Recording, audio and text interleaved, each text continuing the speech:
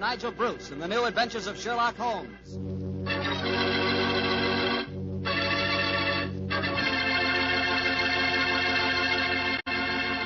The Petrie family, the family that took time to bring you good wine, invite you to listen to Dr. Watson tell us another exciting his old friend, that master detective, Sherlock Holmes. And I'd like to talk about an adventure myself, an adventure in good eating. It ends with a good wine, Petrie California Sauterne. You just serve that Petrie Sauterne the next time you have fried chicken. Do you like fried chicken? Cooked so it's crispy and a beautiful reddish gold color on the outside and just as tender as all get out on the inside. Ah, that's chicken. But wait till you try it with Petrie Sauterne. That's a wine. That Petrie Sauterne is a pale, delicate golden color. You can just look at it and you know it's going to be one of the most, if not the most delicious. Petrie Sauterne is not only wonderful with chicken, it's great with fish or any kind of seafood, too. Get a bottle of Petrie Sauterne. When it's a Petrie wine, it's a good wine.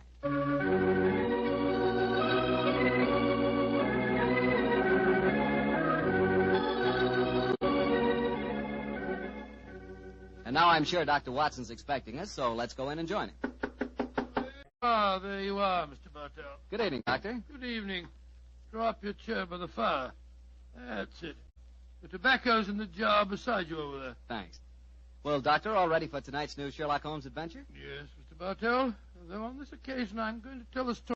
You see, I didn't take part in it myself, so I shall act as a narrator and recount the adventure as it was told me some years after it actually took place. Told you by Sherlock Holmes, I suppose. Yes. At the time the story happened, the whole world, including myself, believed that my old friend had been dead for 3 years. What did he do with himself during those 3 years, Doctor? Wandered about the world, Persia, Egypt, the south of France, and 2 years of his time was spent in Tibet, where he disguised himself as a Norwegian explorer by the name of Sergerson, his object being to visit the forbidden city of Lhasa. The story began as Holmes stood on the outskirts of a tiny encampment, high in the Tibetan snows, disguised as a Norwegian Sergerson. Surrounding him was an excited group of native guides, their fur-capped faces and shaggy sheepskin coats making them appear like strange, wild animals, gesticulating wildly. The freezing wind whirled great clouds of snow away from the mountaintop that loomed above them.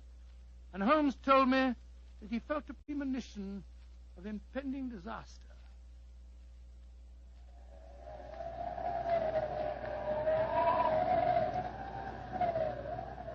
Sir, my men will go no further. They say the goddess of the mountain is angry. If we climb further, she will swallow us up. She will bury us. But we cannot go back now. We have come so far, 1,000 feet, 800 feet higher. We shall reach the pass. We shall be safe. I will not go. We can stay back there in the tents until the goddess of the mountain tells us we may go further. He is right. We can't go. We don't want to go anymore. It's too... Fools! If you stay here in the wilderness, in the village, and the avalanche comes, you will all be buried. You will be swept away. The only road lies upward. Back to the tent. The wind is rising. Then I shall go on alone.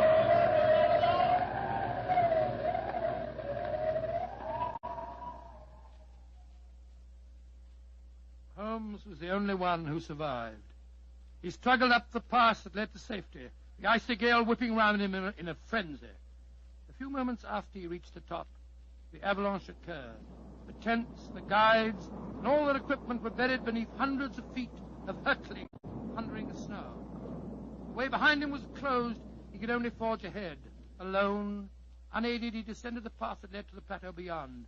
But the goddess of the mountain was still angry. Through the knifing wind and snow he battled on, without food and without, as he told me later, much hope. Even Holmes was helpless in that battle of man against the elements. What happened in that 36 hours he never really knew, except that the wind howled and the driving snow slashed at him without mercy. Finally, his mind began to wander, and he became delirious.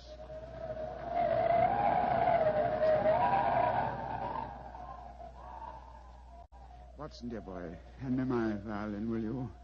Moriarty, I want to introduce to you the goddess of the mountain. I think you will have a lot in common. 291B Baker Street, cabby. For heaven's sake, get me as fast as you can. I think I've caught a chill.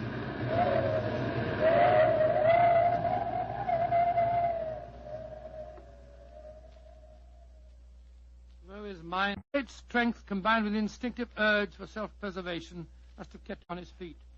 But finally he returned to normal consciousness to find himself jogging along a rough road in a primitive cart, the sun shining on him, and a white girl feeding him warm broth from a cup. For a moment the girl looked at him with a comforting smile, and then she spoke. No wonder you look puzzled, poor man. You can't make up your mind whether you're in this world or the next. Who are you? And how did I get here, please? My name is Eileen Farley. I'm a medical missionary. I found you wandering out of your mind 2 days ago, and I've taken you under my wing. We're going to the monastery of Panchapushpa. I'm most grateful to you, Miss Farley. You have saved my life. Permit me to introduce myself. My name is Sigerson, Olaf Sigerson. I'm a Norwegian explorer. Oh, no. No, your name is Sherlock Holmes, and you're a famous English detective. Please, I don't understand you. Mr. Holmes, you've been delirious for the last 2 days. In your ravings, I was delighted to learn you did not die 2 years ago at the Reichenbach Falls. Simulation is useless, my dear young lady. However, I must implore you to keep my secret. It's essential that for a while longer, the world continues to think me dead. You don't need to worry, Mr. Holmes. I'm a great admirer of yours, and I promise that no one will ever learn your secret from my lips. Try drinking a little more broth. You're dreadfully weak. Thank you so much. Help me, please. Please, to give me help. Another white man travels the road to Panchapushpa. Stop the cart! You need help? Stop! My own cart has broken the wheel. You're going perhaps to the monastery of Panchapushpa? We are. Ah, good. Fyodor Dmitrievich Borodin, Imperial Russian envoy, will travel with you. Please to make room. Спасибо. Remember my secret. The cart may proceed. Понимаешь? Your name, please, young lady. Eileen Farley. I'm an American medical missionary. I do not approve of missionaries, but you are very beautiful. So Borodin will forgive you. Who is this mujik lying on the floor? He looks half dead. I am half dead, Господин Borodin. My name is What, may I ask, is a Russian doing in Tibet, Господин Borodin? What is a Russian doing? You shall see, my friend. To Holy Mother Russia shall belong Tibet. But now let us be gay. We have some hours ahead of us.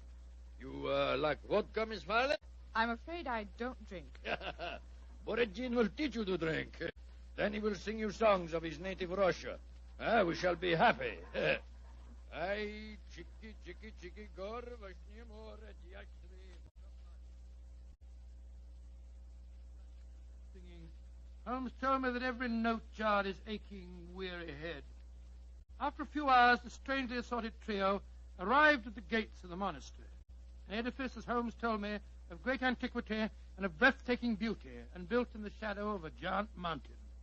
He was fed and bathed, and shortly afterwards he found himself together with his two companions in the presence of the head abbot himself, a man of great age and infinite wisdom. The faint chanting of religious music could be heard coming from another part of the monastery. As the old man spoke,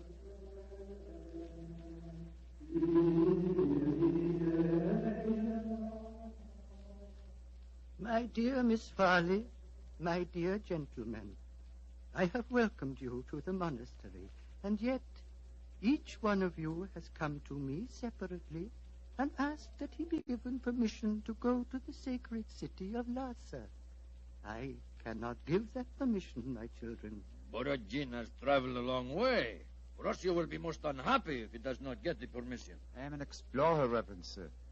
Will not that fact entitle me to some consideration? I, too, have traveled a great way, sir. My children, I realize your claims, but the permission is not in my power to grant. Tibet is ruled by our Chinese overlords. In any case, I will ask you to turn your heads. The gentleman approaching us has preceded you in residence here. He also wishes to tread the road to Lhasa. you have new visitors, I see. Yes, my son. Permit me to introduce you. Sir Harvey Forrester, and this is Miss Eileen Farley. How do you do? How do you do, Sir Harvey? Gospodin Borodin from Russia. How do you do? One cannot travel the world without meeting an Englishman. God wypoczywacy. And Mr. Olaf Sigerson from Norway. God dag, Sahab. How do you do? Please be seated. My children, the Chinese ruler in this province has heard of your presence here. He has announced his intention of visiting you. Before he arrives, I should like to ask you each a question. 4 of you, all from different countries, have traveled here to the mountains of Tibet. At this monastery, I can offer you refreshment, the opportunity of acquiring wisdom and peace. What more do you seek in life? I shall ask you each that question in turn. You, Miss Farley, what do you seek? I seek the opportunity to bring both God and health to your Tibetan people. And you, Mr. Sigerson? I seek to chart the true course of your mountains, and so to bring knowledge to the world. And you, Gospodin Borodin? I seek to bring about complete understanding between the great peoples of Tibet and Russia. If I succeed, Tsar and his family may consider turning to Buddhism. Indeed. And you, Sir Harvey, as representative of the British government, what do you seek? I shall not join in this contest. I merely remind you, sir, that your government has signed a treaty with mine. And was not that treaty forced upon us by our Chinese overlords? No. You have advanced brave reasons, but I cannot help remembering that the streams of Tibet bear gold nuggets the size of hazelnuts. You foreigners, in your pitiful ignorance, esteem gold. That signals the arrival of Watson, the Chinese emissary. Your problems will soon be settled, my children. I will acquaint him with your request. Why are you smiling, Mr. Holmes? At the name of the Chinese overlord, Watson. Must avoid falling into old habits and saying, elementary, my dear Watson. Shh. He's going to speak. Silence! Silence! The abbot has told me your wishes. I will hold conference. American lady and Norwegian will not be allowed. Only Great Britain and Russia have treaties with my country. I insist that I have prior right over the Russian representative. Short was me. I represent the Tsar, and Russia is your neighbor. I demand my diplomatic privilege. Follow me. I will decide these things, not you. I shall inform the British consul in Peking if proceedings... This is an insult to the Tsar. Holy Mother Russia will never... Well, Mr. Holmes, it looks as if you and I, at any rate, don't get to Lhasa. No. You look worried. Does the journey to Lhasa mean so much to you? It isn't that. I'm worried about the potential danger that hangs over this monastery. Violent forces are at work. What do you mean, Mr. Holmes? As you know, Miss Farley, I have some specialized acquaintance with these matters, and I tell you that I have rarely seen more clearly exemplified that emotional tension which leads to one thing, murder. That is what I'm afraid of, young lady. Murder. That was what Holmes was afraid of. Later that day, as the sun was setting over the mountaintop, the old abbot walked slowly in the monastery gardens as he talked to the man who he thought would be Sigerson. Mr. Sigerson, what can I do to help you? Our conversation has pleased me. You are a man of rare perception and knowledge. I grant you one worthy to enter Lhasa, but I can offer no hope. Mr. Wa has already rejected the applications of both the Englishman and the Russian. He did that? He did, my son. He told me they were both very angry and threatened him. If anything were to happen to the Chinese emissary, would you have the right to grant permission for the journey to Lhasa? Yes, until the new envoy arrived from Peking. But what are you suggesting, my son? This monastery is a haven of peace, a backwater far from the troubled stream of life. No violence has ever occurred here. I hope it never will. Yet, the Chinese envoy was threatened, you say, Reverend Sir? Yes, my son. He has left the monastery, of course. No, those who come here, even for a short visit, must break bread with us and sleep at least one night. Mr. Wa is quartered in the cell you see before us. Then do you mind if we call on him, Reverend Sir? Of course not, my son, though you will waste your breath in talking to him. He will not give you permission to take the road to Lhasa. He sleeps, son. Let us not disturb him. If you don't mind, Reverend Sir, I must waken him, if he can be wakened. What can be wrong? I think I know. I'm going in.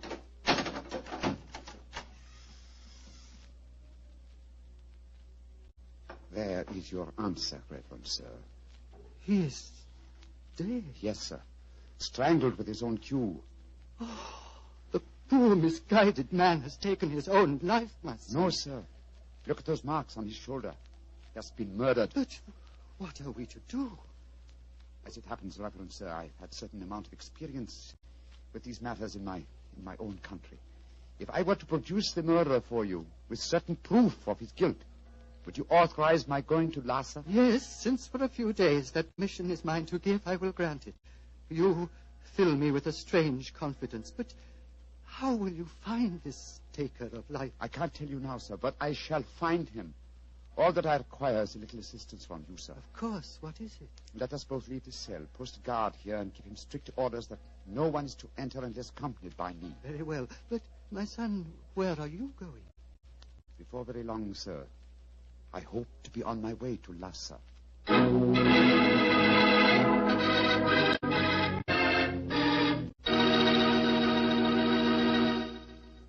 Dr. Watson will tell us the rest of his story immediately, so I'll just take a second to remind you that hamburgers, are practically an all-American food.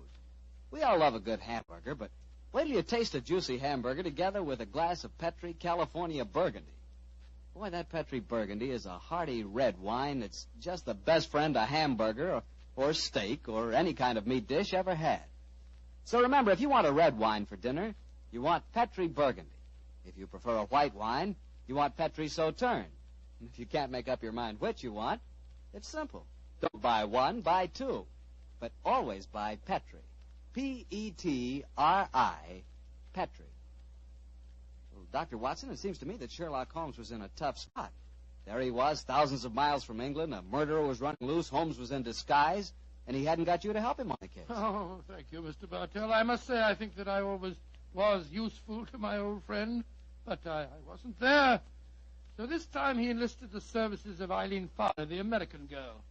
Immediately after he'd left the cell of the murdered man, he'd gone to Miss Farley and told her of the tragedy. As they returned to the scene of the crime, he found that his instructions had been carried out and that a guard was barring the entrance to the dead man's cell. There's a guard in front of the cell. My instructions. The abbot gave you your orders. Yes, you may go in. Please close the door behind us. I'm sure your nerves are up for this, Miss Farley. It's not a pretty sight. I've seen sudden death before, Mr. Holmes. In any case, I wouldn't dare appear frightened. I'm so flattered that you asked me to help you. You were the only one who knew my true identity. That's why I suggested you take my old friend's place. I needed, what shall I say? I needed a sounding board for my deductions. Wait a minute, here. I'll light a match. There we are. Now, here's a candle.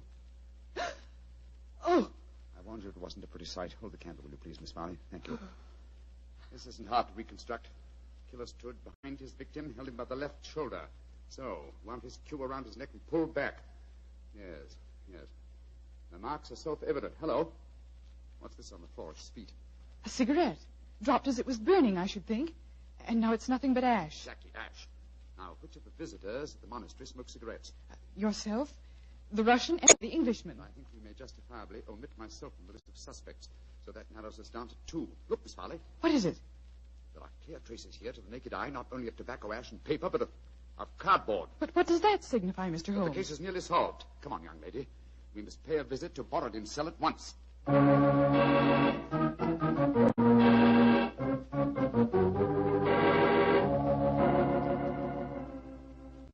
Arguments. Always, Sir Harvey Forrester, you give me the argument. But, my dear Borodin... I am not your dear Borodin.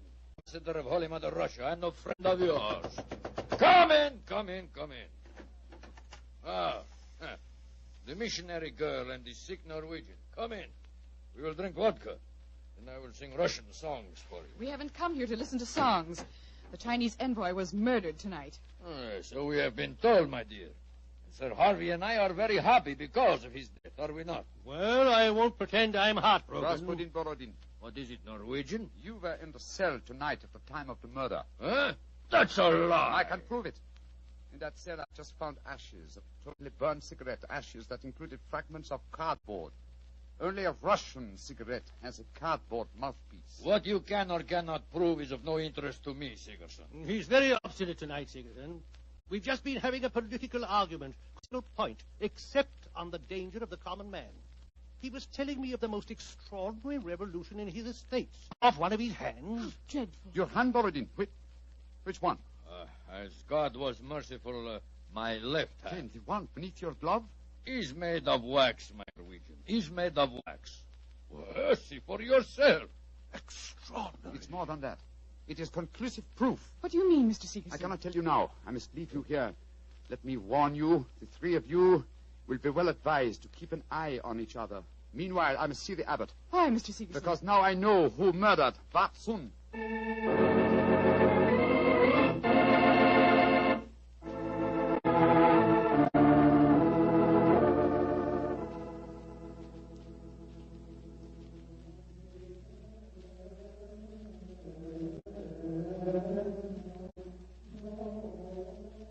Pink fingers of dawn are stealing across the mountaintop, my son.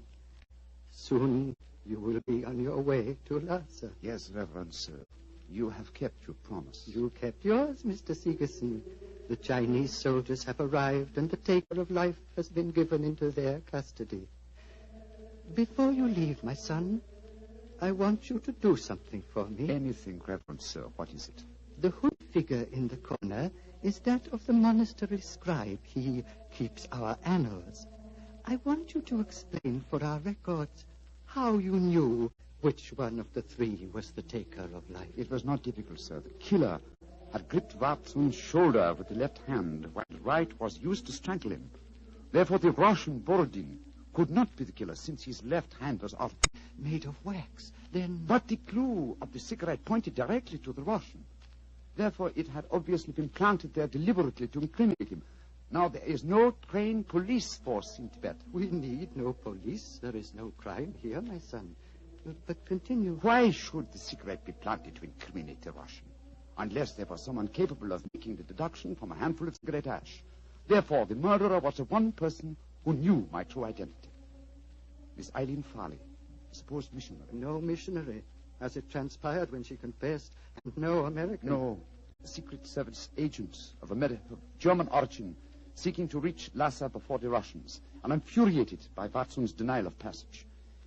Any Secret Service is better off without such employee. She will pay for her mortal sins. May she redeem herself in her next place on the wheel. My son. Yes, Reverend Sir. You are about to leave me, and I shall never see you again. Though evil and death came to Panchapushpa and to my monastery in the caravan that brought you, I miss you, my son. I shall miss you greatly. And I you, Reverend Sir. Would you consider staying here? I can only offer you peace, a shelter from the outer world, and quiet companionship. But I cannot take them. My work is not done. I must go on. Of course, my son. It was an old man's dream. One last question. What is it, sir? You spoke of your true identity just now. Who are you, my son? Reverend Sir, I cannot tell even you the answer to that question. One day, perhaps, but not now. Let us just say that I have wandered through a world of trouble, just as you have remained tranquil in a world of peace. I hope, sir, that we shall meet again. I hope so, too. Goodbye, my son. Goodbye, Reverend Sir. Goodbye.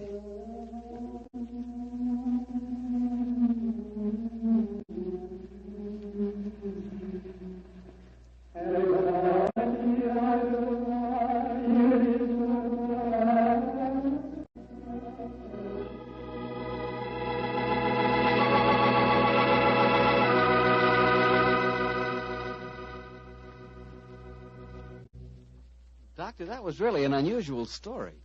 You told it so well, I felt you were actually a part of it. No, my boy, as I said, the story was told me by Holmes. I've never been to Tibet. Been to India, of course. I never really wanted to go to Tibet. Horrible mountains, terrible weather, lots of bandits on the roads. Sort of dangerous place.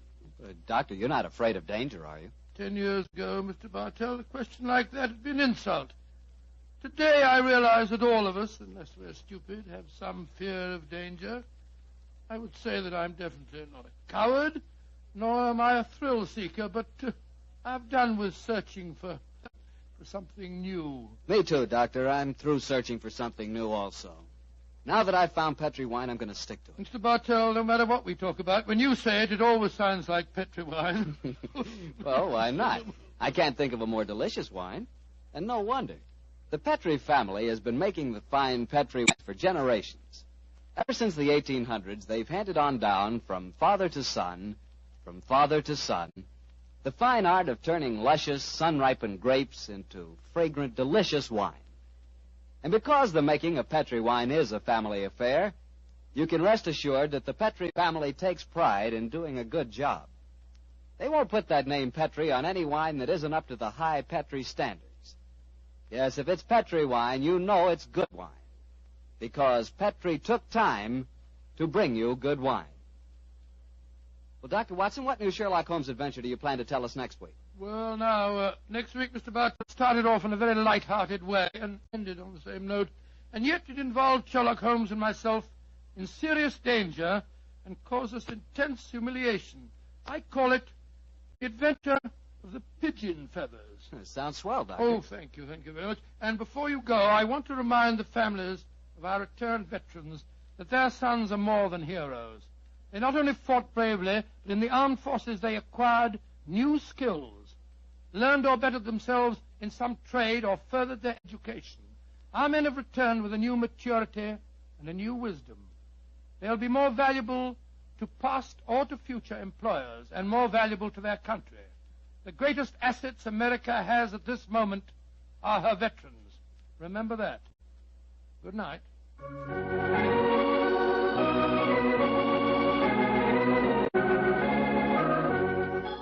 Tonight's Sherlock Holmes adventure was written by Dennis Green and Anthony Hunt in the Sir Arthur Conan Doyle story, The Adventure of the Empty House. Music is by Dean Foster.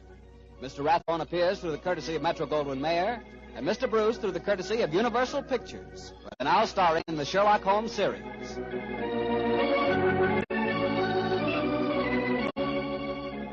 The Petri Wine Company of San Francisco, California, invites you to tune in again next week, same time, same station. Sherlock Holmes comes to you from our Hollywood studios.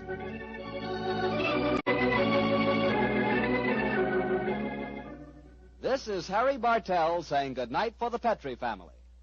For a solid hour of exciting mystery dramas, listen every Monday night on most of these same stations at 8 o'clock to Michael Shayne, followed immediately by Sherlock Holmes. This is the Mutual Broadcasting System.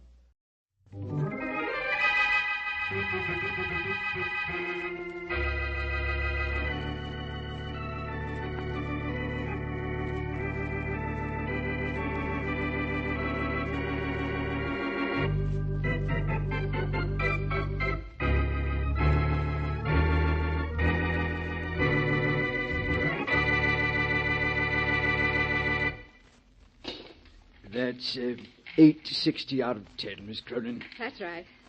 Here's your change, Miss Cronin. Thank you. Goodbye. Goodbye, Miss Cronin. I hope your dad likes the ties you bought. Oh, he will. Oh, he's there again. Miss Cronin, what's the matter? Oh, for weeks and weeks, there's been a man staring at me everywhere I've been. He's everywhere I go, and he's standing out there now across the street, staring at this door.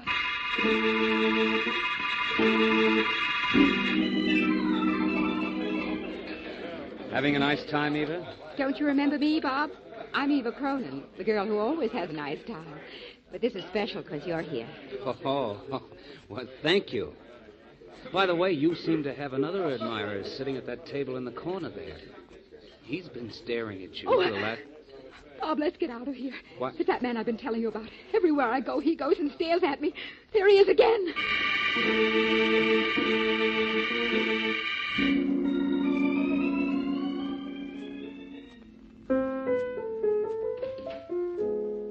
you, Eva? Yes, Dad. You're home early this evening. You're up late, Dad. Composing? No, just killing time. Have a nice time tonight? Yes, till that man showed up again. Now, Eva, you know it's only My your... imagination. Oh, no, it's real. He's real. Some night I expect to find him staring at me through the window here. 18 stories above the street. Now you're being a little ridiculous. I'm nervous. I can't help it. I look out of the window expecting to find... Oh, Dad! What's the matter, Eva? It's that same man again in one of the windows across the street, staring at me.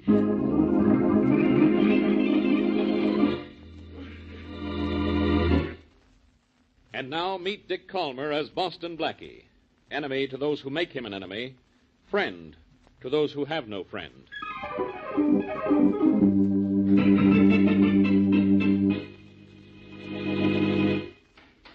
Good morning, Inspector Faraday. Goodbye, Blackie. This is police headquarters, not a day nursery. That's right, but who told you? Have your mother put a tag on you and somebody will take you to school nice and safe. So long. After so short a visit? Faraday, if you'll answer a few questions, I'll be out of here in a few minutes. Well, that's the best news I've heard since you came in. What do you want, besides to make a nuisance of yourself? I want to make a good cop of you. Is there any trace yet of the stalking killer? No.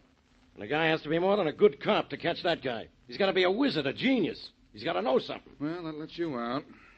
Well, where was he last seen? Over on the north side. That was about a week ago. Since then, he's disappeared. But we're still looking for him, and we're going to catch him. Why do you want to know about him? Because he hasn't disappeared. Eva Cronin, a friend of Mary's, saw him just last night staring at her from a window across the street from her apartment on Elm Street. He's stalking a new victim, huh? Miss Cronin says he's been watching her for 2 weeks now. For 2 weeks? Why didn't she come to us? Why? You know what happens when the victim is given a police escort. The stalker just fails to show up. I know. Then after we drop the escort, the stalker comes back. And a few days later, the victim's dead. What I don't understand is why does this guy stalk his victims? It's a psychological effect, Faraday. That constant leer of his doesn't only annoy, it drives people half crazy. They'll do anything if he'll just disappear. That's when he asks for money, and he gets it. And if his victims pay off, he has no reason to murder them. But he does. He's no shakedown artist. He's a killer. He's a killer so he can continue his shakedowns. With his victims dead, if he's ever caught, he can deny he's the stalker. None of his previous victims is around to identify him. Faraday, I went in on this case. Maybe I can grab the stalker. Go ahead. See what you can do. At least you won't be bothering me. Thanks, pal. You know, I'm always willing to go out of my way to keep out of yours.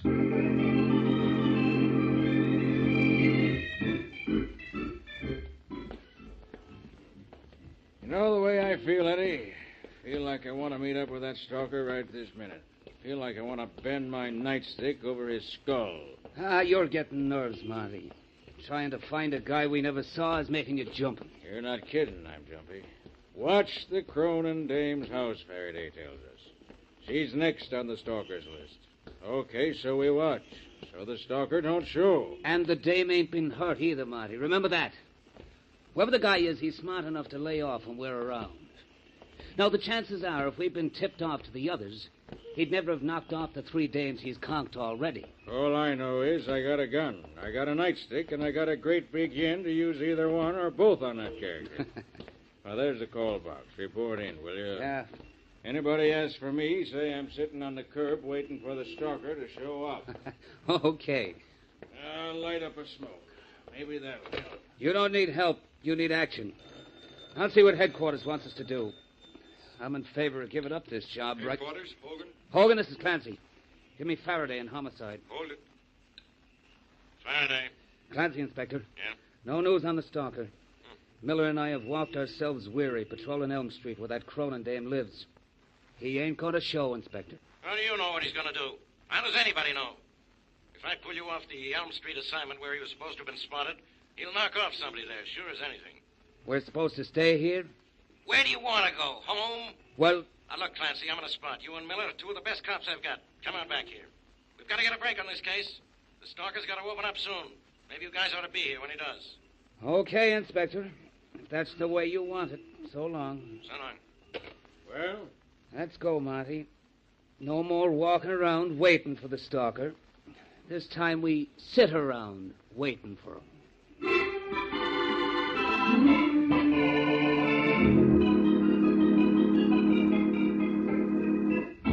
Blackie? that sheet of paper? I'm studying the past performances of the stalker, Mary. I might figure out a way to catch her. Oh, I'm getting sorry I told you about Eva Cronin. We were supposed to go out this evening. Remember? I know. You want to go to the movies, don't you? Well, at least when we go to the movies, you don't have to solve the mystery. The greatest mystery about some mystery movies is why they were made. Well, there's the phone. Are you in? Oh, I don't know. I'll look. Yes, I'm here. Oh, do you want me to take you? I'm near it. Thanks, anyhow. Hello. Boston, Blackie? Yes? Blackie, this is Eva Cronin. Oh, hello, Eva. It's your friend Eva, Mary. Yes, Eva. What can I do for you? Blackie, he's here. I mean, he's across the street watching me. The same fellow? Yes, I'd know him anywhere. He's across the street watching this house, waiting for me. I just know. Just a minute. We're in luck, Mary. The stalker's watching Eva now. Oh, golly, I don't know whether I'm glad or scared. Eva, where are you? At 3232 Easton Road. 3232 Easton Road. I'm at a party here, Blackie. I was about to leave when I saw him. Stay right where you are. I'm coming up there. The fact that the stalker is waiting for you is just what I've been waiting for.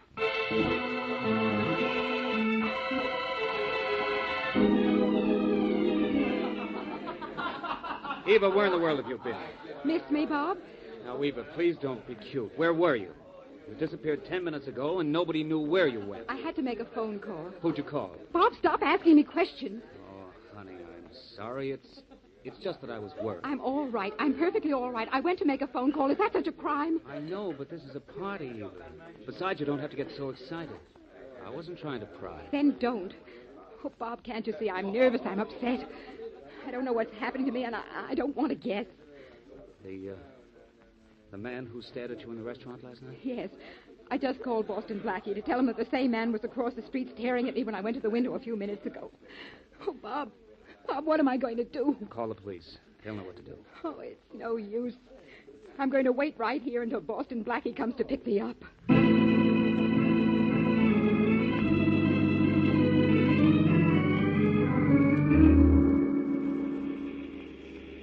We're in the 3200 block on Eastern Road, Blackie. You better slow down. All right.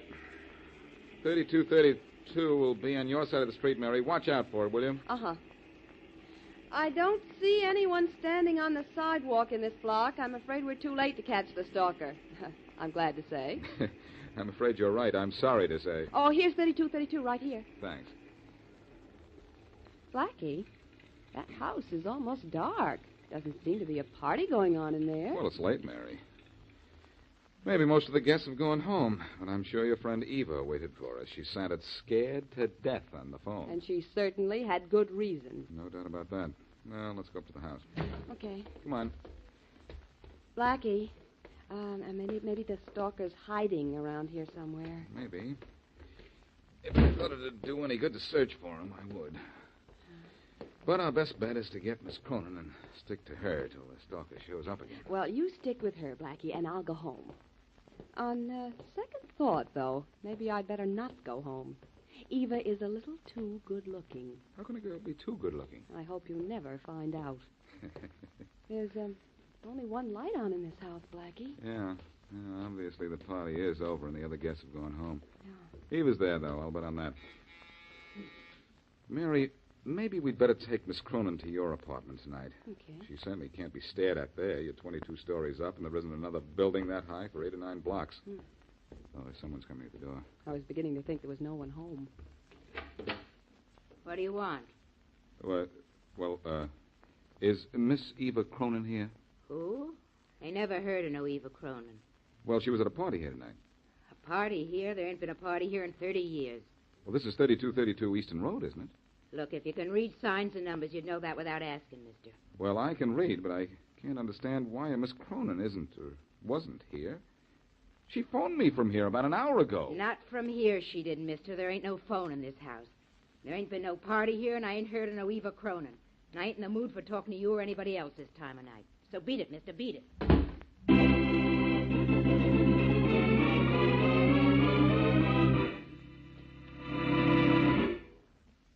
And now, back to Boston Blackie.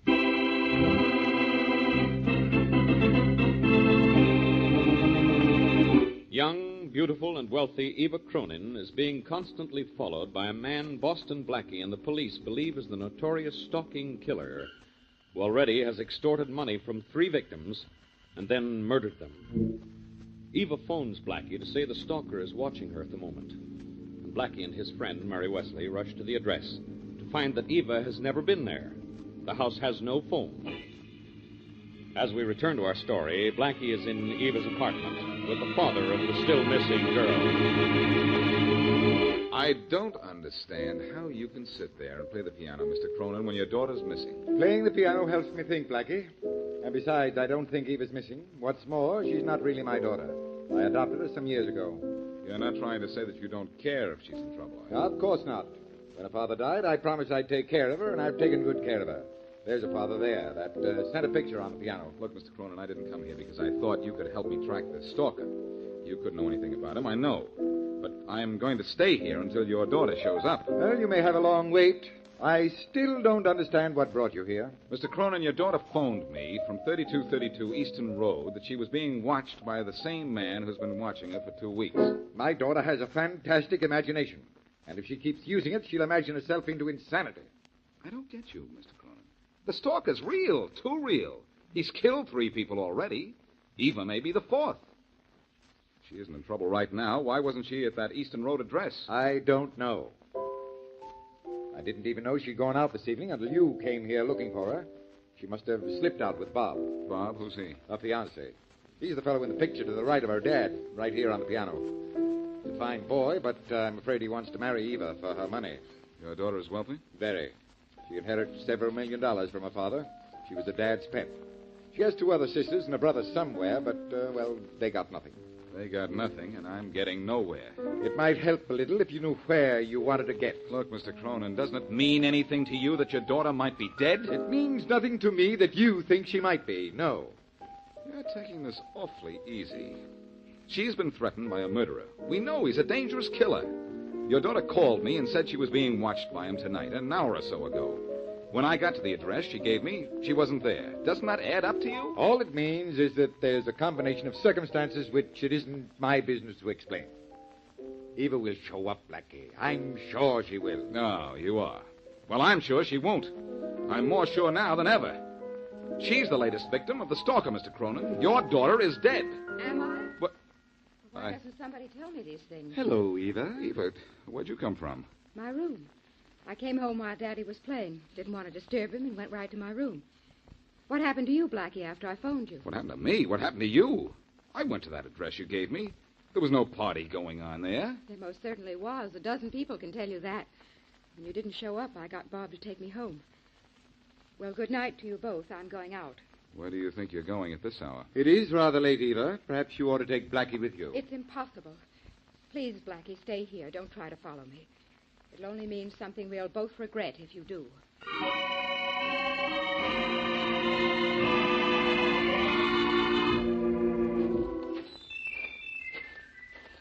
Okay, hold it, Miss Cronin.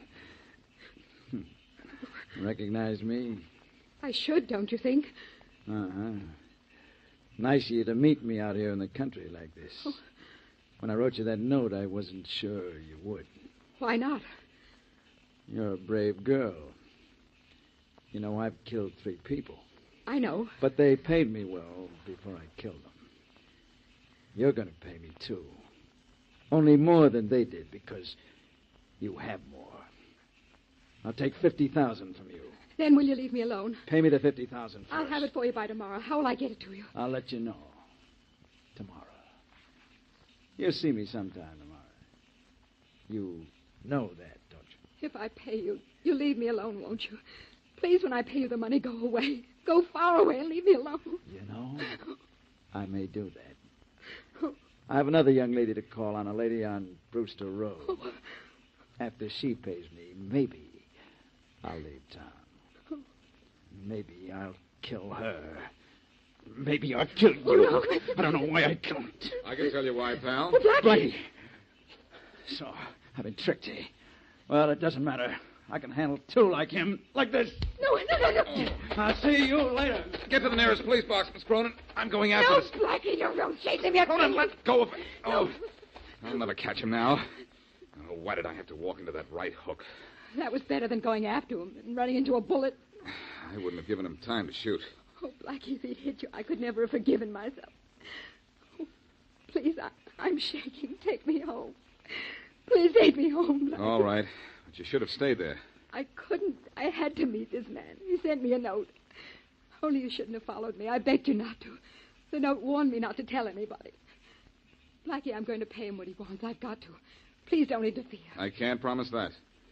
Maybe you're going to pay him what he wants, but I'm going to see that he gets what he deserves.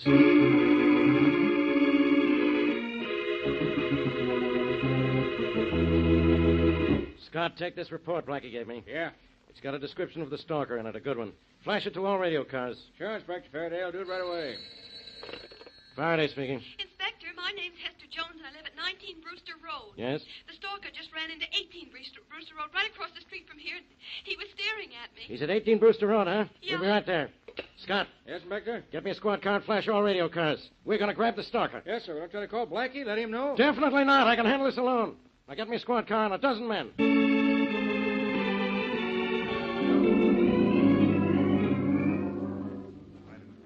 All right, men, quiet. This is the place. And stay just as quiet as you can.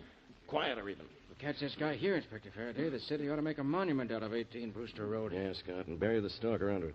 Yeah, we've got the street roped off. There's a high wall back of the house. It's too high to climb. Okay, then we've got him trapped. Everybody in position? Yes, Inspector.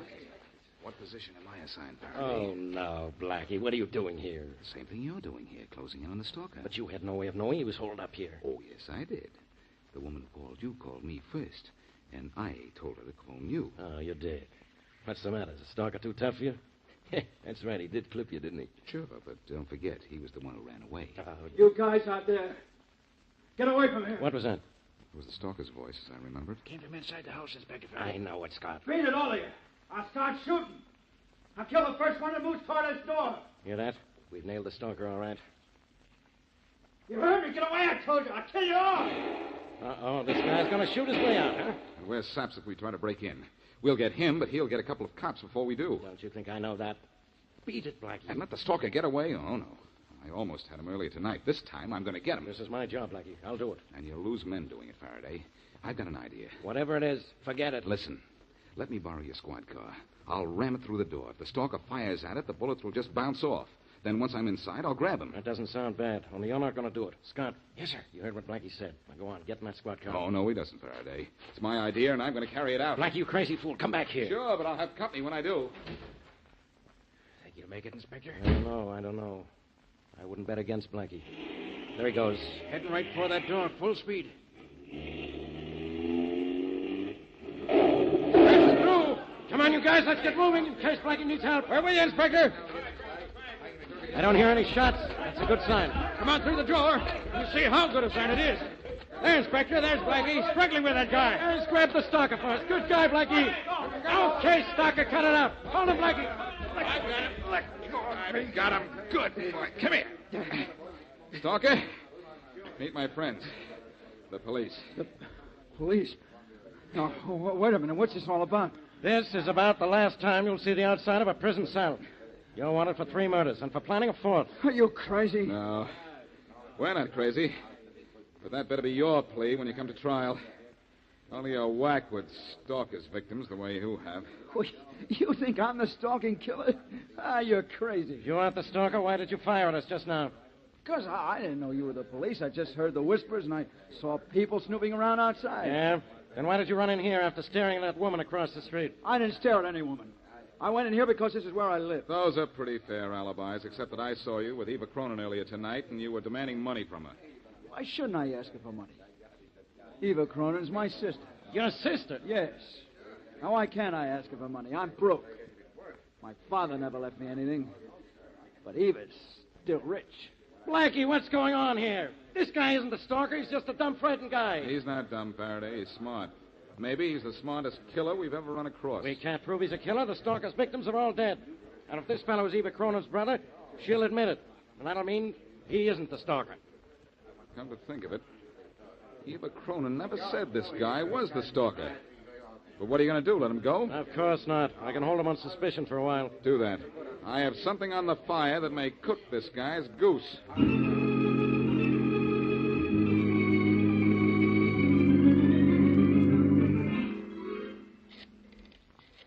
Hang on, that extension phone, Faraday, and don't say anything. I want to say something right now, Blackie. You're wasting my time. You're wasting your breath. Shh. Hello? Miss Cronin, this is Blackie. Oh, yes, Blackie. What is it? The police have caught a man they think is the stalker. He's the same guy who slugged me when I followed you last night, only he says he's your brother. Well, he is my brother, Blackie. He's not the man who kept staring at me. He's my brother, and all he wanted was the money. That's why I didn't want you to follow me. This was strictly between him and me, don't you see? What did he want the money for? Well, he had none, and I have plenty. Why shouldn't I give him money? He's my brother, isn't he? He's your brother, but he isn't broke. The police found thousands of dollars in his house, money he took from his victims. He's the stalker, Miss Cronin. We know that, and so do you. Yes. Yes, Blackie, I knew it all the time. I tried to help him, but I guess it didn't work. Only you can't hate a girl for trying, can you, Blackie? To protect a killer, you most certainly can. That's all, Miss Cronin. I'll see you in the morning in jail.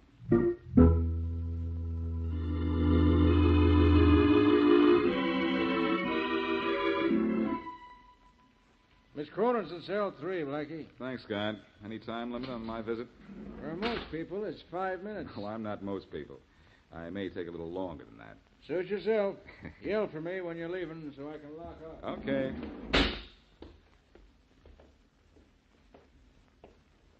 Hello, Miss Cronin. Oh, it's you. What do you want here, Blackie? You caught my brother. You had them put me here. Isn't that enough reason for you to leave me alone? Perhaps, but there are some things I don't know, and I want to clear them up. What, for instance? Where did you fit into all this? I knew my brother was a stalker. I wanted to help him, so I pretended I was being stalked. Then if the police arrested my brother, I could deny he was the man who was following me.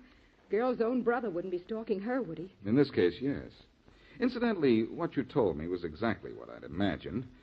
When you gave me that phony address on Easton Road, I figured you were in on this somehow. That address wasn't phony. I told you where I was, 32 Easton Road. You said 3232. That was very clever of you, now that I think of it.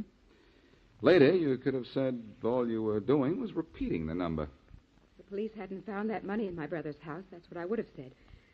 I wanted you to be under the impression someone else was the stalker. I had to protect my brother, don't you see, Blackie? No. He was trying to get $50,000 from you, as I remember it. I would have been glad to give him that money. I would have done anything to get him out of town. I knew he was a stalker. I knew he must have had some money. But I thought the money I gave him would be enough to make him quit killing. I honestly don't know how much money he did have, Miss Cronin. But you said the police... That the police found it? Yes, I said that. But I did it only so that you would talk. And you did. Oh, You're in jail, Miss Cronin, but you shouldn't be too unhappy. After all, you're practically the only living member of the Stalk Club.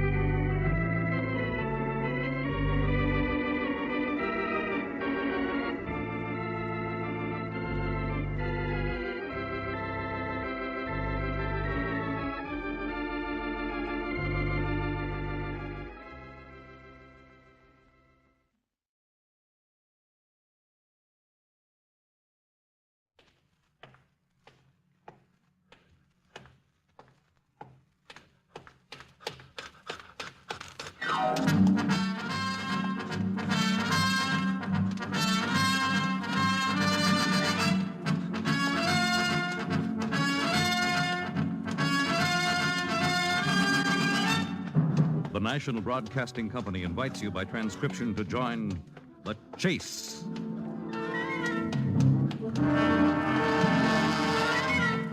There is always the hunter and the hunted, the pursuer and the pursued. It may be the voice of authority, or a race with death and destruction, the most relentless of the hunters. There are times when laughter is heard as counterpoint, and moments when sheer terror is the theme.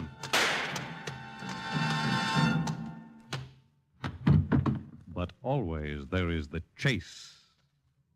And the desperate pursuit of money and a career can be the most terrifying chase of all.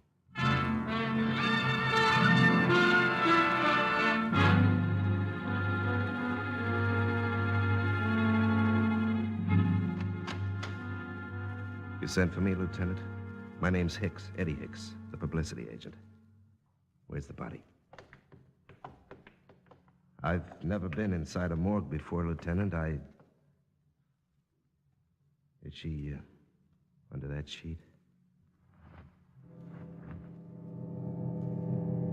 Yeah, that's Gloria Hastings, all right. Even a murderer's bullet couldn't change that beautiful face. She was hard to top when it came to looks, Lieutenant. But she was only good to look at on the outside. On the inside, well, that was something else again. Suspects?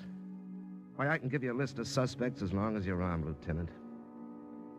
When you're out to hit the top and you don't give a hoot who you step on as you travel up the line, you make enemies. Ever chase a buck, Lieutenant? Well, Gloria did. A fast buck and a big career. She chased them both like a bloodhound follows a scent. Yeah, I remember the first time she walked into my Broadway office. She was fresh from Milwaukee, and her name wasn't Gloria Hastings then. It was Anna Crow. But when I changed her moniker, I didn't know I was putting a label on a walking powerhouse.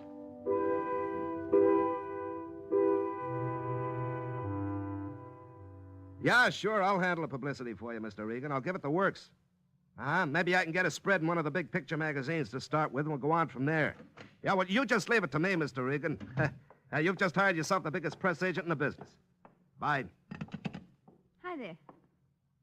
Well, who'll let you in? I just walked in. Well, you can walk right out. There's a sign marked private on the door. Don't be difficult. One day you'll thank your lucky stars that I strolled by. Oh, and who are you? My name's Anna Crow, but you'll have to find me another one. It's a little too plain for a girl who's going to wind up famous. Got it all figured out, have you? To the last dollar, Eddie. The name is Mr. Hicks, and furthermore... Please don't be difficult, darling. I'm going to make you $1 million. And you're going to make me the talk of the country. They said you're the best publicity man in the business, and nothing but the best is good enough for me. Mm-hmm. I suppose you want to be a movie star. It's not a bad beginning. Beginning? Oh, and then what? I want to be the greatest thing since Cleopatra. I want to be everything, Eddie. The most beautiful, the most talented, and the richest girl in town. I want a career, a big career. And I don't care how I get it. I want my name in lights, not only on Broadway, but on Park Avenue and Palm Beach. I want to be toasted by men from New York to Rio.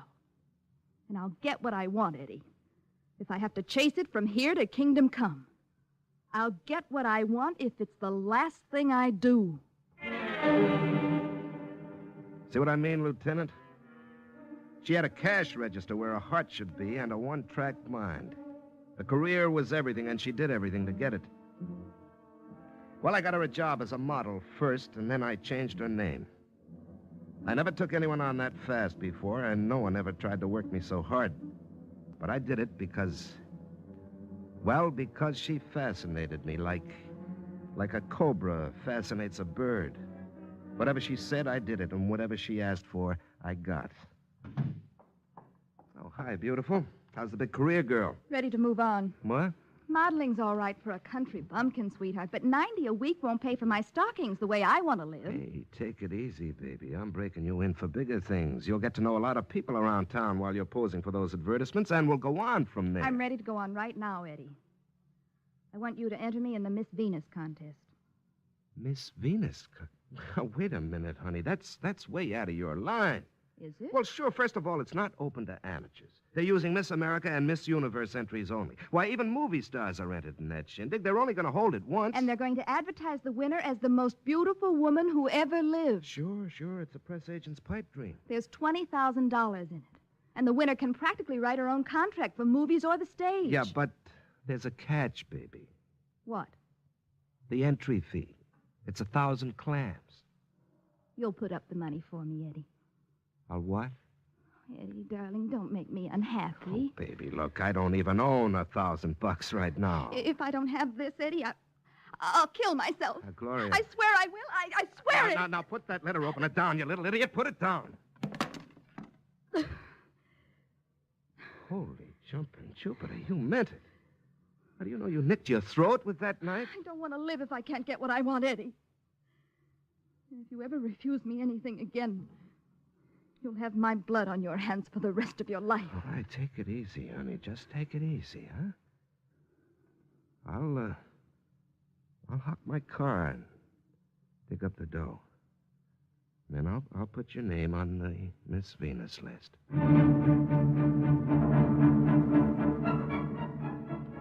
Well, don't think she was kidding, Lieutenant. She meant every word. She was chasing that career right down the line for everything it was worth. And she'd have cut off an arm if she thought it could push her 1 inch forward.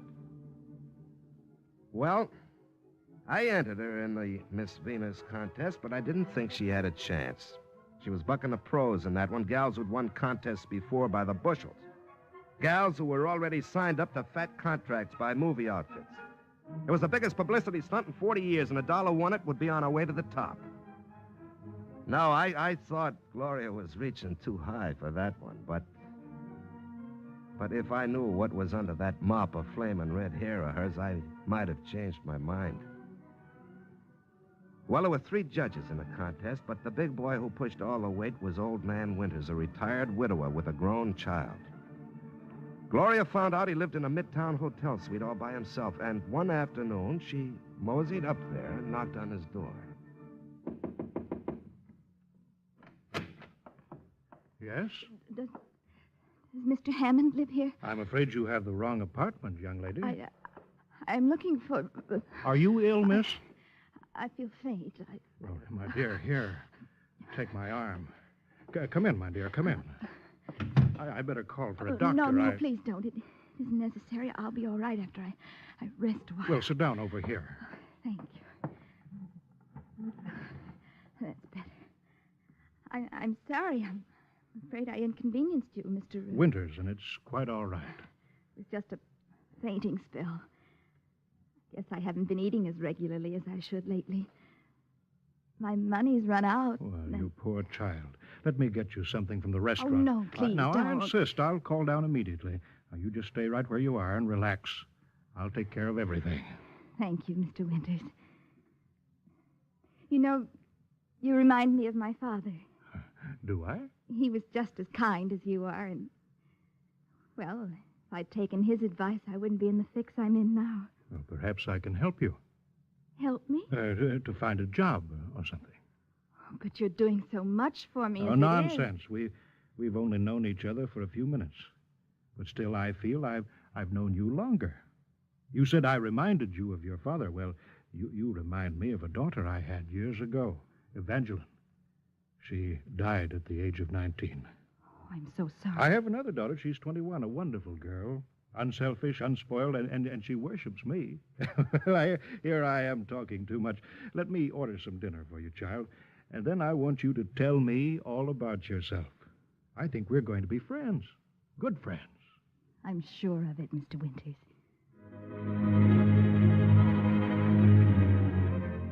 Fast work, Lieutenant? Oh, you didn't know Gloria. Why, in no time at all, she was calling him Daddy, and she had him jumping through hoops. Oh, it was all legitimate on his side. He actually thought he saw his dead child in Gloria's face, and for a while, she made him happy. And then one day, she sprung the contest on him, and that was that. Well, Gloria, my dear. Hello, Dad. Well, I'm so glad you dropped in. I have wonderful news. Oh? My daughter Mary arrives home today from school in Europe.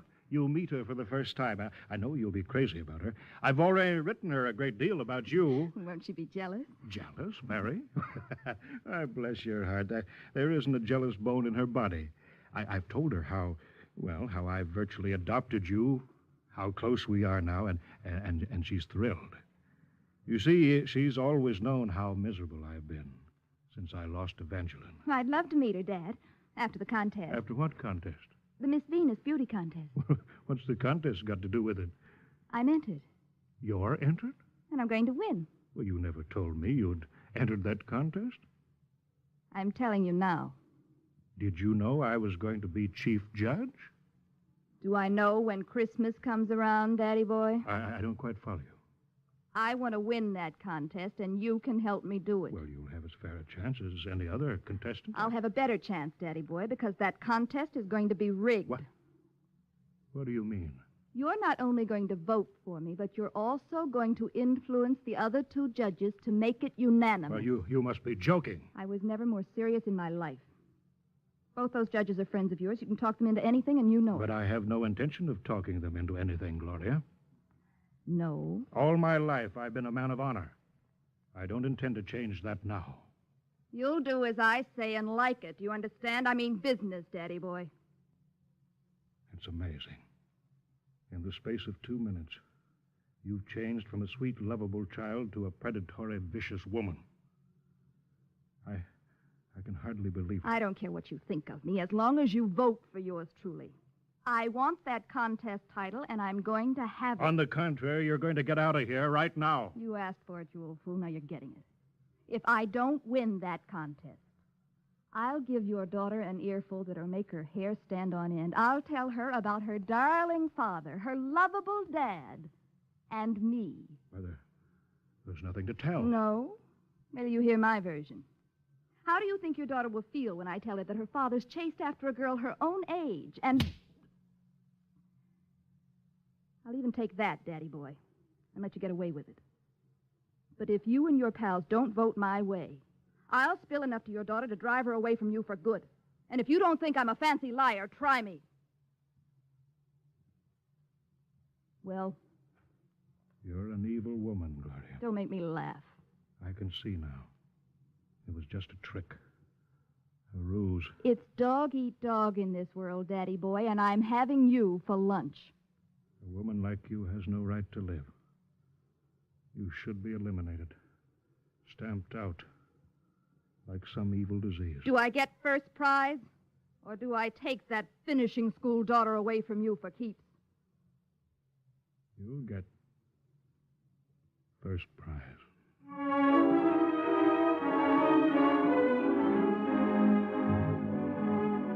And she did, Lieutenant.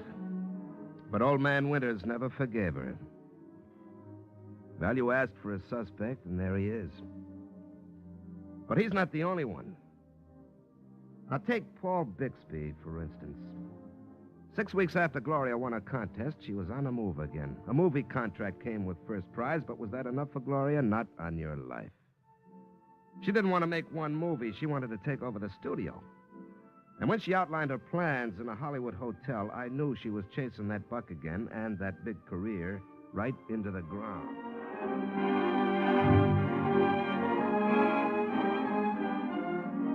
How much longer must I sit around in this stuffy hotel room, Eddie, waiting for those idiots to call me from the studio? All right, take your time, kid. We'll be hearing from them. They've got to find the right picture. Meanwhile, you're sitting around for $500 a week under contract. $500 a week. What do I care about peanuts? They ought to pay me $5,000. Hey, hold on, baby. Only the big stars get that kind of lettuce. Then make me a star. Oh, just like that, huh? Who's head of the studio?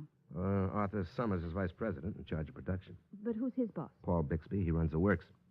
He married? Yeah. Any children? Well, he's got a 22-year-old son in his last year at college. Oh, now, look, Gloria, you've got no more chance of meeting Bixby than a snowball on the Sahara. It isn't Bixby I want to meet, darling. Much more interested in his son. I don't get it. It's just a joke. Forget it, Eddie. I suppose I'll just have to be patient until that phone rings and I've got myself a job. She was lying, and I knew it. But there was nothing I could do. Oh, she was cooking something up in that brain of hers, and whoever she'd set her sights on this trip didn't have a chance. Well, first she did a little research, and she learned that Bixby's kid was taking a pre-med course at UCLA. And then she got a good idea of his regular habits. And one sunny day, she parked herself in front of the college library where young Johnny Bixby spent his afternoons. See you later, Frank. I'm on my way home. Oh, I'm sorry. I didn't see you coming. There was quite a collision. My ankle. Oh, did I hurt you? I'm afraid it's sprained. Oh, I'm terribly sorry. What can I do? It was just an accident.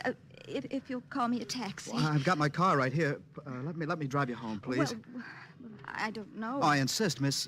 Gloria Hastings. My name's Bixby, Johnny Bixby. Here, let me help you to the car. Oh. Does it hurt that bad? I'd better put my arm around your neck. Yeah. Like this. You put yours over here. Now, I'll try to walk. Very, very kind of you to do this, Mr. Bixby. Kind? Gosh, after I bumped into you like an overgrown hippo, it's all my fault. But I'm not sorry it happened. Are you? Not on your life, Gloria. I mean, Miss... Please call me Gloria, Johnny. Your car's so nice and comfortable. This is one ride I think I'm going to enjoy.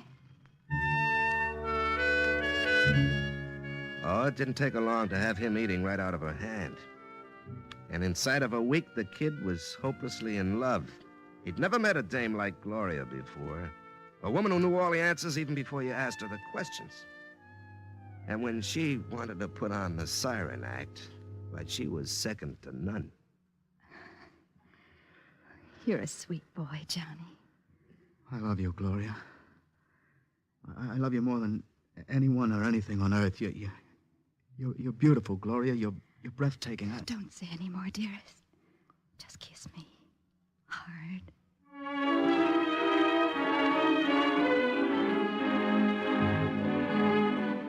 And after she'd hooked him solid, Lieutenant, she used the gaff. He begged her to marry him, and she laughed right in his face. And then she started to get him crazy jealous, and he began to drink. Why, he changed from a clean-cut kid to a drunken slob. And he was still sliding downhill when his father paid Gloria a visit. Yes? Are you Miss Gloria Hastings? I am. I'm Paul Bixby, Johnny's father. Oh, please come in, Mr. Bixby. Johnny's talked so much about you, I've always wanted to meet you. I've been told you're under contract to my studio. Yes. I've been sitting around now for the past 3 months, just twiddling my thumbs and waiting for a call.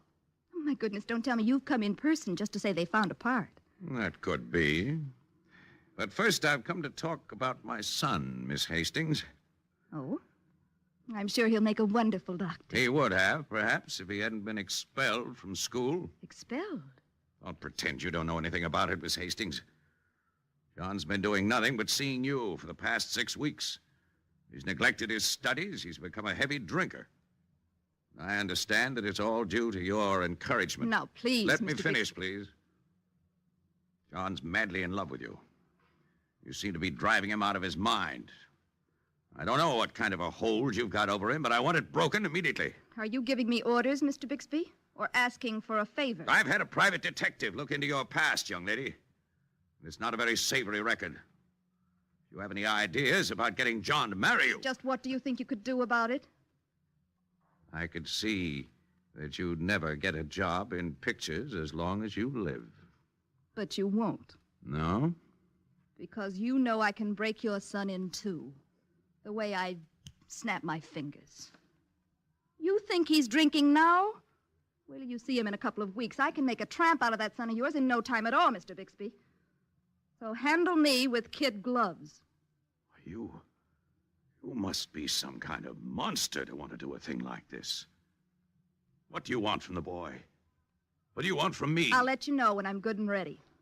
And when I think you're good and ripe.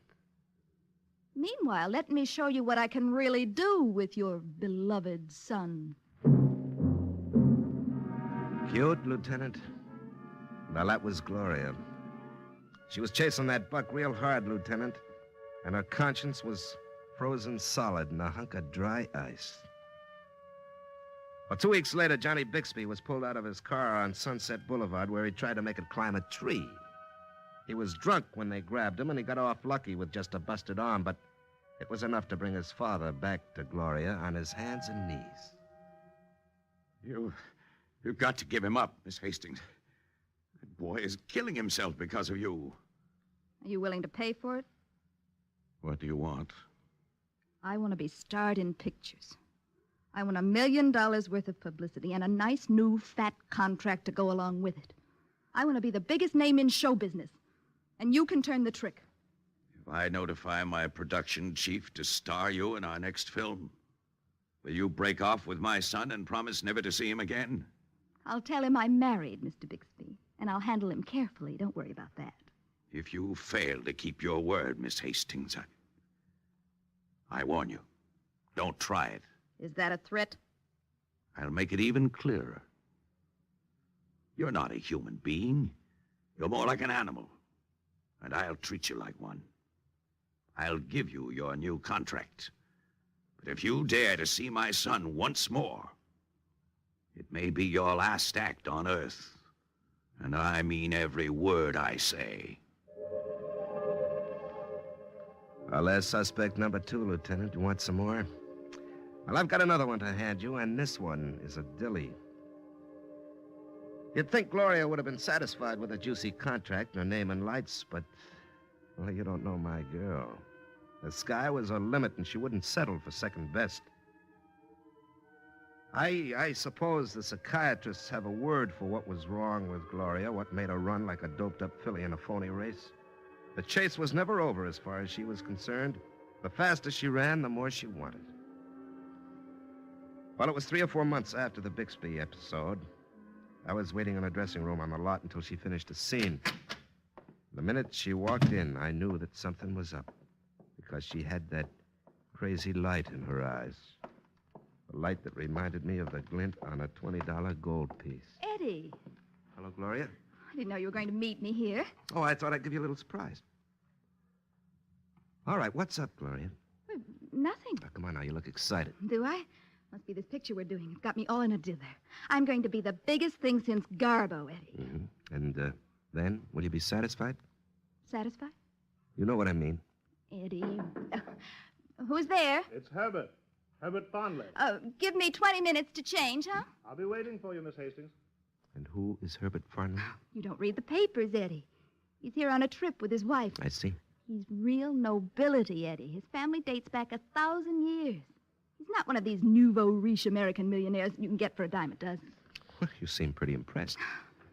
Don't get any ideas in that silly head of yours. He simply invited me out to dinner. Well, he was supposed to go out with me. Oh, be a darling, Eddie. Let me out of it.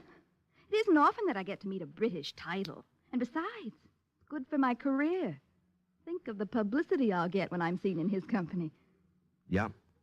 I'm thinking of everything, baby. Oh, let me have my fun and don't be a meanie. He's perfectly harmless. Now run along, be a good boy. Got to be dressed by best tonight. Never know where a thing like this can lead. No, you never know, do you, Lieutenant? But I knew. Little Gloria was wrapped up in the chase again, and this time she was out for a title as well as a man. Lord Farnley was happily married when he met Baby, and he had 2 wonderful children to keep him that way. Oh, but that meant nothing to Gloria. Broken homes were her specialty, and she also left a few broken people on the side of the track. Well, her romance was a fast one, and she thought she kept it under wraps from everyone, including me. But, I wasn't the only one who knew exactly what was going on. Lady Farnley had a pretty good notion, too. Are you Miss Hastings? Yes. I'm Lady Farnley, Herbert's wife. I see. May I come in? I suppose so. Oh, you have a very attractive place, Miss Hastings. I'm glad you like it. Yes, the setting's quite right for someone like you. Come to the point, Lady Farnley. You didn't pay me a visit just to admire my furniture. No, you're right. I came to discuss a very personal matter. It's taken me a long time to make up my mind to do it. But I find the situation's getting beyond my control, and I want to do something about it before it's too late. What's on your mind? My husband. And you. As if I didn't know. He's fallen in love with you, hasn't he? Ask him. I did. And what did he say? He seemed to feel that our marriage was coming to an end. That's too bad. It doesn't seem to matter to you that I happen to love him very much and that I have 2 small children who depend on him. You're beginning to sound like a Class B picture. I'm trying to be sincere, even though I realize that honesty is something you'll never understand. I understand men, Lady Farnley, a lot better than you do. Yes, you're very clever. And extraordinarily lovely. I can't compete with you on that score. I'm glad you know it. What do you want with my husband? What do I want with him? You have your career. Thousands of men would be happy to throw themselves at your feet. Why do you want to take the one man I love away from me? Maybe you've had him long enough. It's his title you want. It's his background that intrigues you. What difference does it make? None to you. You'd ruin a man's life if only for an afternoon's entertainment. You've spoken your piece. Now you can leave. I haven't quite finished. You're like all the rest. You can't hold on to a man yourself, and you expect someone else to hand him back to you on a silver platter. Anyway, it's none of your business. My husband's happiness is my business, Miss Hastings, and my children's, too. If I give Herbert his divorce, you'll make him miserable. You don't even know the meaning of love and respect. You'll take what you want from him and then discard him like an old toy. That's his lookout. I'll ask you once more, Miss Hastings, to leave my husband alone. And if I refuse? You'll regret it. How? Perhaps this will give you an indication. What are you doing with that gun? I want you to see it as a warning. Keep away from me. I want you to know just what I'm prepared to do to keep my home intact. You must be crazy. Yes, perhaps, but it's an insanity born of desperation, Miss Hastings, and I mean every word I say. You wouldn't dare use that gun on me. Wouldn't I? Don't put me to the test, Miss Hastings, I warn you. I'm leaving now, but if you make one more move in my husband's direction, I'll put a bullet through your predatory head. Goodbye, Miss Hastings.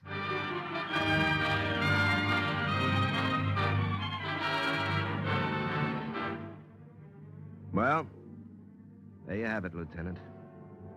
Suspects number 1, 2, and 3. Any one of them could have put that slug in Gloria's body just as easy as spearing herring in a barrel. Which one, Lieutenant? That's the $64 question, but maybe I can answer it.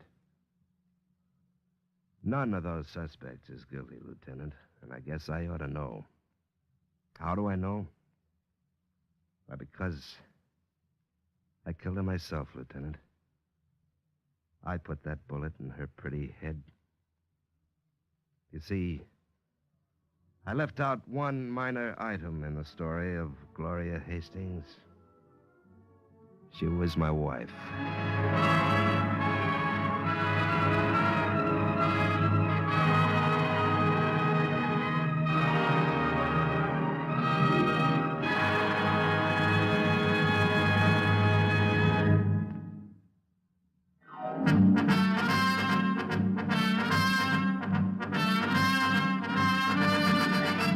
The Chase was created and written for the National Broadcasting Company by Lawrence Clee. Featured in tonight's cast were Larry Haynes, Elaine Rost, Wendell Holmes, John Sylvester, Sarah Burton, and Stotts Cotsworth. The Chase is directed and transcribed by Edward King. Fred Collins speaking. Next week, a ghost falls in love with a living man and pursues him relentlessly in The Chase.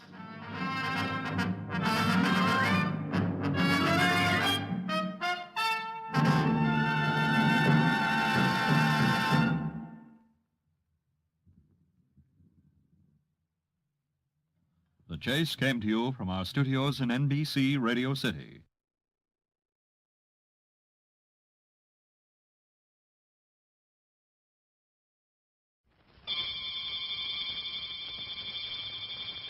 The Peter Hand Brewery Company, Brewers of Meisterbrow, presents card number 16 from the crime files of Le Mans.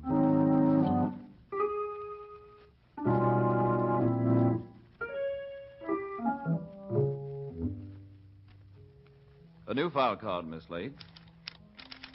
Popular nightclub comedian suspects someone of trying to ruin his act. case more serious than it seems.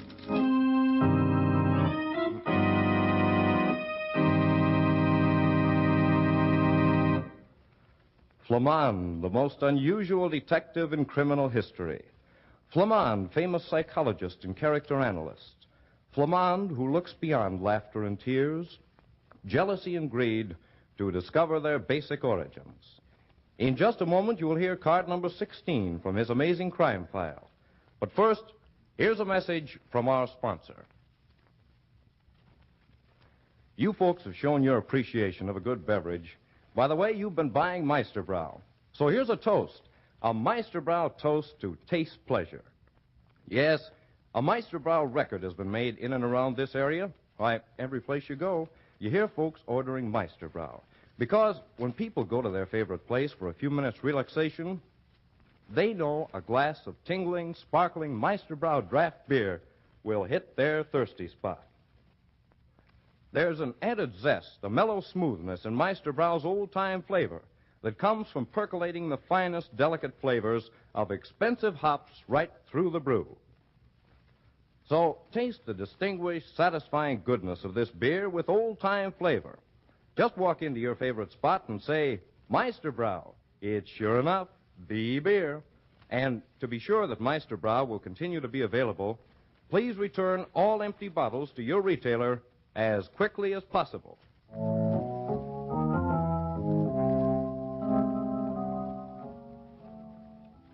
And now, card number 16 from the crime files of Flamand. Tonight's story opens in Flamand's office with Danny Dole, a nightclub comedian, pouring out his trouble. My name's Danny Dole, Flamand. I guess I don't have to tell you any more, do I? No, not unless you want to, I suppose. Oh, you're the nightclub comedian. Yeah, nightclub, musical comedy, movies, radio. I guess they know me just about any place. Well, I don't go in for nightlife much. That's right, Mr. Dole. Doggone it. Honestly, though, Flamand, Danny Dole really is a nightclub celebrity. Yeah, I suppose I am. You know, I always think the celebrities come to watch my act, but I guess I'm a celebrity too, huh? Why, certainly. But people don't ordinarily come to see me unless they have problems, Mr. Dole. Well, my problem, Mr. Anthony, is, nuts. I guess I better be serious. Well, Flamand, somebody's trying to ruin me. Ruin you? Yeah. There's a deliberate attempt to crab my act, to keep my material from going over, from getting laughs. Who in the world would want to do that? Well, I got ideas, but I don't get all the angles. That's what bothers me. Mr. Dole, why would anyone, by the wildest stretch of the imagination, want to spoil your act? You know what I'm drawing down at the Club Lazetta, huh? No, I wouldn't have the faintest idea. $1,500 a week, and that ain't newspaper story dough. It's cash. But who would be interested in getting you fired? Well, for one, that crack-voiced sister that drools songs into a microphone, Sheila Ray. If it wasn't for her face and figure, her voice wouldn't get her a job calling trains in Winnipesaukee, North Dakota. You think she's jealous? Well, she had the top spot till I came in. She had her choice of leaving or taking a cut and staying on. Well, she stayed. Well, theatrical jealousies are a bit out of my line. Unless they get to the point of physical violence. There'll be physical violence if I get my hands on the louse that's trying to kill my stuff. Fine. When there is, come around and see me. One of the best gags in my whole act killed dead in a stiff on a morgue slab last night. What was it, Mr. Dole? I'm telling a story about duck hunting, see? Oh, it's a wow the way I do it. Never fails to get solid laughs. Usually stops the show cold. Why, the critics say Let's forget the critics. Yeah, okay. They ain't so hot anyways. You're hunting ducks. Yeah, and I go through all the imaginary movements of getting ready to shoot. I'm crouched down in the duck blind, shotgun up to my shoulder. All make-believe, you see. And then I make with the trigger. When does the laugh come? When I make with the trigger, a dead duck drops down from the ceiling over the heads of the customers. Oh, how cute. Flamand, wouldn't it be a scream to get a dead duck in your soup? That's the laugh. Nobody gets the duck. It's suspended by a thin wire. You can't see what's holding it, but it quits falling about 10 feet above the folks' heads. Yes, I can see how that might get a laugh. The discomfiture motive. Yeah, it's sacco. But last night, it was strictly from hunger. I pull the trigger, nothing happens. There I am with my pants caught in the sprocket and my new departure coaster brake not working. And did you look over the mechanical contrivance that releases the duck? Sure. Somebody'd put in a new spring and release lever that was too strong to let the duck fall. Any idea who did it? I know who'd have liked to have done it. That singer, Sheila Ray. But do you have any proof? Not a iota. Mr. Dole, I think this is serious. Extremely serious. Flamand, you're joking. No, indeed, Sandra. When somebody tries to kill your laughs, it's always serious, miss. And, Mr. Dole, I think whoever's responsible for your trouble is interested in killing more than laughs. Well,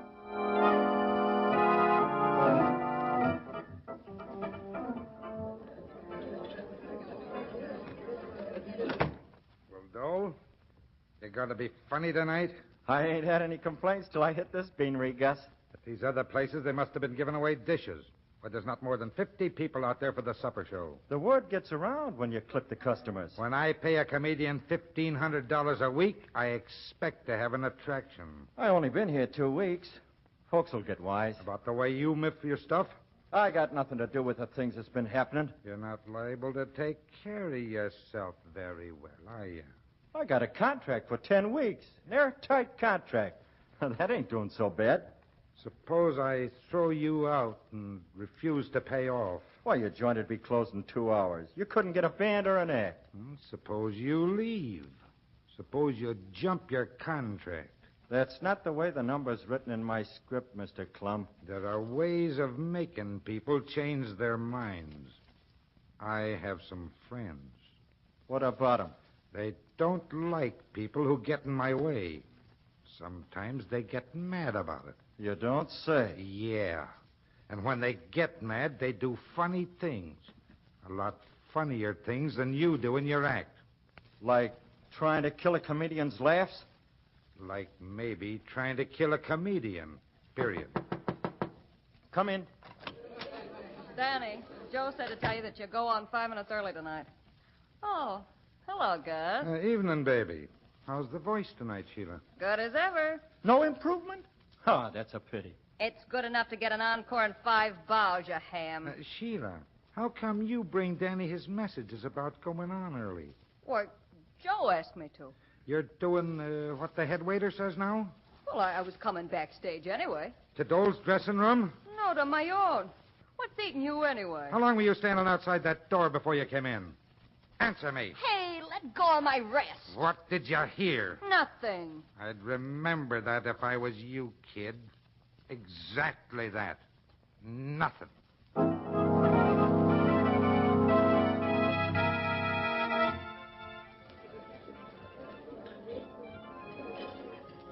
Flamand, I wish we'd get a client like Danny Dole at least once a week. Why?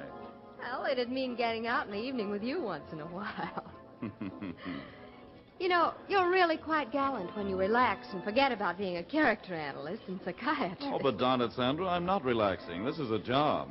You mean you took that egocentric little comedian seriously? I'm afraid so. You have a reservation, monsieur? Why, I don't know. Danny Dole told us to tell Joseph our names. I'm Flamand. Oh, but certainement, monsieur. Right this way.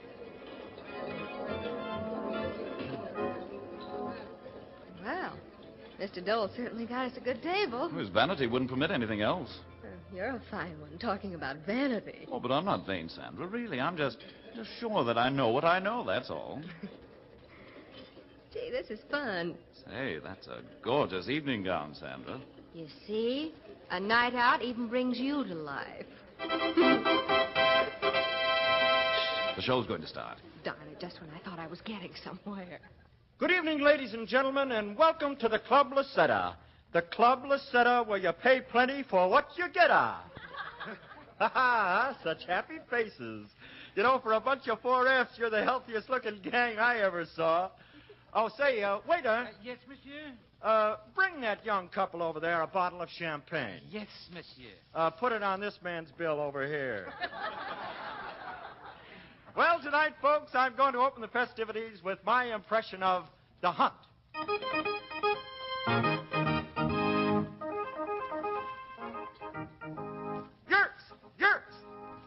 This is the Brooklyn Hunt Club. Imagine them bums chasing a little fox. I'm not a fox man myself. I'm a duck man. Oh, one day I'm blind, see? Out in the blind. Waiting for the ducks to fly over. From the north, I see a flock of 50 ducks heading south for a ducky little place on 71st Street. These are southern ducks. I hear them quacking as they get closer. Quack, quack, you all. Quack, quack, you all. Well, I pull my shotgun out of my pocket. I can carry it there because the pocket has a hole in it. I get down on one knee, just like Jolson. I put the gun to my shoulder. Then I wait. You know why I wait? Because I remember the old adage, never shoot into a flock of ducks till you can see the whites of their eyes. I wait. The ducks get closer. The time is right. I pull the trigger. Sandra, look out! Sandra, darling. Is she hurt? No, just fainted. I shoved her off a chair just in time. That's a swell gag, that is. Switching my duck on a wire for a lead duck. Why, this thing must weigh 25 pounds. And it was not on the wire, Monsieur Dole. Joseph, isn't there somewhere we can take her? Yes, monsieur. Down to Monsieur Clum's office. Okay. But whoever tried to murder Sandra is going to pay. And pay plenty.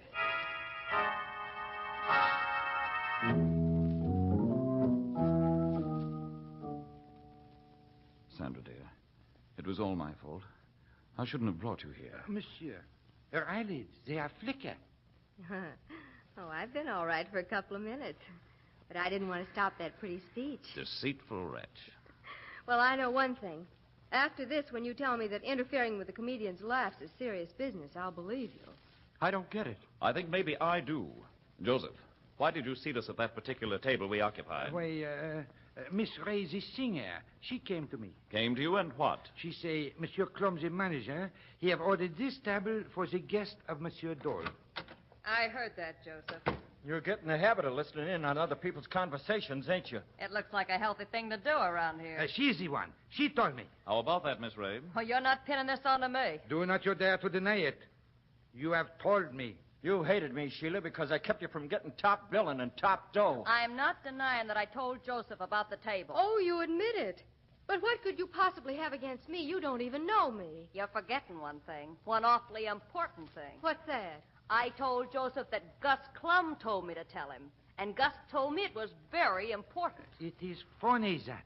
Very funny. What's so funny? That Monsieur Clum is not around with all this excitement. Say, I haven't seen him at that. The last time I saw him was across the room when we were bringing Miss Lake down here. But he must still be upstairs. He wouldn't dare try getting away. Come on. Monsieur, do you have a revolver? Never carry one. Don't worry. Oh, but Monsieur Clum is a dangerous person. The frog ain't kidding, Flamand. Say, somebody tapping on that window. Your nerves are getting the best of you, Sandra. Just the same, I'm going to pull up that shade and see.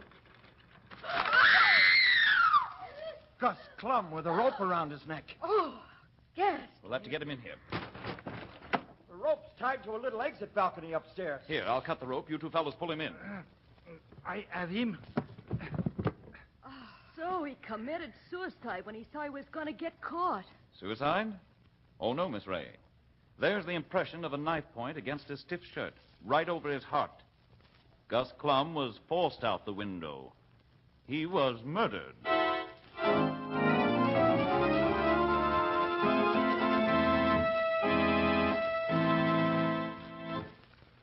Folks, first time you try Meister Brown, the famous dated half-gallon, you'll find real beer-drinking pleasure because Meister Brown is brewed to give you an all-grain flavor and distinguished character. It's brewed the old-time way by the same methods as more than 50 years ago when it was first made.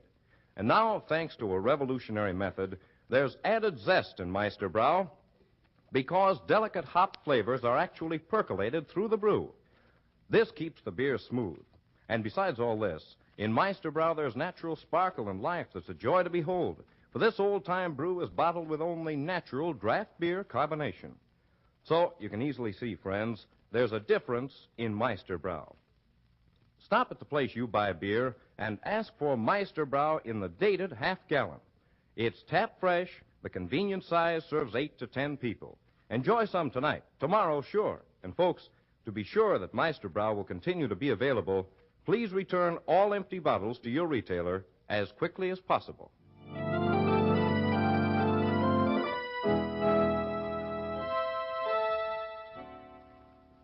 second act of tonight's story opens in Gus Clum's office in the nightclub.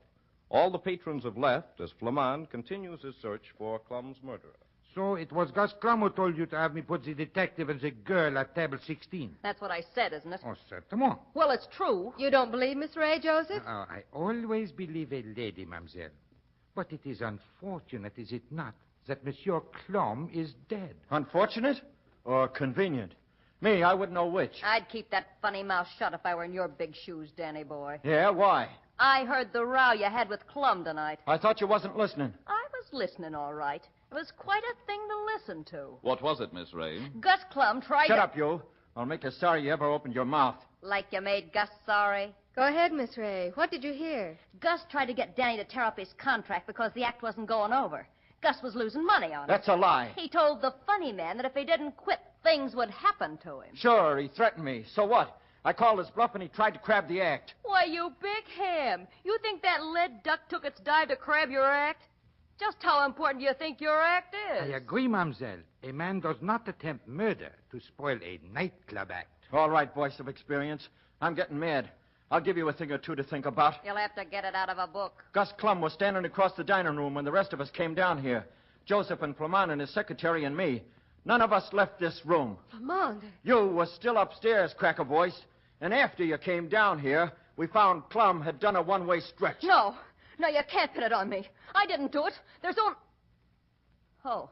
What were you going to say, Miss Ray? Nothing. I'm afraid maybe I've said too much already. I see what you mean. I think I'll have a few private interviews.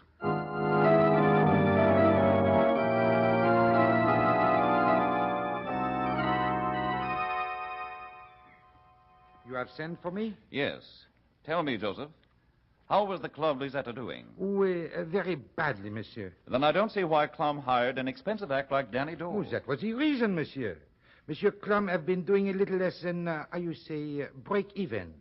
He reasoned that he needs a big-time act, something terrific.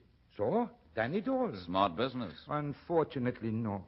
Instead of losing a little, he started to lose $1,500 a week. Where did Clum get all his money? We had some very unsavory friends who used the Lisetta as a meeting place. It was worth something to them. And I hardly know how to say... How to say what? He owed me nearly $6,000. You loaned him $6,000? Oh, but yes. How does a head waiter get that much money? Oh, a good head waiter make a great deal. And I am a very good one. With the club doing so badly, how come you risked your money? Oh, the club was not doing well, but I was doing all right. It does not take many $5 and $10 table reservations to do well. Maybe you're in the wrong business, Flamand. Is there anything else you wish to know? No, you told us a great deal, Joseph. Thank you, monsieur. Now, if I can help, call on me. Is it all right for me to go home now? Sure, go ahead. And tell the rest it's okay to leave. Thank you. Well, what next? We're going to take a look for the knife. The knife that forced Gus Clum off the balcony.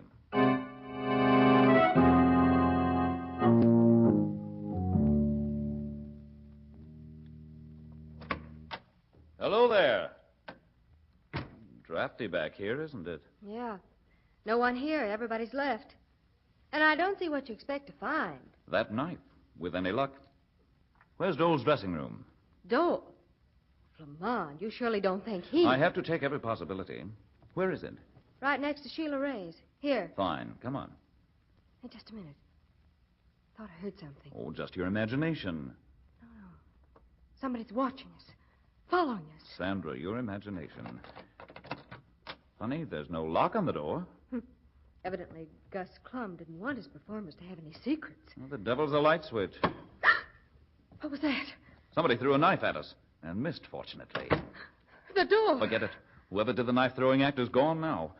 Hey, maybe this is the light switch. Danny Dole. He's dead. No, not dead, Sandra. He's breathing. Just been hit over the head. And here's the knife. Well, that's something. I don't get it. But of course, Sandra, this is the same knife that was used on Gus Clum. Well, fancy Danny, what's happened to him? Oh, he'll be all right. But I thought you'd gone home. Oh, well, I thought I'd do a little investigating of my own. Oh, where am I? What happened? You know where you are, all right. And you know what happened. You came here to get rid of the knife. Knife? What knife? The one stuck in the wall. You were going to hide it. You heard the detective come in, you threw the knife, pulled the door shut, and pretended to be knocked out. Yeah? Somebody was in here when I came to lock up my stuff. I was hit over the head from behind. Not too hard. Not any harder than you could hit. You arranged the whole business to keep from looking bad. I never looked bad in my life. You knew Gus was going to give you the bounce. The publicity would have ruined you. And so you figured you had to make him look like a murderer and get rid of him at the same time. You tell me how I could hang Gus while I was down in his office and him upstairs, and I'll get you 52 weeks booking. I don't know how you did it, but you figured out how to drop a lead weight on somebody's head. You're crazy anyway. Arrest her, Flamand. She told Clum to seat you and your secretary at the table under the lead duck. She came down after Clum was hung. It had to be her. So, you have caught them. Oh, congratulations, monsieur. Have they confessed? They? You think Dole and Miss Ray were working together? Certainement. These spats, they're an act. Mademoiselle Ray was mad because Clum demoted her from top billing. Dole was mad because he was about to be fired. They plan a dual revenge. Oh, that's a new version, Flamand. And not a very good one, Sandra. You don't believe me? Dole had to invite you here. The woman told me to seat you at the death table. I think we've had about enough excitement for one evening. It's time to call a halt to this foolishness. You mean you know who's responsible? Certainly. But you seem to be enjoying yourself so much, I hated to spoil things. I do need a little sleep, though. Flamand, you're the most exasperating man in the world. I suppose Joseph will feel the same way about it. Sure, he's the guy. That's what I was going to say before, only I was afraid. I see it all. You have gotten together. I am to be the, what you call, fall guy.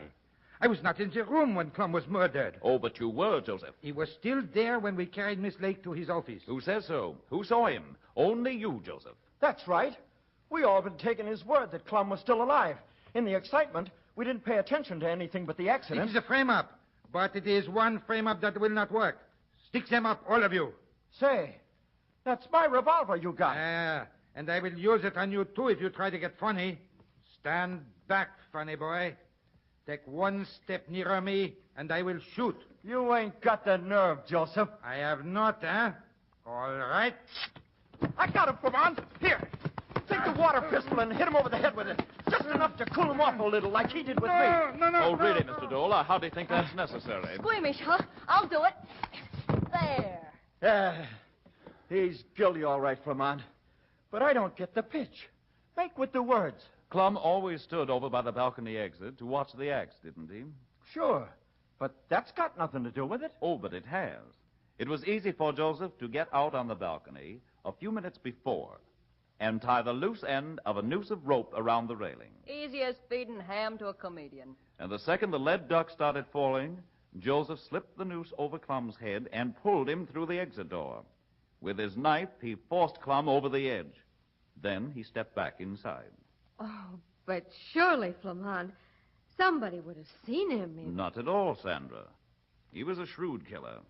He knew that all eyes would be on what he expected to be another murder in the center of the room. He knew that the human eye can't resist following the broadest sweep of movement. But why'd he do it, chum? Either he wanted to get his money back from Clum's estate or wanted to get control of the club Lisetta. He tried to buy it. I know that. But Miss Ray said Clum gave instructions to seat us at that table. Clum wanted to get rid of Danny Dole's act. Joseph tipped him off that Dole had hired a detective. Okay, so far. And Joseph said he had a way to get rid of Dole, but mustn't be suspected. Joseph had Clum send Sheila to him with instructions. Well, that adds up, mister. I knew it couldn't be Danny or Sheila. It had to be Joseph. Everything pointed his way. But why did he try to murder me? He didn't. What was supposed to be a murder at the table was purely incidental to him. Nice guy, Joseph. Say, he was the guy that was killing all my jokes. You can't murder the dead, Danny.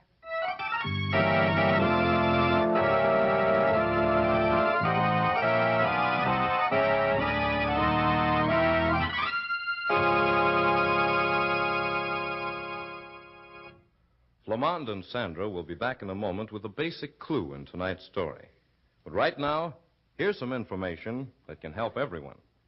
Folks, it's a fact that Meisterbrow rhymes with the scheme of good, enjoyable living.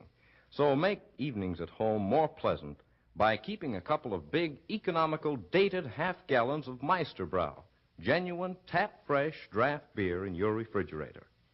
Meisterbrau has a full, tingling, satisfying flavor that makes it an all-year-round drink. For Meisterbrau is a beverage of moderation, brewed the old slow way of more than 50 years ago. Next time you order beer, get Meisterbrau. And as you pour out a foaming glass of this fine, old-time brew, notice its natural sparkle and life, along with the old-time, all-grain flavor. And when you taste it, notice that added zest. For Meisterbrau has mild, tasty hop flavors percolated through the brew. Yes, the first time you try Meisterbrau, you too will say, Meisterbrau rhymes with my way of living. And to be sure that Meisterbrau will continue to be available, please return all empty bottles to your retailer as quickly as possible.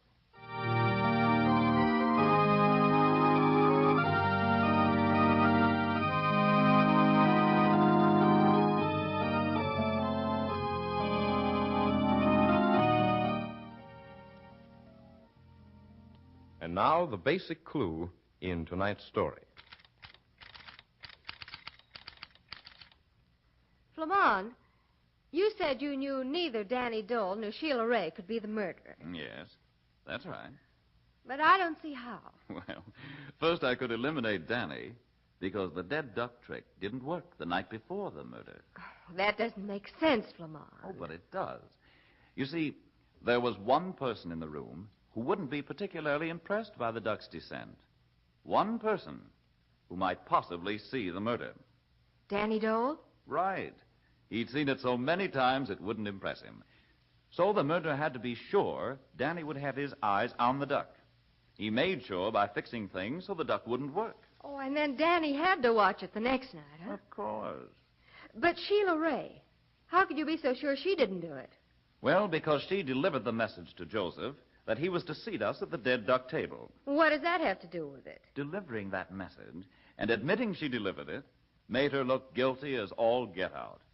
Had she actually been guilty, she'd have done exactly what Joseph did.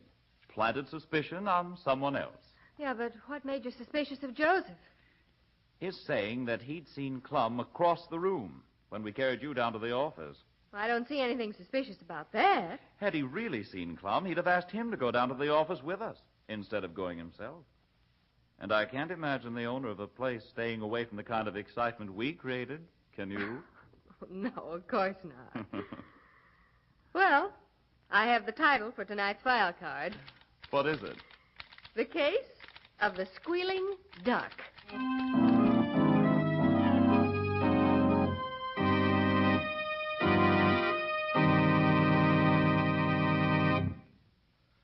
The Case of the Squealing Duck, card number 16 from the Crime Files of Flamand, featuring William Everett as Flamand and Patricia Dunlap as Sandra.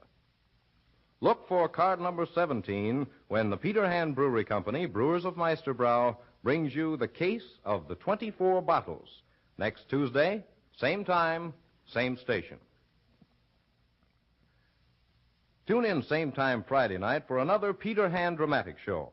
Yes, tune to this station every Sunday, Monday, Tuesday, Friday, and Saturday at 9:30 for thrilling stories presented by the Peter Hand Brewery Company. You can see as well as hear two thrilling new detective programs, The Crime Files of Flamand every Tuesday night, and Mystery House every Saturday night at 9:30 to 10 o'clock in WGN Studio Theater. Plenty of tickets still available for the next broadcasts. Write WGN Chicago 11, and tickets to either or both shows will be mailed at no cost to you. This is WGN Chicago 11.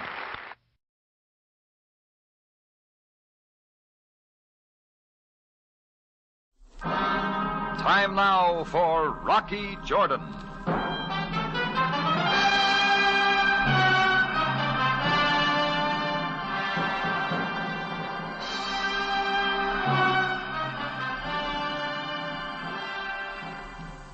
Not far from the Mosque Sultan Hassan in Cairo stands the Cafe Tambourine, run by Rocky Jordan. The Cafe Tambourine, crowded with forgotten men, alive with the babble of many languages. For this is Cairo, where modern adventure and intrigue unfold against a backdrop of antiquity. Tonight's story, Bakshish Boy.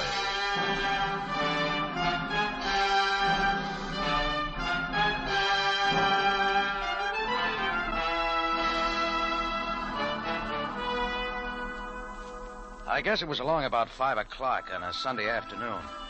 Quite a bunch of rivermen had wandered up from the docks at Bulak, and it kept the Tambourine Bar busier than usual. But finally, things got under control, so I left Chris alone at the bar and went to replenish our supply of bourbon from the cellar. I had just opened the cellar door when I heard a noise from below. I knew somebody was there ahead of me. I got down the steps just as a ragged little figure dodged back into the shadows and tried to disappear behind a barrel. Hey, come out of there. Hurry up, come on. No, please, Effendi. What are you doing down here? What do you want? I want nothing. I am not stealing. Please. Then what's the idea? Who are you? You do not remember me, Jordan Bey? I'm Misa. You gave me bakshish many times. Misa? You won't find bakshish down here. Oh, I do not ask for bakshish. How'd you get in here? The back door was not locked. Please, let me stay. Nothing to it. I don't like beggar kids sneaking around my cafe. Now, go on, Uskut. No, please, Jordan Bey. Your Frankie would not send me out. What are you hiding from, Misa? Why, it is just that I do not wish to beg anymore, Effendi. Then why come here? I wish to work for you, Effendi. That is why I came to the tambourine.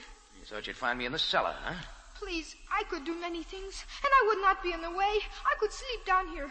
Nothing doing, Misa. You sleep at home. Oh, no, I must not go back there. I would have to go on begging if I did. Why not? You seem to get your share of piastres. But begging is not good, Effendi. I wish to work like other people, and someday have a fine house on the Nile. You will let me stay? The tambourine is no place for a kid. Oh, but I could sweep and wash the dishes. I am not strong, but... No, not a chance. Now, come on upstairs. Jordan Bey, if I could just lie down here for a little while. I am tired. And that's not all. I think we'd better talk this over, Misa. But I told you I do not wish to beg. I'd save it till I take this stuff upstairs. Effendi, you will tell no one that I am here? No promises. I'll be right back. Please, Effendi, do not tell anyone I'm here. I beg you, Effendi. I never saw a kid so scared. You need more than 10 fingers to count the kinds of trouble a bakshish boy can get into around Cairo. Well, I knocked around a certain waterfront back in the States when I was a kid, so I knew what Misa was up against. I set the bottles down under the bar and turned to go back when I saw someone moving toward me through the smoke haze of the cafe. I kept looking. Her close-fitting red dress was a perfect setting for her jet black hair and hat, black gloves and shoes. Only her purse didn't match. But the sound of her voice made me forget that. Rocky Jordan. You came to the right man, lady. I am Darlene Chambrun. Darlene Chambrun. Calcutta, Mr. Jordan. Oh, Calcutta. Well, let's have a drink to Calcutta, shall we? Thank you. Now, what'll it be? Please, let us not waste time. Well, Oh, do not worry. I am not inclined to make trouble. Neither am I, Miss Chambrun. I will agree to a reasonable deal, if you will. That all depends, don't you think? Look, I am the one to handle it, not you. Not if you are smart. Well, let's see if I'm smart after I've heard the deal. Well, very well. We will split 70-30. Guess I don't have to ask who gets the 70. Naturally, I do. After all, I did all the work, didn't I? So far, you have. Miss Chambrun, suppose you brief me a little. Just what's this all about? Mr. Jordan, I do not understand. That goes double, lady. Please, there is no need to stall. You say a lot, Miss Chambrun, but it doesn't mean anything. Wait, Mr. Jordan, you do know who I am. Sure. You're Darlene Chambrun, Calcutta. You have a deal. It is possible that there has been a mistake. I am sorry. Well, let's not let that stand between us. How about that drink, Miss Chambrun? We talk about something else. No. Kindly forget about it, Mr. Jordan. Forget everything. Well, sure. We all make mistakes. I am very sorry, Mr. Jordan. If you accept my apologies, I will be going. She didn't wait for an answer and floated toward the door. About halfway there, she hesitated, threw a quick look back at me, then she went out. But the perfume hung around for a while. I wondered how soon she'd be back. It was time I got rid of the beggar boy hiding in my cellar, so I started back through the office, and right then I saw I'd forgotten to lock the back door to the alley again. Standing there, peering in, was a shabby native with sharp black eyes and dirty fingernails. One moment, Effendi. Customer's entrance is out front. Wait. You must know that I would not enter your cafe, Mr. Jordan. I would have a word with you. What about? It is about a beggar boy named Misa. Many times I have seen you talking with him on the streets. Oh, I know him. Effendi, he has been missing for many hours. I was told he was seen entering this door not long ago. Why are you so interested? I am his father. My name is Signac. So that's it. The affranchi will surely understand. I have been most worried. Never has Misa done this before. You missed that bakshish he brings home, huh? There are many of us who beg in Cairo, Effendi. What else can we do? Okay, Signac, you can take him off my hands. Get him out of here, quick. Then Misa is here. Yeah, he's here, hiding in my basement. Come on. Allah will reward you, Effendi. Sure. Come on out, Misa. Signac's here. Misa, where are you? Misa! He is not here, Jordan Bay. Looks like he skipped out. I can't say I'm sorry. You told me he was here. Where is he, Misa? Your guess is as good as mine. Come on, no need to look around here any longer. Upstairs with you. No, you know where Misa is, you tell me. Look, Signac, I told you he's gone. I do not believe you. By the way, what was he hiding from? I do not know. You cannot keep him, Jordan Bay. You are safe. I will call the police. Go ahead, there's a payphone out front. Enough! I will give you a little time. You'll see. Beat it, Signac. Then perhaps when the Inglese feel this... Pick up that knife and get out of here. Salama! Just to make sure, I looked for Misa a little more, but he was gone. I told myself good riddance, but it didn't work. His scared face stayed with me. Well, along in the evening, I finally decided to go out and scout around for my little beggar friend. Faragit, the picture card salesman a couple of corners down, told me where Misa lived, in an infested alley off the Sharia El Nus. There was no place for an Inglese to be after dark, especially with a knife-swinging rat like Signac shadowing along. But I found Misa's address. A sallow-faced girl answered my knock. Effendi? Why, I'd like to speak with the head of the house. Only I am here. There is no one else, Effendi. Oh. Well, I'm Rocky Jordan. Rocky Jordan, Misa has told me of you. You are his friend? That's right. Are you... I am Tarina, his sister. Please come inside quickly. Mr. Jordan, where is Misa? You must tell me. I was hoping you could tell me, Tarina. Misa has been gone for many hours. I fear he is in trouble. Why? The police were here. They are looking for him, too. I see. What about? I do not know. Oh, Mr. Jordan, Misa must beg. But he is good boy. He has been so afraid, but he would not tell me why. How does his father feel about it? Father Effendi, we have no father or mother. Then who's Signac? Signac. He is Misa's employer. Employer? Signac has many bakshish boys working for him. He tells them where to beg. They must turn over money to him. He let them have only small part. A sweet little racket. But, Effendi, I fear that recently he has forced the boys to do more than beg. Yeah. Mr. Jordan, you will find Misa for me. You will not let them harm him. Well, I'll do what I can, Tarina. Here, maybe you can use this. Oh, Mutashakir, Effendi.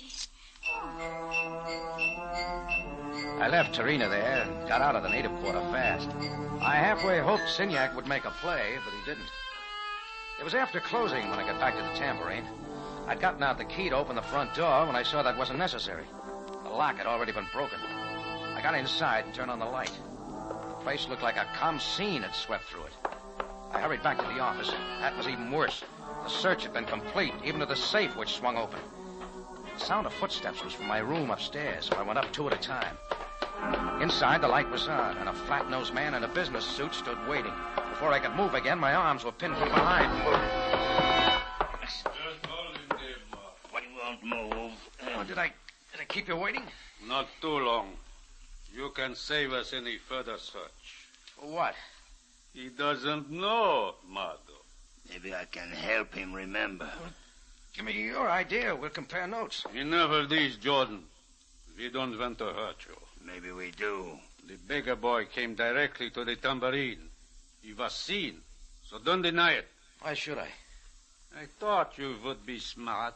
Misa's not here. We ain't looking for the kid no more. Look, you won't fool us, Jordan. Hey, wait a minute. Did you send that dame to the tambourine this afternoon? Maybe we did. I'll do the talking, Mardo.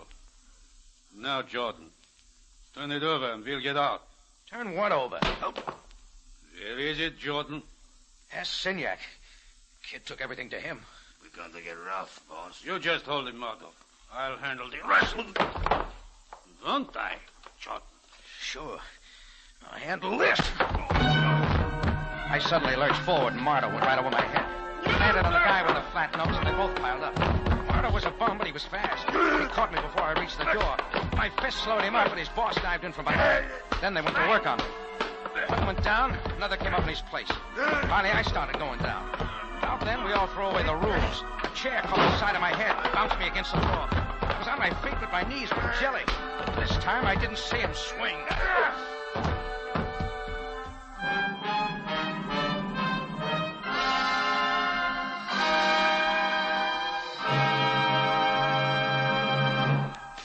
You are listening to Bakshish Boy, tonight's adventure with Rocky Jordan. Here's a bulletin for mystery fans. The door creaks open tomorrow, Monday night at 9 for Inner Sanctum. And Tuesday night, Mr. and Mrs. North bring you another enjoyable clue and chuckle show at 8:30, followed by Inspector Hearthstone of the Death Squad at 9. Yes, and these are just a few of the fine mystery programs which will come to you next week over your local CBS station. So follow your papers and stand by CBS for mystery.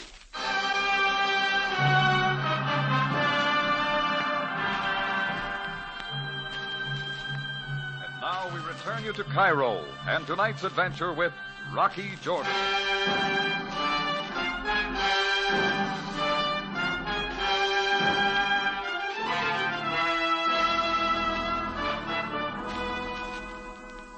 A beggar boy named Misa picked the cellar of my tambourine to hide in. That's how it all began.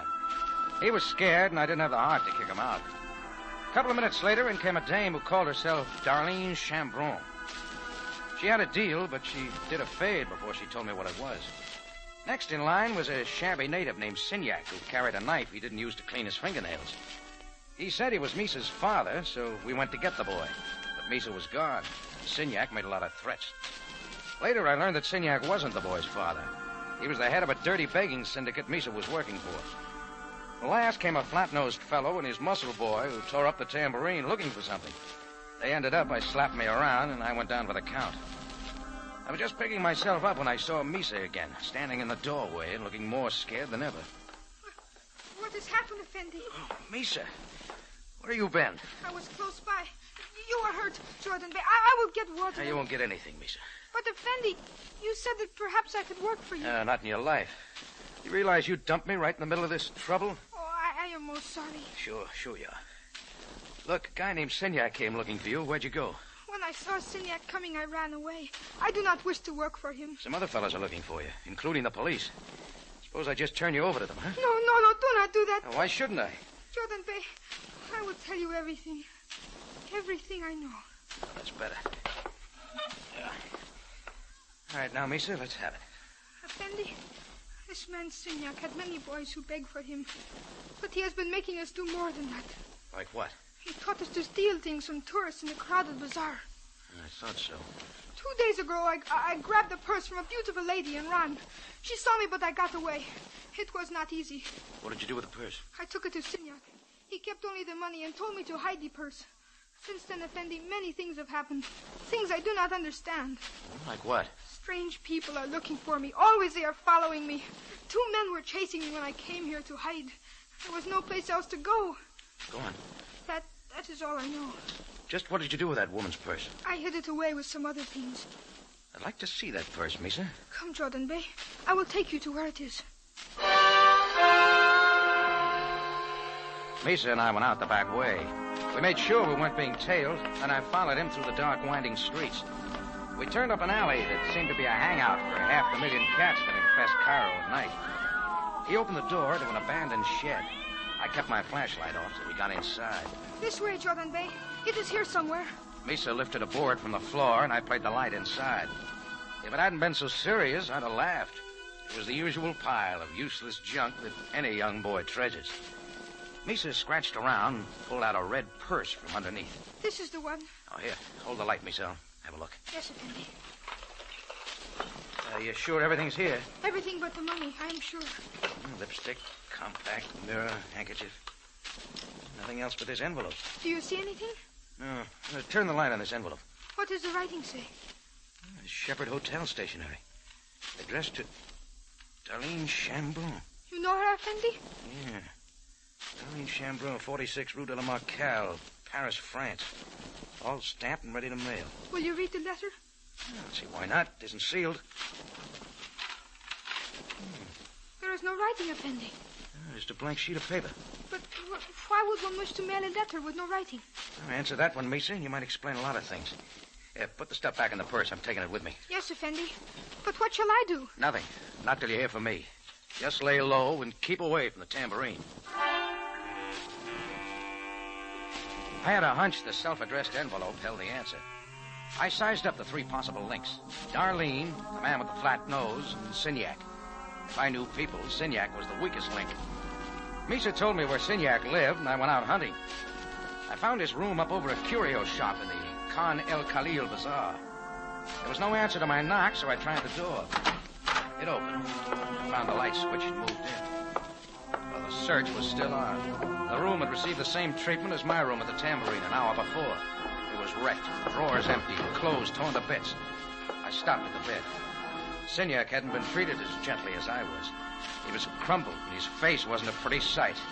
That happens to a man when he's strangled.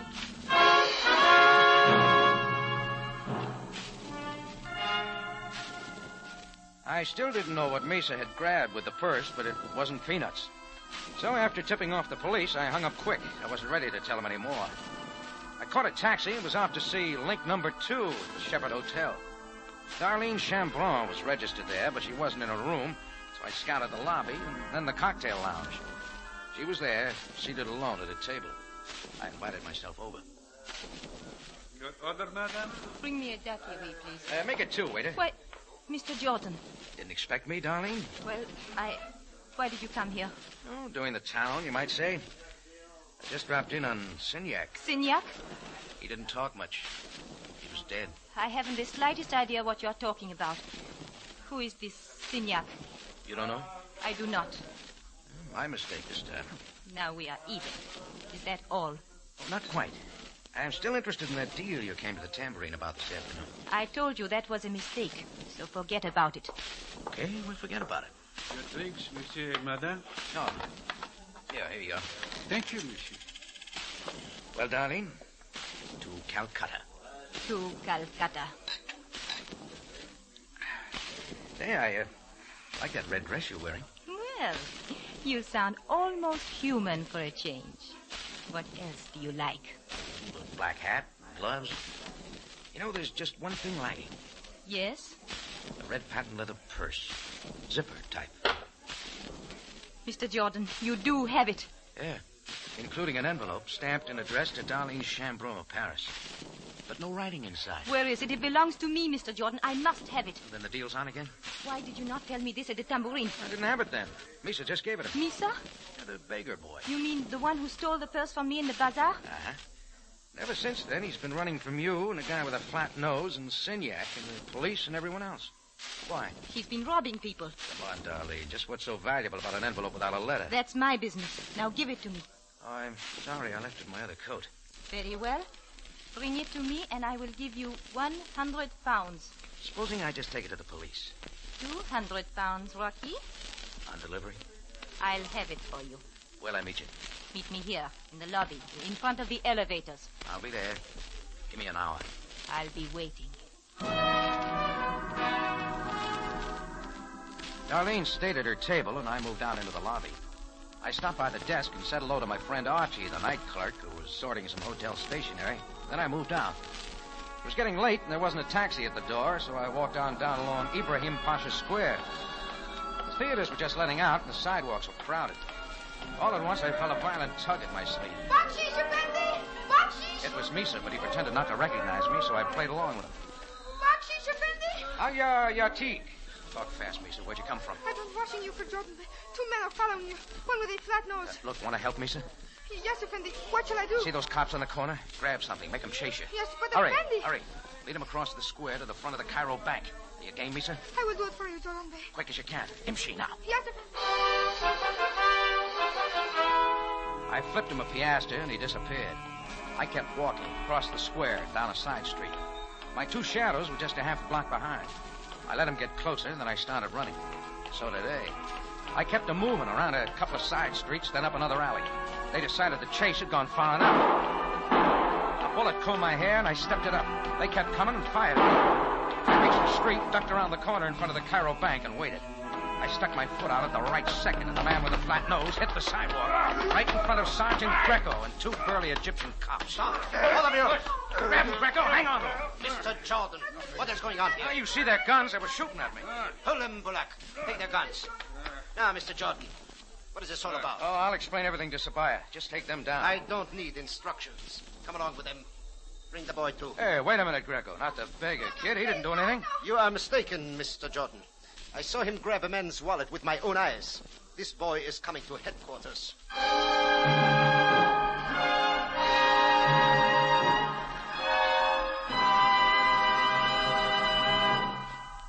You are listening to Bakshish Boy, tonight's adventure with Rocky Jordan. Street with No Name, starring Mark Stevens, Richard Widmark, and Lloyd Nolan, will be presented by CBS Radio Theater Monday night at 6. This exciting story broke box office records when shown on the screen.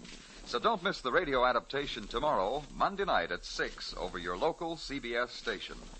And following Radio Theater, you'll want to stay tuned to CBS for My Friend Irma, and another laugh-filled half hour with Irma, Jane Stacy, Professor Kropotkin, and, of course, Irma's boyfriend, Al. That's Monday night at 7.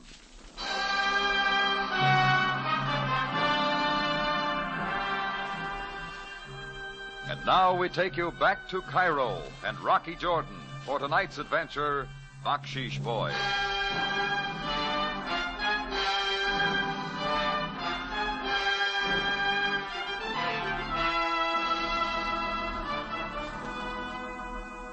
I waited in front of the bank just long enough to see Sergeant Greco take my two followers and little Misa away. Then I got to a payphone and put in a call to Captain Sabaya, Cairo Police. Sabaya speaking. Hello, Sam. This is Rocky. Jordan, unless you have a good reason for calling at this time of night... Hey, listen, Sergeant Greco's on his way down there with a flat-nosed guy in his hood. And how does this concern you? The two guys were shooting at me. Why? I don't know exactly. They wrecked my tambourine a couple hours ago, too. So? And why did you not report this wrecking of your cafe? Listen, Sam, hold those guys. They may be tied up in the murder of Signac. So, Jordan, it was you who reported Signac's murder. Yeah, that's right, Sam. I should have known. You had a reason for not giving your name. Tell me what this is all about, Jordan. That's what I'm trying to find out. You are trying to find out. Are you not aware that there are police in Cairo for that purpose? Watch the blood pressure, Sam. I'll get down there as soon as I can. You will come down here at once. Oh, one more thing. Do me a favor, will you? A favor? After the way you have cooperated? It's important, Sam. Greco's got a little beggar boy named Misa with him.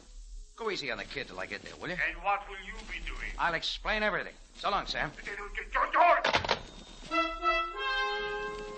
The one thing I didn't tell him was about my date with Darlene Chambron. I taxied back to the Tambourine and got the envelope. It took me just a few minutes to get ready, and a quarter hour later, I was back in the lobby of the Shepherd Hotel. I was a little early, but Darlene was waiting right by the elevator. You are very prompt, Rocky. I'm never too busy. You brought the envelope? Yeah, it's right in my pocket. What about the money? May I see the envelope first? Sure. There you are, Darlene. This the one? Why, yes. Thank you, Rocky. What are you doing? Sealing it. And now... Hey, wait a minute. Now it is in the mailbox. You are too late, Rocky. Okay, do what you like with it. Let's get to the payoff. Sorry, the deal's off again. What? You want the letter back? Try and get it. I'm afraid the postal authorities wouldn't like it. That's the way it is? That's the way it is. Don't be a poor loser, Rocky. Okay, Darlene. Looks like you outsmarted me. Things worked out my way. Yeah. Well, since the letter's gone, Suppose you let me do some guessing. Go right ahead. Since it was an ordinary envelope from the Shepherd Hotel, and there was nothing inside, there's only one place where anything of value could be hidden. Under the stamp. Keep going, Rocky. Another stamp, maybe. Post Office, Mauritius, 1847. Worth at least $20,000. Misa did grab something hot, didn't he? Where'd you get it? Let's just say I picked it up in Calcutta. We needn't go into that. No, I can guess. Where does a man with a flat nose come in? His name is Hans Walden. He was going to help me to dispose of the stamp. And when Misa got it from you, Walden and his pal were helping you find it, right? Yes. Turned out I didn't need them. You need them less now. They got you into a nice little murder rap. It won't be hard to prove they killed Signac. Walden's smart enough to keep undercover. Think again, lady. Walden's at headquarters talking to the police right now. Are you sure? Yeah. Suppose he tells them the whole story about that hot stamp. Supposing he does. Why do you think I carried it the way I did, ready to mail? If things got too hot, I planned to just drop it in the mailbox. No evidence. Like you just did. Certainly. The stamp is safe until I get to Paris. I doubt that anyone will follow me. Unless you'd like to, Rocky. Oh, that won't be necessary, Darlene. Why not? Your stamp isn't going to Paris. What do you mean? You didn't take a good look at that letter I gave you. It was a phony. I comped a Shepherd Hotel envelope from the desk when I went out. That's the one you mailed. I don't believe you. Maybe if I show you the real envelope, you'll change your mind. You're lying, Rocky. Here. Take a look at this. Rocky. There's something under this stamp. A Post Office, Mauritius, 1847. Fair game, darling. Give me that. Give me that. Keep shouting. You'll bring the house detective. What are you going to do with it, Rocky? Take it where it belongs, the Cairo police. Got an idea somebody back in Calcutta will be glad to hear about it. If not, you can pick it up at headquarters. But why? What good will it be to you? Nothing. But there's a boy named Misa who needs a lot of help. I figure maybe Captain Sabai will return one favor with another. And what about me? Miss Chambrou, I guess you to be at least 26 years old. That means you've gotten along without my advice for 26 years. See no reason to change that now.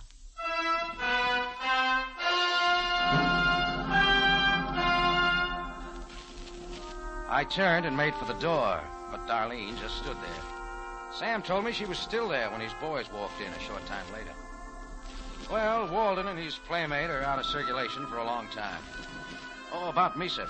Sabaya got probation for him. My cafe was no place to have a young boy around, so we got him a job as a camel tender.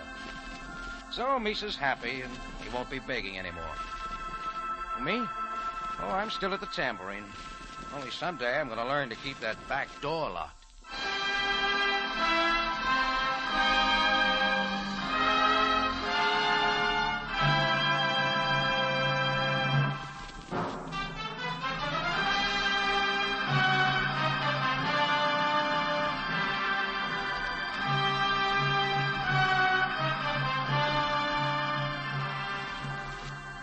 It's CBS again at this same time next week for another story of adventure and intrigue when we take you back to Cairo at the Cafe Tambourine run by Rocky Jordan. Jack Moyles plays the title role with tonight's story by Gomer Cool and Larry Roman. Rocky Jordan is produced and directed by Cliff Howell with original music by Milton Charles. Larry Thor speaking. This is CBS, the Columbia Broadcasting System.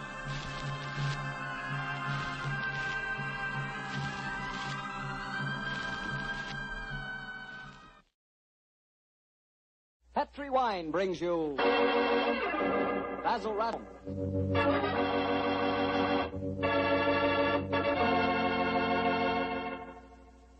The Petri family, the family that took time to bring you good wine, invites you to listen to Dr. Watson tell us another exciting adventure he shared with his old friend, that master detective, Sherlock Holmes. And right now, I'd like to just briefly mention it tomorrow night, just before you sit down to dinner. Just pour yourself a glass of that good Petri California sherry. Petri sherry is the perfect before-dinner wine. Its cheerful, glowing amber color looks festive and, well, it sort of lends an air of importance to the occasion.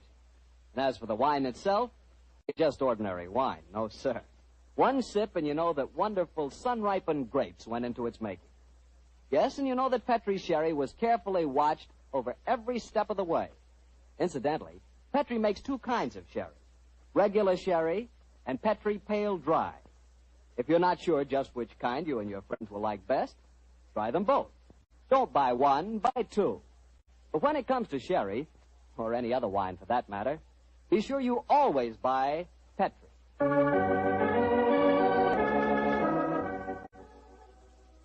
And now I'm certain our good friend Dr. Watson's waiting for us. Let's go in and join him. Ah, there you are, Mr. Bartell. Punctual to the minute, as always. Well, this is one doctor's appointment I'm eager to keep. Nice you to say so, my boy. Draw up your usual chair and make yourself comfortable. Thanks. Well, Doctor, today's April the 1st. Did anyone try and play any jokes on you? Yes, you did, Mr. Bartell, but I'm happy to say that nobody caught me. Not as in the story that I'm going to tell you tonight, when an April Fool's Day prank certainly scored a bullseye. I see you have the dispatch box out again, Doctor. Been refreshing your memory? Yes, I have, Mr. Bartell. And when I tell you the adventure took place in 1881, I think you'll agree that after such a lapse of time, a man can hardly rely on memory alone. 1881? Say, Doctor, tonight's adventure must have been one of the really early ones. Yes, it was indeed. In fact, to be exact, it took place only a little while after Sherlock Holmes and I had first met and had taken up lodgings together. How was the great detective in those early days? It's a fine mystery to me, Mr. Bartell. To give you an example, my boy, I'd shared our Baker Street lodgings with him for over a month before I was even certain of his profession, the knowledge of which I learnt to my awe and astonishment when our first adventure together took place. Oh, that was the one you called a study in scarlet, wasn't it, That's Doctor? right, Mr. Bartell. What a memory you got, study in scarlet. But even after that adventure, I found myself wondering at times what I had let myself in for, sharing lodgings with such a strange companion. It was in one of those moods of doubt and confusion that my story begins. Late one March evening, I found myself in the neighborhood of Piccadilly Circus. It was cold, and a steady drizzle of rain had dampened my spirits. I thought that a glass of wine and the sound of music would put me in a better mood. And so, Mr. Bartell, I entered the Criterion restaurant. As I sat with a glass of rare vintage port at my elbow, the orchestra playing a dreamy Strauss waltz in the background, I couldn't help thinking of the last time that I'd been there. It was the night I met a young medical student by the name of Stamford. He was the man who first introduced me to Sherlock Holmes. Suddenly, I felt a tap on my shoulder. I turned, and to my amazement, once again young Stamford was standing before me. Watson. Or should I say Dr. Watson. How are you, my dear chap? Hello, Stamford. Come and sit down. Thanks. I'm glad to see that you're not holding any grudge against me. Why on earth should I do that? For introducing you to Sherlock Holmes. I've reproached myself ever since. I think he's as mad as a hatter. Not at all. He may be eccentric. In fact, I'll admit that he is eccentric, but he's an extraordinarily interesting fellow. He'll make a great name for himself as a private detective. You'll see if I'm not right, Stamford. I saw something about him in the paper the other day. Yes, I expect that was the Larston Gardens affair, wasn't Yes, it? yes, it was. He's a brilliant man, Stamford. Quite brilliant. So I must admit he's difficult at times. He works like a fiend as a rule, but occasionally a reaction sets in for days at a time. He'll lie on our sofa, hardly uttering a word or moving a muscle from morning to night. It's depressing, I must say. I think he takes himself too seriously. Yes, perhaps you're right. How would you like to join in a little plot? Plot against Holmes? Yes, just a rag, you know. We thought it'd be rather fun. We? Murphy and I, we were just talking about it. I'll call him over. Murphy? Oh, is that Murphy? I've seen him before somewhere, haven't I? I'm sure you must have done. He's been around at the hospital, and any time you go into the British Museum, you'll find him there. Nice fella, but dull. Definitely dull. Yes, Stamford. Oh, this is a friend of mine, John Watson. This is James Murphy. How do I think I've seen you at the hospital? And I know I've seen you, Dr. Watson. Oh, sit down and come and join us, won't you? Oh, thank you very much. I was just telling Watson about our little plot. Oh, you mean about Sherlock Holmes? Now, look here. I'd like you fellas to realize that Holmes is a very good friend of mine. Oh, don't worry, Watson. This is all in good fun. Don't you realize what date is tomorrow? 1st of April, isn't it? Yes, April Fool's Day. Oh, now I see. You're going to play an April Fool's Day joke on Holmes. Yes, that's our plan. Well, it's hardly ours, but it's really Lady Anne Partington's idea. You see, Holmes was very rude to her when she visited the hospital recently, and she wants to, take him down a peg or two. Sounds innocent enough. I must say he's inclined to be rather arrogant at times. Well, what's the plan? Well, we'll need your help, Watson. You must be careful not to give the joke away. I'll bet you a $5 that Holmes falls for the whole story, hook, line, and sinker. Now, here's exactly what we're planning to do. Lady Anne is going to call on Holmes at Baker Street in the morning. Lady Anne, I better start with the called to see me in my professional capacity. Surely, my dear man, you didn't think this was a social call. You were much too rude to me at the hospital the other day for that. That was the point I was trying to make. Sit down, won't you? Take this chair, won't you, Lady Anne? It's by far the most comfortable chair in the room. Oh, thank you, Dr. Watson. And now, what can I do to help you? You've heard of the Elphinstone Emerald. Oh, yes, indeed. A magnificent stone of very considerable value. An heirloom in your family, I believe. Yes, Mr. Holmes. I keep it in a wall safe in my bedroom. This morning, when I had occasion to go to the safe, I discovered that the emerald had been stolen. Stolen? Good Scott. Shocking business. Of course, you want Mr. Holmes to recover it for you. A remarkable deduction, my dear doctor. Lady Anne, when you opened the safe, did you observe any signs of it having been tampered with? Oh, I think it's rather stupid to sit and answer questions here in Baker Street. Why don't you come over to my house in Cavendish Square and examine the safe for yourself? You are a detective, aren't you? Lady Anne, just now you accused me of rudeness. I assure you that mine, at least, was unintentional. Oh, come, Holmes. Don't be so touchy. I can promise you a substantial fee, Mr. Holmes. I'm a struggling practitioner in a new profession, eh? My poverty, but not my will, consents. I pay thy poverty, and not thy will. You see, I can quote my Shakespeare, too, Mr. Holmes. My carriage is waiting, gentlemen. Let's go.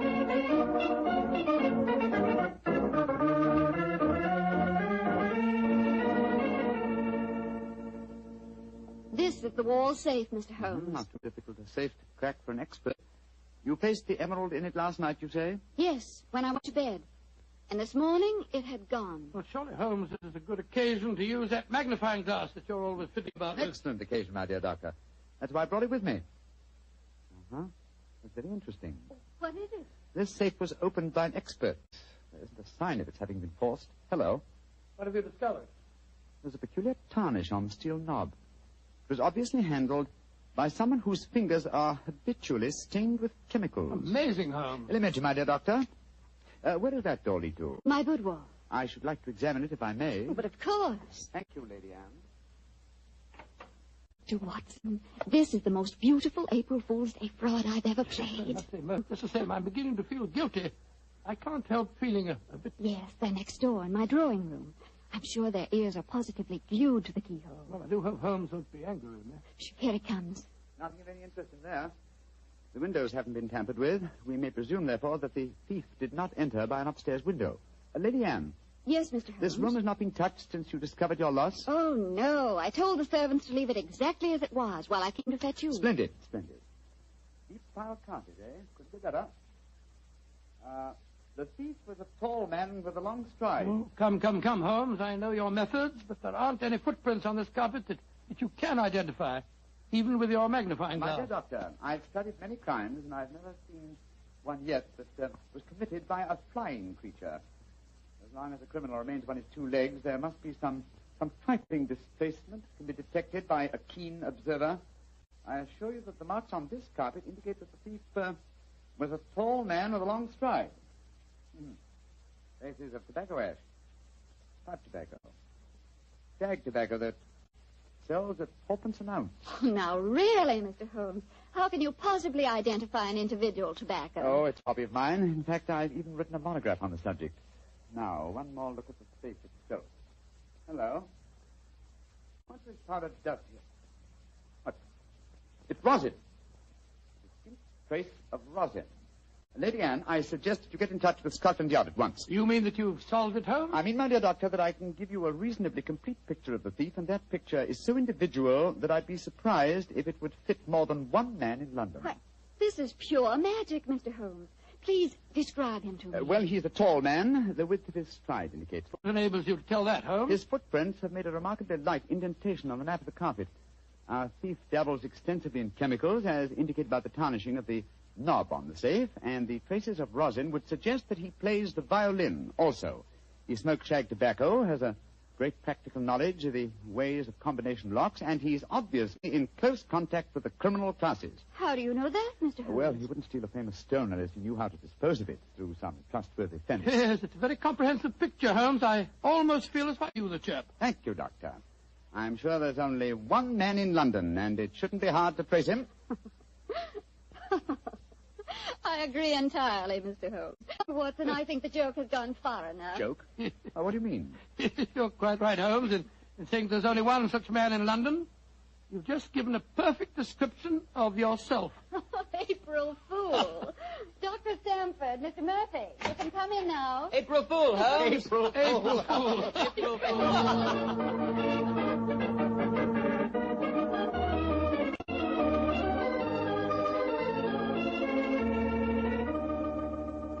Come along here, into the drawing room, everyone. Let us drink a glass of wine to Mr. Holmes, who has so graciously forgiven us for the little trick we played on him. And also to Dr. Stamford, who thought of the whole idea. No hard feelings, Holmes. Oh, no, Doctor. No, it was a rather embarrassing experience. When Murphy told me about the plan, I just couldn't resist joining him. Ah, here you are, Holmes. Here's a drink. Thank you, Stamford. You know Murphy, don't you? No, I don't think we've met. How do you do, sir? How do you do, Holmes? How did you like the little game we played on you? It was rather a salutary experience. I suppose you gave them all the details to build up the picture of me, eh, Doctor? Yes, I did, Holmes, and knowing some of your methods, we tried to plant every clue that you'd pick up. Very neat job, too, and incidentally, example of the dangers of deductions based on purely circumstantial evidence. I shall profit from this little lesson. I must say it was worth a fortune in emeralds to see your face, Holmes, when you realized what you'd done. Well, the joke's over now. By the way, where is Lady Anne? I believe she said she was going to fetch the Elphinstone emerald. She thought you might be interested in seeing it. She probably feels the sight of it will salve my wounded vanity. Mr. Holmes, Mr. Holmes. What's wrong? What's happened, Lady Anne? The emerald, it's not where I hid it. This time it's really stolen.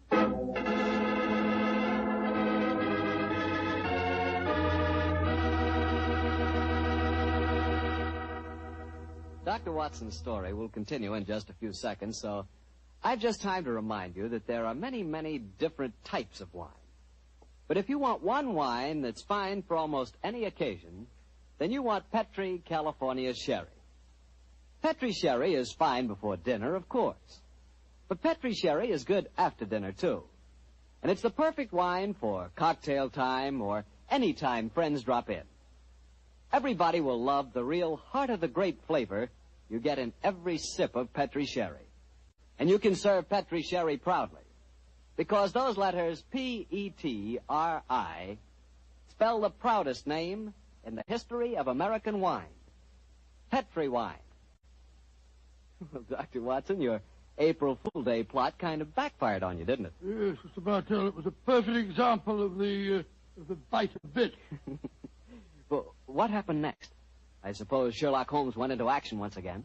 That's fair, Mr. Bartell, and it gladdened my heart to see the change in the Fuller. I confess I'd felt rather ashamed of my part in the prank, for I could see that Holmes's pride had been hurt. But now, with a definite crime before him, the difference was amazing. He suddenly became a dynamo, galvanized into action as he stood there, firing questions at the other members. Lady Anne, who beside yourself knew of this fresh hiding place? Both Murphy and I did. Yes. After we'd left our deliberate clues on the safe, we went with Lady Anne and saw her secrete the emerald in the top drawer of her dressing table. We thought it would be all right there. After all, as soon as the joke was over, I was going to put it back in the safe. Now, I think our wisest plan before we question the servants would be for each one of you who were in this April Fool's Day prank to submit to being searched. Holmes, surely you don't suggest that any one of us took the emerald? No, Stanford, I don't. But if any one of you four are not guilty, this will be a splendid way of proving your innocence. I say, steady, Holmes. You're not suggesting that Lady Anne stole her own emeralds, are you? Are you, Mr. Holmes? I'm suggesting nothing, but I may point out that the recent vogue for the insurance companies. I resent your insinuation. It's outrageous. Lady Anne, if I'm to recover your emerald, I must at least consider every possibility. The search is the most immediate practical action. And perhaps you'll retire into the next room while I persuade these gentlemen to submit to being searched. Very well, but I think you're in danger of making a fool of yourself once again. No, wait, don't go, Lady Anne. A search won't be necessary. What do you mean, Murphy? I must throw myself on your mercy, Lady Anne. I confess that I stole the emerald. Murphy! After you put it in the drawer, Lady Anne, I slipped back into the room and took it out. Murphy, that's a criminal action. I know it, but I'm poor. I need money desperately for my mathematical research. I knew the emerald was priceless, and I couldn't resist the temptation to take advantage. Here, Lady Anne, here's the stone, and please don't prosecute me. Please don't. It'd be my ruin. May I examine the emerald, Lady Anne? Thank you. Well, Mr. Murphy, I won't pretend that I'm not deeply shocked. I must ask you to leave my house. Prosecute me, will you? It was a moment's temptation. No, I won't prosecute you. Holmes, what are you doing with the emerald? Well, knowing something of the deceptive ways of thieves, I came on this case fully prepared to test the emerald when I found it.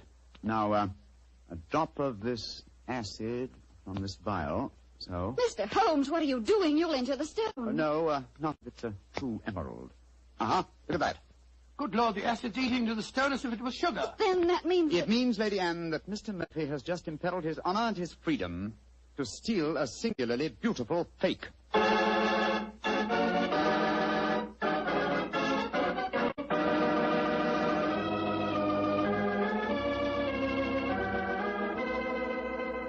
Holmes, this joke has turned into a nightmare. Is there no way of recovering my emerald? I hope so, Lady Anne. I've been taking steps in their logical order. The servants have all been questioned. We've searched Mr. Stamford and Mr. Murphy. Yes, most humiliating experience. Made me feel like a criminal. Well, personally, I was only too thankful to submit to a search this time. I knew I had nothing to worry about. You yourself, Lady Anne, you consented to being searched by the police matron that Holmes sent for? Only because he threatened to send for the police if I didn't. But distasteful though it was, I'd rather endure that than have this story on the front pages of the newspapers. And in spite of all these rather unfriendly proceedings, we've got exactly nowhere as regards finding the emerald. No, Stamford, but we have at least eliminated the possibility that the thief is secreting the jewel on his person.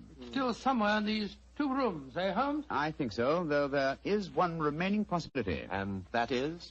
That the fake stone was substituted for the real emerald sometime before all of you engineered your April Fool's Day joke. Oh, that's not possible. I know it was the genuine emerald I took out of the safe this morning. How can you be sure? The substitute was an excellent imitation. Without a chemical test such as I performed, it would be hard to be certain. I can tell you why I'm certain.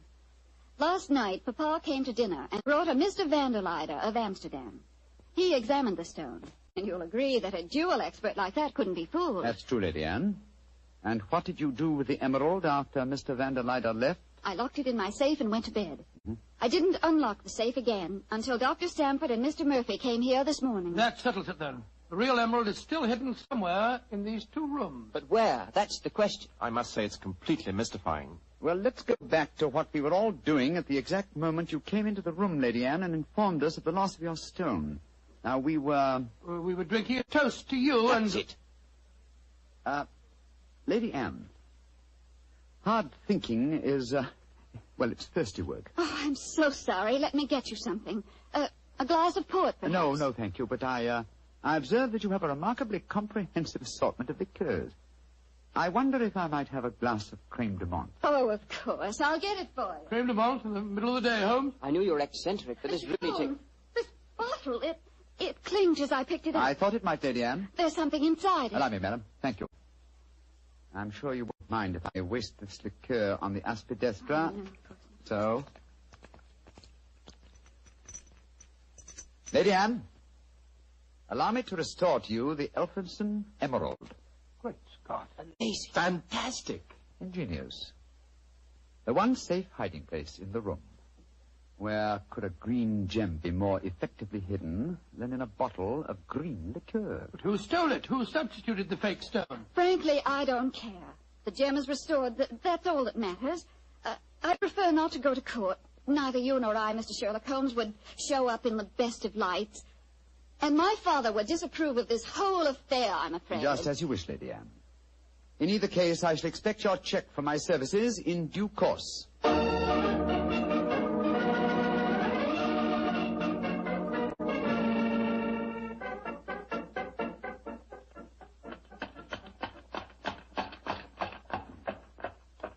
Here we are. Won't you come in and join us for lunch? Thanks, Watson, but I'll keep the cab and go on. I actually have a patient this afternoon. A rare and delightful experience for a young doctor, as you probably know. As rare and delightful as a client is for a young detective, Mr. I quite understand, and I'm correspondingly grateful to you for your profitable hopes. I'm glad it was profitable for you. Personally, I feel pretty stupid about the whole thing. Well, goodbye. Goodbye, old fella. Goodbye. 39 Onslow Square, cabby. You're remarkably quiet, Murphy. Well, I'm afraid my conscience won't let me do much talking, Doctor. I'm heartily ashamed of myself. Well, thanks for the lift. I'll leave you chaps. Oh, nonsense. You'll join us for lunch, Murphy. But, No buts about it. I insist. Come on. Come, Murphy. Any one of us can make a foolish mistake. It's just lucky that you didn't have to pay for yours.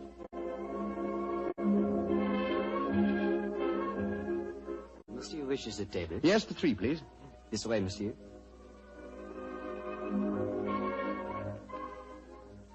Does this table please you? Excellent, thank you. George, I'm as hungry as a hunter. How about you, Murphy? No, I'm afraid I have very little appetite. This whole case has upset me dreadfully. You mustn't take it so much to heart, Murphy. By the way, Doctor, I'd like to have your opinion on the case. Who do you think staged the theft of the emerald today? Perfectly obvious to me. Lady Anne Partington did it herself to collect insurance money.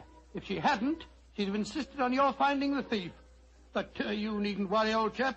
You'll get your fee all right, I'm sure of that. Oh, I'm not worrying about the fee. But I assure you, Lady Anne did not engineer that fraud. Stafford? Tell him who was responsible, my dear Murphy. But how should I know? Oh, come now, Murphy. Let's not fence any longer. You did an excellent job, a superlative job. I was almost sorry to spoil it for you. I don't think I understand you, Holmes. Oh, yes, you do, Murphy. You're a splendid actor, too. I was so deeply touched when you had apparently stolen a fake jewel, and all the time you knew the bottle of creme de menthe to be abstracted at your leisure. You scoundrel. Holmes, do you mind telling me what's going on here? I'm completely and absolutely in the dark. Surely it's obvious, my dear Doctor. The imitation emerald was a brilliant copy. What makes you so sure of that, my dear Holmes? Because this April Fool's Day hoax was only conceived yesterday, or that is what you wish the other to believe. Such a superb paste gem could not have been made at such short notice. Therefore, it must have been prepared by someone who knew about the hoax before it was arranged. Now, my dear Doctor, when Stamford told you about the plan last night, whose idea did he say it was? He told me that it was Lady Anne Partington's plan. Precisely. And yet Lady Anne referred to it today as Stamford's idea. Obviously, you, my dear Murphy, presented the plan to each as the notion of the other, and so only you could have arranged the real theft behind the hoax. I repeat, a splendid job. Thank you, Mr. Holmes. May I also compliment you on your cleverness in frustrating my plot? Look here, what is all this? One of you is a criminal, the other is a detective. If you're throwing each other compliments as if you were in the same profession. The dividing line between the criminal and the criminal investigator is thinner than you might imagine, my dear Doctor. How very true, my dear Holmes. Would you consider coming over to my side of the line?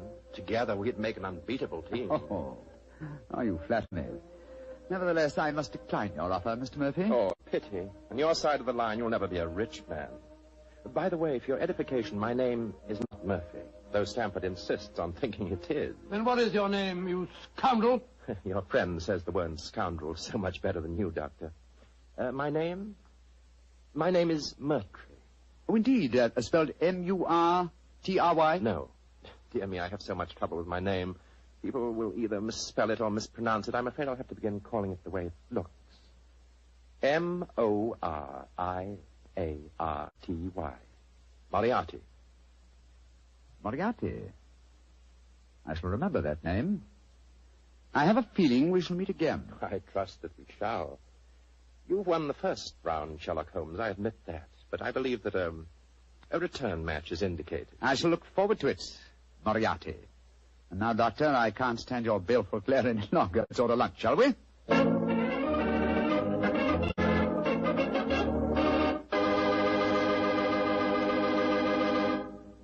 Doctor, that was a pretty hectic April Fool's Day. Yes, it was. I never want to see another one exactly like it. I don't blame you.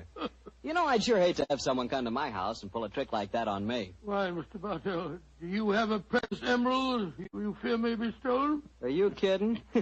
I wouldn't know the difference between a precious emerald and a piece of green glass. But when it comes to rubies, now that's something else. Oh, you would know a ruby when you saw it? Sure.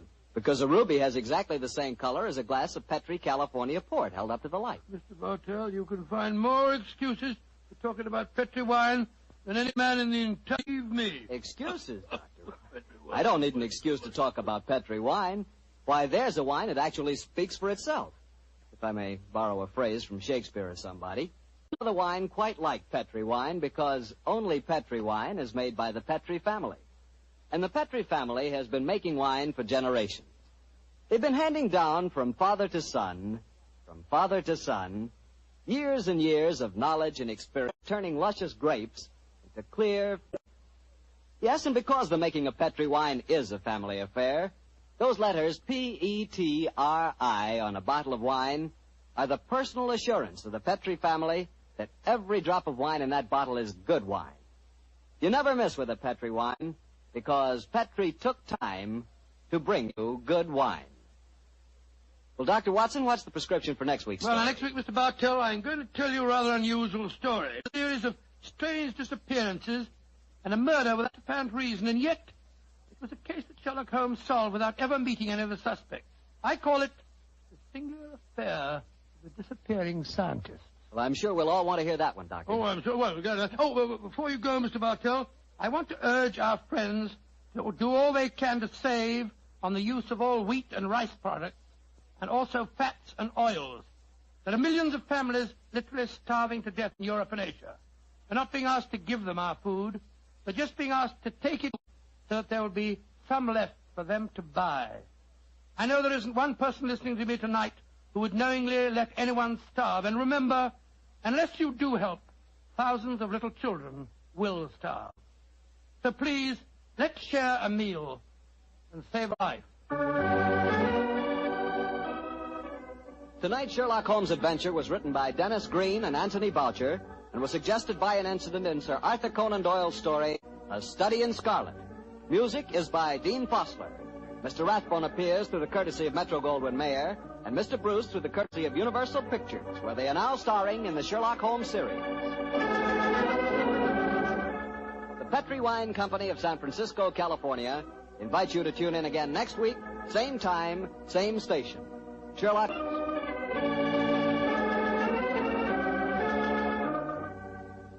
This is Harry Bartell saying goodnight for the Petri family. For a solid hour of exciting mystery dramas, listen every Monday on most of these same stations at 8 o'clock to Michael Shayne, followed immediately by Sherlock Holmes. This is the Mutual Broadcasting System. It's National Wheaties Week.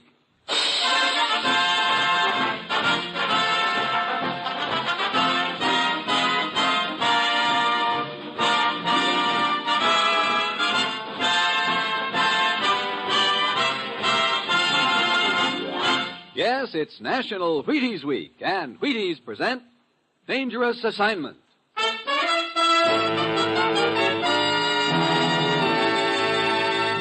On stage tonight from Hollywood, Dangerous Assignment, another in the Wheaties big parade of exciting half-hour presentations.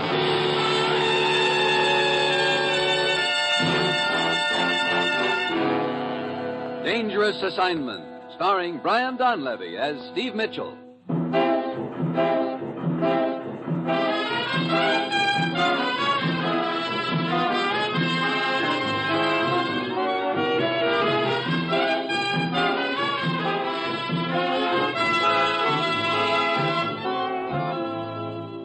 Yeah, danger is my assignment. I get sent to a lot of places I can't even pronounce. They all spell the same thing, though, trouble. But when I walk into the commissioner's office, I don't realize it's going to involve my trying to hold Western Europe together with 2 mirrors, a book of matches, and a rusty razor blade.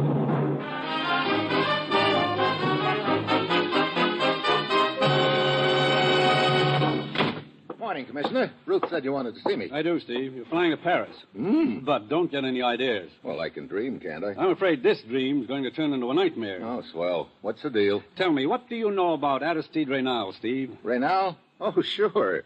The Swiss Sherlock Holmes. A sleuth to the old school, complete with a derby hat, umbrella, and false faces. But a very right guy, even if he is left-handed. And also one of the sharpest little detectives in the world. That's right. But I see you don't know the latest about him. What's that? Last night in Paris, Aristide Reynal was murdered. What? Yeah, I'm sorry to hear that. I really liked the little guy. Who did it? We think it was our old friend Lupac, Steve. Lupac? Is he still on the loose? More than ever. Now, Steve, I don't have to tell you about Lupac. He's a hired killer and the cleverest man we've ever had in our hair.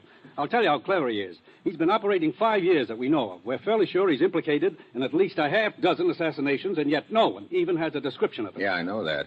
Look, Commissioner, Aristide Reynal was a sort of a friend of mine, but I don't think you'd be sending me over to Paris to find Lupac for that reason. No, there's a lot more to it than friendship, Steve. You see, representatives of several European nations have been trying to hold top-secret conversations in Paris for the last week. What do you mean they've been trying? Every time they schedule a meeting, one of the representatives meets with a fatal accident, and I don't mean accident. I see. We think Lupac is responsible for those murders, that he's been hired to hamstring those negotiations. Now, Steve, they're going to try to meet again next Monday.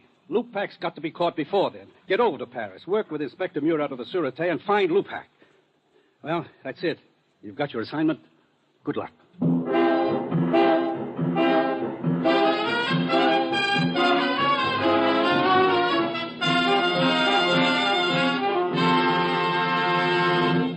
Dangerous Assignment will continue in a moment. Now, here is the Wheaties man, Frank Martin. Say, friends, are you celebrating proper? It's National Wheaties Week, you know. National meaning everybody coast to coast. Wheaties meaning the whole wheat flakes with a wholehearted energy. And week meaning 7 big days for you and me to buy 'em, try 'em, and tell the neighbors. I'm eating 'em. My family's eating 'em. How about you and yours? Get Wheaties yourself and get with America. Come on, it's National Wheaties Week.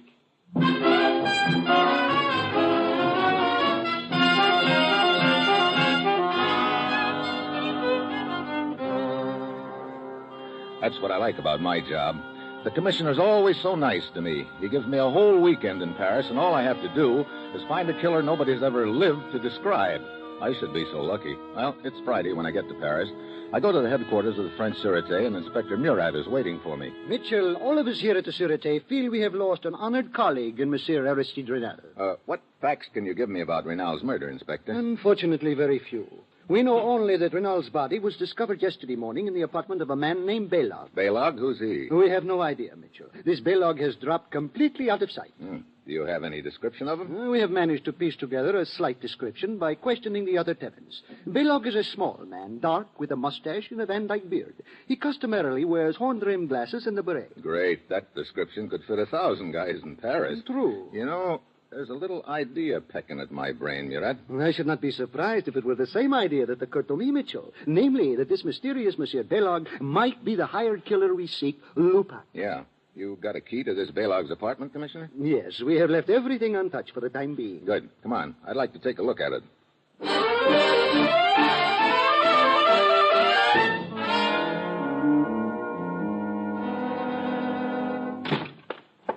As you can see, it is quite a simple apartment. Yeah, pretty bare. You spot any items of interest here? A rusty razor blade in the bathroom. Oh, well, let's take a look. Yeah. And some whiskers in the washbowl. It is possible that Belog, after the killing, decided to shave off his mustache and beard. So now we're looking for a little man with horn-rimmed glasses, with or without mustache and beard. You know, we're getting less to go on by the minute. Funny? Indeed. I do not see any humor in it. No. I mean, this guy Belog must have been a pretty vain gent. How do you mean? He's got 2 mirrors in here. Oui, I noticed that. One of them here over the washbowl on the left side of the room in the corner, and another one in the middle of the wall. Perhaps he needed more light. There's as much light here as there is there. You are right. It is strange. Well, anything else, Inspector? There on the table in front of you. This matchbook? Yes. Note that there are but 2 matches remaining on the right side. Right now, I'm more interested in noting the name on the cover. Hugo's. What's that? A small restaurant on the Boulevard de Clichy.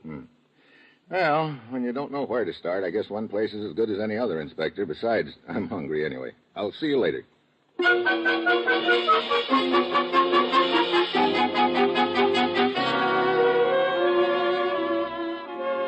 So I head for Hugo's. And, of course, every other guy I see on the way there answers Belog's general description, which gives me a good idea what a sweet job it's going to be finding him. Inside the restaurant, a mournful-looking little gent is circulating from table to table, sawing away at a fiddle for the benefit of a few moonstruck couples. Then a tall, skinny gent spots me standing in the doorway and comes up to me. Welcome to Hugo's, monsieur. Are you the official greeter? I am Hugo. Oh, good. I'd like to talk to you. Where can we sit? Why, at this table right here. But if you are selling anything, I am not in the market. Business, it stinks. Don't worry, I'm not selling anything. Oh, my friend, I now have much warmer feeling toward you. In that case, I would like to sell you something. A dinner fit for royalty. Later, but right now I'd like a little information. Did you ever hear the name Belog before? Belog? What are you doing, memorizing it? Oh, but of course, Belog, a steady customer, noble. Oh, at least he was. Was what? A noble soul or a steady customer? In Hugo's mind, there is no difference, my friend. But to be brief, I have not seen Monsieur Belog in here for the last few days. I don't wonder. But before that, he used to come in regularly, huh? Now you're making me slightly uncomfortable, monsieur. Mitchell. Why? Mitchell. Very simple. When inquiries are made about my steady customers, sometimes makes them very nervous. Then they become unsteady customers. And then Hugo's nerves become unsteady because it means he is losing money. I get it. You think $5 American would steady your nerves, Hugo? Would be interesting experiment. Place the bill in my hands. Here you are. Uh-huh. The experiment worked? See, my fingers, they are not quivering one bit. Yeah. Amazing, isn't it? Now, about filling me in on this guy Balog. Of course. He came in here regularly, usually in company of another man. What did this other man look like? Oh, he was small, about Balog's size. Very inconspicuous-looking man. Let me see. I believe he usually wore a derby hat and carried umbrella with him. Derby hat, umbrella. Hey, wait a minute. Look, here, take a look at this picture. This isn't the guy by any chance, is it? But, of course, the very man. And you say that he and Balog were in here together all the time? Yes. You know the man in this picture? I knew him. His name was Aristide Renal. Well, the two of them seem quite friendly. I don't get it unless... Don't get what, my friend? I'll skip it. Well, thanks for the information, Hugo. Oh, but there is more. Huh? Indeed. Let us say that you have paid only for the main course of the dinner. There remains dessert. You know, I don't see why you bother serving food in this place. You seem to do pretty well without it. One must live, my friend. Okay, steady fingers. Here's another 5 spot. Now, how about the dessert? You see, over that corner table, alone. The girl? Who else? Well, you said dessert, and you weren't kidding. French pastry yet. Who is she? Celeste. A, shall we say, friend of Balog's? That gives me 3 good reasons for talking to her. 3? What are the other 2? Her eyes, of course. Oh, I'll see you later, Hugo. Hi. Hello. Mind if I join you? Why not? Good question. I am drinking Pernod in case you want to buy me another drink. Sounds like an open and shut in case. Waiter, Pernod and scotch. Oui, monsieur. You're a friend of Balog's, aren't you? Why? You seen him lately? Why? Your needle is stuck. I owe him some money. Give it to me. I will give it to him. No, thanks. Not that I don't trust you. I just don't trust you. I'd rather give it to him myself, Celeste. Suit yourself. I have not seen him lately. I see. Did you ever hear him use any other name beside Lebuck? Other names? Lupac, for instance. For instance, no. But why do we talk about Balog? He bores me. I know something much more interesting to talk about. What's that? Celeste and, Steve. Celeste and Steve. Sounds nice. Yeah. Might be an interesting topic of conversation at that. Where do you think it would lead us? Maybe to 36th Rue St. Anne. What's there? My place. Oh, well... Here are your drinks, monsieur. Scotch and Pernod. You're a little late, Buster. We're leaving. There you are. Merci, monsieur. But the drinks, what shall I do with them? Well, you might... No, just drink them. Come on, Celeste.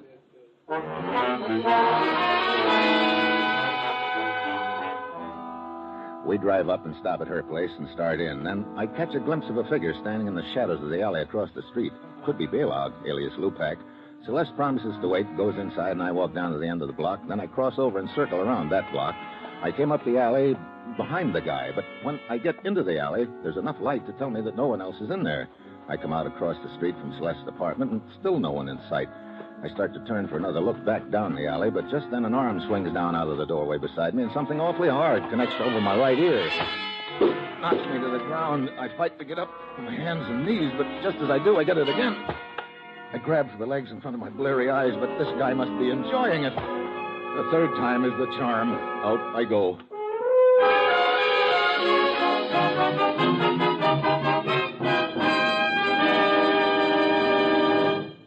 Steve Mitchell will continue his dangerous assignment in just a moment. It's National Wheaties Week. Hello, this is Frank Martin, the family man. Yes, sir, a family man with a wife and a son and a home like yours. Pretty much like the man around your house, I'll bet. I wake up hungry, and I do mean hungry. But my wife, bless her heart, has a cure for that. She has Wheaties ready with bananas sliced and the cream right handy. You know, that sure is a wonderful way to treat a man. So why don't you try it on yours during National Wheaties Week? If he's anything like me, he'll go for those Wheaties. Yes, and they can help keep him going, too. There's a whole kernel of wheat in every Wheaties flake. Not bad, huh? A whole kernel. So I'm asking you to try Wheaties once during National Wheaties Week, won't you? Try 'em.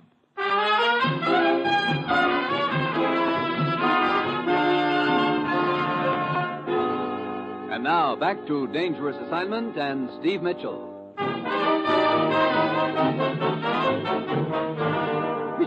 Mitchell! Oh. Mitchell! What? Oh, Inspector Murat. Oh, you are not so bad off after all. Don't take any bets on that. Oh, I'm glad. Brother, my head. What happened anyway? Oh, well, one of my patrolmen heard a commotion. He saw a man dragging you into this alley. The man fled. When the patrolman saw your identification papers, he called me, and here I am. Looks like I was about to get taken for the well-known ride. Who hit you? I wish I knew. Could have been Baylog. Hey, that reminds me. Come on, Inspector. We should have a talk with Celeste.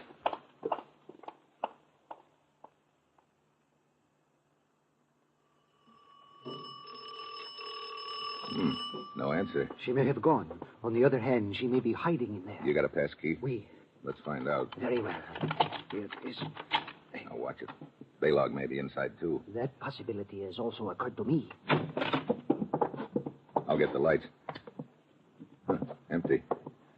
You know, there's something that bothers me about this whole setup. What is it? That's the trouble. I can't put my finger on it. It's like listening to a pretty little tune and hearing a discord every now and then. Like, for instance, Hugo told me that Baylog and Aristide Renal were regular customers at his restaurant and that they seemed very friendly. Monsieur Renal was what we might call a detective of the old school. I am sure the idea of assuming another identity and befriending Baylog would have appealed to him. Yeah, like I say, that could be it. And if that was the only discord, I wouldn't pay any attention to it. There are others? Just little ones, like why the two mirrors in Baylog's bathroom? You think there is a significance there? Right now I'm having trouble thinking at all with this lump on my head. Look, I'm going back to Hugo's and see if he can give me any more leads on Celeste. I'll check with you later at headquarters.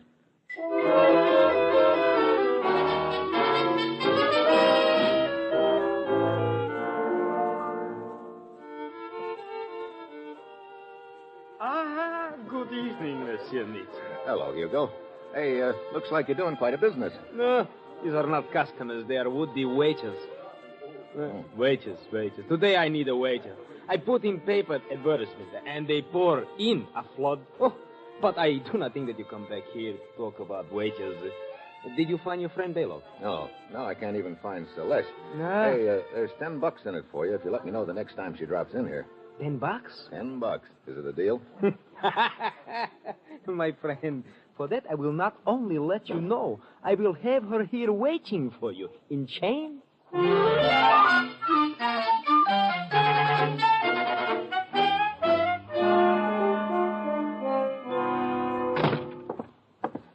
Mitchell, were you able to find out anything more at Hugo's? Only that he's having employment troubles. Tell me, are you still hearing little discords in this tune we are listening to? Yes, I am. I'm beginning to think that the discords could add up to a whole new tune. But anyway. Hello? Oui? What? Hello, Kiko. Very well.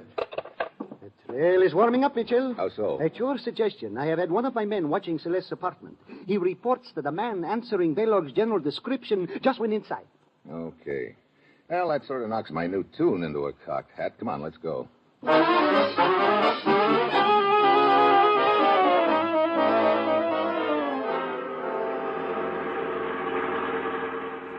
Better stop here, Inspector. Celeste's apartment is just ahead. Oui. There's a small open car parked up there in front of the apartment house. Yes, that is the car the suspect arrived in, according to the report my man gave me. Look, here he comes out the door. He's getting into the car. Mitchell, we must not let him escape. Hold it. Doesn't look like he's going anywhere. He's just sitting in the car. Huh. He's a little guy, all right. And Hugo said Baylog was a little guy. He is not wearing glasses, however, and he is clean-shaven. Don't forget those whiskers in Baylog's wash basin. He could have shaved his beard off. What are you going to do? Have a little talk with him. I'll be back in a minute. Be very careful, Mitchell. I beg your pardon. Oh, what is it? You got a match? Why, of course. Here. Thanks. Say, I wonder if you could help me. Help you? Yeah. I'm a tourist here, and I need a little information. Oh, yeah. I'm rather in a hurry, and... Well, this won't take a minute. Here. This is a timetable for the Underground Railway, but I can't seem to figure out where the nearest station is. Oh, very well. Excuse me. I must put on my glasses. So, now let me see it. Oui, your nearest station is just off the Boulevard de Montparnasse. How do I get there? Let me see. You go down this street 2 blocks, then over 1, and then you turn... No, not so fast. Look, here's a piece of paper. Would you write it down for me? Oh, certainly. Sorry to put you to the trouble. There. Oh, it is quite all right. Here you are. Thank you very much. Well? I don't know. Could be Baylog, all right. He had to put on glasses to read the timetable. In that case, perhaps we... Mitchell, look. Yeah, Celeste just jumped into his car. Come on, Murat, get this baby started. We don't want to lose him now.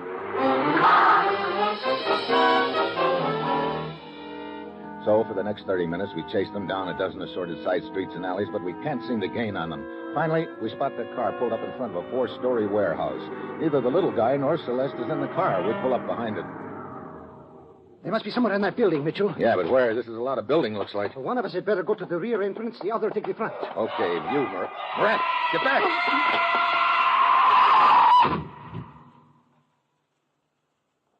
Mon Dieu. Brother. Well, this is the guy we were chasing, all right, or what's left of him. No identification on him, but that does not surprise me.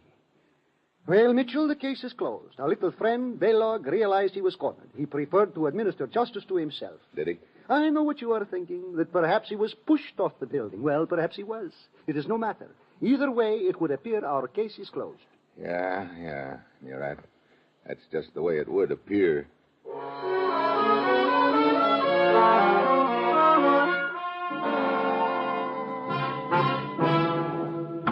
Monsieur Mitchell, international cooperation is a wonderful thing, and it has been a privilege to work with you in this affair. But I must say I am becoming increasingly annoyed at your present attitude. Sorry.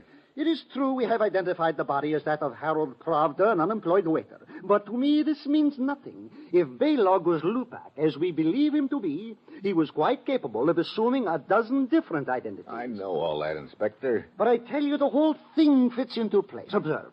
First, we know that Aristide Renal was on the trail of the notorious Lupak. Second, Renal is murdered in the apartment of a mysterious little man named Baylog.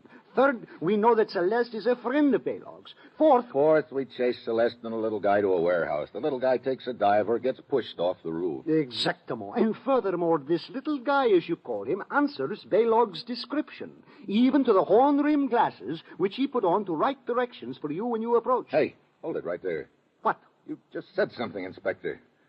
I remember now. That little guy wrote out the directions for me right-handed. Is this so unusual? It's unusual enough to take us back to Baylog's apartment right now. Baylog's apartment? But surely if Baylog is dead... Baylog is dead, all right, but if my hunch is good, there's something a lot more important than Baylog in his apartment. But what could it be? The answer to this whole deal.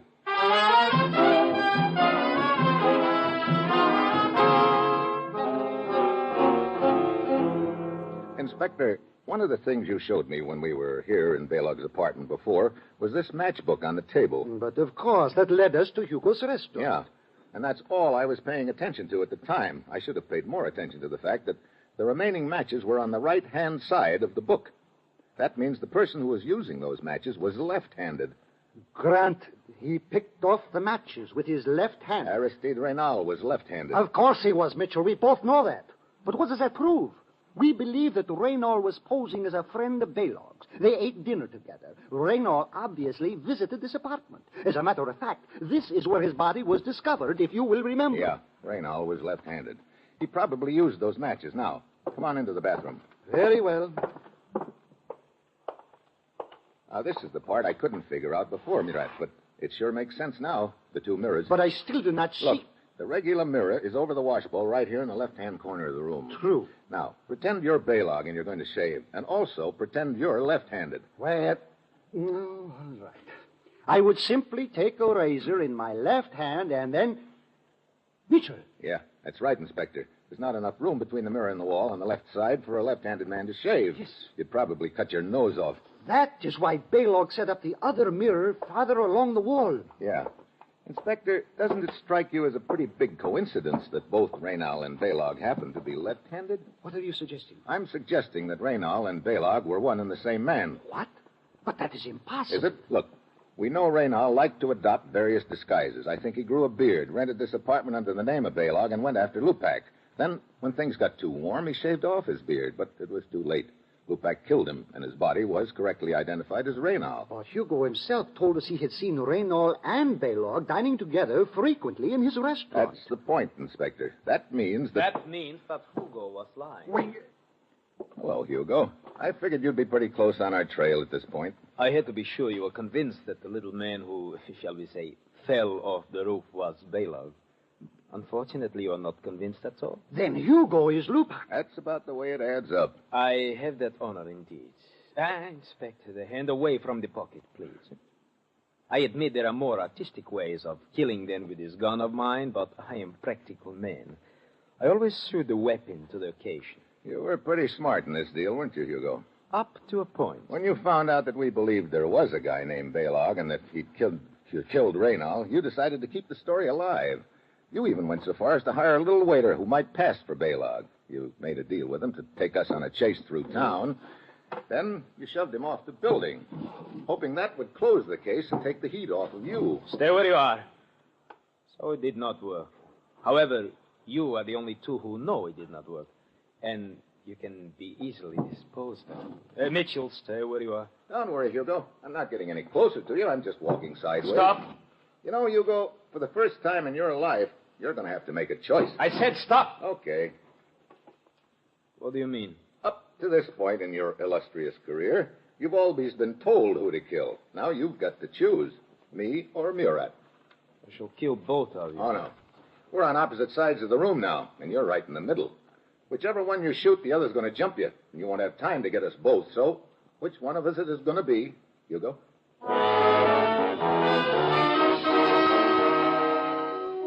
Hugo licks his lips, jerking his head first towards me and then Murat. My plan is working. I'm almost to the light switch. Hugo takes another quick look at Murat, and I grab the switch and drop to the floor. I know Murat's got his gun out by now, like I have, but I also know Hugo's too smart to stay in one spot. I listen. No sound. I've got to figure out a way to trap him. Then I think of the small shaving mirror on the bathroom wall. I'm about 2 feet from the door. I ease into the bathroom flat on my stomach and get the mirror. Then I prop it up against the inside of the door so it'll reflect from behind the door out into the living room. I get behind the door and stick my gun through the crack. Then I take my cigarette lighter, reach back behind me, and light it. He takes a shot at the reflection, and I've got his location pegged. Murat! I am all right, Mitchell. Okay, I got the right guy then. Get the lights. Oh, indeed, you did get the right man, Mitchell. He's still alive, but I don't think for very long. Your mirror device was most effective. Well, I guess it was pretty fitting, Inspector. That mirror was what tipped us off to the whole deal anyway. It would appear the old superstition about breaking a mirror is true. No, you're wrong there, Inspector. This proves that superstition is all wet. Hmm? How do you mean? Well, breaking a mirror is supposed to bring 7 years bad luck, isn't it? Well, yes, I guess it is. So it sure isn't true for Hugo anyway. He should live that long.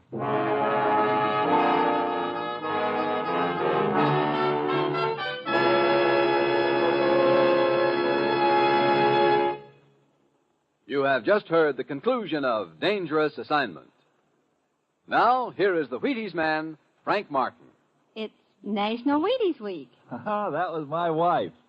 Sure, it's National Wheaties Week. So the Wheaties people asked her if she'd come to the studio tonight and tell the truth about me and Wheaties. Our little boy would have come, but he's only 3.5, and it's about time he was in bed. My wife's name is Maud Lee Martin, and she comes from Kentucky. Maybe you can tell it when you hear her talk. Thank you, honey.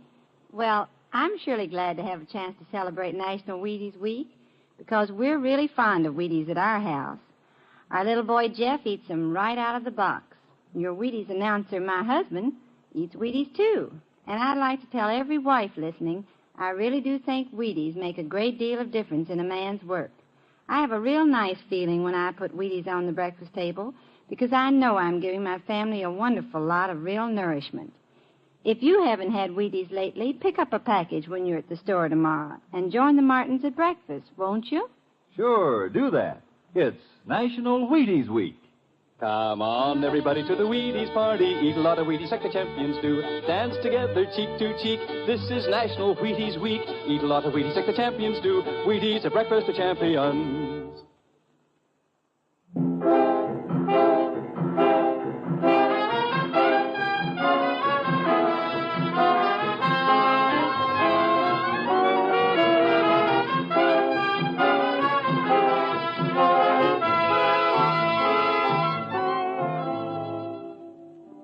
Dangerous Assignment, starring Brian Donlevy as Steve Mitchell, is written by Bob Wright, with music composed by Basil Adlam and conducted by Ralph Hollenbeck, and is produced and directed by Bill Karn. Join us again next Wednesday when Brian Donlevy as Steve Mitchell embarks on another Dangerous Assignment. And this is the Wheaties man, Frank Martin, inviting you to listen Thursday, that's tomorrow night, to Sarah Berner in Sarah's Private Caper on the Wheaties Big Parade. See you then. And remember, it's National Wheaties Week.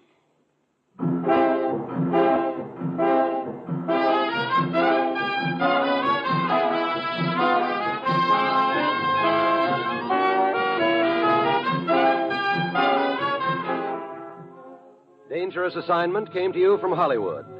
3 weeks from tonight, the great Gildersleeve returns to NBC.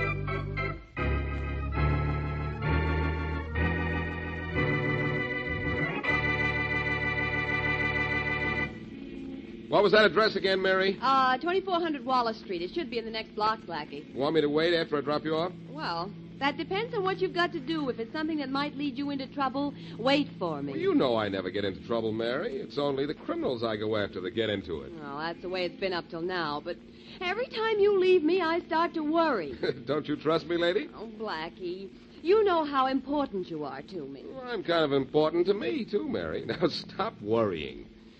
And here's that 2400 address. I'll pick you up in half an hour, if you like. Well, I don't know how long I'll be. You better go and I'll take a cab. But, Blackie, please. I promise not to get hit by some gangster's bullet, if only because we have a date tonight, okay? Sure. I'll see you tonight. My cold ought to be better by then. Well, I certainly hope so. Bye. Bye. Morning. What can I do for you? I'm Mary Wesley. I phoned you earlier this morning. Oh, that's right. You did. Sit down. Thank you. Okay. What's your problem, Miss Wesley? First, is this as good a private detective agency as you advertise?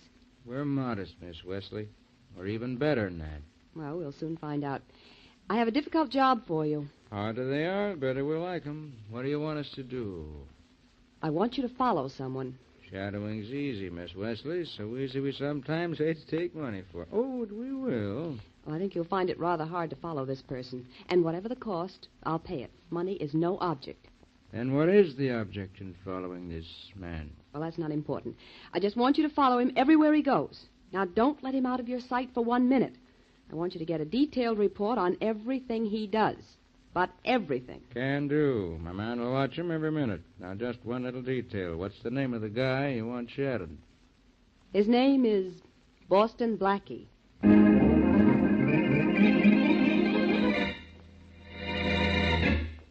And now back to Dick Calmer as Boston Blackie. Enemy to those who make him an enemy. Friend to those who have no friend.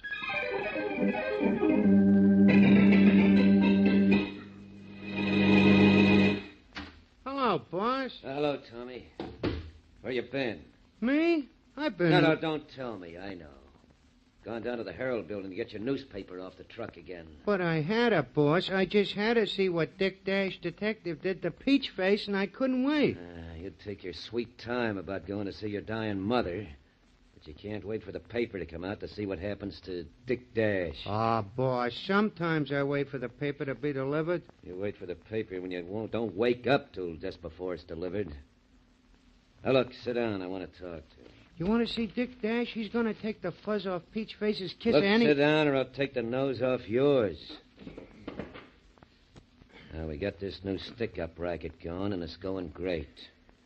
But it can be greater. Yeah, I know. We've been doing awful good lately, haven't we? Yeah, but it's only the beginning.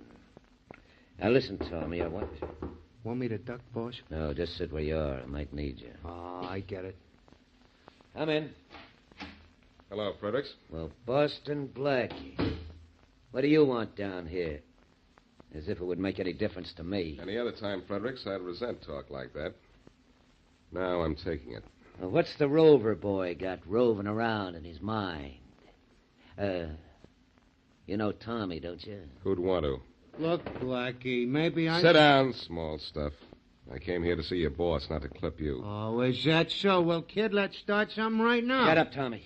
Okay. Blackie may want something here, but I don't think it's trouble. You're right, Fredericks. It's a job. A job? I didn't think you worked, Blackie. Except on people like us. Well, the time has come when I think I ought to work with people like you. It's all right. Laugh if you want, Fredericks, but I need money. That's not funny to me. You broke, Blackie? I don't believe it. I'll tell you how broke I am. You're in a good racket. The risk is high, but so is the take. I want in. Oh, now, Blackie, please. Aren't you being just a little corny? You don't think I'd trust you within a mile of me when I'm doing a job, do you? I didn't expect you to, no. But you could give me a chance. Find out if you can trust me. Then if you can, let me in. I could be a big help to you. Now, that's the first thing you said that I can believe, Blackie. I'll tell you what I'll do. You can come in on a job with us tonight. All right. Now, wait a minute.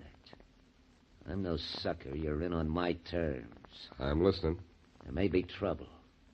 And if there is, and if I have the slightest idea that you were responsible, I'll kill you before you can move an eyelash.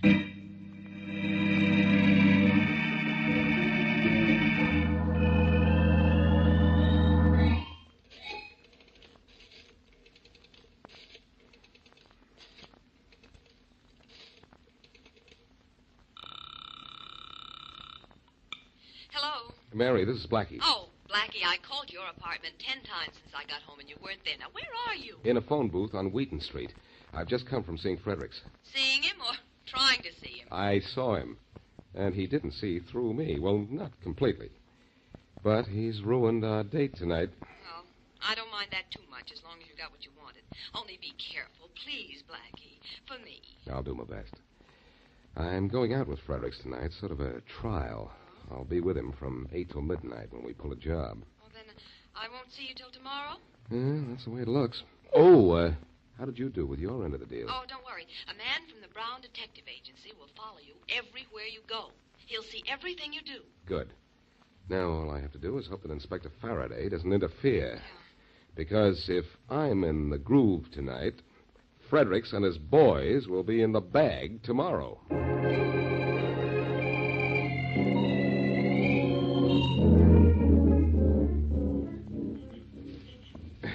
Keep moving through the bushes till you're under that first window there, Blackie. All right, Fredericks.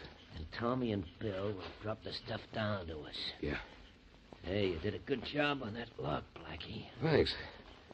That's my new business from now on. Yeah. Hey, Fredericks, did you have to pick a place surrounded by bushes? Ouch! Those thorns hurt. Yeah, you'll get a worse pain than that from this gun in your back if you cross us tonight, Blackie. Why don't you stop that talk? I'm in this because I want to get something out of it. And that's all. I'm glad we're out of those bushes, though. Which window do we stay under? Oh, the one just above us now. Oh. Hey, there's Bill up there. Toss the stuff down, Bill. Okay. Where's Tommy? Watching the entrance of the building so Bill can work without having to be his own lookout. Hey, down there. Catch. I got it. Hey, what is this stuff? Just something that's easier to steal than earn. One guess. Money, huh? Good guess. Hey, Bill. Yeah, boss? We're ready to make a break for it. You stick up there as a lookout till we get away. Sure, boss. I'll stay up here. Hey, boss. Yeah? The watchman. He's coming around the back of the building. I can see him from here. I'd better let him have it. Yeah, make it snappy. Wait a minute. Wait up there, Bill. He'll hear you. Fredericks. Oh, Blackie, start talking. I'll handle the watchman, okay with you? Okay, but do it fast. I'm on my way. I ought to be able to tag him just before he comes around the corner of the building. I'll wait here, Blackie. Only don't get cute. Just don't get cute. Something awful funny's going on here. Good night, friend. I tagged him, Fredericks. He won't move for a while. Better shoot him, Blackie. If he's alive, you'll know what you look like. You're the boss. Well, Fredericks, I knocked him off. We'd better get going now. Okay, Blackie. That was nice shooting. All right, come on. That shot will bring the cops here in no time. Believe me, I'm not waiting around to say hello to them. Let's go. Yeah. For some reason or other, I don't mind the thorns on these bushes as much as I did. Maybe it's because you don't have a gun in your pack now. What does that mean? It's your okay, Blackie. I can use you. Shooting that watchman sets you in solid. Thanks. Hey, there's Tommy at the car. Where's Bill? Probably still in the building. But he'll get away. If he doesn't, so what? I've got you to take his place.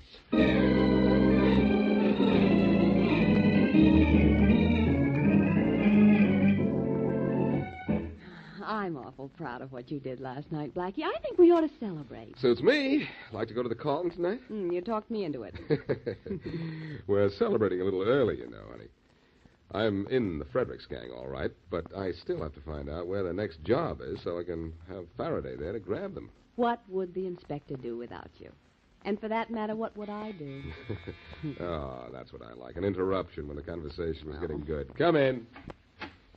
Hello, Blackie. Hello, Faraday, old pal. Mary and I were planning to go out to celebrate. Want to join us? Blackie, when you and Miss Wesley go out, she's going home. And you're probably going downtown with me. You mean there's a doubt in your mind? Not much of a one, I'll tell you that. Blackie, you've been trying to get something on a guy named Fredericks, huh? Don't look now, Inspector, but I've practically gotten what I want. I was on a job with him last night. That's what I thought. You shot the watchman on that job, didn't you? Sure, with blanks. Blanks? Since when would a blank cartridge kill a man? What? That watchman was found shot to death, Blackie. Well, listen... Not that it should be any news to you. Blackie. Hold it, Mary. You know how wrong Faraday generally is. Inspector, for your information, I went on that job last night to get evidence you need, and I did shoot the watchman, just as I said. But I used a blank cartridge, and that's definite. Maybe, only I don't believe it. Let me see your gun. Well, sure, if you want to. But I've taken the blanks out and reloaded it with real bullets. That's all. You never had blanks in it, Blackie. Blanks don't kill people, and that watchman you shot is dead. Are you serious? You're the one who makes jokes, not me. Wait a minute, Faraday. I didn't kill anybody. This was part of a plan, and I have an alibi. Yeah? Mary hired a detective to follow me everywhere I went. He was there when I fired at that watchman, and he must have seen that watchman get up as soon as Fredericks and I ran away. What? I wanted in on the Fredericks gang so I could turn them over to you. Mary hired a private detective, so if something like this happened, I'd be in the clear. Our private detective from the Brown Agency, Inspector Faraday. He saw what Blackie did, and he'll prove that the watchman wasn't really shot by Blackie. Well, let's have him prove it. Okay, I'll call the agency right away. I hope this guy saw what happened, Blackie. He saw everything, Faraday. He was instructed not to let me get out of his sight. And that agency has good men. I got a good mind not to even wait to find out. You've got a good mind. Your mind is so dull you could be arrested for carrying a blunt instrument. Now, just wait till you hear what this detective has to say. I'll wait. Brown Detective Agency, Brown speaking. Mr. Brown, this is Mary Wesley. Oh, Miss Wesley, glad you called. I've been trying to get in touch with you for hours. Well, I haven't been home all day. Mr. Brown, I want you to speak to Inspector Miss Wesley, I'm afraid I have to give you an unpleasant report. Huh? My man lost Boston Blackie's trail late this afternoon. Couldn't find a trace of him after that.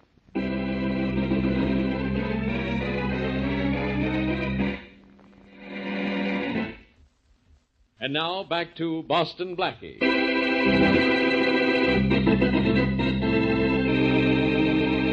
A man named Fredericks heads a stick-up gang, and in an effort to trap him, Boston Blackie joins him in a robbery. During the robbery, Blackie shoots a watchman. A private detective was supposed to be following Blackie to testify, if necessary, that the watchman got up after the shot because Blackie used blanks. It turns out, though, the watchman is found shot and killed. And when it is learned that the private detective lost Blackie's trail before the robbery, Blackie has no way of proving that he didn't kill the man. As we return to our story, Faraday prepares to take Blackie to jail for murder. Faraday, you have to listen to me. I'll listen to you in the lineup, Blackie. And when I get you into that light in the Detective Bureau, I want you to talk plenty. I like the light I'm under right now. Have you ever seen a prettier chandelier? I've never seen a prettier mess than you're in right now. Inspector Faraday, please, now let Blackie... Quiet, Miss Wesley, But, huh? Inspector, all Blackie needs is a little time, and then he'll find the man who killed that watchman. You've been around Blackie so much, you're beginning to think like him. If you'd stick around, maybe you'd start thinking, period. Give me just a few hours, and I'll clear this up for you, Faraday. I promise you. Clear enough already, Blackie. So you're going to headquarters. And no tricks. Why, you know I'd never pull a trick on you. No, not much. But this time you don't get a chance. Turn around, Blackie. I want your back to me. It's impolite. All right, apologize to Emily Post later.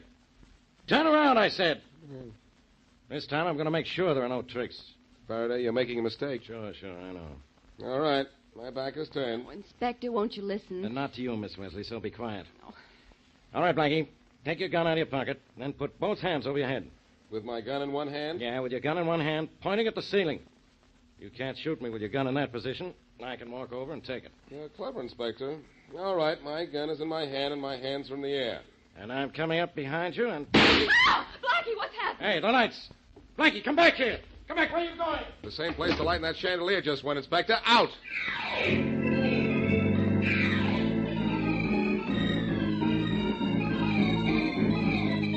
This guy, Dick Dash, sure is great, boss. Sure is great. What do you do all night, Tommy? Wait up for Dick Dash to come out in the morning? He went down and got on the newspaper truck again this morning, boss. I think the guy's nuts. Well, I'm glad you're not, Bill. Smart work after the stick-up last night. What made you get down to make sure that watchman was dead? The sap looked up when you and Blackie ducked through the bushes, boss. Oh? I was still watching in the second-story window. I saw him. Hey, boss. Dick Dash has Peach Face backed into a potato Shut up about peeler. Dick Dash, will you, Tommy? All right. So, you shot the watchman yourself, huh, Bill? Yeah, and just in time, too. He was just getting up. I let him have it, and that was all. You know, I wasn't surprised that guy was alive. Didn't trust Blackie. Yeah, I almost did. I sure don't now. Think we better get out of town? No, not yet. Blackie will be here pretty soon. He knows the score. He knows what's happened to him, and he'll be here to make sure something happens to us. Tommy. Tom, will you put down those funnies and listen to me? Oh, sure, boss. Look, you get in this closet here. In the closet? What for? Insurance. What are you talking about? Blackie may be here to cause trouble. If he does, he'll be standing with his back to the closet when he starts it. I want you to come out and finish it. And him. Oh, yeah, sure. Dick Dash did something like this once. Sure, boss. I'll listen from in here. If he gets tough, well, just leave it to me. Leave Dick Dash out here. You can't read in the closet anyway. Bill. Yeah? First chance we have, let's get rid of that guy. Yeah, that comic detective of his gets on my nerves, too. Guy goes nuts waiting to find out what's going to happen the next day. Well, he's not the only guy who's nuts about those things. I'm just getting so, I don't like the guy anymore. Uh-oh. Yeah, I'll lay odds that's Blackie. If he starts something, you know what to do. Yeah. Come in. Hello, Fredericks. Hello, Bill. Watchman was found dead, and Faraday thinks I killed him. Well, you shot him, remember?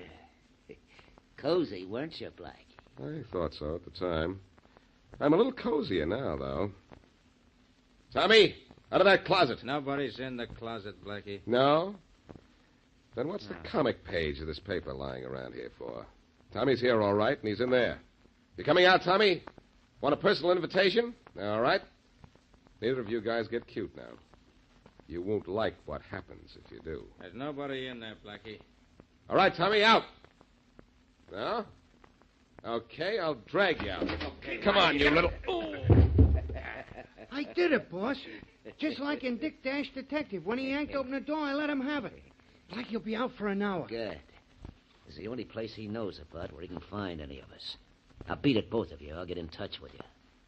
Maybe we're out of business in this town, but after Faraday picks him up, I guarantee you, so's Boston Blackie.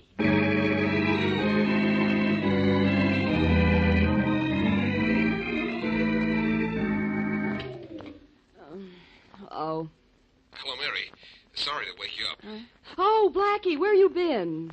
Most of yesterday, I was unconscious on the floor of Frederick's office. Blackie. I'm all right now, except that I still have my cold, and most of the night I've been hiding from the police. Oh, well, don't come up here. My apartment's being watched, and not because the police think I'm cute. I know, they think I'm cute. Oh. Well, I do have a cute bump on my jaw. Blackie, go to see Faraday and try to explain what really happened. No, Mary, he's got no reason to believe me yet, and I've got to be free in order to clear myself. Well, how are you going to start? I'm not sure yet. Of course, I know who killed that watchman. Yeah? It's one of Frederick's men. Oh. But I have no proof, and I've got to find Fredericks if I can. Oh, Blackie, please, now don't do anything foolish. If you haven't found what you want by morning, give yourself up. Oh, please, I'm scared. Think how scared Fredericks ought to be about now. Well, I've got one lead on how to get to him. A lead that has to do with the comic pages, only believe me, it isn't very funny.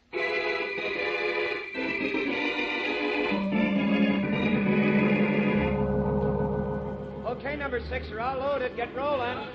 Oh, hold number 7. You got to haul a few hundred more this time. Hey, you. Yeah? Sorry to bother you when you're busy. Hey, I know who you are. You're Boston Blackie, I mean. Hey, you're in an awful jam, Blackie. I know I am, and I'm here to get out of it. Some guy comes here almost every morning to buy a paper off one of these trucks. Yeah, he sure does. Well, he hasn't been here this morning. Well, not yet, I mean. Well, look, when he gets here, I want to talk to him. Sure, Blackie. Want me to point him out to you? No, I know what he looks like. Only it's late, and looks like he's not going to show up. Yeah, could be. Sure would like to help you, Blackie, if I could. I'm That's sorry. all right. Okay. Thanks, anyhow. Blackie. Yeah? The guy you were talking about. Here he is now. That's the guy, all right. Give me that paper and tell him to step behind this truck to get it. Okay. Oh, but Blackie... Give me that paper, quick. Oh, sure. Here you are. Now, send that guy back here, and don't tell him who he's going to meet. Okay. Say, mister, I'll have one of those papers this morning. I gotta see Dick Dash, detective, before I leave town. Oh, you're leaving town? Yeah. Well, there's a man behind this truck with some extra papers. He'll sell you one. Thanks a lot. Hey, you with the papers, give me one of those things. I gotta see... You have to see me first, Tommy. And don't reach for a gun. No. Don't yell. And keep your back up against that truck. I didn't do nothing, Blackie. I didn't hurt nobody. That watchman was more than hurt at that holdup. He was killed. And I think you killed him. No, I didn't kill him. It wasn't me. Who was it then? I don't know. Lucky I didn't hear you, Tommy, or you'd get another clip. Now, who killed that watchman? Wait, Blackie, wait, don't clip me again. It was Bill. Yeah. That's all I wanted to know. Okay, where is he? But he left town last night. I don't know where he went. Wait, Blackie, honest, I don't know. I'll find out where. He killed that watchman? With his own gun? Yeah, Blackie, yeah. How do you know? I heard Bill tell Fredericks. Where's Fredericks? I don't... Tommy, I'm going to knock...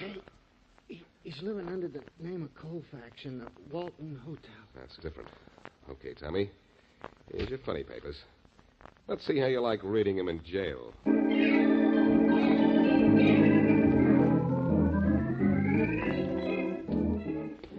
Blackie, this is the first time I've ever arrested a man and then let him go to a hotel. The things I let you get away with. Faraday, you let me come here to the Walton, but you came with me, didn't you? I surrendered to you on that condition. But you let me do this. Yeah, I know. All right.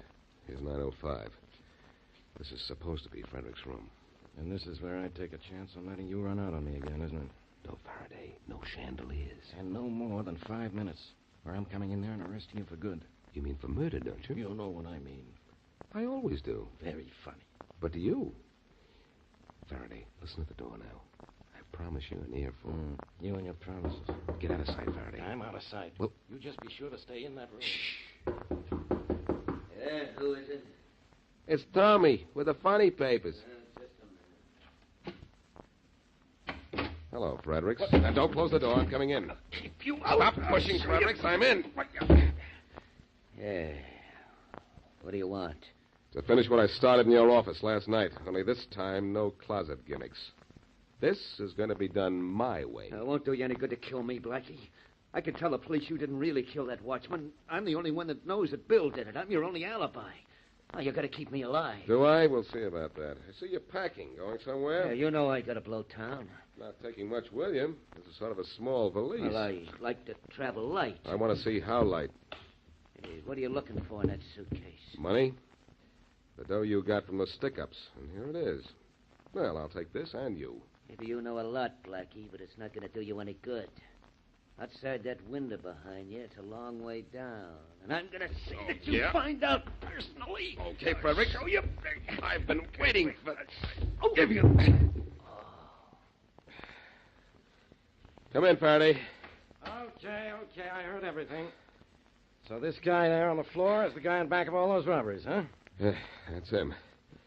Name is Fredericks. That character Tommy I brought down to you works for him. Yeah? This guy here is the boss. Mm-hmm. The guy who really shot and killed the watchman is a fellow named Bill. With a little coaxing, either Fredericks or Tommy will tell you where he's hiding out. Good. It's going to be a lot of fun coaxing them, too. You know, Blackie, maybe it takes a little longer when we work alone on a case, but we sure get results. Want to know a way we can solve cases quicker? Well, I sure do. On the next case, when we work alone, I'll work alone.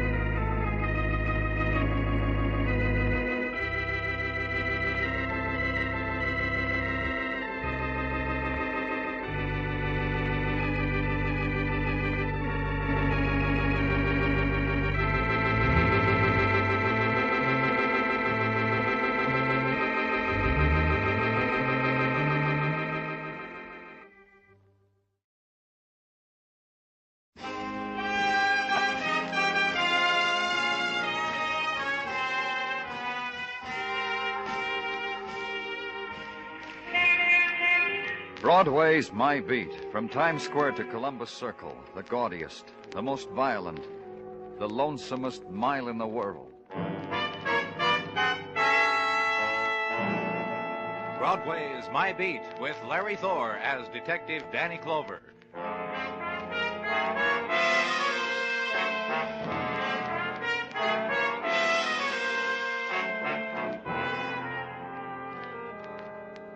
In the sunlight of an October morning, Broadway stands on its street corner and breathes deep of the autumn-filtered air, presses out of its lungs the taste of the night past. This is the time of day when neon is silent, spectaculars doze. The shadows have not yet found their final shapes, and the pavement is flecked with glints of sun fragments. Doorways are opened on the October day, and the night dreams are swept into the gutters. It's the time of the coffee and cakes, and break from the starting gate. And the odds, even up, you never come in.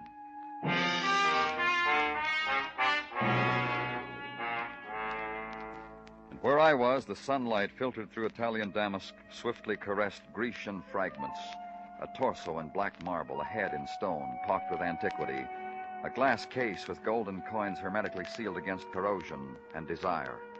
And impervious to it all, the man who leaned fastidiously against a Grecian column, then lifted his glass of champagne, silently toasted the bust of Plato, then let the realization flow over him that a policeman was there among his treasures. You respond well, you people, and quickly. Bravo. At headquarters, they said your call sounded urgent. Did they say that? How perceptive of you people.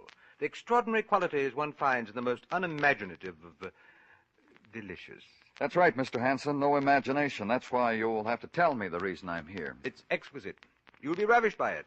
Shall we set it off with champagne? Look, I reject the bubbly. It's going to be such a grisly day, Mr. Clover. I promise you. It's off to a good start. Goodbye, Mr. Hanson. Come back, idiot man. Come back. In this room full of dead antiquity, there is so much vibrant death, pulsating death. And you turn your back on it. Idiot man. Someone's dead? There will be. Does the statement chafe up an emotion in you? Who? Nola, my wife. Once of such beauty. Such beauty that would put all these my Grecian delicacies to shame. That torso, for instance. It would blush to its tippy toes at the beauty that once was Nola's. But no more.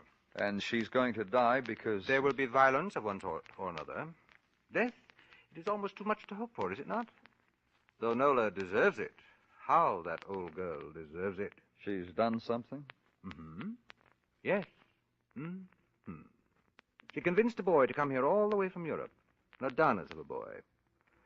Kurt could turn on the old girl. Young gods turn on old beauty sometimes. Destroy it because it offends their sense of the aesthetic. Kurt? Kurt Bauer. A young thing with a pair of skis. I fear Nola is playing with her own demise in that boy, and she's not aware of it. No more than she's aware that... That what? That my daughter Connie, by a former, less colorful marriage, also has no love for Nola. You must talk to Connie at her place on Sutton. Ask her why she loathes Nola so helplessly. It'll amuse you. And you, Mr. Hanson, what about you? Why? I, too, am a creature of violence. Delicious, isn't it? I don't know one day to the next how I'll react when something's taken away from me. I fear for Nola, Mr. Clover. Such an exquisite fear. That's why you called us? But exactly. Nola's a lovely old girl. I'd fret if there was so much as a scratch on her. You'll prevent that, you people, won't you? If you can. If you can. And saying it, Mr. Hanson poured himself a drink, moved over to the slender Grecian column, faced me, and took his stance next to Plato. He fingered his mustache, cocked his head, and used a half of his mouth for a smile. That's the way I left Mr. Hanson.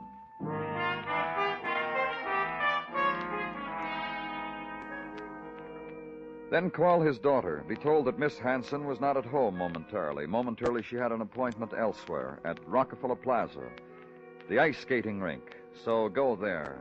Have her paged. Miss Hanson. Miss Connie Hanson, please. And watch the skaters briefly. The young thing who catches your eye in pirouettes. And Swifty, the rapid boy on racing blades. And the lady who gets up again, brave and intent, and skates close to the rail. And the very tall young woman who skims out of the crowd and talks to the announcer. Hi, Miss Hanson. That man asked for it. Do you want to see me? Yes, my name's Clover. Can we sit down? Sure, if you want. I'm from the police, Miss Hanson. Go on. I'm not panicky. I had a talk with your father a little while ago. What's his current burden? I'm not sure, Miss Hanson. He seems to be worried about your stepmother. You should have started to worry about her 15 years ago, the day he married her. If I were he, I'd give up by now. You know, come philosophical about her. What did he say about stepmother Nola? He said something would happen to her. Somebody... Kurt? He mentioned a name, Kurt Bauer. Kurt Bauer. You know something? I've been waiting for Kurt for 2 hours, just to cross hands with him and dance a Blue Danube with him. He won't show up. Would you show up for me, Mr. Clover? For a girl who's 6 feet tall? I want to... My complexion's not so bad, but look at this hair. Ever see hair like this on a girl? I chuckle to myself when I put lipstick on my face. Tell me about Kurt Bauer. And see me gush? Don't make me do that, Mr. Clover. I'd titter and poke you with an elbow. Well, just tell me who he is. Young man. We found him in the Italian Alps. We? stepmother, Nola, and I. We were skiing. Something came out of the blue and plopped down beside us and made nasty little slaloms in the snow. That was Kurt. What's he doing here? Stepmother Nola stopped waxing his skis long enough to tell him she could get him a job come winter at Lake Placid. Then why would he want to do anything to harm her? My daddy tell you he would? Dad was ribbing. He's a ribber. Great sense of humor. He reads Plato and hits passers-by over the head with folded newspapers. How about you? You don't like Mrs. Hanson, do you? I don't like any woman who's lovely. You blame me? Now, pardon me, Mr. Clover. There's a tall man skating over there. He's alone. I never saw him before, but maybe he's looking for me. I'll give him something to look at.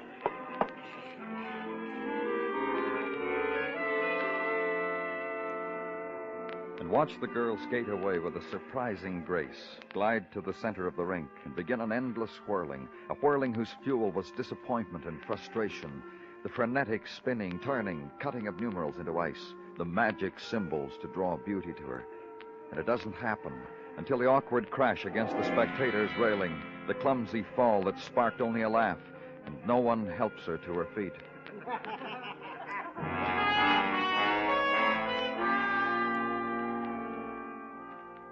Check now with the proper authorities for an address on Kurt Bauer, ski instructor. Be given it. Go there, to an apartment whose odors are of wax, of oiled wood and steel, and blended with it the perfume of the woman who runs her fingers across the boy's mouth as he speaks. Please, Nola, please. The man frighten you, Kurt. You've met his type before. Don't be frightened, darling. You will understand, Mr. Clover, that Mrs. Hanson... Nola, darling, Kurt, Nola. Please take your hand from me. In the presence of this gentleman, it is not... You realize what you're doing to this boy, Mr. Clover? You frighten him. Because he's been harassed by men like you before. By police?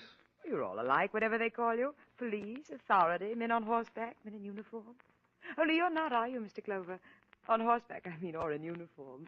But Kurt has met you before. What Mrs. Hanson is trying to say for me, and I would wish she did not... Kurt, I was only trying to... What Mrs. Hanson is trying to say is that I served with the Nazi Alpine Corps, against my will, that I deserted them, that my innocence has been proven by your occupation forces in my native Germany, that my relationship with Mrs. Hanson is only... Only that, Mr. Clover. I'm a sort of fading employment agency for young men who fly beautifully through the air. Your husband said he was afraid for you, Mrs. Hanson, that something was going to happen to you. Something bad? By whose hand? Your stepdaughters, maybe. Kurt's, maybe. Your husband's, maybe. Shall I give you my reaction? Mrs. Hanson... I'll give it to you, my reaction. Connie, my stepdaughter, pathetic girl, she's so in love with Kurt. She might hurt me, even try to kill me. Yes, she might. And I could understand it, believe me, I could. And my husband, you've met him. He's vicious, no?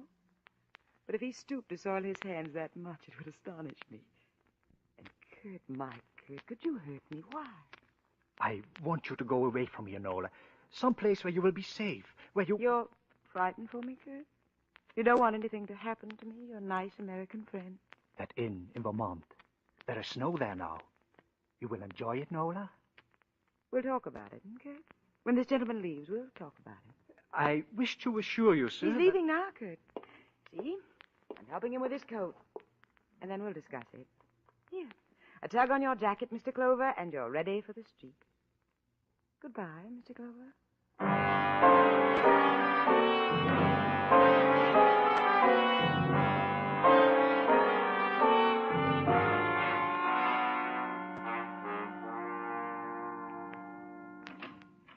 Danny?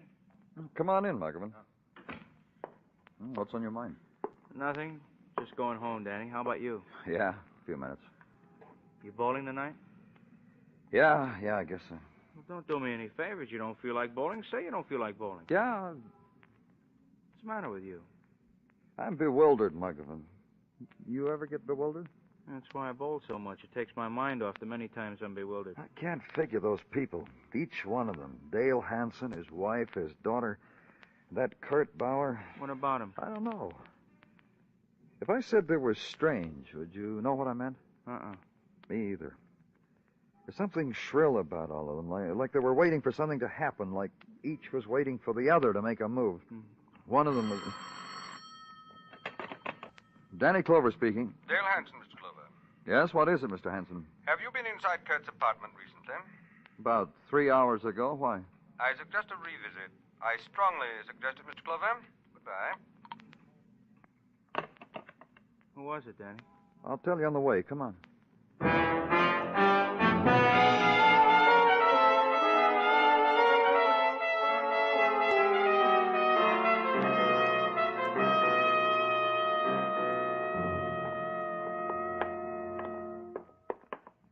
Door's wide open, Danny. Thank you very much for the information, Muggavan. Go on in.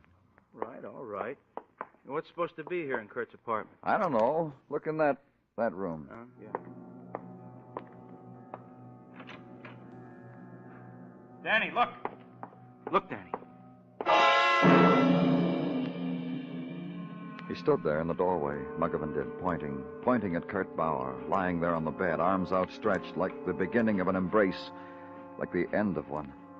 And beneath the white silk scarf around his throat was the shaft of a ski pole, steel-tipped, impaling him. It was the thing that killed him, the thing that had murdered Kurt Bauer.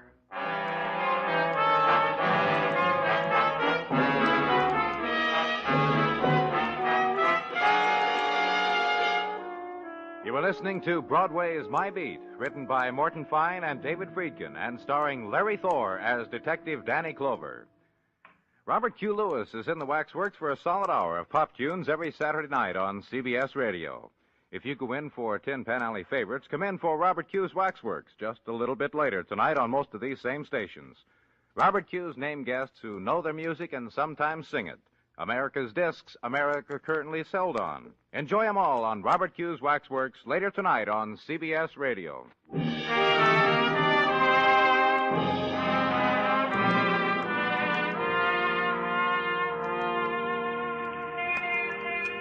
It's the time that was saved up for, Saturday night on Broadway. The time when the great explosion flings itself out over the city, and the lights climb in columns against the wall of night like licking serpents. Crowd gathers to give it voice. The hawkers, the gawkers, the hurry-up boys, the take-it-easy girls, the laughers, the weepers, the footsteps, the sigh of silk, the whispers. And inside, a thin sheet of glass away, the cocktails on the varnished bar, and the piano, and the secret sounds from a corner table. This is it, kid. Broadway, in the blaze of the moon, Saturday night time.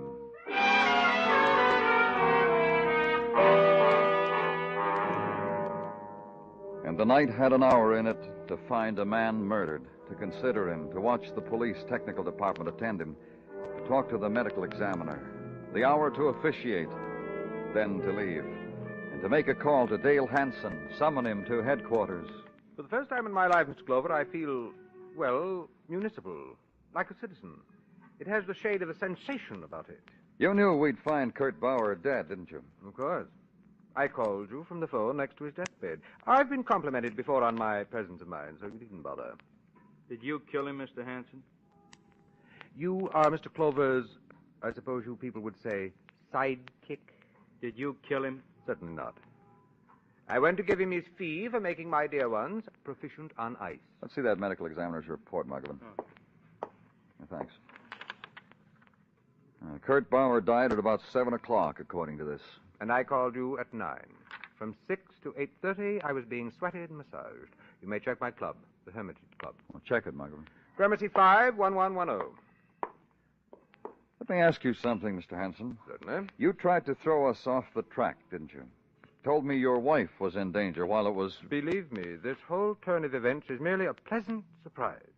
Who killed him, Mr. Hanson? I suppose someone whose forte is pleasant surprises. I caused you to frown. Forgive. Did you know your daughter was in love with him? She'll grieve. And your wife? My wife is a foolish woman, and harmless.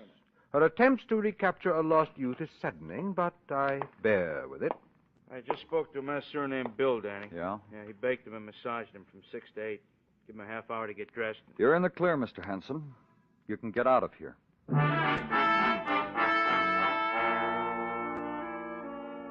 Then the phone call to the Hanson apartment. Be plugged into the chauffeur's quarters. Be told in a crescendo of yawns that Mrs. Nola Hanson had been taken to Grand Central at about 4 o'clock for a jaunt to Vermont. that she packed 3 custom-made bags, stopped off at Brooks Brothers for an undersuit of Woolies.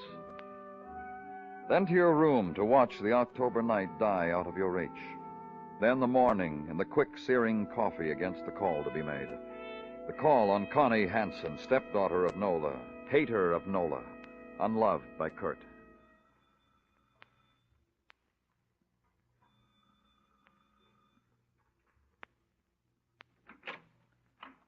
Miss Hansen, please. Who are you? Police. Oh, now, you mustn't trouble Miss Constance with why she tried to do away with herself. She tried to commit suicide? When? Last night. Can I see her? Well, doctor left things like you to my discretion. Can I see her? Well, I don't see what harm it'll do. Come along.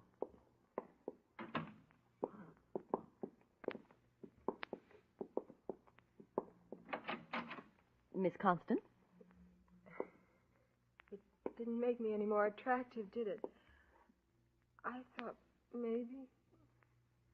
Why, Miss Hansen? Why? Kurt's dead, haven't you heard? I ever tell you about Kurt? Beautiful Kurt, handsome Kurt. You're not a woman, so you don't know what it was when he touched you, even by mistake. He never drew his hand away from you the minute he did. I could gush like this forever. You could have killed him, tried suicide knowing it wouldn't work to make us think... You're a ray of sunshine, Mr. Culver. You really are. A big help. You're thinking I could kill Kurt. That makes me something, doesn't it? Really something. A girl a man could want. A man could want a girl like that. I'm sorry, Miss Hansen. You better leave, don't you think?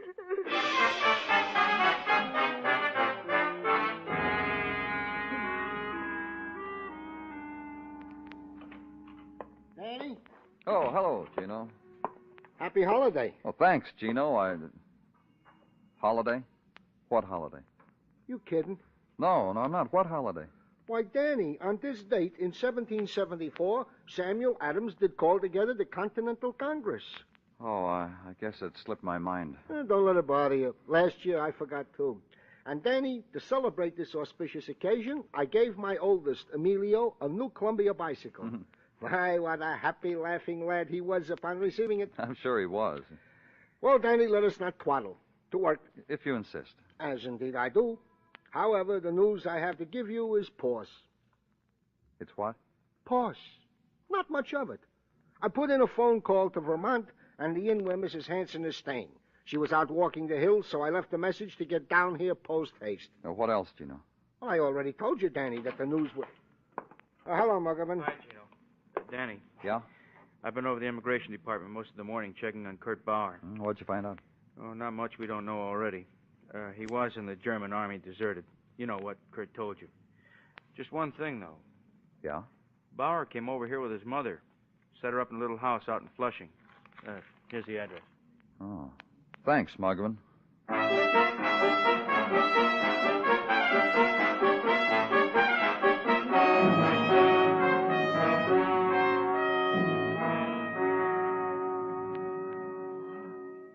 Kurt was something fine, Herr Clover. Something beyond your understanding. I met him, Mrs. Bauer, talked to him. He told me he was a deserter. My Kurt was a man of intelligence. When promises, dreams were not what they pretended to be, Kurt fled from them, as he fled from your authorities in our country. He said he'd been an unwilling Nazi, and that he was cleared. He was, but it was still flight, because Mrs. Hansen beckoned. She loved him. Many have loved Kurt. Many Mrs. Hansens. Younger, richer, less greedy for youth. And many husbands have wished my Kurt dead for this. Dale Hansen? A curious man. This house, it was his gift to Kurt. Kurt's clothes, his apartment, money to spend. You mean they were a gift through Mrs. Hansen? No, from him personally. Because my Kurt went to him when we came to your country, explained to him his interest in Mrs. Hansen was only professional. She had talent for skiing. Explained to him his gratitude for the opportunities of your country. My Kurt was an intelligent man. You could call it that. Was it not intelligent of him to call to Mr. Hanson immediately when you found him with Mrs. Hanson? When you told them of her husband's fear for her? Kurt did that? Immediately. To ask of Mr. Hanson the favor of money for our return to our home. Kurt had no wish to be present when... And what did Hanson do? He promised Kurt the money. He told Kurt to come here to me. He would bring the money to us. You wish more from me, Mr. Clover? No, nothing.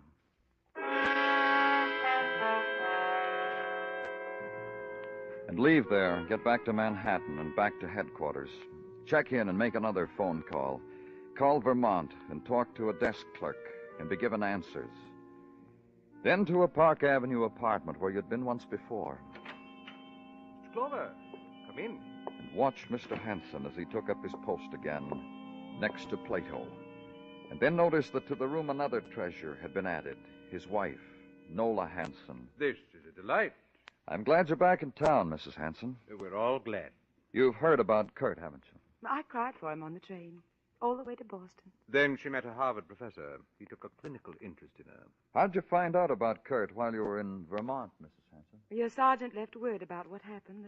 The desk clerk at the inn gave me quite a detailed report. I forgot to tell you something, Nola. What? I saw Kurt a little before the police.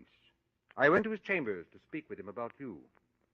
And there he was, that tool of his trade right through his chest. I cried.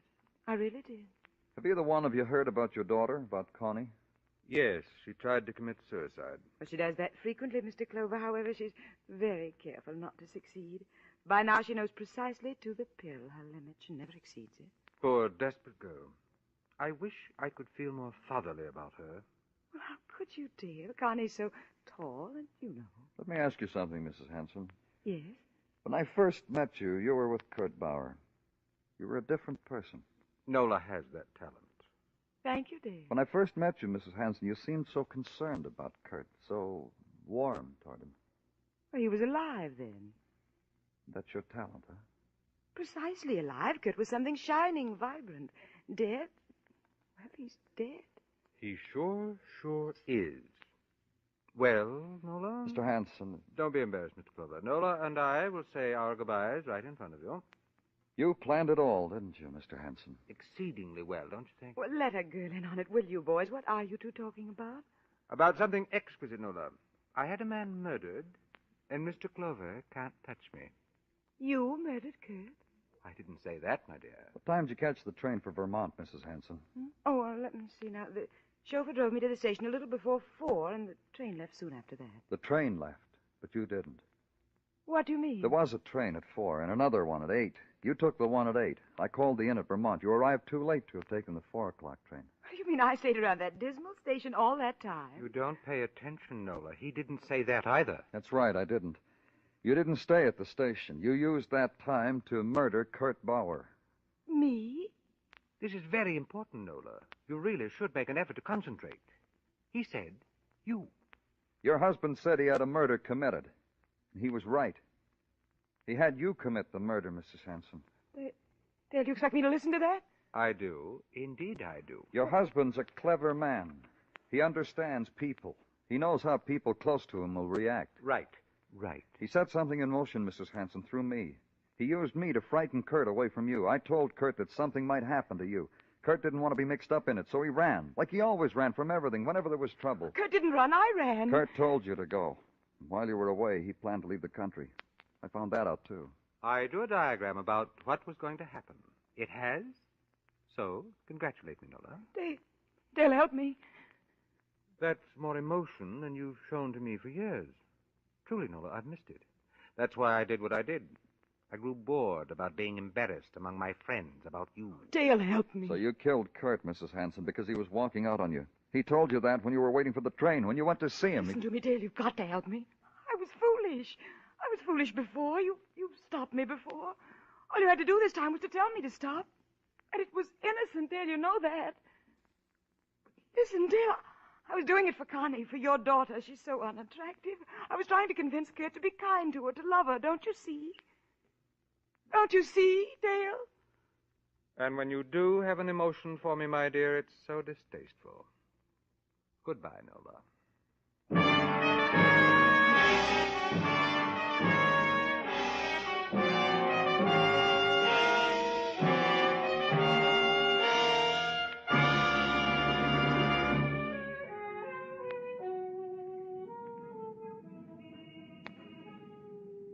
Nighttime blares down Broadway.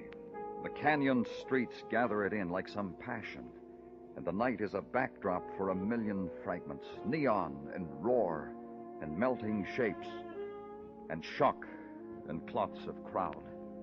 It's a fury that sweeps you up and holds you close and throws you into the gutter of your choice. It's Broadway, the gaudiest, the most violent, the lonesomest mile in the world. Broadway, my beat.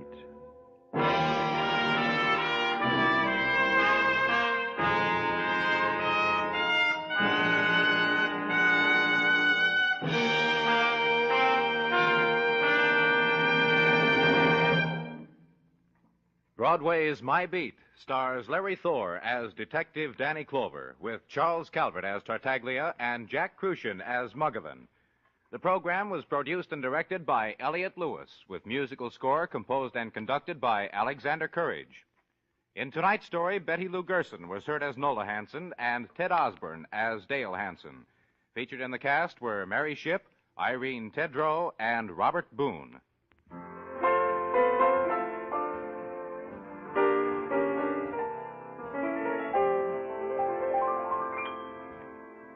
When Squire Jack Benny invites the whole gang to a swank Hollywood nightclub, the natural question arises in everybody's mind: who's picking up the check? They'll find out, and so will you, tomorrow night when CBS Radio brings you Jack Benny Time. Bill Anders speaking. And remember, the Frankie Lane Show is your date with slick syncopation every Sunday afternoon on the CBS Radio Network.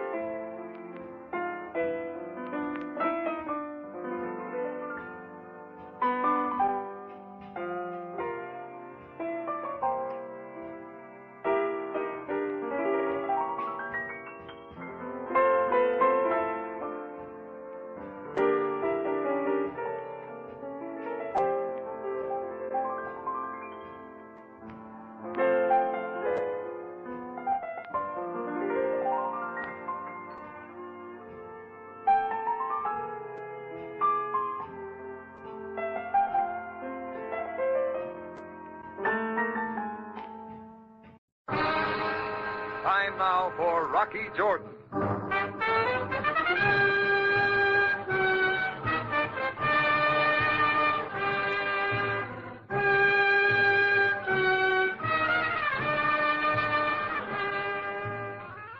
Not far from the Mosque Sultan Hassan in Cairo stands the Cafe Tambourine, run by Rocky Jordan.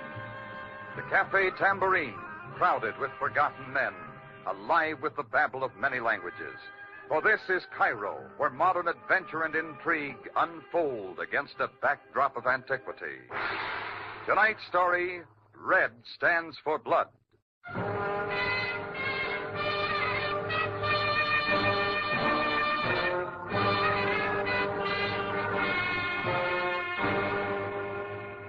It gets cold in Cairo at night.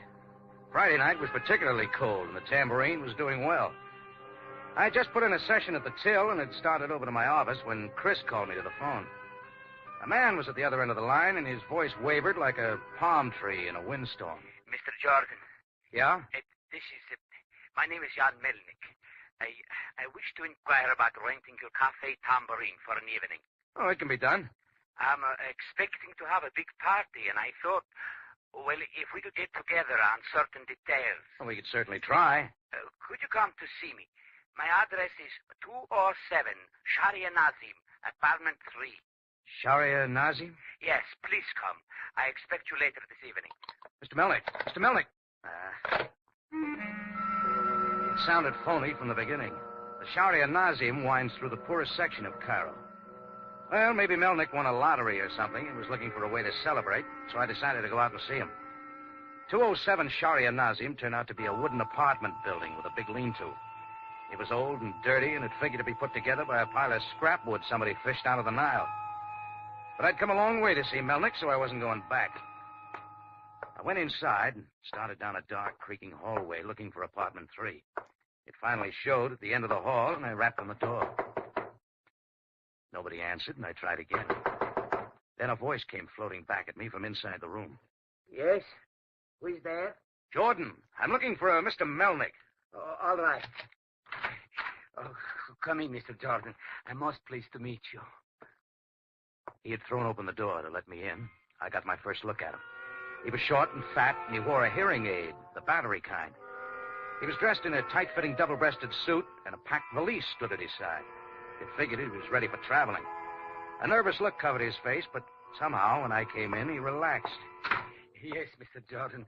Most pleasant to meet you. Haven't I seen you around Cairo before? Perhaps you have. I've been in your city for some time. Street photographer, isn't that it? That is correct. Take pictures of tourists against some Cairo backgrounds and sell them the shots for a few piastres. And that is the manner in which I have made my living since the last war drove me out of my homeland. Well, business must be pretty good if you can rent the tambourine for a night. Be so kind as to sit down, Mr. Jordan. I can take it standing. May I offer you a cigarette? No, thanks, but you can turn on some more lights. That would not be wise. Well, all right, let's get to it, Melnick. Are you or are you not going to rent my tambourine? Well, as a matter of fact, Mr. Jordan... You're not. It's just like... Possibly could, Mr. Jordan, but it would have been most unwise for me to leave this place without you. Look, Melnick, you may have a lot of time for games. I'm sorry, Mr. Jordan, but this is no game. This is very important to me. And it may be profitable to you. How profitable? I am sure that we can arrive at an agreeable figure. For me doing what? Protecting me. I'm willing to pay a reasonable sum for you to protect me on a journey to Alexandria. Look, I'm a cafe owner, not a bodyguard. For a price, could you not be both? Maybe. Who are you hiding out from? That I cannot tell you as yet. And then I don't figure we can get together. But, Mr. Jordan... I want to know who you're hiding from and what you've done. Nothing that you need to be overly concerned about. Well, why not go to the police? They're in the protection business. Because this is and must remain a private matter. And then keep it real private, Melnick, and leave me out. Just a moment, Mr. Jordan. Yeah? I was willing to pay £50. I can double it. Sorry. Mr. Jordan, this is more important to me than you can imagine.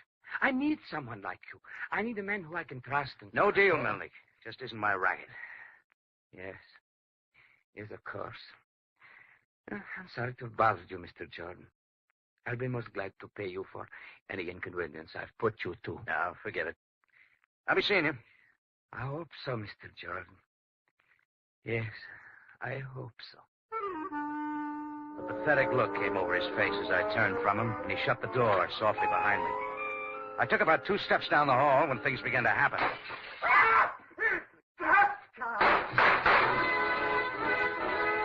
I threw open the door and looked inside. Melnick was hugging the floor, and there was a face outside the broken window. It was big, and it was red. It was topped off with a flock of red hair and a beard to match.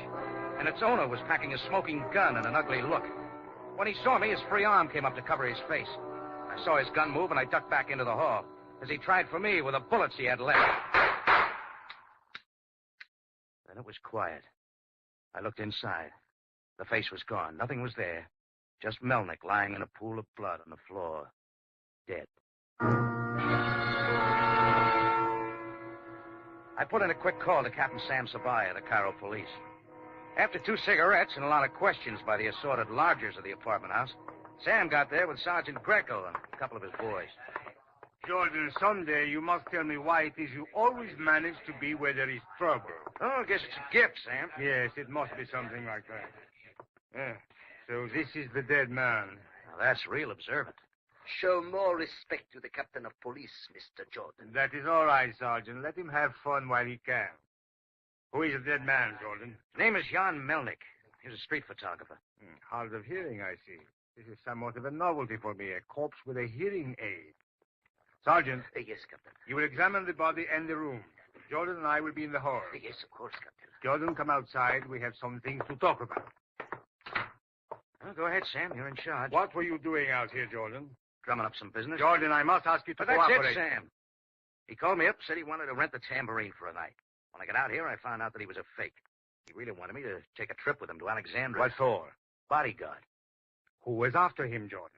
He didn't say. Are you sure he didn't say? Oh, ease off, Sam. You're getting a lot of information. I think I can give you the killer's name.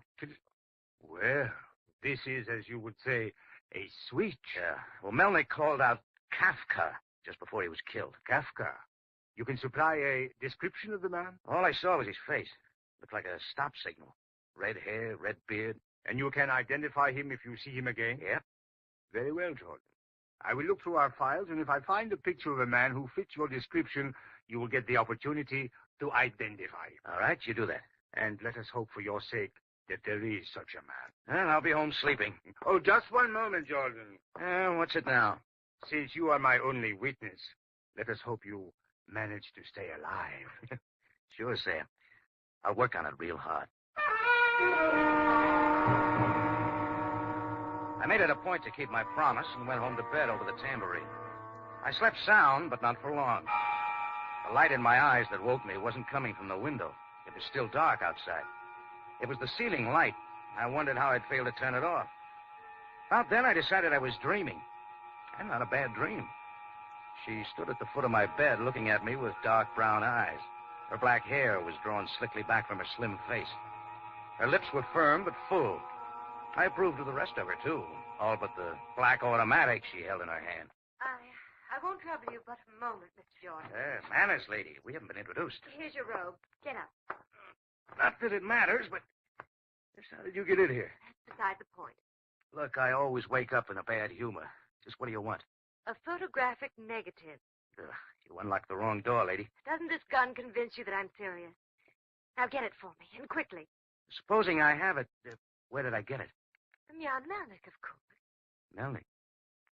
Let's see. I'm quite sure he gave it to you. I didn't kill Melnick. I'm quite aware of that. Suppose you try waking up a man with a red beard named Kafka. I'm interested only in you, Mr. Jordan. Are my eyes lighting up? I believe you understand me. Why would Melnick give me a negative? What's this all about? I didn't come here to answer questions. Mr. Jordan, I'm becoming very impatient. For the last time... I haven't got it. I think you're lying. I'll come back in the morning. We'll have a cozy chat. Mr. Jordan, what are you doing? Opening the door. So long, lady. Not yet, Mr. Jordan. Ooh. Her pistol handle had come down over my right ear. My eyes looked at each other, and I went back to sleep for quite a while. But no more dreams. Only a loud ringing in my ears that got louder and louder. I reached out to shut off the alarm clock, and all I found was the edge of the rug. I was still on the floor. The ringing continued. I finally got up and stumbled over to the table. That's all I could do to lift the receiver from the hook. Yeah?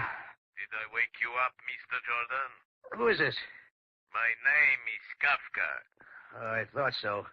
Sabaya is slowing down. I figured he'd have you by now. In the morning newspaper, I have been reading the things you have been saying about me. Well, if they're good, they're lies. They say I have killed a man named Melnick. They got it right. They say also that a man named Rocky Jordan saw me. That is most unfortunate for this man. Yeah, you're telling me. Means he loses a lot of sleep while a redhead yaks at him on the phone. It means that such a man who tells such tales makes life uncomfortable for Kafka. So, what's he going to do about it? Kafka suggests that if suddenly this man Jordan's memory fails and he can no longer identify the man who killed Melnick, then this man Jordan may find himself somewhat richer. That doesn't appeal. I'm getting tired of money. I will give you a moment to reconsider. It's a waste of time. You also took a couple of shots at me, Kafka. That doesn't make us friendly. Jordan? And I don't like getting pushed around because somebody's looking for some sort of negative I'm supposed to have. Or, you know what I'm talking about. Might I suggest, Mr. Jordan, that you do not go back to sleep? I am thinking that you have such a short time to live. You should enjoy yourself. Yeah. The whole thing was beginning to irritate. I threw on some clothes and headed down to police headquarters to do a little screaming at Sabaya. It was a little after 7 when I got there. As Sabaya rocked back and forth in his squeaky chair, he looked tired. It figured he'd spent the night there. Sergeant Greco stood by his side. Well, Captain, look who has come to visit us. This isn't a visit, Greco. It's business. Yeah, we have some with you too, Jordan. Looks like you two boys have been hatching up something. Jordan, Sergeant Greco and I have spent the night looking through our files to find a picture of the man you say killed Jan Melnick. Yes, Mr. Jordan. Just a moment, Sergeant. Jordan, this is the picture we found that fits the description you gave us. Look at this. Sure. Is this the man? Yeah, that's the one. Red face, red beard, and hair. You are sure, Jordan? We do not want you to make a mistake. Oh, I'm sure, all right, Sam. Nobody else would come that ugly. There you are, Captain. I told you, Just Mr. a Jordan. moment, Sergeant. Jordan, you do not wish to change your decision that this is a photograph of the man who killed Melnick? What are you getting at? What is it you're trying to do, Jordan? But Sam... Why are you lying to us? Hey, what's going on? This is a photograph of a man who has been dead for 2 years. Jordan, I think perhaps that we had better keep you here until you decide to tell the truth.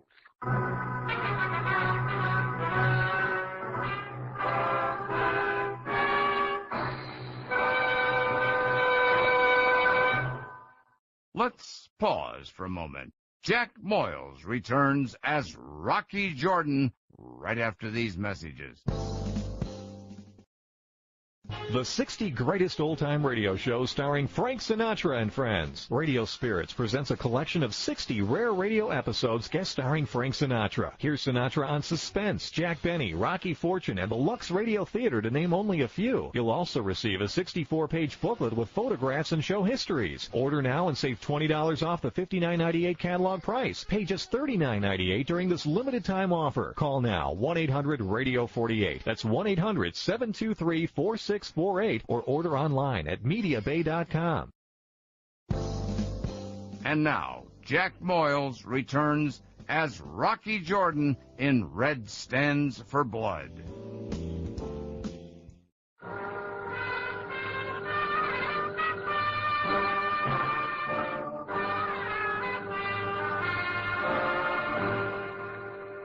When you see a man with a gun throwing slugs your way, you have to remember what he looks like. I'd have bet my last piastre I could identify the red face, red hair, and beard of the man I saw kill Jan Melnick. And when Captain Sam Sabaya pulled that man's picture from the police files, I said he was the one. I was still sure of it when Sam pulled the clincher. According to police records there at headquarters, the killer I had identified had been dead for 2 years. I didn't like the way Sam and his number one boy, Sergeant Greco, were looking at me. Now, Jordan, perhaps you will be more careful with your information. Who killed Jan Melnick? That's his picture, Sam. Mr. Jordan, Captain Sabaya just told you that man has been dead. Yeah, I heard him, Grego.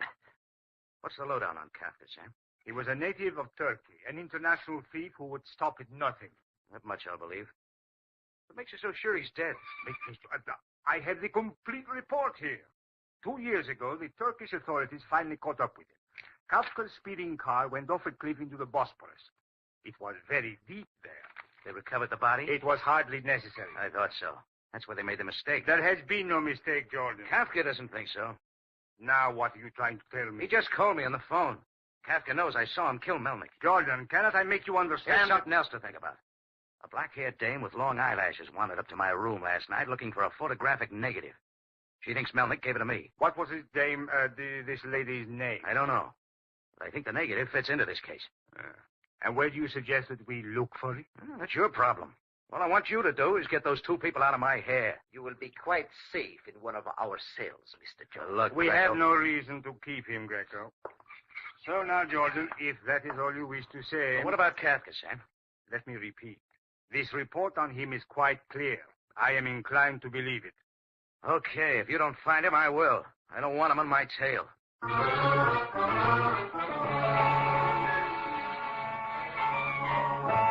There was a photographic negative somewhere in Cairo that was hot enough to set up a murder. Jan Melnick had died for it. I might be next. I wanted to know why. I went back to the place on Sharia Nazim where I had found him in his room. I found out two things. He had rented the room a short time before, but hadn't lived in it. And he had a wife. Their home was down on the Nile waterfront in the worst part of Cairo. So I looked it up. You could call it a home, if you like. It was worse than a shambles. Not fit for one of the starved dogs that roam the dirty streets. Who is it? Mrs. Melnick? Yes. I'm Rocky Jordan. Oh, you are the man who saw my husband killed. That's right. I'm sorry, but there are a few things I'd like to ask you, Mrs. Melnick. Well, won't you come in, Mr. Jordan? Please be seated. Thank you. I wish I could serve you something, Mr. Jordan, but No, you that see, isn't necessary. Mrs. Melnick. You know Jan well. Not before he called me yesterday. I had seen him on the streets. On the streets, yes. Mr. Jordan, it was not always as you see here. They had a good home in Prague. I'm sure you did. Jan was a good husband, but we lost everything. After we came to Cairo, it was hard for him. Always he dreamed of taking me away from this. Mrs. Melnick, have you any idea why someone would want to kill your husband? No. Only that he said he must make a trip. He said that when he came back, there would be enough money for our old age, and there would be no more worries. And now he... You suppose he took the room on Sharia Nazim to hide out from something? It is possible. I do not know. Miss Melnick, your husband worked for a photographic company, didn't he? Yes. Tourist Pictures Incorporated, he told me. He ever tell you about a certain negative he wanted to protect? Negative? No. What about a good-looking brunette girl with sleek hair, long eyelashes? I know of no such person. Did he ever mention a criminal named Kafka? A criminal? No, Mr. Jordan. Jan was a good man. He worked hard. Sure, I know. Being hard of hearing must have made it difficult, too. What do you mean, Mr. Jordan? My husband was not deaf, not at all. I see. Now, Mrs. Melnick, there are a few of your husband's effects down at police headquarters. I wonder if you'd like to get them. Oh, yes, I do once. Then suppose we go down now. I'll take them. You're most kind, Mr. Jordan. Will you wait a moment while I get ready? Surely, I'll be right outside.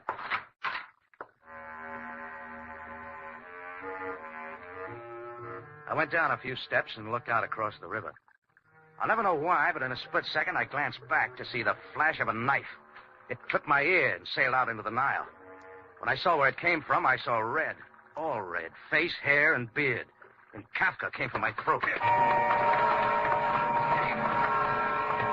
I was braced for him, and we rolled together across a narrow landing and into the river. I was underneath, and he held me there in the shallow water. My hand found his beard, and I dragged him down with me. He couldn't take it too long. His fingers loosened, and we were up. I hung onto his beard and flailed away at his ugly face. Then he slipped loose, and his boot heel sunk in below my stomach. When I came up, Kafka was halfway up the bank and running.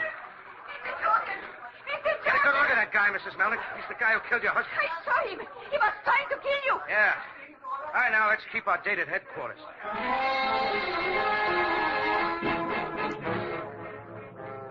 Up the hill away, we caught a taxi. And in 30 minutes, we got out at headquarters. Captain Sabaya wasn't there, but Sergeant Greco sat behind the desk. Well, Mr. Jordan, been swimming in the Nile? For once in your life, you're right, Greco. But never mind the small talk. We came to get Jan Melnick's effects. Why should I give them to you? Easy, Greco. This is Mrs. Melnick. Jan Melnick's wife. Oh, I am at your service, madam. Sergeant Greco, my husband had only a few things, but can I have them now? Your identification, Mrs. Melnick. Look, Greco, I'll identify her. Like you identified Kafka's picture, Mr. Jordan? Will this letter do, Sergeant Greco? Let me see. Oh, very well. Now, will you sign here, please? Okay, now get it, Greco. Cut the stall. One moment.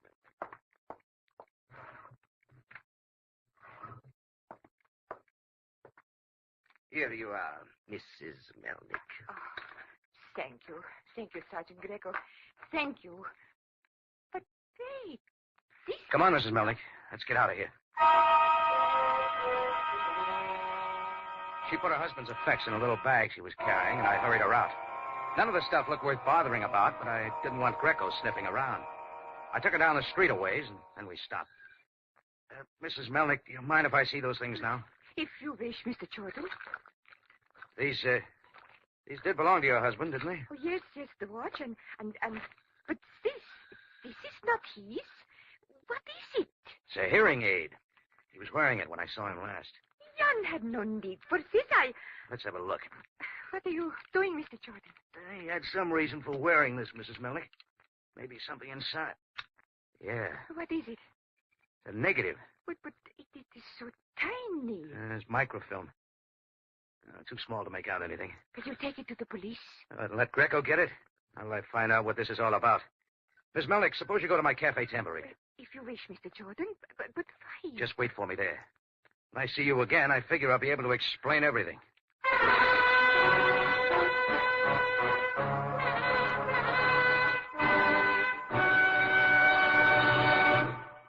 Let's take a short break. Jack Moyles returns as Rocky Jordan in a moment.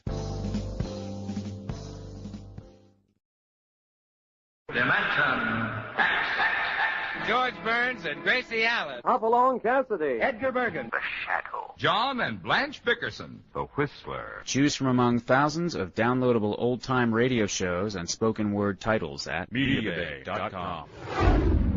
The best voice on the net. Yeah.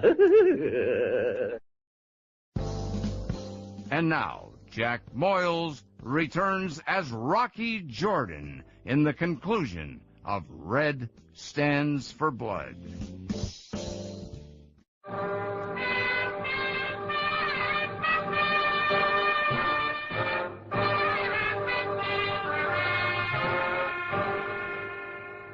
That tiny bit of microfilm had the answers, and I had to find a photographic shop to see what they were. And why not the place where Jan Melnick had worked? Tourist Pictures Incorporated. I located the place on a side street off Solomon Pasha Square. As I went in, I saw a face start from behind the curtains and back. A slim face with dark eyes, framed by sleek black hair. She was just as pretty and just as scared as the night before. I got back there on the double. No gun this time, lady? I don't have it now, Mr. Jordan. I didn't get your name. I'm Marta Helwig. Now, let's have some more answers. Why are you here? Returning the visit, maybe? You left in a hurry last night. Rocky, I'm sorry. I didn't want to hurt you, but I had to. Sure, they always have to. Believe me, Rocky. I didn't shoot. Could have. Oh, forget it. My head's clear enough now. You were looking for a photographic negative, Marta. Yes, I must find it. Why? If I don't, I'll be killed.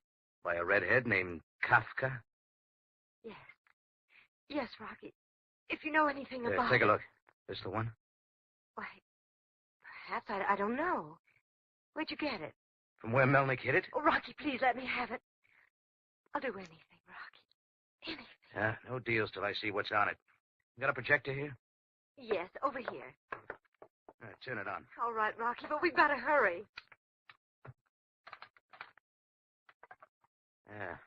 Wait a little bit of focus. Rocky, that's the one. Taken in front of the Grand Theater. Who's the Egyptian? I don't know. But you see who's in back. Sure, no surprise at all. It's Kafka. But he looks a little surprised. You understand now, Rocky. Yeah, everything. Jan Melnick just happened to snap this picture, and Kafka was in it by accident, along with the date of the next picture showing at the theater. So he's located in Cairo, date and all. That's right. When Melnick developed the negative, he must have recognized that ugly face. So he put it on microfilm and planned to get it to Turkey, where there was a price on Kafka's head. Only Kafka found out. Where do you fit? Well, Kafka came to me offering me a price if I would get the negative and return it. Seemed the easy way for him. That bump in my head didn't pay off, Martha. But, Rocky, that wasn't all. He said if I didn't get it for him, that I needn't plan my breakfast for this morning. You see now why I was desperate. Did he show up? No, not yet. But now we can give it to him. No, nothing doing. Get your coat, Martha. Oh, please, Rocky. Get it. We're going to Sam Sabaya to prove that Kafka's alive. All right, Rocky. I'll be right back. I'll just take this film. Just leave it there, George. Huh? Leave it in the projector. I will get it. Kafka. Now get back. I use a pistol better than a knife. You showed up a little too late. In time to get what I want. Mission accomplished, huh? No, not yet. I warned you to lay off, Jordan. You know too much. Now what do I get? This, Jordan. I braced for the slug, but it didn't come. Kafka just looked at me. His gun dropped from his hand, and he went limp, like the hump on a starving camel. Marta stood in the doorway, the color gone from her dark eyes. Well, I see you found your gun again. Yes, I found it. Who was it for? Kafka or me? Does it make any difference? No. Well, you're in the clear now, baby. You can relax. Suddenly, she did, but I got to her before she slid to the floor. From then on, things were more pleasant. When she was steady again, we paid Sam Sabaya a visit. He was real pleased, but Greco wasn't because he got the job of taking care of Kafka. I made a date with Marta to meet her later, and then Sam and I went to the Tambourine, where Mrs. Melnick was waiting. So that is what Jan was trying to do. But why? Mrs. Melnick, your husband had only the highest motives in his effort to get Kafka's photograph to the Turkish authorities. He knew he was asking for trouble. He figured the risk was worth it. For your sake, Mrs. Melnick. Unfortunately, he was dealing with a desperate criminal. The whole affair is most regrettable. However, there is one consolation. Yes? The Turkish government had a price of 1,000 pounds on Kafka's head. I am sure Jordan will agree that the money goes to you. Of course, Sam. Kafka would never have been found if it hadn't been for Jan Melnick. Yes, that is true. I only wish he'd realized that my own comfort was not so important to me as our life together. But Jan thought only of me. He was a good man.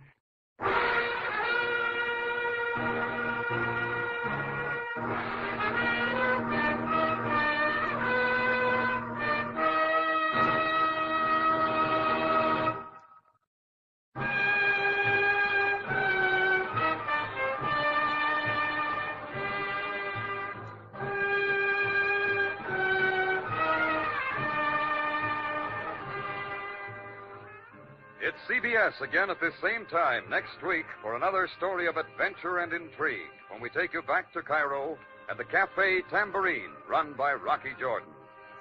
Jack Moyles plays the title role, the story by Gomer Cool and Larry Roman. Rocky Jordan is produced and directed by Cliff Howell with original music by Richard Arant.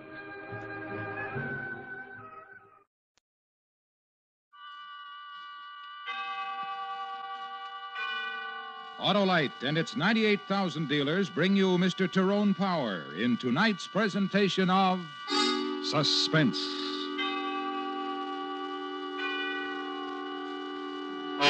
Tonight, Autolite presents the story of a man who found that everything was against him. His wife distrusted him, his best friend had to give him an alibi, all because of a girl, a dead girl. Our story is called The Guilty Always Run. Our star, Mr. Tyrone Power.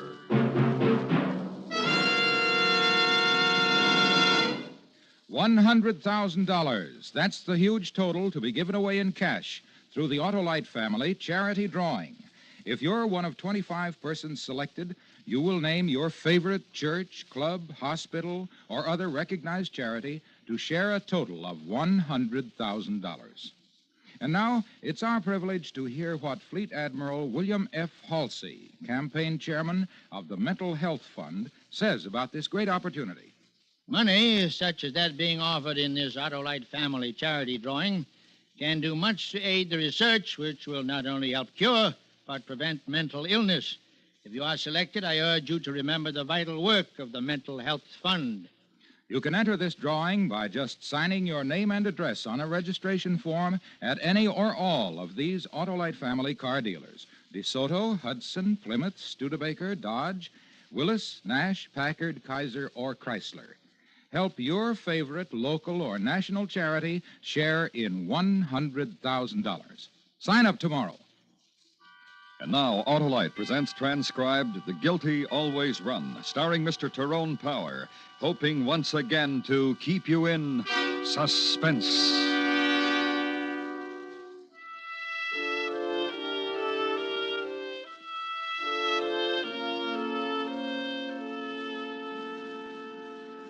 To leave me alone all evening like that. It's way after 12 and... Listen, you told me it was all right. You told me to go. Answer the phone, will you? Okay. Or do you expect me to leap across the room Okay. Hello. Hello? Hello? Hello? Anybody there? Well, Nobody there. What's the matter? I thought I heard something. Hello? Hello? Hello?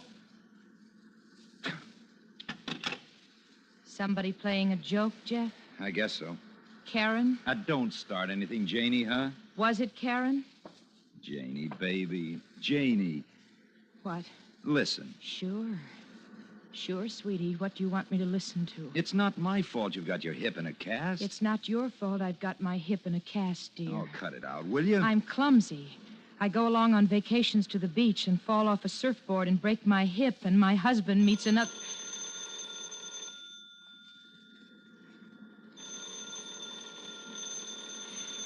Are you going to answer the phone? No. Bring the phone over to me, Jeff. Let me answer it. Sure. Here. Hello? What's the matter?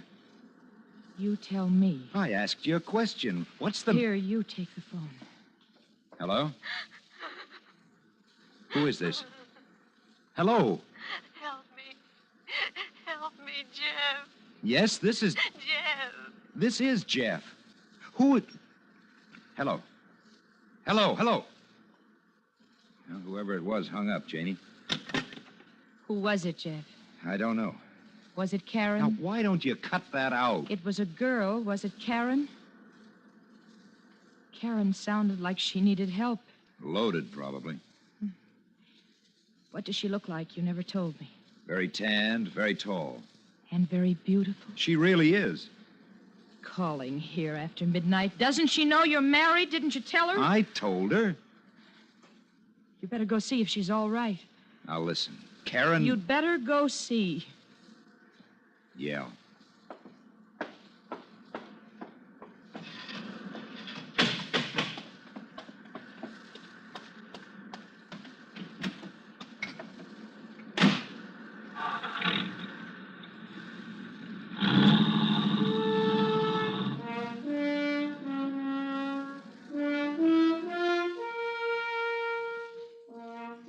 The drive was 8 miles from Zuma Beach. Nearly 2 in the morning and a full moon and a few clouds and phosphorescence riding the lip of the surf. No one was home at Karen Lawrence's house. Her white convertible wasn't there either. I went home.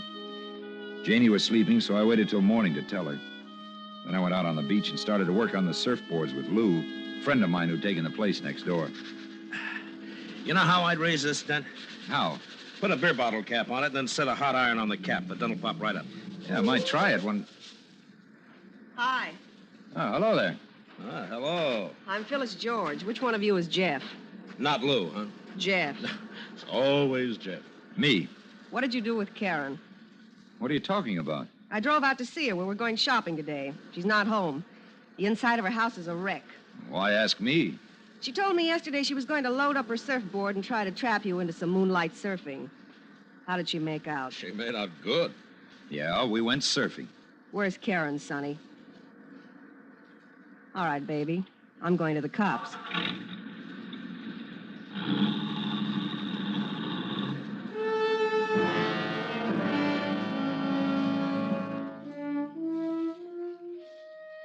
We finished resurfacing the boards after that. Not much talk. I kept looking down the road for the cops that girl promised. No cops. After a while, I said to Lou, see ya, and went back to Janie. Carried her out to the strand of white beach we bought for the summer. Oiled her back and her shoulders and her arms and then her face. Then lay down and set the ball of sun spinning. And that's how a day got done.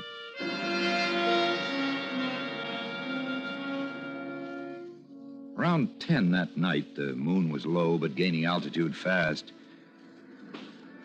Jeff, Yeah, honey? it's a beautiful night out there. Very beautiful. Uh-huh. No sense you sitting around listening to the radio.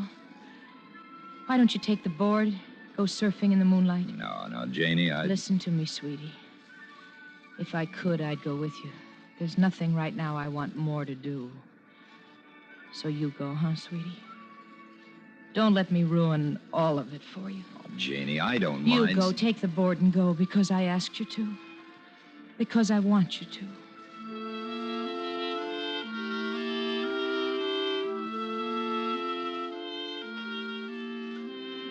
I went. And the waves were coming in gentle and fast and moon-crested from about 150 yards offshore. I paddled the board out, easy and slow, to where the moon was shaping them. It's where I saw her, Karen. Her hair floating and woven in a web of kelp, and her face moon-white, and her lips and splotches of color on her throat where the bruises were. Karen in the wet shroud of a silk dress. Dead Karen, in the sodden jacket I'd lent her the night before.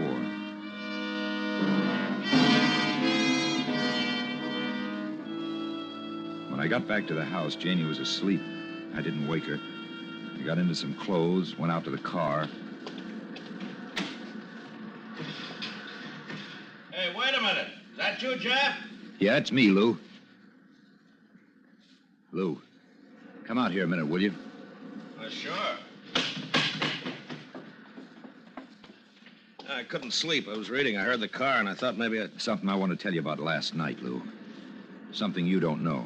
All I know about last night is that you and Karen went surfing by moonlight this morning. A girl named Phyllis rode up and yelled cop in your face because no more beautiful Karen. After that, I lose you. Just listen to me, huh? Well, I'm listening, Jeff. Well, like you said, I went surfing with her. After that, she needled me into taking her to that joint down the highway for a beer. Well, it's been done. A beautiful girl sometimes merits a beer.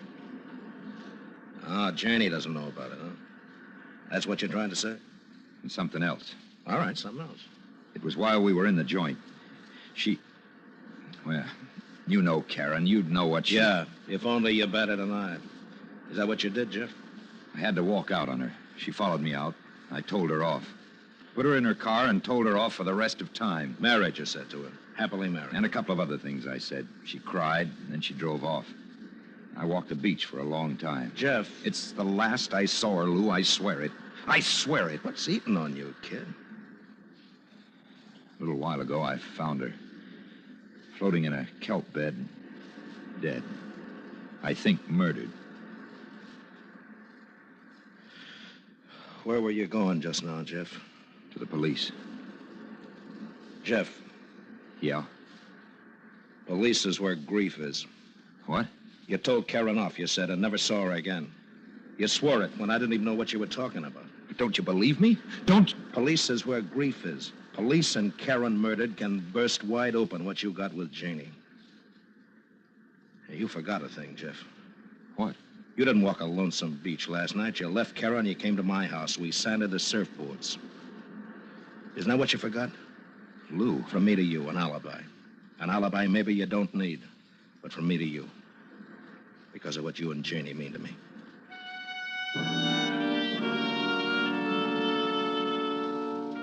Because of what he said. Because it was a big grief. Because it might kill what it was Janie and I had together. The summer and beach and sky and sea and a love I had for her. I waited till Lou had gone back into his house. Then I swam out to where Karen was. I took off her the jacket I'd lent her the night before. I swam back to shore and found a littered strand of beach and burned the jacket and buried the scorched rags. And I went home and slept. And it was Janie who woke me. Jeff, there's a fellow outside. Huh? What? A fellow outside wants to talk to you. Who? A Mr. Anders, a policeman. Look, Janie, no matter what, that phone call last night. From Karen? That phone call? No matter what, don't say anything about it. Nothing. A fellow's waiting at the door for you, Jeff. No matter what, do you hear? No matter...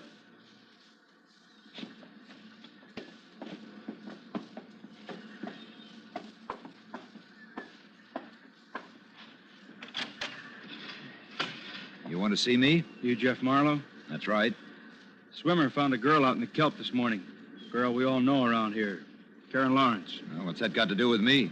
She was murdered, Mr. Marlowe, strangled. Somebody killed her and put her out on the tide. Let's go inside and talk about it.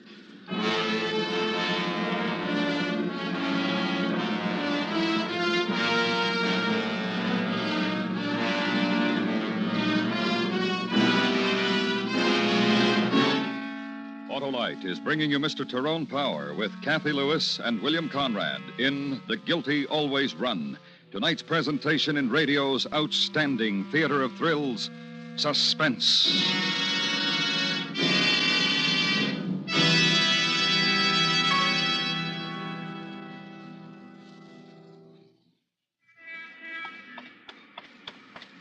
Hey, Marty, what's the rush? Oh, hi, Harlow. I can't stop now. I'm coming from a preview of the new 54 Kaiser, and I've got to get over to the paper and write the story. Hey, they call it the new car with the big change, don't they? Right. There's a big change in styling, front, back, and inside. And there's more room and comfort than ever before.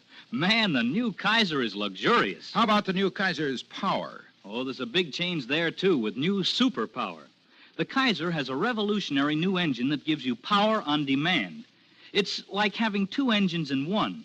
For normal driving, you get Kaiser's famous economy. But when you need an extra burst of power and pickup for passing, or for zooming up hills, you get it.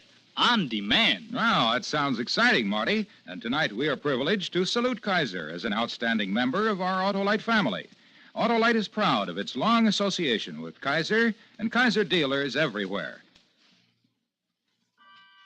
And now, Autolite brings back to our Hollywood soundstage Mr. Tyrone Power in Elliot Lewis's production of The Guilty Always Run, a tale well calculated to keep you in suspense.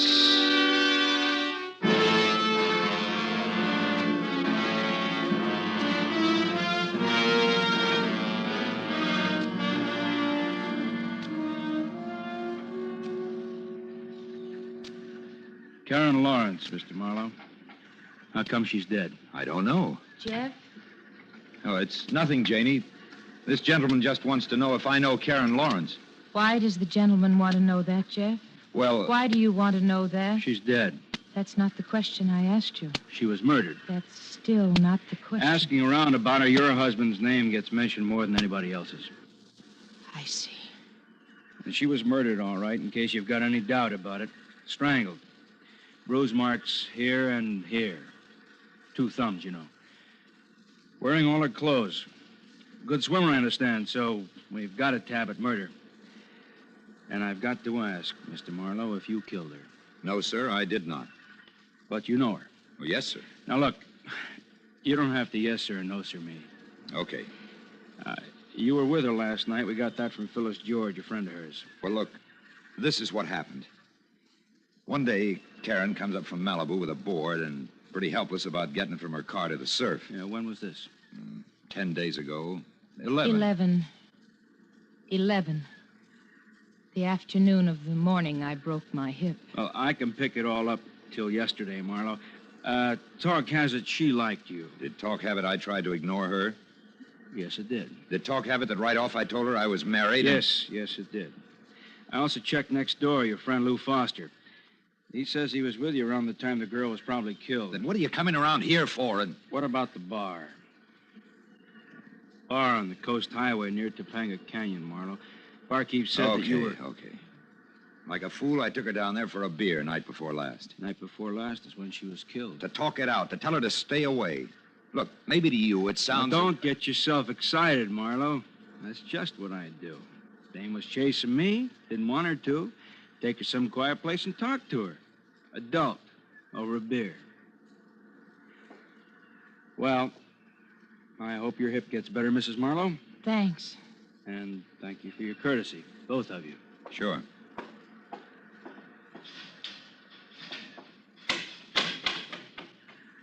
Jeff? Yeah? You didn't tell me you took her for a drink. Just for a beer. Oh. Now look, Janie. To tell her not to love you anymore, Jeff? What's been going on, anyhow? Hello? Mr. Marlowe? That's right. Who's this? Norm. Norm? Yeah, Norm Sloan, Mr. Marlowe. I got the Topanga Innery on the Coast Highway.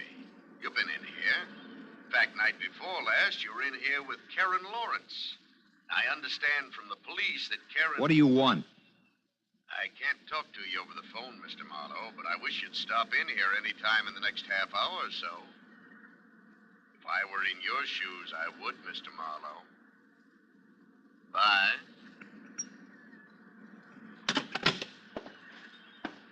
Who was it? Nobody. Who was it, Jeff? Nobody. I'm going out.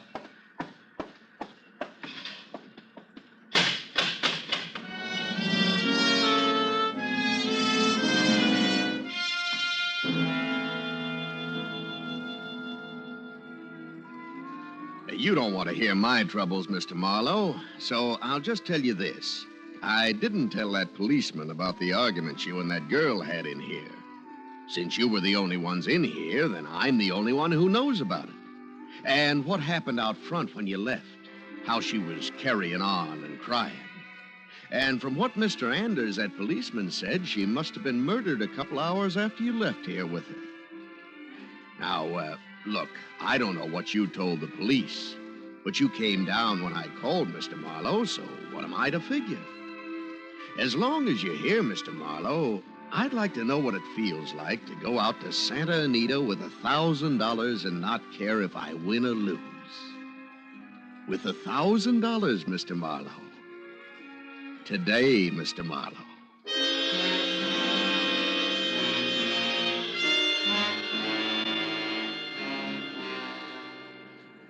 $1,000? For what, Jeff? For what I need. To buy off a murder charge. Are you crazy, kid? You got it, Lou. You gonna give it to me? You're crazy? How deep into it can you get? 1,000 now? 1,000 a week, maybe, for the rest of your life? And You're then not gonna do it, huh? You're not gonna give it to me. Who you buying from, Jeff? Sloan. Runs the beer joint on the highway. He saw me and Karen outside his... 1,000, huh? He must have seen a lot. You'll get it back, Lou. Every nickel. All right, Jeff. Drive me to my bank. And, Jeff... Thanks. Thanks. That's not what I meant. This is what I meant. This'll do it, Jeff. It's as far as I can go. So luck and a long life, kid. We just stared at each other for a while. Then I had to lift his hand from his side to shake it. No more talk. I drove him to his bank. Lou got the money, gave it to me. I drove him to his house and then went to Sloan's joint. Bought a bottle of beer. Drank half of it. Paid him $1,000 for it. Sloan laughed from deep in his stomach.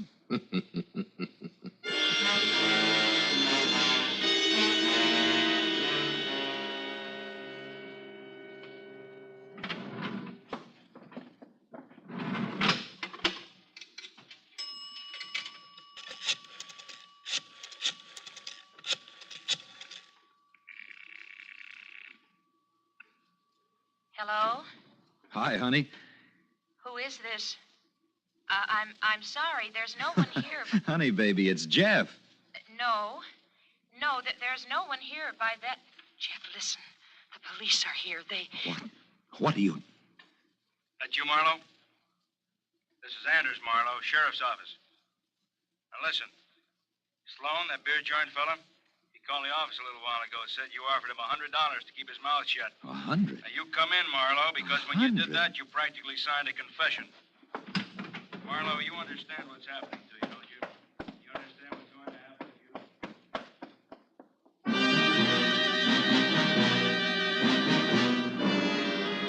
you? I let the receiver hang and let him talk into nothing, and I ran. Off the coast highway, down the beach. A couple of miles.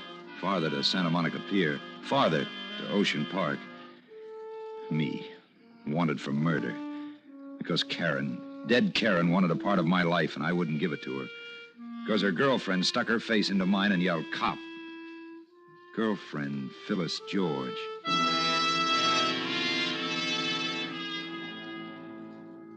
I found her address in the Venice phone book. I went there. Rooming house overlooking one of the phony canals they have. Second floor rear. Phyllis. Scared. Staring. Holding it in. You just get out, you hear? Just keep away from me. You gotta help me, understand? Things you know about Karen. Fellas she knew. One fella maybe who wanted her dead. You did it. Nobody wanted her dead. Help me. What was it you had with Karen?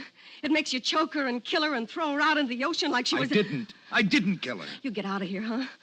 Because you scare me. Because you Just listen, huh? Anything you know about her that I can take to the cops. Keep away. Keep away. Kill her. Kill her. Kill her. Shut up. Shut up. Like Karen, huh? That's how you jump? That's what you did to her, killer? That? Like you wanted to do to me just now? No, I just... Don't do...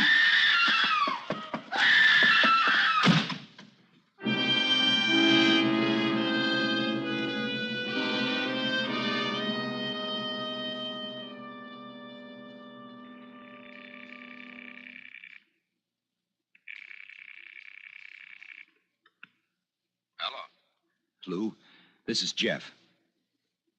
Where are you, kid? Listen, how's Janie? I didn't call her because the line's probably tapped or something. How's Janie, Lou? She's okay. Where are you? I want you to meet me, Lou. Tell me how things are going. I gotta talk to somebody. Sure. Where are you? Phone booth outside a drive-in laundry in Venice. Rose and 3rd Avenue. I'll pick you up there, kid. Right away, Lou. Right away.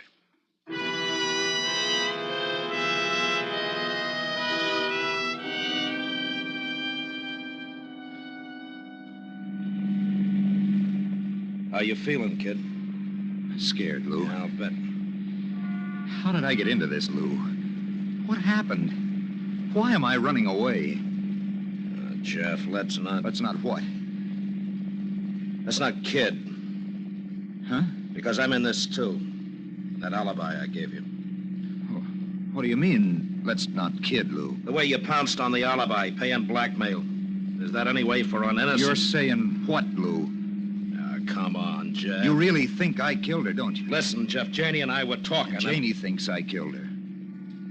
Yeah. Yeah, she does, Jeff. You asked and I told you. Okay. What are we stopping for? This is where you're getting out. What are you talking about? Hey, what is this? Open the door, Marlowe. That's the boy. Now come on out. That's it. You can slide out too, Mr. Foster. Sure. Lou. That's right. I told Mr. Anders I'd bring you here, kid. Look, I didn't kill her. I did a lot of things wrong, but I didn't... Just don't whimper, Jeff, huh? The old nerve, kid. Like sliding in on a big one. Like the thrill things, kid, huh? Like you and Karen. It wasn't like that. How was it, kid, huh? What was the formula? Flex the muscle and be polite, brown eyes looking up at you, and here, take my coat, you must be cold, and let's have a beer, and back to the beach. Lou. Back to the beach, and after all of it, she was only kidding all the time? What did you strangle her for? The coat, Lou. How did you know about it? What? The coat. My coat I put on her. Sure, the one she was drowned in. There was no coat. I went back there after she'd been murdered, took the coat from her and burned it. The same crazy reason I did everything wrong. How'd you know about the coat, Lou? Now, look. Nobody knew about that coat but me. And whoever killed her. Then why did you come running to me for an alibi? I didn't, Lou. You suggested I ought to have one. You would be my alibi. That way you'd have one, too. What about it, Foster? What can he say? Those phone calls. Call and hang up till Janie got on the line. Then let Janie listen to her in pain and calling out my name. Start suspicion right at home base. You really built it, didn't you? We better go. Hey, don't do that, Foster! Stop! Hey! Hey, don't!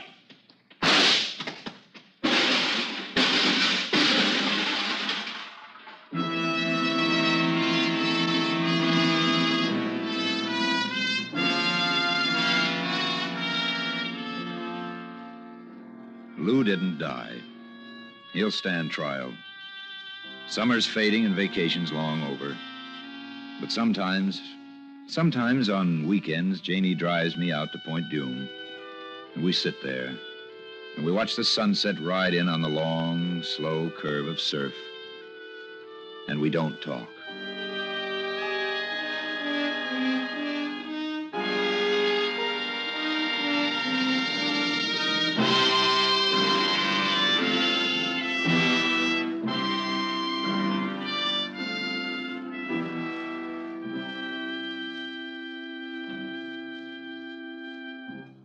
Suspense. Presented by Autolite. Tonight's star, Mr. Tyrone Power. This is Harlow Wilcox again. If you're one of the 25 persons selected in the huge Autolite family charity drawing, you can name any recognized charity you wish to receive a big share of $100,000 in cash. Those charities can be schools, hospitals, churches, the Mental Health Fund, or any other recognized charity. So if you're 18 years or over, visit any of the following Autolite family car dealer showrooms: DeSoto, Hudson, Plymouth, Studebaker, Dodge, Willis, Nash, Packard, Kaiser, or Chrysler. Print your name and address on the registration form and have the car dealer sign it. That's all. Nothing to buy, try, or solve. So help your favorite recognized charity share in this $100,000 total. Visit any Autolite family car dealer showroom and sign up for the Autolite family charity drawing tomorrow.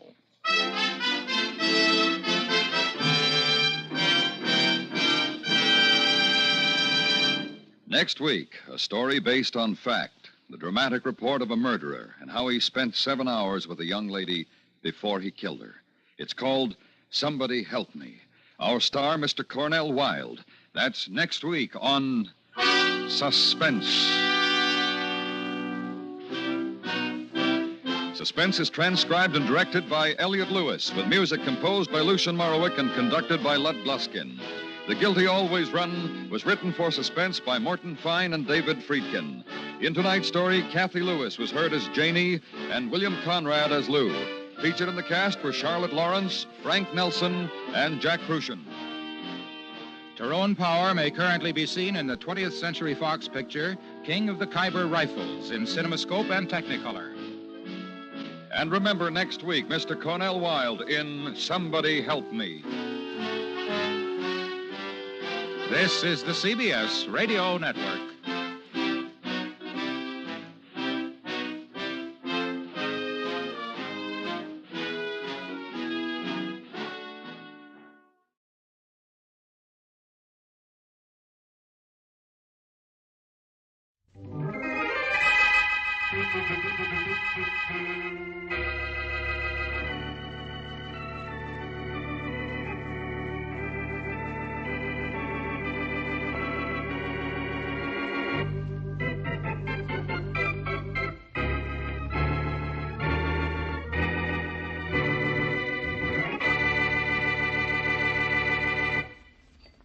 Donald, what's the matter with your appetite? Nothing's the matter with my appetite, Mom. Ask me what's the matter with the stuff you cooked. If you don't like what Mom cooked, don't eat it. Don't make any remarks about it either. Why don't you shut up? Donald, don't talk that way to your brother. Kenneth isn't making any trouble. He isn't making it any pleasant around here either. Maybe you better leave the table, Donald. I might as well. Don't let him upset you, Ma. He's just in one of his moods this morning. He's always in one of his moods. I don't know why I put up with you two. You don't know why you put up with us. Well, I like that. I don't know how we put up with you. You refuse to work. You won't help me around the house. You won't do a thing ever. You let your brother support you and me wait on you. It's a good setup, isn't it, Mother? Or do you want me to move out and do things my way? Maybe that wouldn't be as bad as I've always imagined. Maybe I ought to let you. You won't. You'll do anything to keep me out of trouble. By the way, I need $10 for this afternoon. I won't give it to you. All right, then. I'll better give it to him, Ma. Just go out and try and steal it if you don't. Thanks, brother. Sometimes you're almost a good guy. You ought to be ashamed to take money from me, Donald. It's Kenneth's money. He works for it, and all you do is spend it. That's the way it's supposed to be. He makes it, I spend it. Where's the $10, Ma? I'll get it for you.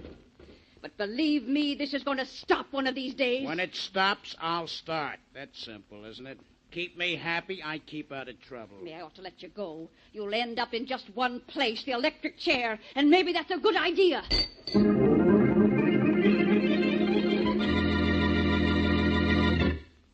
And now, on to Dick Calmer as Boston Blackie. Enemy to those who make him an enemy. Friend to those who have no friend.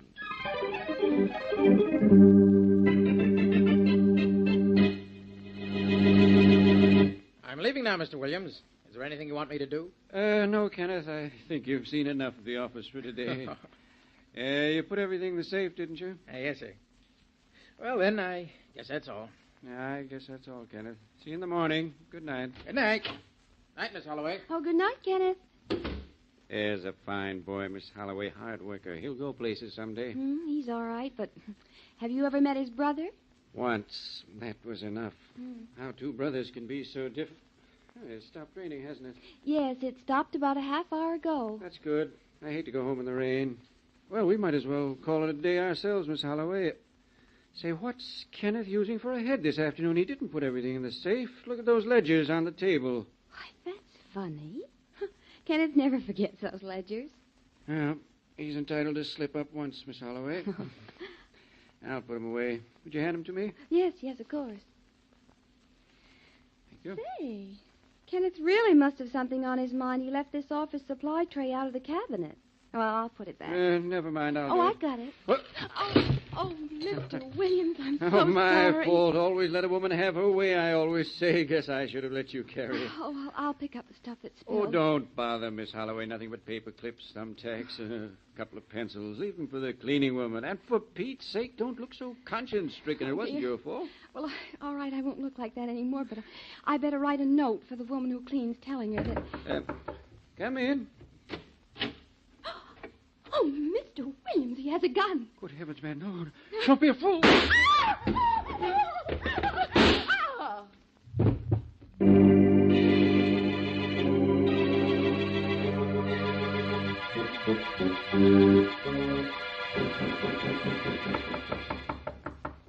Yeah, who was it? It's your mother, Donald. I want to clean up your room. Okay, come on in, clean it. Who's stopping you?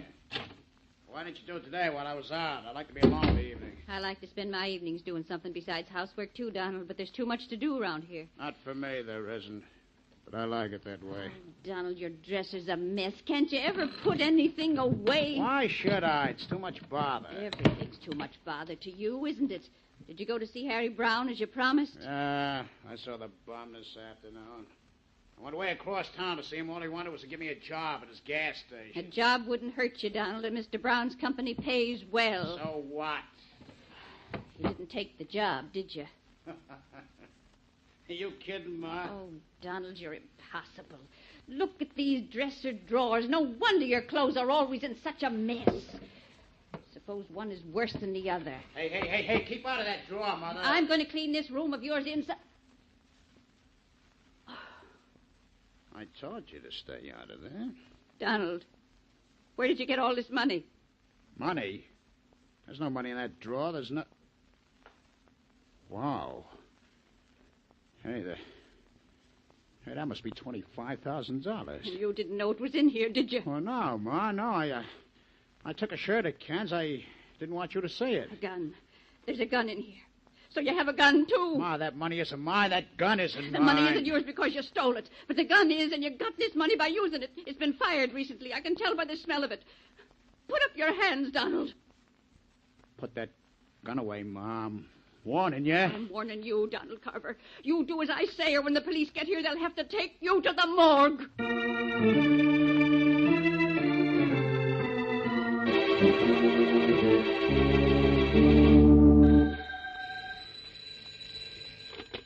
Hello. Hello, Blackie. This is Mary.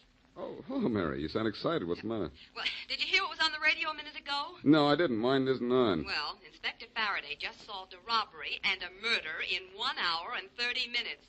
And guess who was arrested? Who? Donald Carver. Donald Carver? Who's he? Oh, Blackie, don't you remember the woman who came to see you about a year ago? The woman with the son who needed a talking to? Oh, yes, of course. My talking to him didn't take, huh? Well, it took for a year and then wore off. Apparently, there was a robbery and murder early this evening, and Carver's mother found some of the stolen money and the murder gun in her son's dresser drawer and phoned the police. His own mother turned him in, huh? Mm-hmm. Gee, must have been a pretty tough thing for her to do. Yeah. Hey, wait a minute. I just remembered something else about Mrs. Carver. Huh? She said if I didn't straighten Donald out, she'd do something drastic to get rid of him. Yes, that's right, she did. Mary, it's not like a killer to keep a murder gun in his dresser drawer. It can be found too easily. Well, this whole case was over in 90 minutes. I think the case has just begun, Mary. Who was killed and where? A man named Williams and his secretary, Miss Holloway. It happened in Mr. Williams' office where Donald's brother Kenneth works. That's 18 Oval Square. 18 Oval Square, huh? Uh-huh. Well, I'm going to Oval Square right now. And I'll bet before long I have Faraday running around in circles.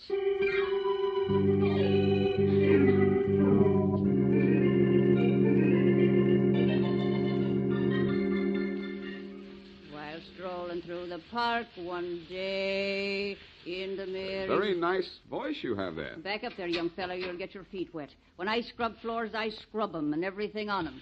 In the merry, merry month of... I'm sorry to bother you while you're working, but I'm Boston Blackie. A murder was committed in this room this evening, I understand. Mighty good understanding you've got. Month of May, How long has it been since the police left? Oh, about an hour. Take a look around. Ever see such a mess? Must have been some fight here before the killings.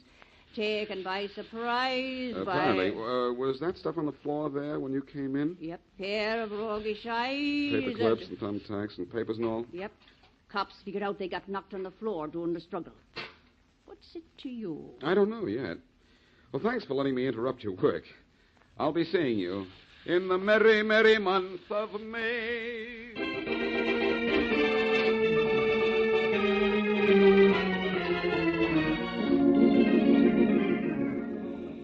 Blackie, are you sure this is Mrs. Carver's house? I'm positive. Well, let's go in. All right, I'm with you. Careful, Mary. It's muddy. Ooh. Oh, it was an awful rain this afternoon. It's made an awful mess as I walk to Mrs. Carver's house. I'll say.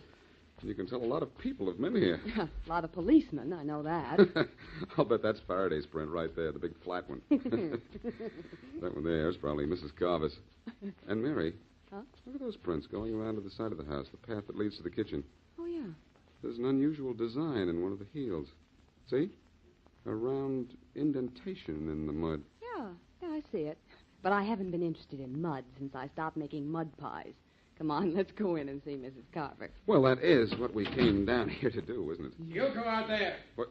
Get away from here. Wherever Blackie goes, the's trouble. I said get out of here. Blackie, he's holding a shotgun. I know, and he's holding us up from going in, too. Hey, look, you. We want to see Mrs. Carver. You heard me say to get off these premises, didn't you? Well, get and fast. Mom isn't seeing anybody.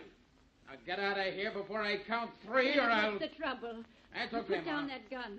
Who is it out there? It's me, Mrs. Carver, Boston Blackie, and my friend Miss Wesley. Oh, Blackie, come in. Please come in. Kenneth didn't know you.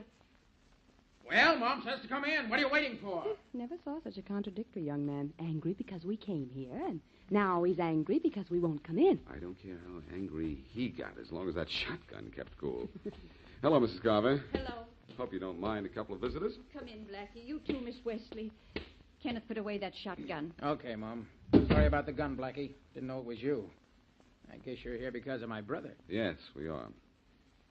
Mrs. Carver, it must have been very difficult for you to turn in your own son. It was, Blackie. But not so difficult to find some of the stolen money in the murder gun, huh? It was in his dresser drawer. I was cleaning. That late in the evening? I had a lot of washing to do during the day. You know, Mrs. Carver, I remember a remark you made about a year ago concerning Donald and his antics. You said you might not be able to stand them or him much longer. Are you hinting that Ma killed those people and is trying to blame Donald? Wait or not, Kenneth, you block. You mean you ought to try? Why, I'll... Blackie, please, now, don't hit him. Whether or not he gets hit is up to him, Mary. Get out of here, Blackie. Get out before I throw you Come on, out. Blackie, please, now, let's not have any trouble. Please, Blackie. Wait a minute. What time did you come home tonight, Kenneth? At 5:45. At exactly 5:45? Yes. I left the office at 5:30, and when I leave then, I'm always home by 5:45. How do you know it was exactly 5:45? I looked at the clock just as I came in. That's one way of telling, isn't it? Yes, I suppose so. If the clock was right. Where is it? I want to check the clock. In the kitchen, right above the stove, Blackie. Mm-hmm. I use it to tell how long a roast has been cooking. You know, you've got to cook a roast. Wait a minute, Mom, please. All right. Blackie, a little while ago, I told you to get out of here. What are you waiting for? Nothing now, Kenneth. I just want to know all the facts, that's all. Well, good night. Night. Mary. Mary, where are you? I'm out here waiting for you, Blackie. Oh. Well, seems to me the murder case is pretty much solved. Faraday has arrested Donald Carver, and you've found nothing to indicate that Donald didn't kill Kenneth's boss and the secretary. You know, Mary, I like to agree with you. It makes things so much easier for the two of us. Only you've never been so completely wrong in all your life.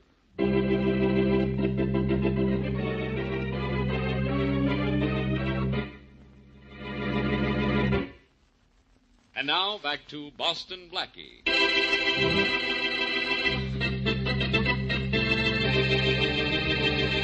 Mrs. Martha Carver has two sons, Donald and Kenneth. Son Donald is a ne'er-do-well, whose demand for money keeps the family broke.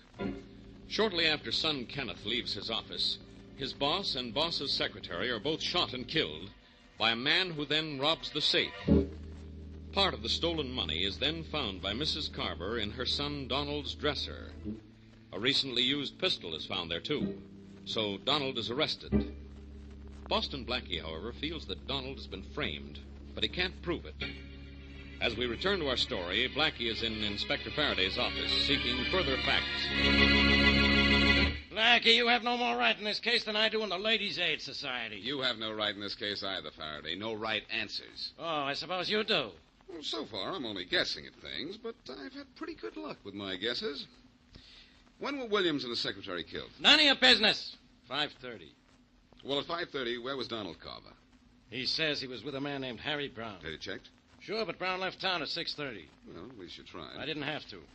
The gun found in Donald's dresser was the murder gun. So what? The money found in his dresser was part of the money stolen from the Williams Company safe. Where's the rest of it? How do I know? Maybe he spent it. Donald Carver has a bad reputation. And you're going to have a worse one if you don't let him go. I've already let him go. What? I had to, in spite of the evidence against him. Harry Brown called in from out of town, and he swears that Donald Carver was with him from 5 to 6. And Brown's office is 50 blocks from where the murder took place. Well, with Donald Carver free, who are you going to get to take his place? No one. I still think Donald Carver is guilty. With a perfect alibi? I'm going to prove his alibi isn't so perfect. Don't bet. I could tell you where you'll find your killer, though. He could tell me, he says. All right, tell me. Well, if I were you, I'd invite me to go back to the Carver house. I think it would be a good idea if we had a good talk with Mrs. Carver.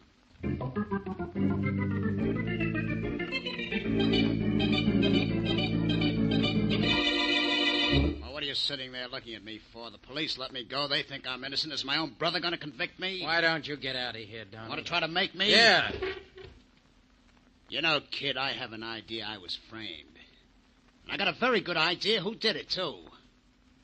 Maybe you and Mom did this thing together. You never were much good, Donald, but just how low can you get? I ought to Why knock don't you try, Mama's boy? Scared? Not of you, and this'll prove it. So you do have a little blood in you, huh, kid? Well, I'm going to see just how much and what color it is. That's what you think. That's what I was waiting. All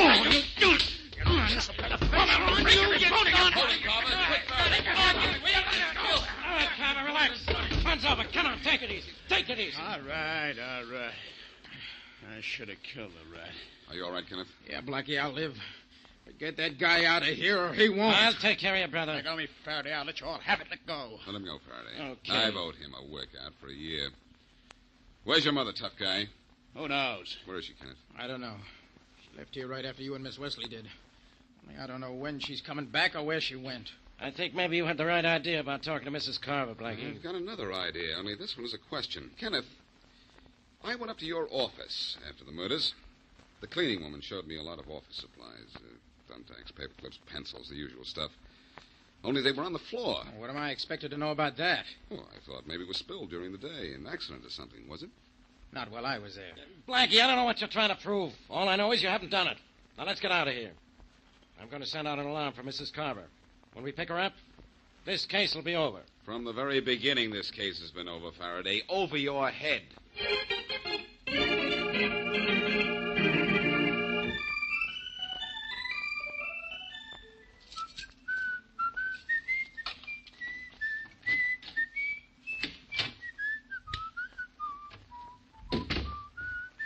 Stand right where you are, Blackie. What?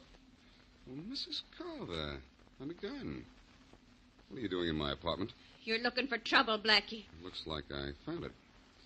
Why the gun, Mrs. Carver? I don't want to hurt you, Blackie. But if you don't stay away from my boys and me, I'll kill you. I don't know who killed those people, but I don't want you to find out. Mrs. Carver, be smart and put down that gun. Why should I? Because I think you trust me. After you put down the gun, you're going to do one other thing. What is that? Call your sons, both of them. They're at home. And you're going to tell them to meet you in Inspector Faraday's office. Am I? Yes. And do you know what you're going to do in Faraday's office? What? You're going to confess that you robbed and murdered Williams and his secretary and tried to blame it on your son, Donald. Don't be funny, Blackie. Mrs. Carver, your guilty son has succeeded in outsmarting the police so far. But you really want him caught. I know that. And I promise you I'll prove a case against him. So, won't you help me do it quickly and get it over with?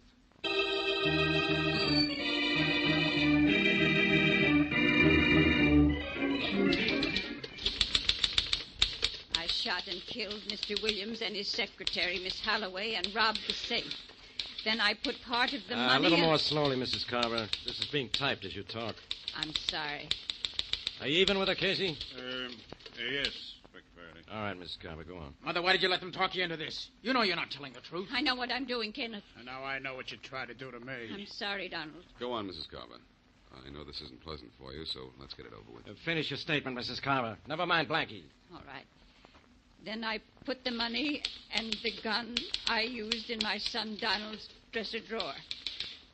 I did this so he would be sent to the electric chair, and my son Kenneth and I could live in peace again.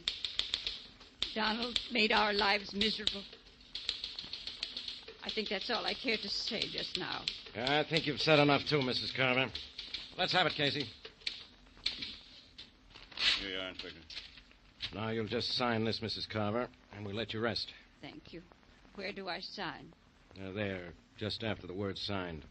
Blackie, you and Casey sign as witnesses, will you? Yes. With pleasure, Faraday. No, you can't do it. Now, wait a minute, Mom. Don't sign that. I won't let you. I'll admit it.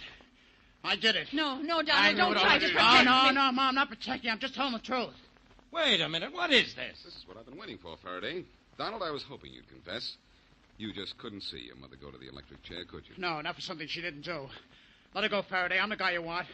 Ma, tell me the truth. Tell me you're lying. I'm sorry, Donald, but my confession stands. No, it doesn't. It's a lie. I know you hate me, and I don't blame you, but you're not going to jail for something I did. I killed those two people. I'll take over from here, Mrs. Carver. Faraday, on my way back down here, I stopped and bought a large box of thumbtacks. Mind if I spill them on the floor?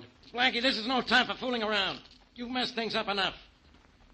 What's the idea of the tax? Well, pardon the pun, but it may tax your mentality to get the idea. Now, but if some people can sleep on a bed of nails and prove something, I can walk across a floor of tacks and prove something. Now, I want you to watch this, will you? what are you trying to do, Blackie? Trying to pick up a tack and pick out a killer. Oh, stop wasting my time. Mrs. Carver just confessed to the crime. Now Donald Carver has confessed. I thought you had this whole thing figured out. I do, Faraday. And I did when I came in. Now, look at the bottom of my shoe. There, what do you see? Thumbtacks. So what? Now look at the bottom of Kenneth Carver's shoes, and you'll see so what. Are you nuts? He didn't walk across these tacks. No.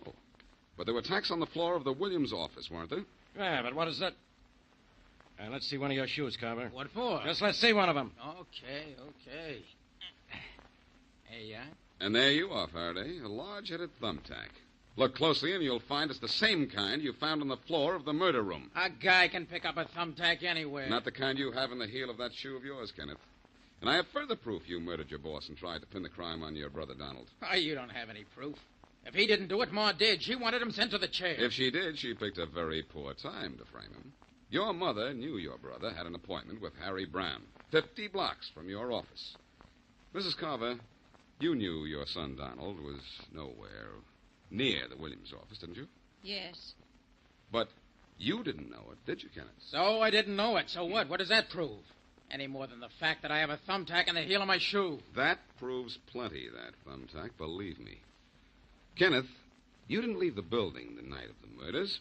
You came back, shot your boss and his secretary, and stepped on one of the thumbtacks that were on the floor. How they got there, I don't know. Maybe there was a fight, or they were dropped accidentally. Wait a minute, Blackie. Don't get me all mixed up. Suppose this Kenneth guy picked up the thumbtack on the street, any place at all. Just because it's in his heel doesn't mean he was in the office. Oh, but it does.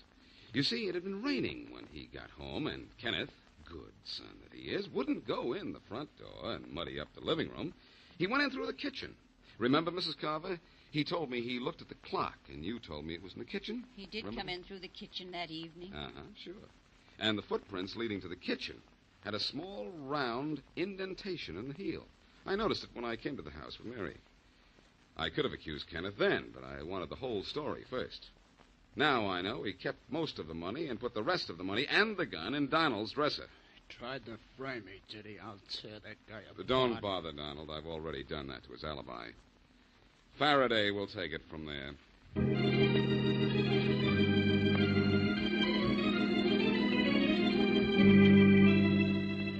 If a buddy meet a buddy, you better pull your shoes back, young fella. You'll get 'em soaked. Well, I didn't want to interrupt your song by telling you I was here. I heard you come in and knew who you were without having to look at your face. I can tell by your shoes. You're the young fella, Boston Blackie, who came around asking questions the night of the murder. Coming through the right. Well, I'm the same person, all right. I came back to thank you for your help. Help? Oh, I didn't do nothing to help. If a buddy kiss a buddy... You did quite some helping, though. You practically made that brother Kenneth confess. I was reading about it in the papers. Well, it was the supposed to be bad brother Donald that set up the whole thing, you know. Should a buddy cry, every lassie has her Say, one thing I never understood. Why did that woman, Mrs. Carver, come to your place with a gun? Well, she came there because she knew it was Kenneth that did the killing. And she didn't want me to try to prove it. When I told her I could prove it, with or without her help, she agreed to my plan. She found Kenneth wasn't such a good son when he was willing to stand by and see her confess. She sure did. None they have, say I. Say, what happened to Donald? Well, he got a job in a gas station, and according to Mrs. Carver, he kind of likes the idea of honest work. Never hurt nobody.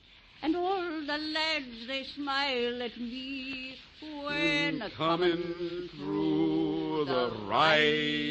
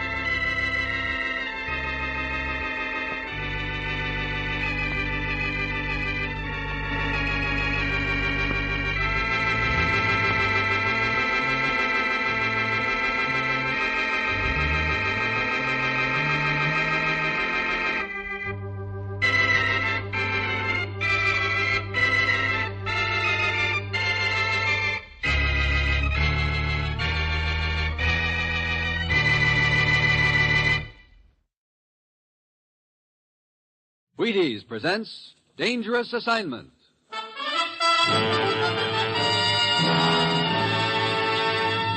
On stage tonight from Hollywood, Dangerous Assignment, another in the Wheaties' big parade of exciting half-hour presentations.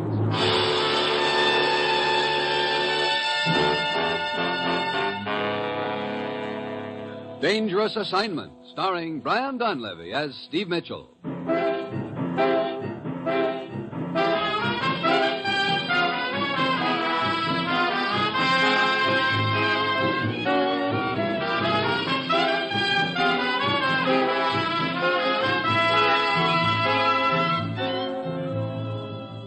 Yeah, danger is my assignment. I get sent to a lot of places I can't even pronounce. They all spell the same thing, though, trouble. But when I walk into the commissioner's office, I don't realize that this assignment is going to involve my trying to hide 3 divisions of troops behind an empty water glass.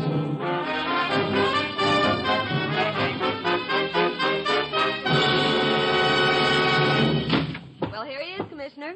I found him right in the middle of a big deal, as usual. Hello, Steve. Commissioner? I hope it was a square deal. She didn't look square to me. What have you told him so far, Ruth? Well, only that you wanted him to go looking for a woman. I figured that was the best bait I could use. Well, don't tell me it isn't true. No, it's true, all right, but I'm afraid your association with this particular woman won't be a very pleasant one. I might have known. I'll have your passport and credentials ready when the commissioner's through with you, Steve. Okay, Ruth. Well, what's the deal, Commissioner? Vienna. Vienna? Long time since I've danced the Strauss waltz. You can leave your ballet slippers home, Steve. Here's the setup. With the situation what it is, we have to increase our armed strength on all fronts. Naturally, our consulates are kept informed as to proposed increases of strength in their respective areas. So? So, 2 days ago, a document containing information regarding troop movements in Europe was stolen from our consulate in Vienna. The troops have already embarked, and with these unidentified subs around, we can't take chances. I see. Any idea who swiped the document? Yes, a janitor named Joseph Bildner. Well, that doesn't sound so tough. Find Bildner. We've already found Bildner in an alley in Vienna last night, murdered. I see. Well, that sort of puts a new light on things. The document wasn't on his person. Just before he died, he mumbled the name Eva Loesch. Eva Loesch? Hey, that name rings a bell. A siren, you should say. But I haven't time to go into her background now to fill a book. Manville Olson can tell you all about her. Who's Olson? He's with the consulate in Vienna. You'll arrive there early tomorrow evening. Go to the Imperial Bar at 8 o'clock. Olson will be waiting for you. Why meet in the bar? Not that I have any objection. Well, this investigation has to be kept undercover, particularly the part about Eva Loesch. Olson will tell you why. Now, Steve, get over there. Talk to Olson. Find Eva Loesch. And most important, get those documents back. Well, that's it. You've got your assignment. Good luck.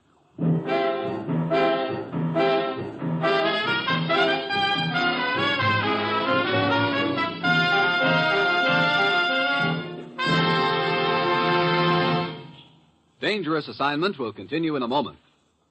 Now, here is the Wheaties man, Frank Martin. Ever think of this? You wait longer for breakfast than for any other meal of the day. From the time you go to bed until you eat breakfast is the longest period there is between 2 meals. So, breakfast has to be good to do the most good for you at a time when you really need food. Which is why I say start breakfast with Wheaties and milk and fruit.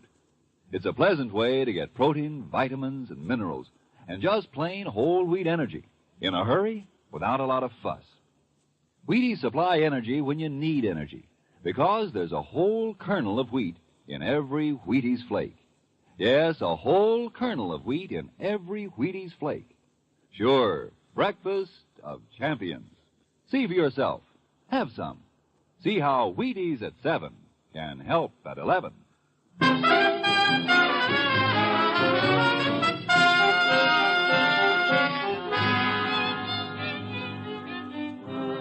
Yeah, I've got my assignment. Find a girl named Eva Loesch and get a stolen document from her. Ordinarily, there's nothing I like better than to chercher la femme. But from what the commissioner has told me, I've got an uneasy feeling that this is going to be all chercher and no femme. Well, it's Friday evening when I get to Vienna. I check in at the hotel and then head for the Imperial Bar. Over at a corner table, a guy gives me the nod. I head over there. You're Mitchell, aren't you? Yeah. Olson? That's right. Have a seat. Thanks. Look, the commissioner back in the States told me that you could give me the background on this Eva Loesch. Well, I can tell you all we know over here at the consulate, which isn't enough. Eva Loesch was a red-hot Nazi. She was killed in the Berlin Blitz. What? We thought. Now it looks as if she's been very much alive and in hiding all this time. And worse yet, it looks like she's up to her old tricks. You mean a new Nazi party? No. You know, some of these ex-Nazis have a habit of selling out to the highest bidder. I get it. Now, according to what the commissioner told me, this document concerning our troop movements was stolen from your consulate by a janitor named Bildner. He was found murdered in an alley and mumbled Eva Loesch's name just before he died. That's right. We believe Eva killed him and has the document. But, of course, we've kept all that undercover. We don't want Eva to know we know she's alive. Here. Hmm? This ad I spotted in the afternoon paper. Take a look at it. What? Will the cab driver who picked up a woman passenger at the plaza last Tuesday night at 8:30 please come to 37 Bergestrasse? Hey, Tuesday night. That was the night that Bildner was murdered, wasn't it? Yes, in an alley about half a block from the plaza. Huh. This could tie in all right. 37 Bergestrasse. Okay. I think I'll answer that ad, Olson. I'll check with you later.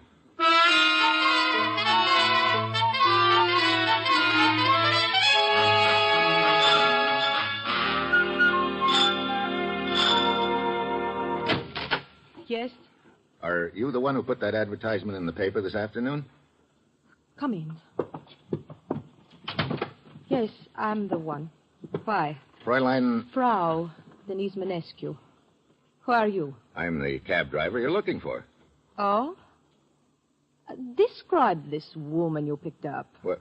Oh, well, she's about medium build, dark hair. You're lying. Huh? I do not know who you are, but you are not a cab driver. Now, look. Yes? You are the one who put the notice in the paper. Oh, great. Why, yes. I would like to talk to you, please. Just a minute. I am the cab driver in question. Who is this man? This man is about to leave. No, I do not think so. Oh, well, come to think of it, you may be right. How come the gun, Buster? You will stay right here, both of you. You are not cab drivers, either of you. In my case, you are quite right. As for this other man, I do not know who he is. I will find that out presently. Well, as long as we're going to play guessing games, maybe you wouldn't mind if I start guessing who you are. You do not have to guess, my friend. I will tell you. I am Lieutenant Oscar Segal of the police. The police? Well, that takes a load off my mind. Does it? Yeah, but I can't say as much for Frau Manescu here. She seems to be real upset at the news. Frau Manescu? The name seems to mean something to you, Lieutenant. You are not by any chance related to George Manescu? Yes, I'm his wife. But this is completely mystifying. Why would the wife of George Manescu be implicated in such an unsavory affair as this? Somebody mind telling me who George Manescu is? What is your interest in this matter? Maybe these credentials will answer that question, Lieutenant. Yeah, I see. They have indeed answered that question, Herr Mitchell. Now, how about filling me in on this George Manescu? Oh, a local politician of high character who has worked in close cooperation with your government here. I see. Well, in that case, Frau Manescu... There is no use holding back anything more. I did not want the police brought into this. But, well, here you are. Here I am indeed. I must strongly impress upon you the wisdom of making a full explanation at this time. Yes, But you see, Eva Loesch is my sister. What? I believed, as did the rest of the world, that she was dead. I believed that until Tuesday night, when she came here to see me. What did she want? She said she was in trouble and wanted to hide here. I refused. And then she said I must help her. In what way? She said that a man was killed, but that she did not do it. That there was a cab driver who could clear her if she could only find him. So you ran that ad in the paper? I didn't know what else to do. I couldn't go to the police. I know what damage would be done to my husband's reputation if it were learned that the notorious Eva Loesch was his wife's sister. So I ran the advertisement, hoping it would help clear her. And then if their relationship were to be revealed later, at least it would be not quite so bad for my husband. I see. Well, that all leads us up to the big question. Where's Eva? I do not know. Frau Manescu, it is my duty to warn you that withholding information... I'm telling you the truth. I swear it. I've no idea where Eva's hiding. She said that she would contact me in a few days, but I've not heard from her. Look, sisterly love is a wonderful thing. But I hope that you realize unless we locate Eva in a hurry, there's going to be a lot more damage done than just to your husband's reputation. Sisterly love. You think that is what I feel for Eva? As far back as I can remember, we've hated each other. My only regret is that she was not killed in Berlin. Then we have your promise that you will communicate with us at once if she contacts you again. Yes, at once. And rest assured, gentlemen, it will be a happy day for me when I can turn my dear sister over to you.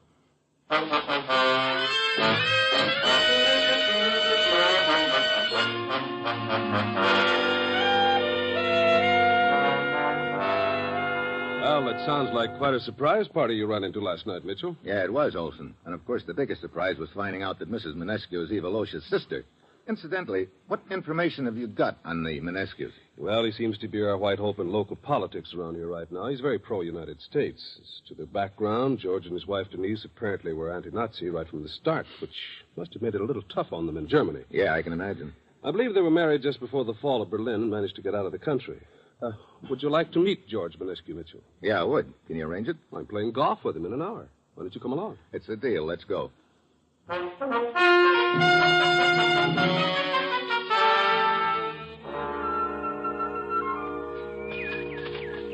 That last shot of yours was a honey, Mr. Manescu. Looks like you're only about 2 feet from the pin. Oh, thank you, Mr. Mitchell. But I wish you to know that from now on I believe nothing you say. Oh? When the three of us started this game, you were full of apologies about your bad golf. We are now approaching the 7th green, and you are 3 strokes over par. Yes, I'm afraid Mitchell makes most of his apologies before he makes his bets. Well, you can't blame a guy for trying to get good odds. Indeed you cannot. Well, here we are, gentlemen. And I must say this is the part of golf I enjoy the most. Putting? Yes. Well, it's the part of the game that pays off. Perhaps it is because putting is so helpful to me. How so, Manescu? Well, I practice it constantly, even when I'm at home. Particularly when I'm thinking about something, putting relaxes me, helps me to think clearly. Mr. Olson, I believe you are aware. Your putt. Oh, sorry. Downhill putt, too. Just the kind I don't like. Well, in your case, practice sure pays off, Mr. Manescu. Your putting is very sharp. Oh, thank you. Too bad, Olson. Rimmed the cup on you, huh? Yeah. That gives me a 6. Well, looks like I'm next. Little break to the right, it looks like. Not quite as much as it looks. Thanks for the tip. Nice putt. I had good advice. Maybe you can return it sometime. Be glad to, except I don't think you'll need any on this putt of yours. Can't be more than 2 feet. No, I need this for my par. This is a lot more pleasant way to spend time than roosting behind a desk. Yeah, but it isn't helping us find Eva Loesch. Missed. I'm sorry, Mr. Manescu. I didn't realize you were set to putt, or I would have kept still. Oh, that's quite all right, Mr. Mitchell. Your voice did not bother me. I don't know what went wrong. Well, looked like you tightened up all of a sudden. Yes. Well, it is no matter. Come, the next tee is right over there. I'm really sorry about that, Manescu. Oh, but I assure you I was not even aware you were talking, Mitchell. For the life of me, I can't understand why I should miss a 2-foot putt. But that is what makes the game of golf so unpredictable, I suppose. I think they call it the human element. Yeah, I think they do.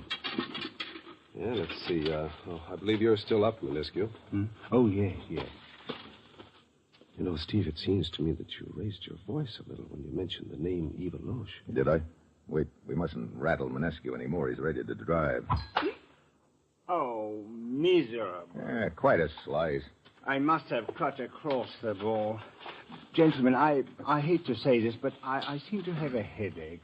I wonder if perhaps you would excuse me from continuing with our match. Sure, matter of fact, I've had enough. How about you, Olson? Sure, anytime.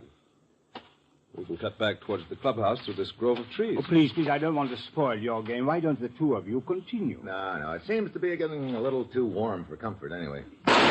Olson! Mitchell, he's been shot right through the head. Quick, Manescu. Let's get into that grove of trees. I think it'll be a little safer there. But where did the shot come from? Who knows? Here, in here. It was from a rifle, which means the sniper could be behind 100 different trees and bushes on the golf course. But I do not understand why anyone would want to kill Olson. He had no enemies. That's what I was thinking, Manescu, and it gives rise to a few assorted, interesting thoughts. What do you mean? Maybe that bullet was meant for somebody else. Somebody else? Do you mean yourself? Yeah, maybe me. Or maybe you, Manescu.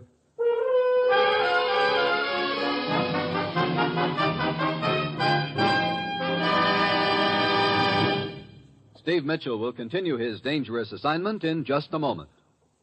Folks, I'd like to have you meet a good friend of mine and a prominent member of a fine little organization known as the Chicago White Sox, Mr. Lucius Benjamin Appling. Ooh, Ed, don't say it like that. Whoever heard of a ball player named Lucius? What if I went around calling you Paul Edward Prentice? Let's just make it Ed and Luke, huh? All right, Luke. Say, just how long have you been with the White Sox? Over 20 years, Ed. Golly, I played in darn near 2,500 games. Been at bat almost 9,000 times. Man, I'm from way back. Well, Luke, you don't look it. How do you keep up the pace, anyway? Well, Ed, I sleep good. I eat good. I eat mighty good. Wheat is about 4 mornings a week. Those little old flakes put a lot of snap, even in an old-timer like me. Must be because they're 100% whole wheat. I sure like Wheaties and milk and fruit. You know, Luke, that's exactly what I hear from a lot of ball players and plenty of other people, too. No wonder they call Wheaties the breakfast of champions. Thank you, Ed Prentice and Luke Appling. And as for our breakfast of champions, friends, sure, they're for men who go to bat for a living, but confidentially, they're for us, too. You and me. We need whole wheat energy, same as the champions who play ball for their paychecks. Don't forget your own breakfast of champions. Wheaties. Get yours.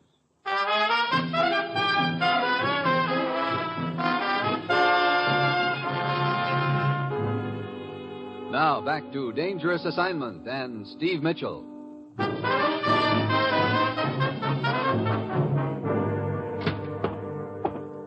Mitchell, I have been expecting you. You uncovered anything new, Lieutenant Siegel? Indeed, I have. You told me that when you mentioned the name Eva Loesch on the golf course earlier today, Manescu reacted visibly. That's right. I dangled a little bait under his nose, and he snapped at it like an undernourished barracuda. Huh. Of course, to be fair to the guy, he probably knows that his wife is Eva's sister. It could have been that. I am positive it was much more than that. Oh? I have done a considerable amount of investigation into Manescu's background, and I am sure it will be of interest to you to learn that in the old Nazi days in Germany, Manescu and Eva Loesch were, shall we say, extremely friendly. Oh, yeah? Well, that kind of puts a different light on things. Yeah, indeed it does. After Eva's death, Manescu married her sister Denise and made his escape from Germany with her. And now Eva's popped up again. You know, that gives rise to an interesting possibility. Yeah, the possibility that Manescu has been seeing Eva again and knows where she is. Which means he either has those documents or knows where they are. Well, I've got to hand it to him for the big act he's been putting on about being such a friend of the United States. If our suspicions of Manescu are correct, one cannot help feeling sorry for his wife, though. Yeah. It must be a pretty rough spot for Denise if she has any idea what's going on. Oh, excuse me, please. Lieutenant Segal speaking. May I speak to Mr. Mitchell? Yeah, one moment, please. It's for you, Mitchell. The lady in question. Oh? Hello? This is Denise Manescu, Mr. Mitchell. Something has come up. I must see you at once. Okay, I'll be there in about 15 minutes. Well, it could be that Denise is starting to smell a rat, Lieutenant. I'd better get over there and see if it's the same rat. I think it is. So, I head for the Manescu's house. Manescu, with a preoccupied look and a putter in his hand, lets me in the front door. Then he disappears into his study. Denise is waiting for me in the living room. Thank you very much for coming, Mr. Mitchell. Oh, sure. You said something had come up, Denise? Yes. First, let me ask you, did you say anything to my husband when he let you in the front door? No, he looked like he was in another world. Yes, he seems to be worried about something. I'm afraid I know what it is. You think maybe he's been seeing Eva Loesch lately? Yes, I think he has. I'm sorry. I'm sorry, too. When my sister died, I thought that part of his life was over. It is not a very pleasant thing to realize that you have been married on the rebound, Mr. Mitchell. I told you that... What's the matter? Steve, there is someone on the roof of the house next door. What? Wait. Whoever it was saw me watching and disappeared. Come on. Here, we can go out through these French doors. Nowhere in sight. Did Did you recognize him? All I could see was a trench coat, a slouched hat, and a gun. Look, you stay here. I'll circle around this house and try to climb up and nab him.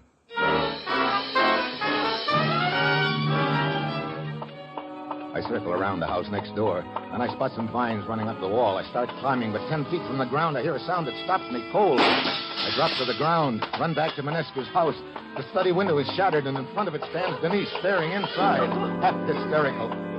Denise, what happened? Denise! Too late. I tried to warn him. Warn who?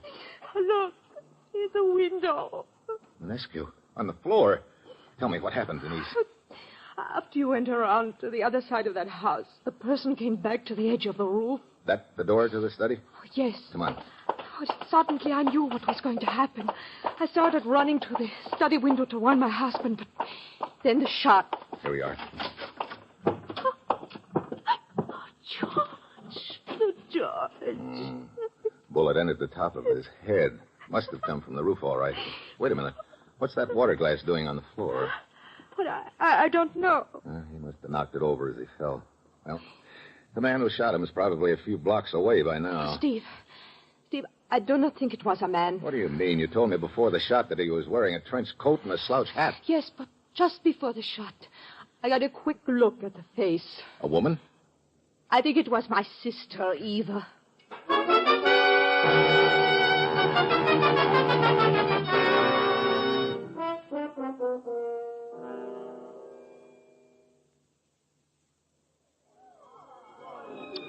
A most perplexing case, Mitchell. First, the janitor, Joseph Bildner, murdered. Second, the American, Olson, murdered.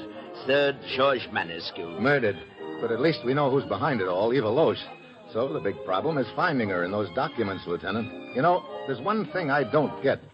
Why is Eva hanging around town if she already has those documents? Mitchell, have you considered the possibility that Manescu might have been shot by his wife, Denise? Sure, I've considered it. She had a motive, too. She knew her husband had been seeing Eva, but there's just one little item that sort of knocks that theory into a cocked hat. Yeah, unfortunately, you are right. You are referring, of course, to the angle at which the bullet entered Manescu's head. Yeah, from the top of his head down. Which would indicate that the bullet was fired from some distance above him. That his wife was out on the terrace at the time, slowly below him. As a matter of fact, below All him. of which brings us back to our friend Eva. Excuse me, please. Are you Lieutenant Segal of the police? Yeah. Then perhaps you would be good enough to tell me what this is all about. Perhaps you would be good enough to tell me your name and what is all about. Excuse. I'm Anton. I drive taxi cab. So? So today in newspaper stands an advertisement. Wait a minute. You mean the one about the cab driver who picked up a woman at the plaza last Tuesday night? Yeah, you put it in? No. Go on. I answer the ad. I go to the address. There is policeman there. And over in one corner, a woman sitting with her head in her hands, crying. That'd be Denise. So I tell policeman that I picked up a woman last Tuesday night. Probably Eva Loesch. I did not know her name. I picked her up at the plaza, and she stayed in my cab only 2 blocks. She kept looking back over her shoulder, and then she made me pull over to the curb and got out. All this I tell policeman. He takes down my address and tells me to come over here to Imperial Bar and report to you. Very well. Thank you for your information. You may go now. Go, he says. Still, nobody tells me what this is all about. Well, that was a big bunch of nothing. Mitchell, this case is giving me a headache. Murders, stolen documents, political intrigue. And every time we think we have a fresh lead, it disappears into thin air. Poof. Oh. Hey, watch it. Yeah, it would appear my gestures are a little too much. Waiter. Hey, wait a minute. What's the matter? Look, Siegel, you knocked the glass off the table just now, and it broke. This is not a very profound observation, But Mitchell. I found the glass lying on its side in Manescu's study after he got shot, and that glass wasn't broken. Yet the table there is about the same height as the table here. What are you getting at? Manescu's glass wasn't knocked off the table. It was placed on the floor. So? So we've been a couple of prize jugheads. I still do not understand what... The whole thing has just fallen into place, Lieutenant. There's just one big thing wrong right now. What do you mean?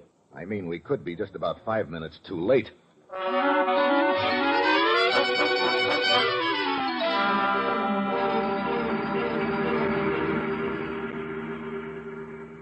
Mitchell, there's the cab driver's house just ahead. Okay, let's stop here, Lieutenant. We'll circle around to the back of the house. He probably keeps his cab there. Mitchell, I still do not understand why this taxi cab is suddenly so important to us. Look, remember what that cab driver said? When he picked up Eva after she'd killed that janitor, she only stayed in this cab a few minutes, then got out. Yeah, she hid the documents there. That is why she had Denise put that ad in the paper. She wanted to find that taxi cab driver. That's right. Wait. Yeah, there's the cab in that little lean-to back of the house. Okay, let's take it as quiet as we can now. Mitchell, a flashlight. Someone is in that cab. Yeah, that doesn't really surprise me. Come on. Oh? Found those documents yet? Denise Manescu. No, Eva Loesch, Lieutenant. It's one and the same person. What? No, that's a lie. Save it, Eva. The real Denise got killed in the Berlin Blitz, didn't she? No. You figured it'd be a neat scheme if people thought it was you who were killed. You posed as Denise, married Manescu, and got out of town. Lies. All of them lies. I guess Manescu was the right guy after all. He probably figured you'd reformed when he found out that you hadn't. You were afraid he'd expose you. You tried for him once on the golf course and got Olson instead. Then you rigged this little scheme for my benefit at your house this afternoon and killed him. Mitchell, watch out. Yeah, I see the gun. Your aim isn't as hot as it was, Eva. Drop it. That's better. And thanks for giving us the one piece of evidence we needed, this gun of yours. 5 will get you 10. We can prove that the slug that killed your husband came from this gun. I will kill you. Temper. Mitchell. Yeah? This is all very nice, but there's one thing that we may have difficulty in proving. What's that? The angle of elevation of the bullet that killed Manescu. That's right. How could it have been fired by Eva here, who was standing on the ground outside the window? That brings us back to the empty water glass, which was lying on its side on the floor in Manescu's study. I should have figured it sooner. Figured what? Look, when Manescu let me in the front door, he had a putter in his hand. He'd already told me that he practiced putting at home whenever he had a problem. And along about then, he had a big problem. What to do about Eva. Putting? Yeah. How do you go about putting a golf ball, Lieutenant? Why, one takes the club in his hand, bends over the ball, and... You can stop right there. That's what Manescu was doing. That's why the bullet entered the top of his head. Right, Eva? I have nothing to say. You don't have to. You know, you never want to underestimate anybody's golf game, Eva. You probably thought your husband's putting practice was a big joke. Well, maybe you were right. Yeah, I guess you could call it a joke. A real funny one. It'll kill you.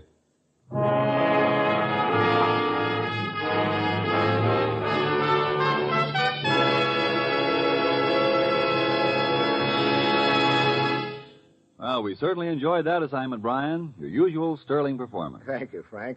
I had an extra bowl full of Wheaties this morning. Maybe that helped. Well, I'm sure it did, Brian. Seriously, you know, Wheaties can make a difference. Oh, I agree. Less of a letdown. Oh, more of the old up and at 'em. That's right, but I have something to confess, Frank. You have what? The real reason I eat Wheaties is I like them. Well, good for you. Best reason in the world. It's fine, the whole wheat, vitamins and minerals and proteins in Wheaties. But it's just the plain goodness you go for, huh? That's right, Frank. Ladies and gentlemen, you have heard the words of an honest man. Get your Wheaties tomorrow. Work better all morning for it. But most of all, eat 'em because you like 'em. Right, Brian Donlevy? Right, Frank. Good night.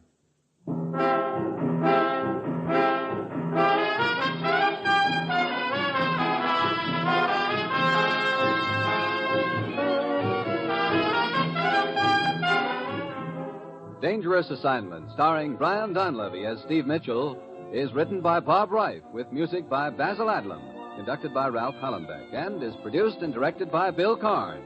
Join us again next Wednesday when Brian Donlevy as Steve Mitchell embarks on another dangerous assignment. And this is the Wheaties man, Frank Martin, inviting you to listen Thursday, that's tomorrow night, to Sarah Berner in Sarah's Private Caper on the Wheaties Big Parade. See you then.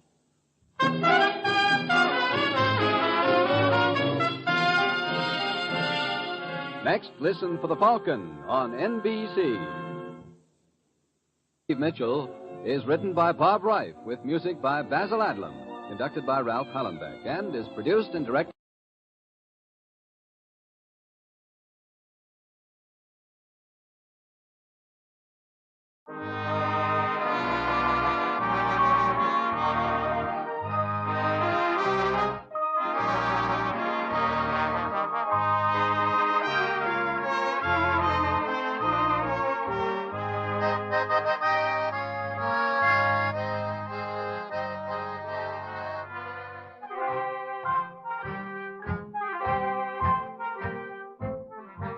Tonight, we again present the famous Mr. Chameleon of Central Police Headquarters in his famous cases of crime and murder.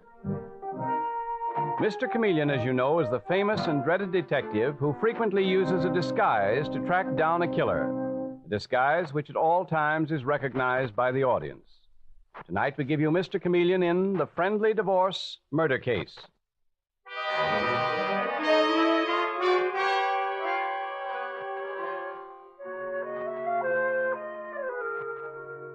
It is 8 o'clock in the morning, and in the bustling city, most people are up and about their business. But the attractive apartment of Eric Belden is ominously quiet as Letty Stone, the daily cleaning woman, enters it. And she looks around her in surprise as she moves toward the bedroom door. That's a funny thing. Mr. Belden's always up at this hour. He's usually finished with breakfast, too, and on his way to the studio.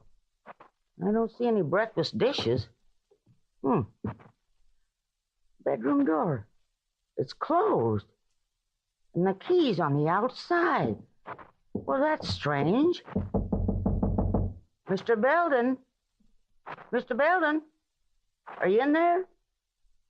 Mr. Belden? Guess I better open the door and see. Might be sick.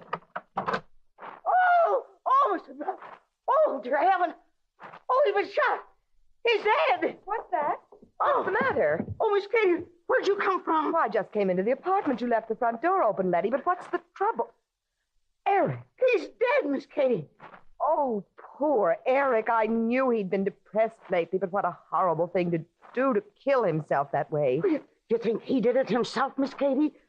I'd better call the police. Well, go ahead and call them, Letty, but I tell you it's suicide.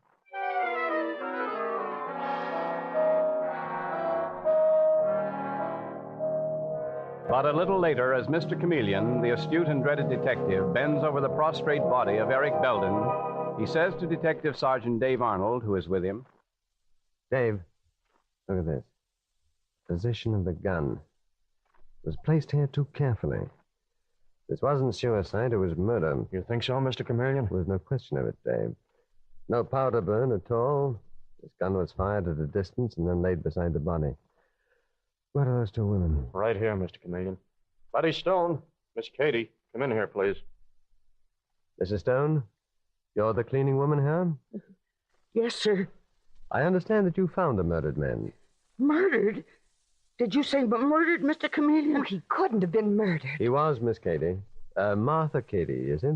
Yes, Mr. Chameleon. Tell me something about this man. Why, Eric ran the Belden Fashion Studios. He supplied fashion photographs of models for the magazines. And you are one of his models, I take it? Yes, that's right. And you, Letty Stone? When you came in here this morning to clean, was the apartment empty? I mean empty except for the murdered man. Why, I thought it was, Mr. Chameleon. But you could have been mistaken. Now, the murderer could have been hiding somewhere.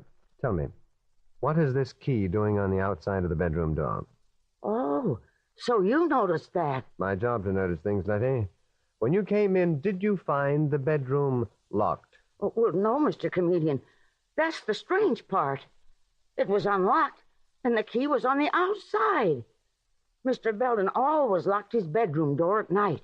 You say Eric Belden always locked his bedroom door when he went to bed?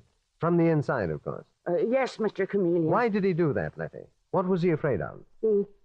He said he was afraid of burglars. You sound as if you didn't believe it. Well, neither do I believe it, Letty. If Eric Belden was afraid of anything, he was afraid of being murdered. And for very good reason.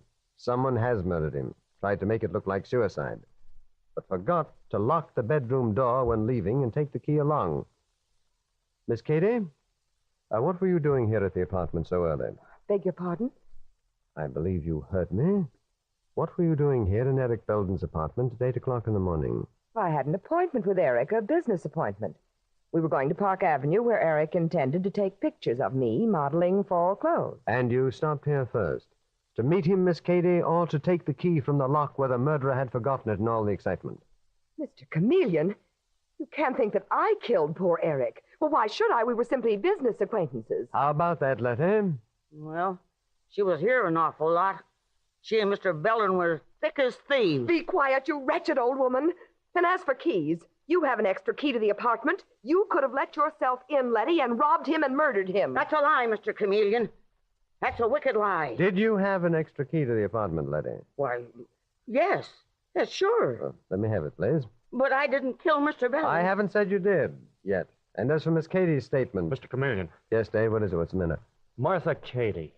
I just remembered. Huh? She was known as the Glory Girl. She's the model who was mixed up in that murder and blackmail case 3 years ago. Of course, Dave. How stupid of me not to have remembered. Of course, Martha Katie is the same one. Well, so what? That doesn't mean I killed Eric Belden. Why don't you go after Cherry? If anyone had a reason for killing him, she did. Who is Cherry? Eric's ex-wife. She was one of his models, too. He'd reneged on his alimony, and Cherry was threatening him. She and her old battle axe of a mother were both threatening him. What about it, Letty? Did you know about this? Well... Did you? Yes, Mr. Chameleon. Miss Cherry was here only last night. She and Mr. Belden had an awful row. She said he was a heel, and he was. He's the kind that should have been killed. But I had nothing against him. Except that you hated him, apparently. Where does Cherry, Belden's former wife, live, Letty? With her mother, Mrs. Holt. They have another apartment in this building. What is the phone number, please? There it is. On this pad on Mr. Belden's desk. Thank you. Now you're using some sense, Mr. Chameleon. Oh? Why, Miss Katie? Because I'm calling Cherry Belden and you think suspicion is diverted from you? Only it isn't. Hello? Hello. I would like to speak to Cherry Belden, please. Who's calling? Is this her mother, Mrs. Holt? Who is calling? The police. This is Chameleon of Central Police Headquarters. Eric Belden has been murdered, and I want to speak to his ex-wife. Well, Cherry's not here, and I don't know where she is. Oh, really, Mrs. Holt? Is that all you have to say? What else can I say? My daughter isn't here. Oh, so you are Mrs. Holt. I was afraid that you might pretend that you were the maid. You don't seem disturbed by the news of your son-in-law's murder. Or didn't it come as a surprise? See here, you can't speak to me like that. You can't insult me. I am not trying to insult you, Mrs. Holt. But I want to know where your daughter Cherry is or when you expect her back. I have no idea. I can't help you. Then we shall have to help ourselves. Who are you calling now, Mr. Chameleon? Central Police Headquarters, Miss Katie. The direct line to the police commissioner's office. Any other questions you'd like to ask? Yes. You talked to Cherry's mother. Couldn't you tell from just talking to her she was a terrible woman? Miss Katie, in a murder case, it's never smart for one suspect to run down another. It's often... Hello, Commissioner speaking. Hello, Commissioner. This is Chameleon.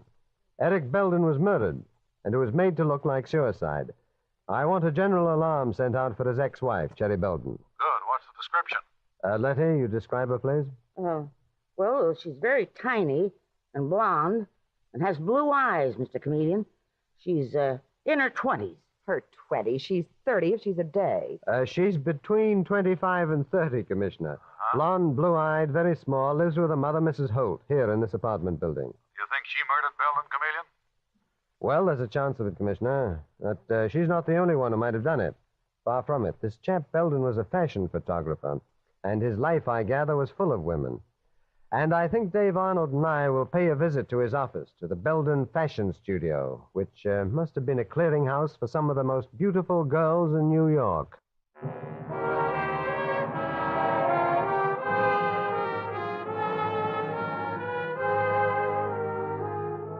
And a little later, we find Mr. Chameleon and Dave walking down the corridor which leads to Eric Belden's fashion studio. And Dave is saying...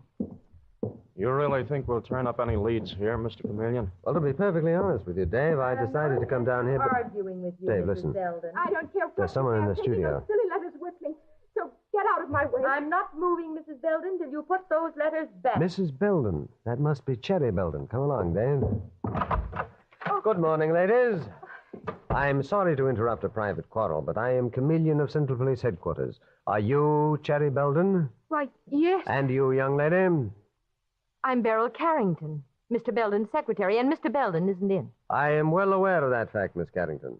I just left his apartment where he was found murdered. Oh. Shot through the head. Murdered? Oh, no. Eric dead. I can't believe it. Poor Eric.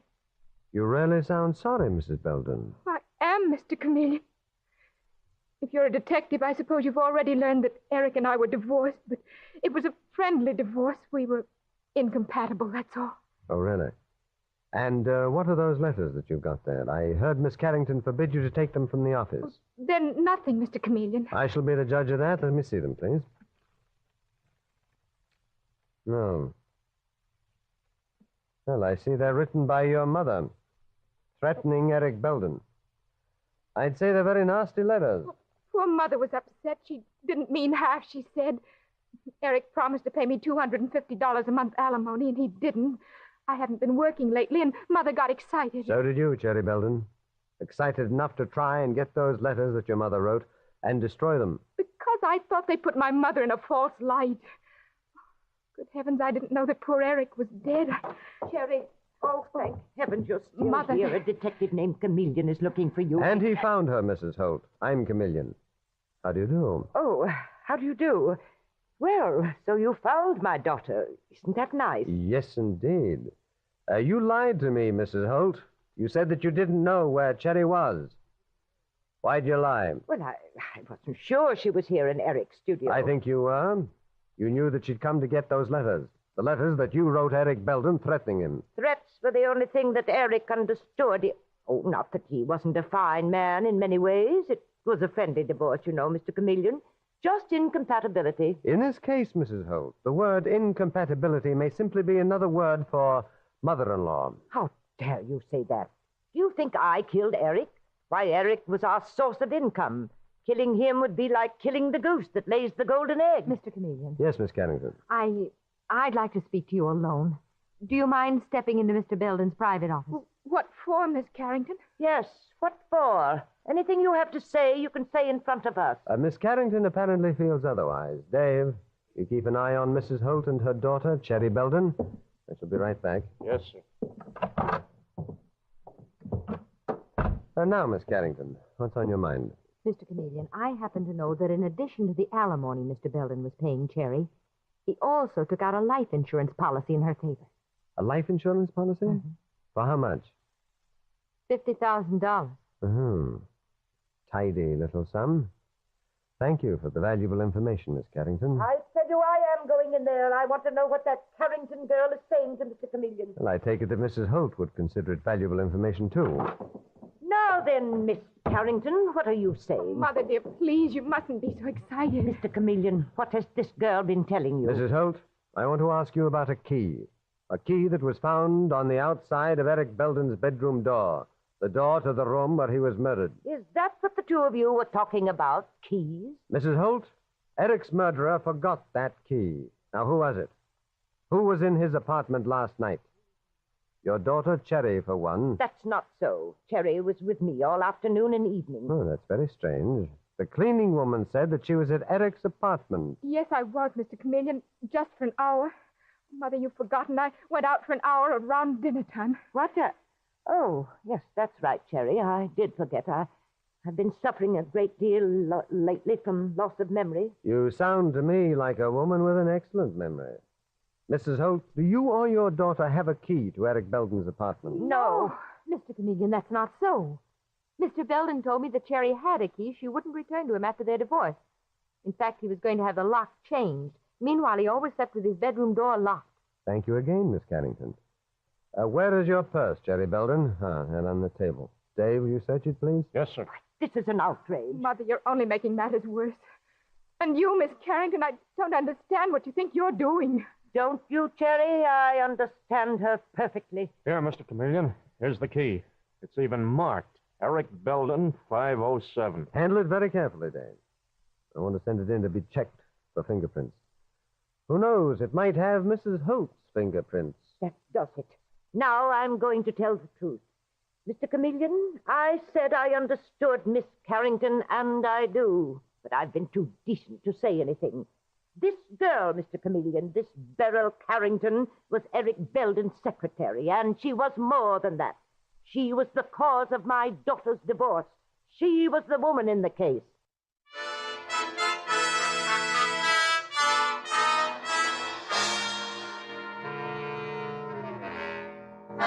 Mr. Chameleon and the friendly divorce murder case continues in just a moment.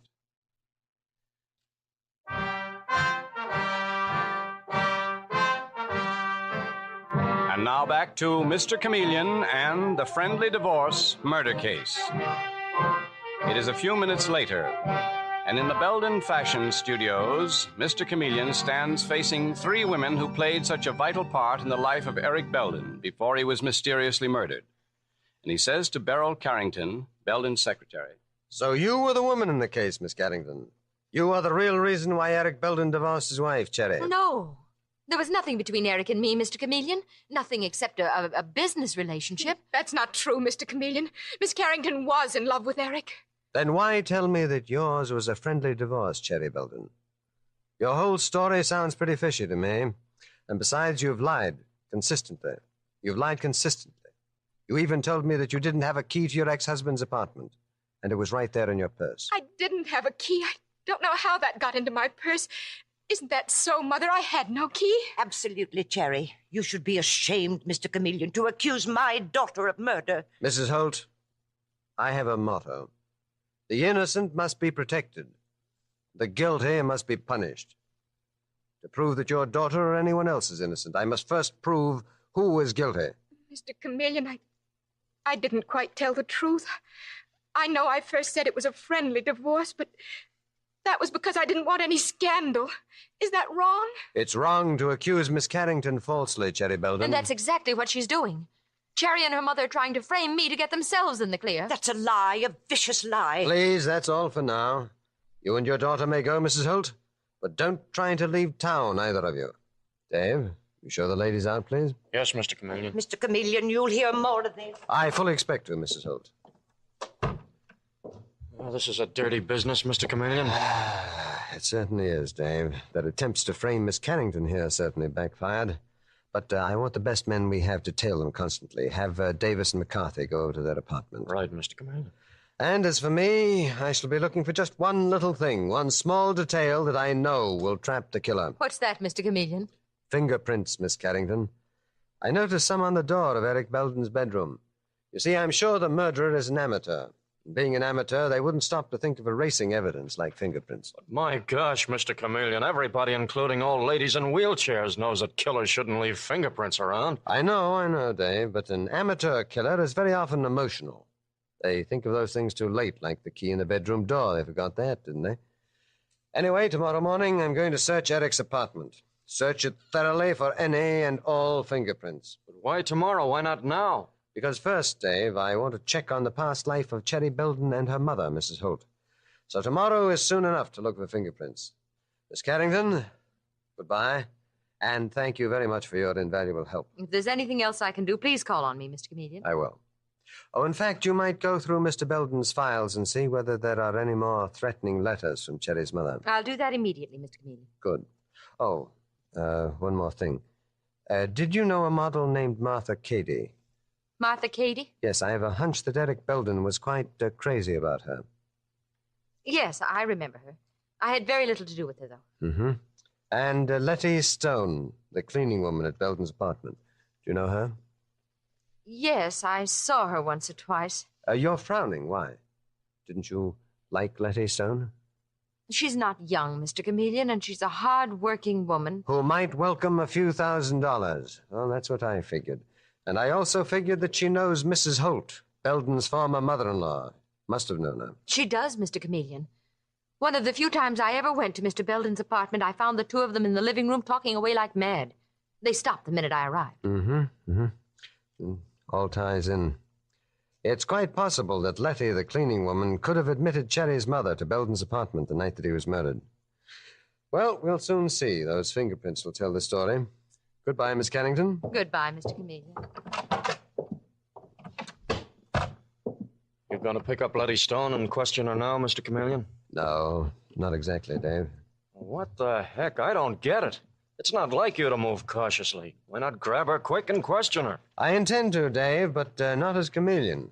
Going to make an appointment with Letty Stone, that cleaning woman, to meet a special police searcher in Eric Belden's apartment. And I shall be there, disguised as that special police searcher, a very quiet but very thorough cop named Christopher Madden.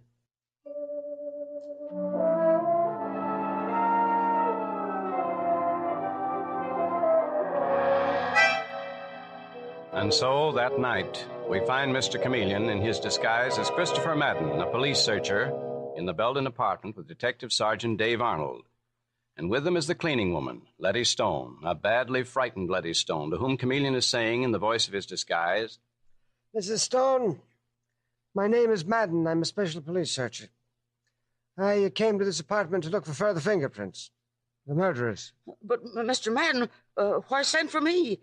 I mean, my fingerprints is sure to be all over Mr. Belden's apartment. I used to come here almost every day and clean. Well, then you can't be much of a cleaner, Mrs. Stone. You leave fingerprints all over the place. Well, there'd be sure to be some around. I couldn't help it. What about Mrs. Holt, Belden's former mother-in-law? What do you mean? What about her? Well, you and she were friendly, weren't you? Make a deal? She promised you some of Mr. Belden's insurance money to keep your mouth shut? I don't know what you mean. I never said 2 words to Mrs. Holt. Now, I got to get home and cook supper for my husband. At 9 o'clock? Well, he don't get home from work till 9 o'clock. All right, Mrs. Stone, you can go. We're leaving immediately, too, right after you. Good night. Well, good night, sir. And I don't know Mrs. Holt hardly at all. Mr. Chameleon, for Pete's sake, you've done it again. Every time you get someone cornered in this case, you let him go. Dave, it won't be long now before you see a very interesting little drama unfold. I'm going to call the police commissioner. As soon as I finish dialing, turn off all the lights, will you? Oh, I get it. Letty Stone will think we're gone, and she may come back. Mm-hmm. All right, you can turn off the lights now, Dave. Okay. Hello? Hello, Commissioner. This is Chameleon. Yes? We're at the Belden apartment. What is the report on the key to the front door? The key that we found in Cherry Belden's purse? Just what you thought, Chameleon. You hit the bullseye. Good. Send the report to the corner drugstore where Dave will pick it up later. Right. Good hunting. I think we've got them, Commissioner. Goodbye.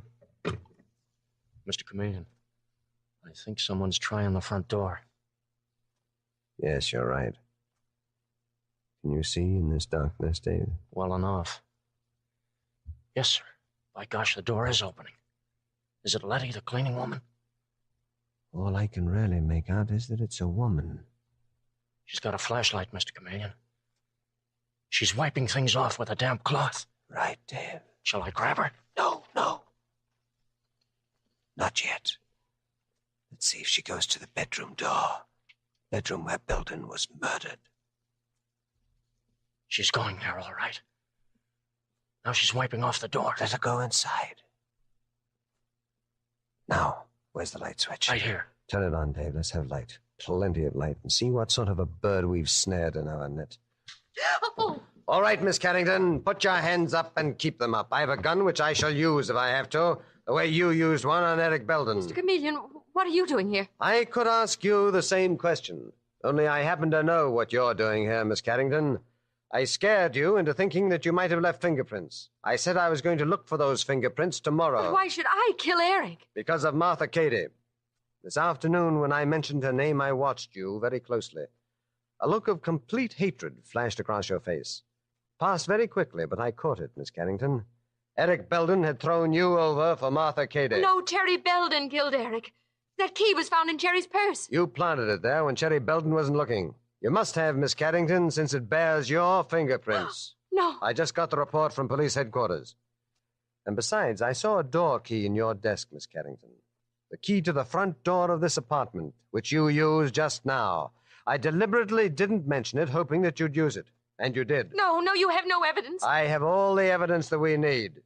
You murdered Eric Belden, Miss Carrington. You murdered him, and your plan was to make it look as if Eric Belden had committed suicide in a locked room. But in the excitement of leaving after the murder, you forgot to lock the door. You left the key in the lock on the outside. Stop it! And then when I stated Belden's death wasn't suicide in a locked room, but murder, you tried to plant it on Cherry, a woman that you must have hated as much as you hated the other beautiful model, Martha Cady. All right, I confess I did it. And all the time you were so friendly. I thought you believed me. I know, Miss Carrington. It's the way we cops have to fool people. But what is really amazing is the way a criminal like yourself always believes that he or she is fooling the police.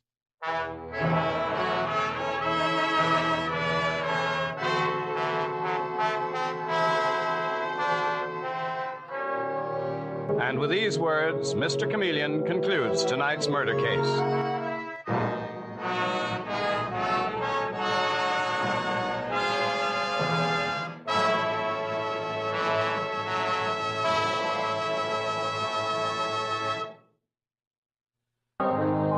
Listen next Wednesday night at this same time for Mr. Chameleon, the Man of Many Faces. The part of Mr. Chameleon is played by Carl Swenson, with dialogue by Marie Baumer from the original story by Frank and Ann Hummert.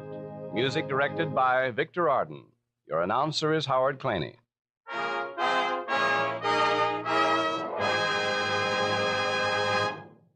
This is CBS, the Columbia Broadcasting System.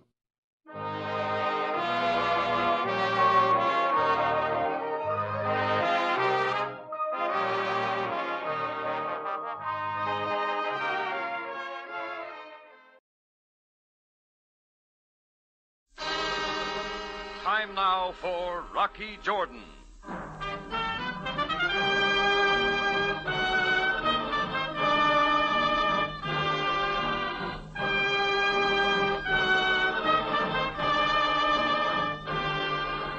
Not far from the Mosque Sultan Hassan in Cairo stands the Cafe Tambourine, run by Rocky Jordan. The Cafe Tambourine, crowded with forgotten men, alive with the babble of many languages. For this is Cairo, where modern adventure and intrigue unfold against a backdrop of antiquity. Tonight's story, 20 Fathoms Under.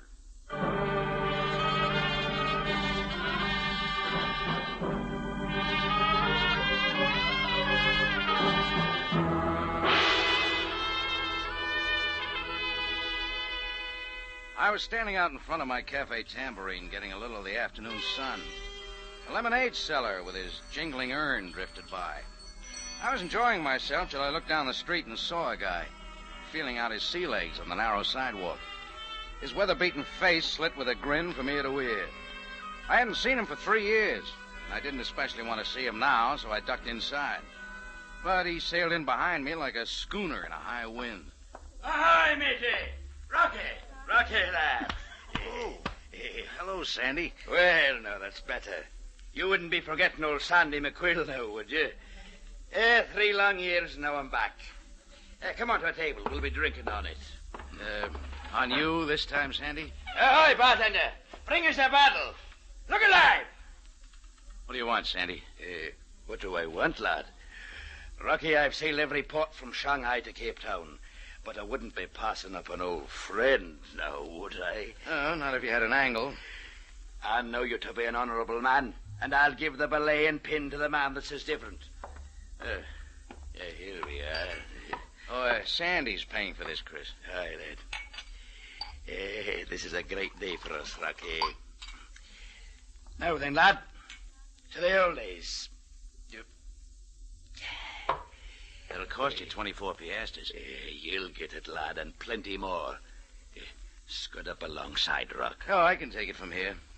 What are you asking for, Sandy? Asking, Rock, nothing of the kind.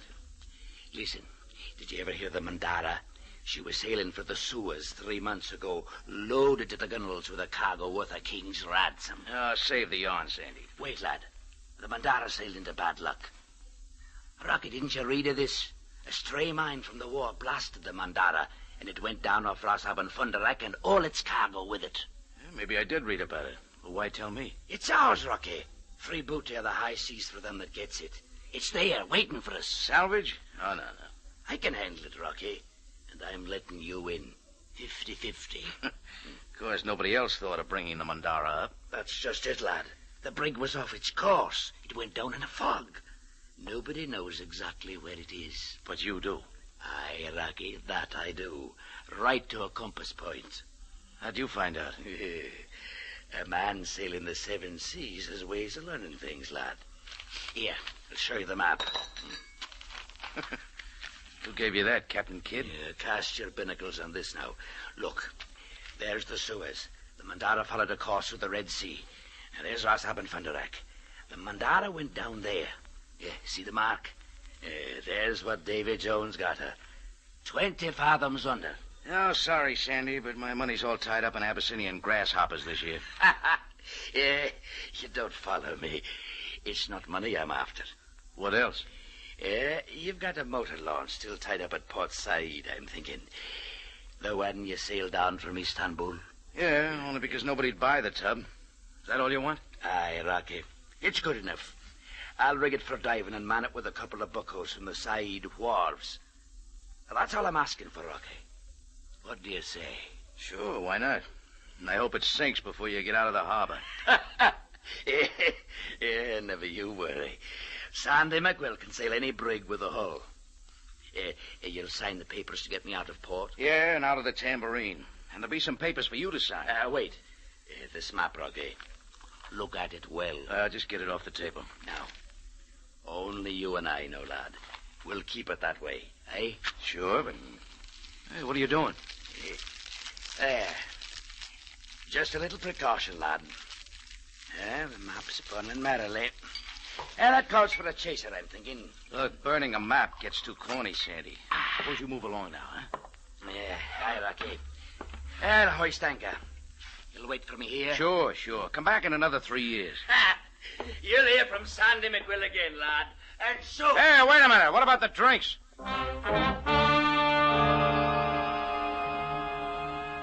Chris made a move from behind the bar to stop him, but I said not to bother. Sandy McQuill had a habit of barging into my life every few years. Whatever the pitch, he never got off with very much. I figured this time he was just around for free drinks. He hadn't told me where he was going, and I didn't care. Well, by the next evening, I hadn't heard from him again, and I was real glad. McQuill was clear out of my mind when the office phone opened up. Cafe Tambourine. Mr. Rocky Jordan? Jordan speaking, lady. Thank you. My name is Ming Lee. What can I do for you, Miss Lee? I am calling at the command of my father, Sen Wang Lee. Do I know him? No, you have not met. My father instructs me to tell you that he wishes most urgently to talk with you. Well, all right. He'll find me around the bar most any time of day. My father is unable to meet you there. It is his wish that you honor him with your presence in his most humble home. What does he want, Miss Lee? My father wishes to talk to you about the Mandara. Wait a minute. What makes your father think I know anything about the Mandara? He read it in the paper, Mr. Jordan. Look, Miss Lee, I don't know what this is all about, but tell Mr. Lee I've got nothing to do with the ship. But, Mr. Jordan, the paper said... I don't care what the paper said. It's a mistake. But my father... Just tell your father to forget about the whole thing. There's nothing to it. That all, Miss Lee? Yes. I will tell him, Mr. Jordan. Goodbye.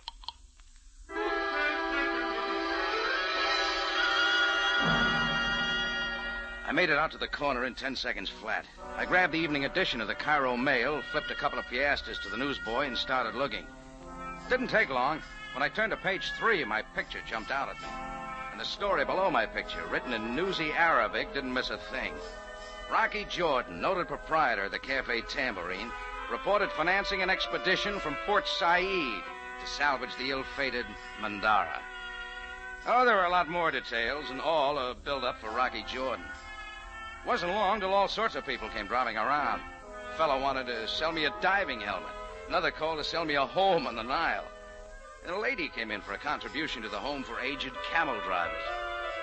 Oh, there were a lot more calls, and I didn't like it. I finally left the receiver off the hook. Just then, I saw a stout, bald-headed man in a new suit looking in from the office doorway. Mr. Jordan, I am Jacob Matson. Oh, I see you got a paper, too, Mr. Matson. Why, as a matter of fact, that is what I came about. I am with the Continental Insurance Company. Sorry, I'm not in the market for insurance or anything else. I'm afraid you don't understand. You see, my company issued a policy on the Mandara and its cargo. Sit down, Mr. Matson. Thank you. Oh, what's the trouble? No trouble, Mr. Jordan, but we are naturally most interested in your plans to salvage the Mandara. Oh, it's free booty? Of course. You see, we paid off in full for the loss of the ship and its cargo. That's what puzzles us. I don't follow. The cargo of the Mandara consisted only of tea, rice, and other perishables. That's hardly worth salvaging. Go on. Naturally, my company is interested to learn if there was something else. Something not mentioned in our policy. I wish I could tell you. I see. After releasing such a complete story to the newspapers, Mr. Jordan, we felt that you might be willing to discuss this matter. It's a fact, Mr. Matson. I'd tell you if I knew. You know where the Mandara went down? More or less. Would you be willing to reveal the source of your information? I wouldn't. Oh, by the way, why don't you talk to whoever collected the insurance money? That's hardly possible. He has disappeared. Any idea where? Who knows? Perhaps like others who knew too much about the Mandara, he is dead. Yeah. You understand my company's interest now, Mr. Jordan? Maybe. I'll let you know what I find. Thank you. Good day, Mr. Jordan. Jacob Matson put on his pinch glasses. They dropped off again, and he went out. Right then, I decided to toss the ball to the Cairo police before they started coming to me. I found Captain Sam Sabaya inspecting a long row of newly fumigated cells. I got the feeling he was laughing at me when I showed up, but his face didn't show it. Well, how convenient, Jordan. I've been trying to call you. Oh, my phone's been real busy. Well, such is the price of fame. Anything special you called about? Yes, Jordan. It is about the item in the afternoon paper. Hey, do you like my picture, Sam? It should attract a certain type of clientele to your tambourine. I don't know quite how to take that. That one is okay. Jordan, how did you come by this information about the Mandara? Well, in the first place, Sam, I didn't put that item in the paper. I'd like to know who did and why. Then you have no intention of this salvage operation? A friend of mine thinks he knows where the Mandara went down. I said he could use my boat, that's all. What does he think he'll find? I don't know. Could you not ask him? Sure, and I will. After I found out what you've got in the Mandara. The information in the newspaper article is correct, Jordan. The ship was reported sunk by a mine, obviously still floating from the war.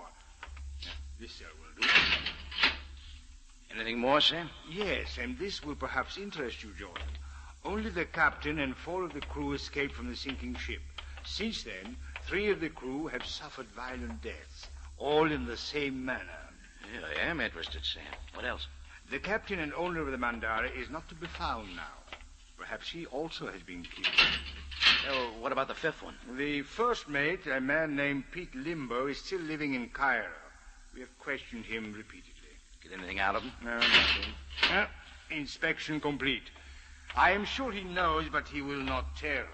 We've been watching him. Where's he live? When not frequenting the bars, he can be found at a place on Sharia Naga. Let's have another talk with him, Sam.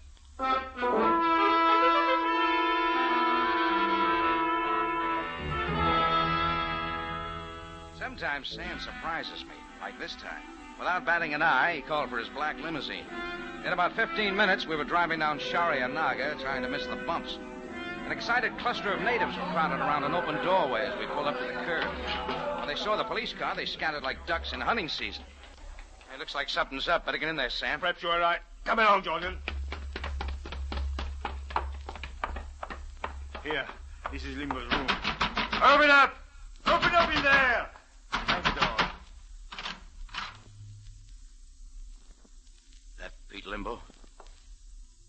It was. Didn't watch him any too well, Sam. We could not watch him every minute, Jordan. Yeah, I know.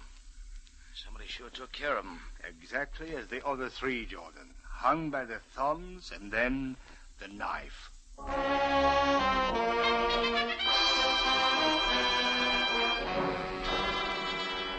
Sam began rounding up the other folks in the building, but there was nothing to be learned from them. Me, I wanted to round up a certain Sandy McQuill and get a few answers. So I went scouting for a taxi. It was dark by now, with no traffic along the narrow Sharia Naga. I spotted a dim light a couple of blocks up and made for it. As I passed an alley, I knew I should have stayed with Sabaya. 2 powerful shadows moved out quick and pinned me to the wall. I tried to make it interesting, but right then I felt a cord wrap around my neck. A silken cord, drawn tight. I stopped fighting real quick. You're smart, Jordan. You got respect for the cord, huh? It can get awful tight. Yeah. All we gotta do is pull. A little too hard. Maxie pulls his end I pull mine. Look, what's the big idea? Shut up. All you gotta do is listen. Yeah, we got information. So get it, Jordan. Keep away from the ocean. You might get seasick. I'm not going anywhere. That's right, Jordan. You know something about the Mandara? If you do, forget it. Forget real fast. Nobody's diving for the Mandara, Jordan. Especially not you. Know why? Because there's nothing there you want. Nothing. Go back to the tambourine, Jordan. Stay there, you'll live longer. Do you know what if you don't? Next time, we'll twist the cord. Cider! Tighter. And cider!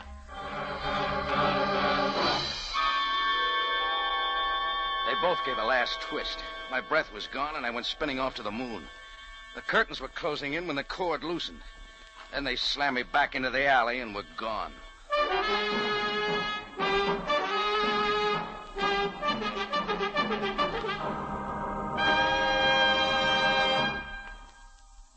You are listening to 20 Fathoms Under, tonight's adventure with Rocky Jordan. You'll find the chills colder, the excitement sharper, and the stories better on CBS Mystery. At 9 tomorrow night, enjoy thrilling mystery on Inner Sanctum when the creaking door opens and exposes a man returned from the dead. Then on Tuesday night, remember Mr. and Mrs. North at 8:30, followed by Mystery Theater at 9. Yes, you'll find colder chills, sharper excitement, and better stories on CBS Mystery.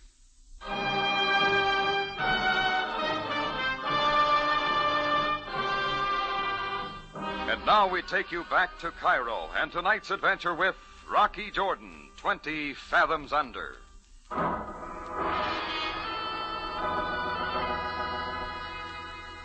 It was all started by a sea dog named Sandy McQuill who wanted to salvage the sunken freighter Mandara.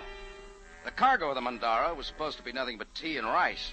And after the sinking, members of the crew had been killed one by one, all in the same manner. I didn't want any part of it, but the story got spread all over the newspapers with my picture. Then a couple of guys gave me the silk cord treatment with threats to lay off and dump me in an alley.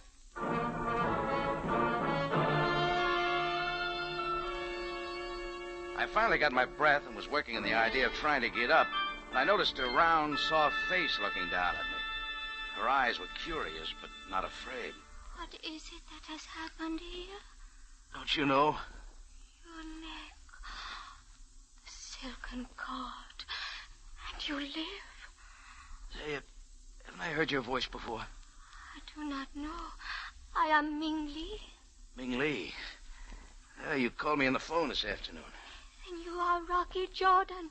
Just where did you come from? I was searching for you. I'll bet you were. Mr. Jordan, I am but obeying the command of my father, Sen Wang Li. He wishes to speak with you. He doesn't give up easy, does he? My father feels that it is most important. Will you come with me now? Maybe I've been pushed around enough for the night. But my father does not wish you harm. Just questions, huh? Perhaps more. Come, let me help you. All right, Ming. Let's go see what Sen Wang Li has on his mind. This way, Mr. Jordan.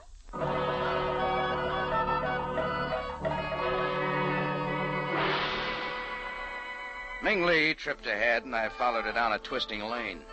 She took me into the Chinese sector, where the houses overhanging the street almost touched overhead. At one of the doors, we turned and went in. Ming led me down a dimly lit hall, off another corridor, and finally into a room rich with tapestries. A little heavy on the incense for me, but furnished in the dignity of the upper-class Chinese. Standing in front of a teakwood desk was an old Chinese in Mandarin dress. But something else caught my eye as he took a couple of steps toward me. He was the first Chinese I'd ever seen with a pig leg. I have obeyed your command, my father. You honor my house, Mr. Jordan. That is all, Ming. I am Sen Wang Li. Look, Mr. Li, I'll clear up a couple of points real quick. I don't know what's on the Mandara worth salvaging. In fact, I don't know where it went down. And yet we have read that you plan to find the Mandara. Mr. Li, what I want to know is why you and a couple of dozen other people in Cairo care whether I salvage the Mandara or not. The interest of other people is not my affair, Mr. Jordan, but for me it is most imperative. Enough to set two muscle men on me with a silken cord? Mr. Jordan, let me explain. captain and owner of the Mandara insured the ship far beyond its worth. It was his plan to sail to Shanghai and take on a cargo of tea and rice. Go on. Sailing back into the Red Sea, the captain then conspired to sink his own ship, report the disaster from a floating mine, and collect the insurance. But I still Wait, don't... Mr. Jordan. While in port at Shanghai, the captain was approached by my brother, a most respected man who had to leave China secretly and quickly. The captain accepted a high fee to bring my brother and his wife to Egypt. Only they never got here. Only the captain and 4 of his crew came off the Mandara when it went down. Now you understand my interest in your venture? Yeah. And maybe why the escaping crew of the Mandara have been wiped out. Chinese retribution? Mr. Jordan, my only interest is to recover the body of my brother and his wife, so that someday I might bury them with their ancestors. Mr. Lee, I think I should talk this over with Sandy McQuill. A man by that name was seen 2 days ago talking with the first mate of the Mandara. The first mate was quite drunk. Yeah, he gave McQuill the map, and now he's dead, too. I can also tell you where Sandy McQuill is living.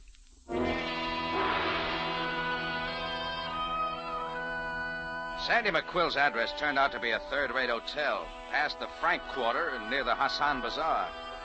I took the steps up 2 flights and slammed at McQuill's door. Oh, Rocky, lad. That's right. We got a salvage deal, remember? Why, sure, Rocky. Well, bags all packed and ready to go, I see. Well, sure, I'm shoving off right away. For Port Said? Let's go. On the way, you can clear up plenty. No, Rocky. As a matter of fact, I've changed my mind. The Mandara's no good for us. Wait a minute. We made a deal to salvage that hulk. You said there's valuable cargo aboard. Forget it, my boy. Forget it. I'm setting my sails for Marseille. There's a little girl that's waiting, you know. Cut it, Sandy. Cut it. Just why did you change your mind? Like I told you, Rocky, lad. Answer me something, will you? Did a guy named Pete Limbo give you that map to the Mandara? You seen Limbo? Yeah, I saw him. Hanging by his thumbs. A knife did the rest. Yeah, you see, Rocky, lad. We're getting out of this. It was that story you put in the newspaper. You queered everything. Yeah, it's another thing. Just how did that story get in the paper? I don't know. Rocky, don't you see? It's best I'll that tell you what I think. I think you put it there to set me up as a kingpin. I don't know just why, but... Oh, no, Rocky, lad. Would I do that to me old drinking mate from Frisco days? Come to think of it, maybe you never planned to take my boat out after all. The whole deal was a cover-up for something else. Oh, it ain't so, Rocky. Suppose I get it in the papers just who does know where the Mandara went down. You, Sandy. No, Rocky, for what good reason? Think about it. Pete Limbo might not be the last to hang by his thumbs. Oh, you wouldn't do that, lad. You wouldn't do that to Sandy McQuill. All right, then. Grab your bags and come on. Where are we going? We're catching the night train to Port Said. You're going to go diving for the Mandara if I have to let you down by the heels.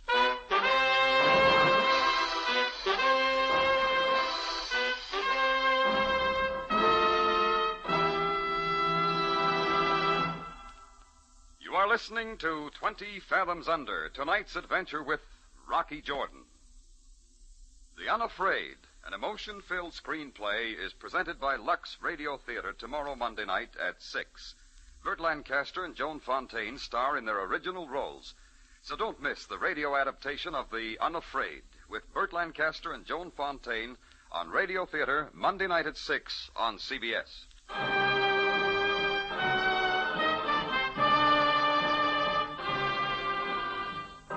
Now we take you back to Cairo and tonight's adventure with Rocky Jordan, 20 Fathoms Under.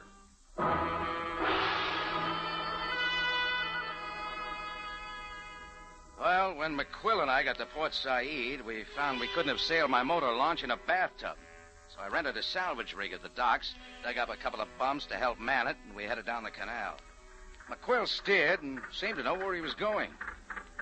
It was early the following morning, far down the Red Sea.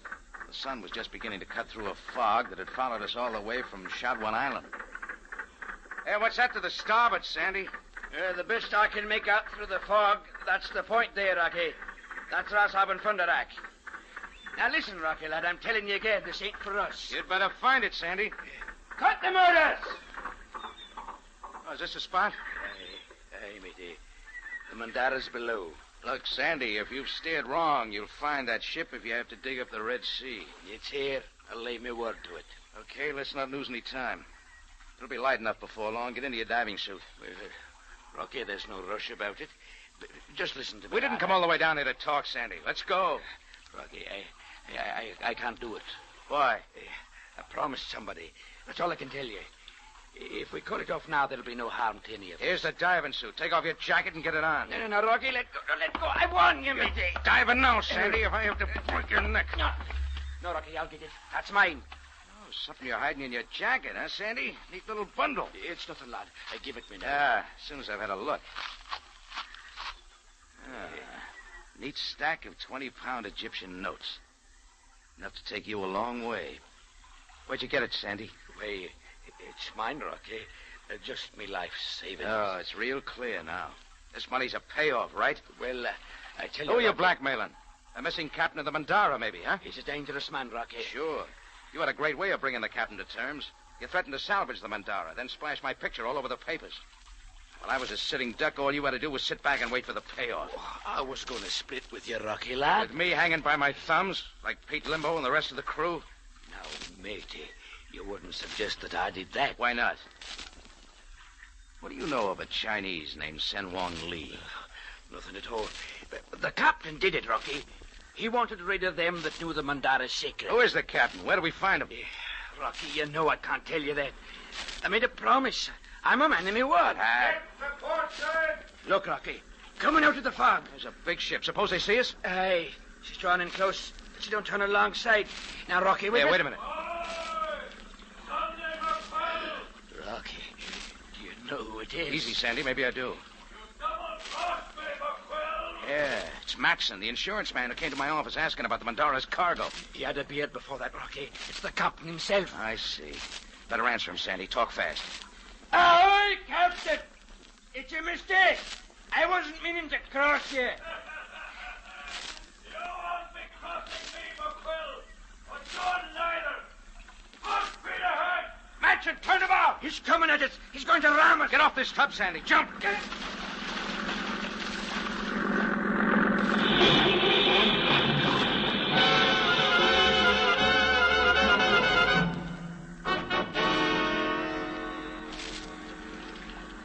Well, after that, there was a lot of splashing around. I saw the captain swing about to get a look at the results and maybe try for us again. Just then, we heard another sound. And the sun's rays cutting the fog pointed out a speedy Egyptian Coast Guard cutter bearing down. The captain changed his course, but he was way too late. Their warning shots were inevitable. The captain cut his motors, and it was all over. A few minutes later, the crew of the cutter pulled us out of the water. It seems Sam Sabaya had been way ahead of me again, and had tipped off the Coast Guard to watch for trouble. Well, there was nothing left for Captain Matson, whatever his real name was, except to make a full confession, including the murder of his crew. Not long after that, a government salvage boat brought up the bodies of Sen Wong Lee's brother and his wife. But so far as I know, McQuill's money is still floating around the Red Sea.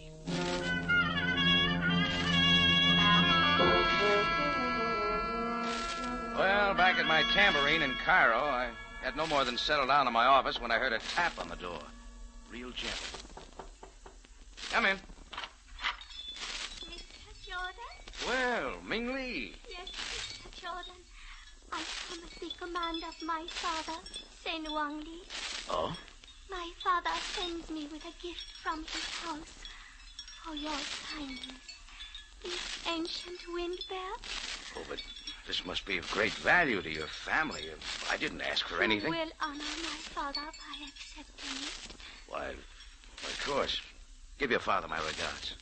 Also, Mr. Jordan, my father wishes you to know that he feels deep gratitude and devotion to you. Wait, Ming. Yes, How do you feel? I feel that my father is most wise.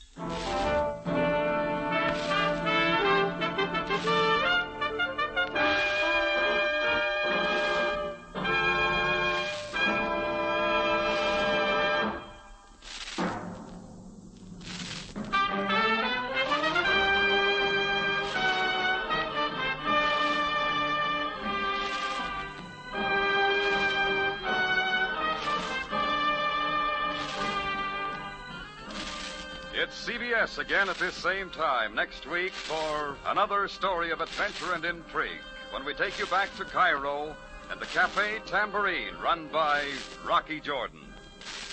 Jack Moyles plays the title role with story by Gomer Cole and Larry Roman. Rocky Jordan is produced and directed by Cliff Powell with original music by Richard Arant.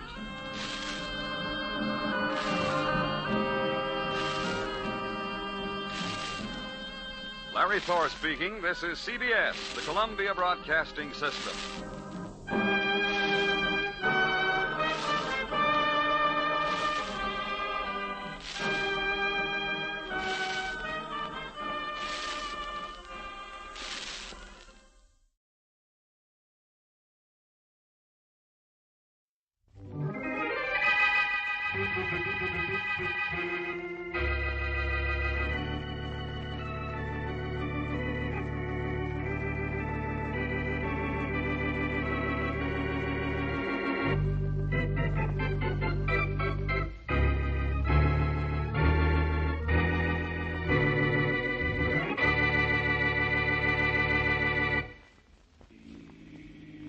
Uh-oh, a hitchhiker.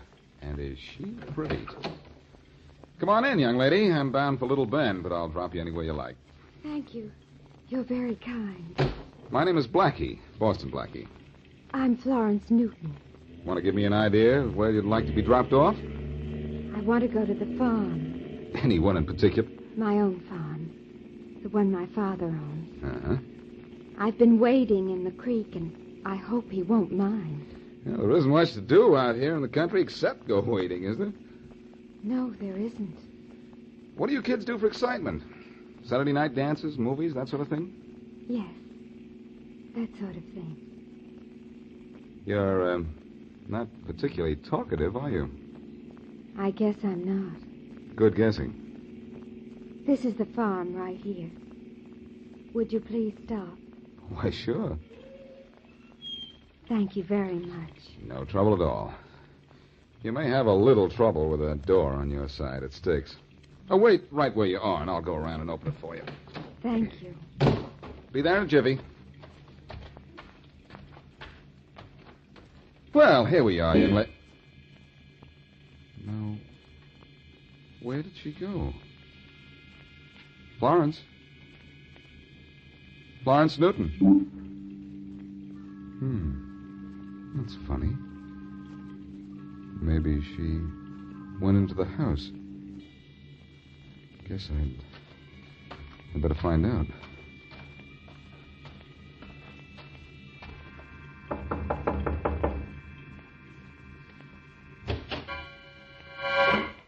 Yes? I imagine you must be Mr. Newton, is that right? Yes. I just drove your daughter to the door, and when I went to help her out of the car, she'd disappeared. I thought maybe she came in the house here. My daughter? What did she look like? Young, about 21, I'd say. Attractive, brown hair, blue eyes, about so high. She'd been waiting in the creek, and I gave her a lift. Well, what's the matter? Isn't she here? No, she isn't. You described my daughter all right, but she was drowned in that creek you were talking about 3 years ago.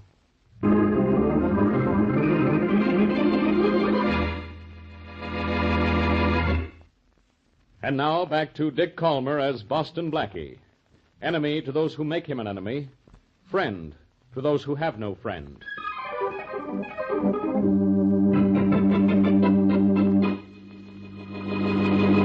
Well, Thompson, I guess you close your case against Butch Heathers tomorrow morning, don't you? You're going to close it, Inspector Faraday, and get a conviction of murder, too. I've never been as sure of a case since I've been district attorney. No reason for you to doubt you'll get a conviction in this case. Boston Blackie's going to send Heathers to the chair for you. I've never known you to be so sure of Blackie before, Inspector. I thought you two didn't even get along. Oh, we rib each other a lot, but we don't mean it. At least I don't. I know I can depend on Blackie when I really need him. Well, I need him this time, Inspector. Blackie says he saw Heathers kill that man. If he repeats that statement in court, that's all I want. Sure it is. It's all you need. Blackie's word is reliable. When he says he sees something, he really sees it.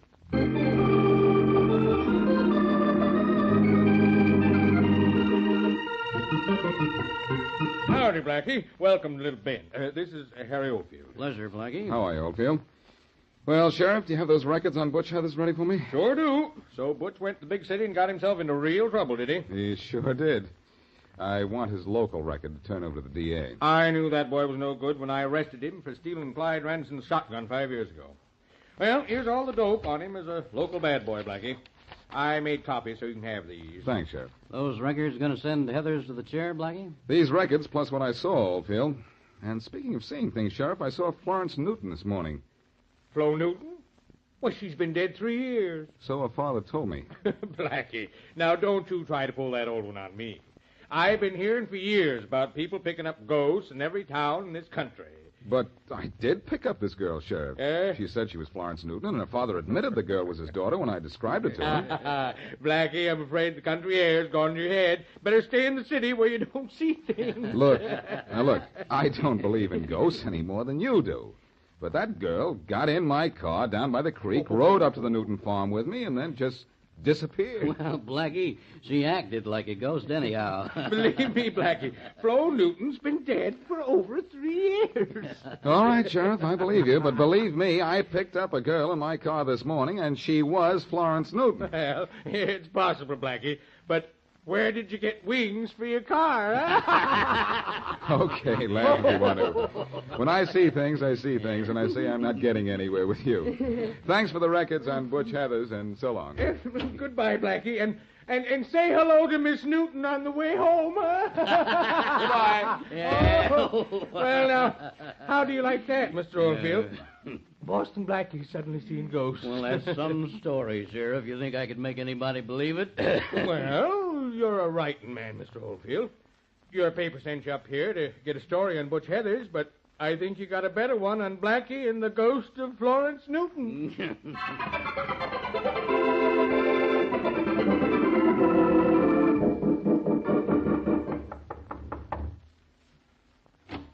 Oh, good morning, Mary. Come on in. I certainly will. Blackie, have you seen the morning paper? No, I haven't. I was out of the city yesterday, and I didn't get back to town till early this morning. I'll say you were out of the city, and out of your mind, too. Look at this newspaper. The whole town's laughing at you. What for? What if I... Uh-oh. Blackie, since when do you not only see a ghost, but tell the newspapers about it? I didn't tell the papers about it, Mary. Hey, wait a minute. That fellow Oldfield in the sheriff's office must have been a reporter. Oh, fine. Well, you phone that paper right away and get a retraction. Wait till Inspector Faraday reads this. He'll haunt you with it for years. I can't help that, Mary. I did see that girl. I talked to her. I had her in my car. I took her home. You fell asleep. You had a dream and talked out of turn to a reporter. Now, Mary, stop that. If the girl was a ghost, she was a ghost. But she was in my car, and now let's skip it. I have Butch Heathers to worry about today. I'm going to help make a ghost out of him. Oh, so you can keep seeing him for the rest of your life, too? Look, let's forget about the ghost of Florence Newton and worry about the trial of Butch Heathers. I thought no one was worried about it except Heathers. Well, you saw him kill that man, didn't you? Mm-hmm. And I have some reports on him from Little Bend that should help cinch the case against him. You going to be in court? I wouldn't miss being there. You're the star witness for the state. Yes, and when I get in the witness chair, it's going to be another kind of a chair for Butch Heathers.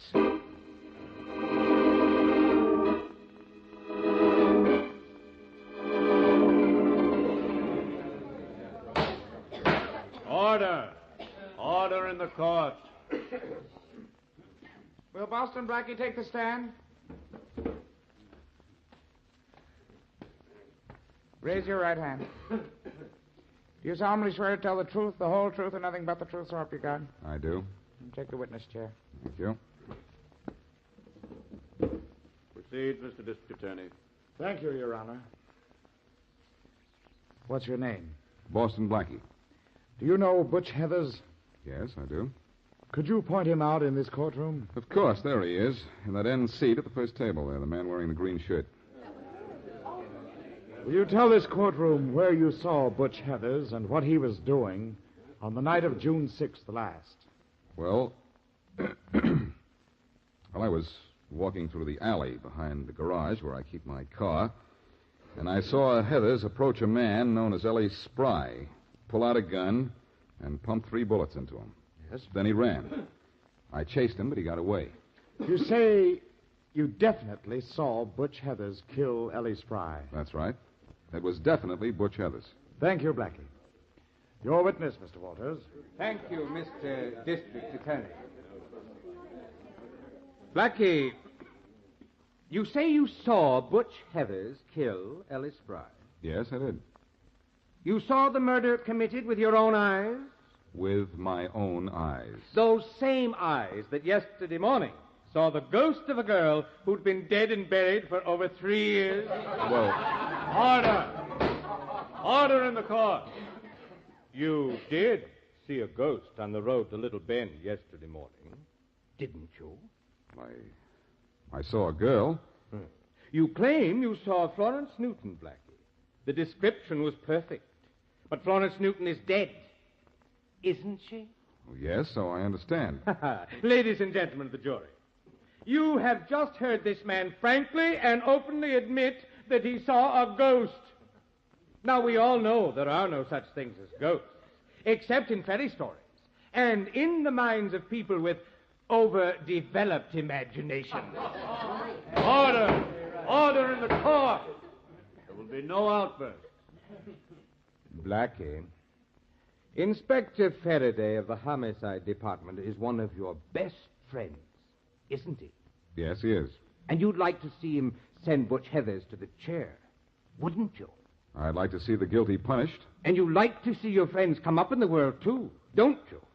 And the conviction of Butch Heathers might get a promotion for Faraday, mightn't it? He's a good police officer. He's deserved a promotion for a long time. And you'd like to help him get it, wouldn't you? I've always helped Faraday whenever I could. Thank you, Blackie. Ladies and gentlemen of the jury, by this witness' own testimony, the facts are clear. There's no proof here that Butch Heathers killed Ellie Spry. This man sees ghosts, so he can see things that don't exist. This man who claims he saw my client commit the murder claims so in an effort to aid and improve the status of the police department friend of his. How can you convict a man on the testimony of a witness such as this? How can you send a man to...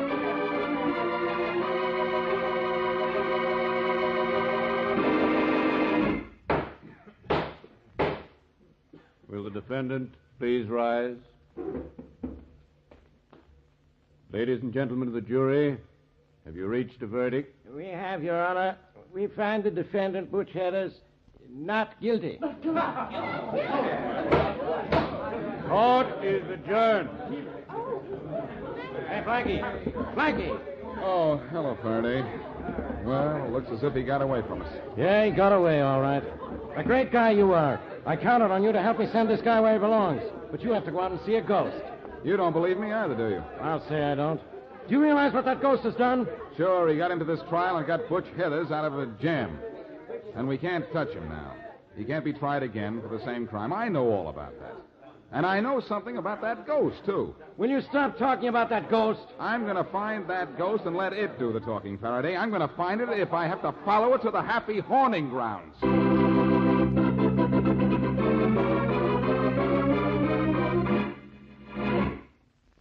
And now back to Boston Blackie.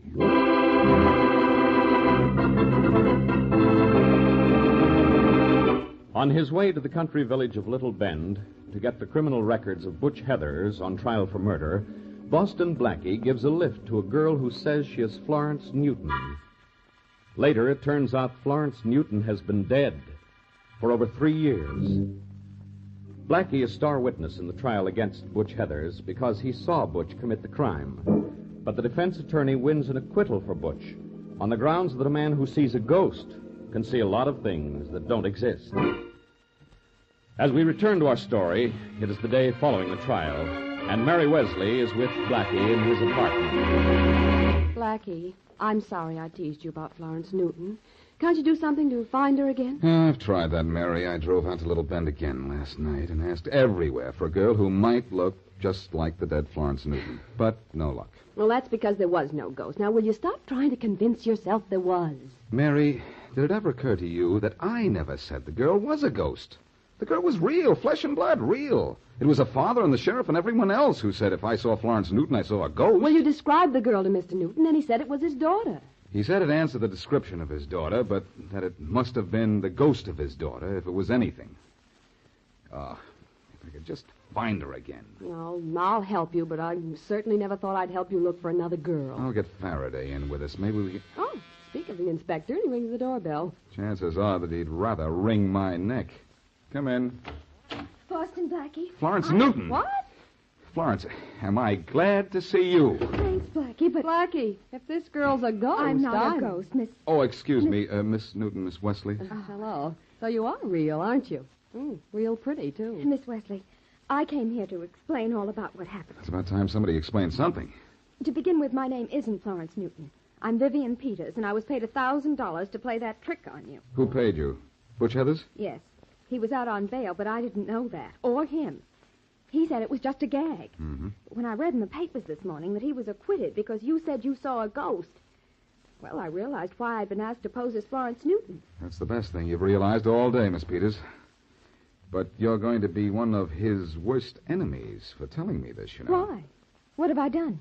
You proved my testimony against Butch was correct. Well, so what, Blackie? Heathers was tried and acquitted for killing Ellie Spry, and he can't be tried again for the same crime. No, he can't, Mary, but maybe there's some other way to get at him.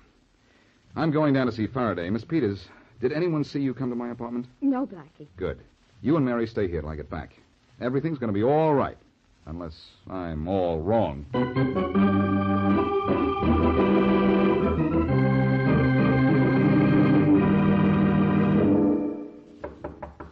Come in. Hello, Wallace. Oh, Butch, come in. Thanks. Well, how's it feel to be a free man? Great, Wallace, great. You did a good job for me. You're the best lawyer in town. You didn't kill Ellie Spry. That's why I got you off, Butch. Yeah. But Blackie had me nailed for that killing till you pried me loose with that business about the ghost. I knew that ghost story would make Blackie sound silly. What do you mean you knew it, Butch? I didn't know it myself until I saw the papers just before the trial. I got news for you, Wallace. I give you a little assist in beating the rap the state had on me. I fixed up that ghost. What are you talking about? Cost me 1,000 clams, Wallace. Don't worry. Won't come out of your fee. Wait a minute, Butch. Did Blackie think he was Florence Newton, or didn't he? Sure he did. It was the girl I hired to say she was Flo Newton and go through the whole routine. Just as Blackie said. Butch, I hope you're lying. No, I'm not lying. I'm bragging. That was a pretty smart trick, wasn't it?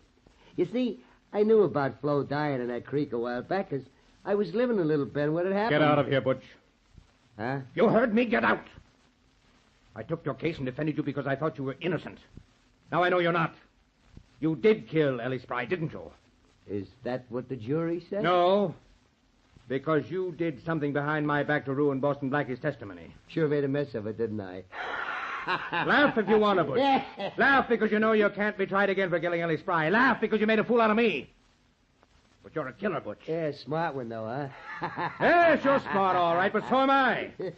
Legally, you're free, but I'm a lawyer, and I'm going to find some loophole in the law to bring you to justice. Maybe that girl can help me.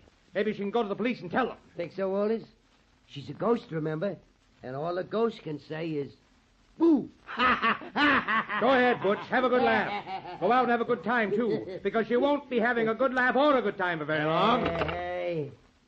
Who are you calling, Wallace? The police. I won't be a party to a conspiracy. I think you better not, Wallace. You don't frighten me with that gun, Butch. But you bother me with that phone. Put it down. Or I'll knock it down, you... I think I'd better take that gun. You think so? No, so.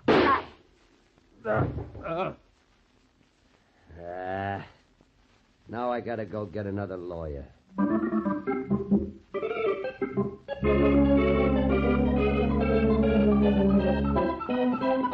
Blackie, get out of my office before you start seeing things in here. Look, Faraday, will you start seeing things? Will you start seeing how and why I was made to believe I picked up Florence Newton on the road to Little Bend? I know why you think you picked up Florence Newton on the road to Little Bend. You're a big dope. You mean I'm a big dupe? Dope. What's the difference? No. Faraday, that girl's real name is Vivian Peters, and she was hired by Butch Heathers to pose as Florence Newton. How do you know? Because she's in my apartment. She told me all about it. Butch hired her when he was out on bail. Now you're not only seeing crazy things, you're saying crazy things. How would Butch know about the death of Florence Newton so he could rig up such a stunt? Butch lived in Little Bend. He knew what she looked like, and the records show that he was there when the Newton girl drowned in that creek. So he was there. So he knew the girl was drowned. So what am I supposed to do now? I can't send Butch Heathers where I want to send him. He can't be tried again for killing Ellie Spry. I know he can't, but I've got to... Listen. There's your phone, Faraday. I know it, Blackie. I gotta know something. Faraday speaking. Inspector Faraday, this is Madeline Wells, Harold Walters' secretary. Yes, Miss Wells. Inspector, Mr. Walters has been killed. What? He's in his office, dead. He's been shot. Wait a minute. Blackie, Butch Heather's lawyer has been killed. I know. I heard her say it. Stay where you are, Miss Wells. Yes. Don't touch anything. We'll be right up. All right, Inspector. Well, Blackie, what do you think of that? It's not what I think, Faraday. It's what I know. Butch Heathers has made another mistake. Only this time we're going to make it his last. Oh, no, Blackie. You bungled things the last time I had Butch. Go have yourself some fun in a graveyard. Meet some new ghosts, maybe. You're out of this murder. I'm out? Oh, no. You're out? Oh, yes. From here on, I'm handling Butch Heathers all by myself. You mean mishandling Butch, don't you? I'm going to surprise you, Blackie. I've got an idea. In fact, I've got two ideas. You'd better get an idea how you can pin the murder of Harold Walters on Butch before you do anything else. We're just guessing he's our man. He's not our man. He's my man. And I know how I can pin this on him, providing I get no interference from you. I'm going to have you kept here in this office for an hour, so I can have my way, and you can't get in it.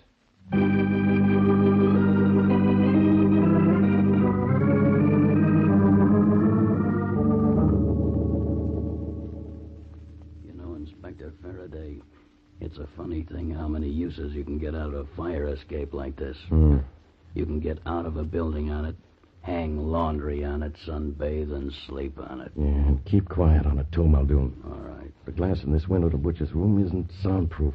Yeah, but it's sure almost look-proof, Inspector. Why, it's so dirty I can hardly see through it. I can see enough. I can see Butch in there, and the door to the hall. Are you sure that Peter's girl will do what you told her to do? She'd better. You know, I'm sort of proud of myself about this. Yeah? This is the kind of idea Blackie would get. He's not the only one who's smart. Well, what if it doesn't work? What do you expect from Blackie's ideas? Uh-oh, there must have been a knock on the door in there. Butch just got up and walked over to it. Well, now we can lift up the window a little, huh? Yeah. Quick, while he's on the other side of the room. All right. That's enough. Butch just opened the door. Is it the Peters dame? It sure is. Well, Miss Peters, you took long enough getting here. Come in. Thanks. We can hear pretty good. You phoned and said you wanted to talk to me, sweetheart. Well, what about? You ought to know what about. I didn't know I was going to save you from the chair when I said I'd play Ghost for Boston Blackie. Hey, Well, what you didn't know didn't hurt you too much, did it? You got a breath of country air out of it, too, didn't you? You got out of a murder rap, Mr. Heathers. And everyone knows you killed Ellie Spry. Blackie's testimony was right, every word of it. Yeah? You've made an accomplice out of me, Heathers, and I don't like it. Inspector, Oh, you don't? Well. That's too bad. It's so bad that I'm going to the police. Oh, I wouldn't do that if I was you. But you're not me. Look, I killed Ellie Spry. I got away with it. I killed Harold Walters, my lawyer. I'm going to get away with that, too. I'd include you in that list in a minute. And don't forget it. The police will know you killed Walter. They won't even suspect me. Then Walters just win a case for me. Anybody in this town ought to know that Walters and I are the best of friends. Now, don't go to the cops, sweetheart. Won't do you any good, and I wouldn't like it. You understand? Come on, Muldoon, let's Yes, go. I understand. I've heard all I need to hear. I understand. All right, then I'll raise the window now. Who's out there? No time now. Let's go right through the glass. All right. Don't move, Butch. Cops. Duck, Miss Peters. There may be shooting. Yeah, she ain't ducking, but I am behind her. Go ahead, shoot, copper. Hit this dame. See if I can. No, don't. Inspector, don't shoot. You'll hit the girl. You mean to kill a girl, don't you? She makes a nice target, doesn't she, Inspector? A nice target, but a better shield. Don't Your shoot. pals ought to see you now, Butch. If you were as tough as you claim to be, you wouldn't be holding that girl in front of you. Cut the talk, pal. Go ahead and shoot, why don't you? You know I'm not going to shoot. Polite cop, huh? You don't shoot ladies, huh? Well, you don't shoot me neither. And you don't catch me. Because a couple of more steps back, and I can reach the door. You did this all wrong, Inspector. Well, I'm at the door, Faraday. Go ahead and shoot if you want. This is your last chance. So long, copper. And here's your girlfriend. Maybe you'll... Go to sleep, Butch. Get tired. Blackie. Yes, Inspector. Blackie with a black jack. Are you all right, Miss Peters? Yes, thank you. But I think my arm's going to be bruised tomorrow. I think Butch's head is bruised a bit, too. Or maybe this blackjack got the worst of the deal. Faraday, it's a good thing you told the guard to let me go in an hour. Yeah? I knew where you were heading and stayed out there in the hall to wait for you. I imagine you heard Heather's confession? Sure. You heard him admit he killed Ellie Spry and his lawyer. Yes, and it's a good thing I was outside the door. Faraday, what would you do without me? I don't know. But I'd sure like to try. Don't do it, pal. You're a big man on account of me. Yeah? Mm-hmm. The morning papers are going to say that Butch Heathers is another of the feathers in your cap.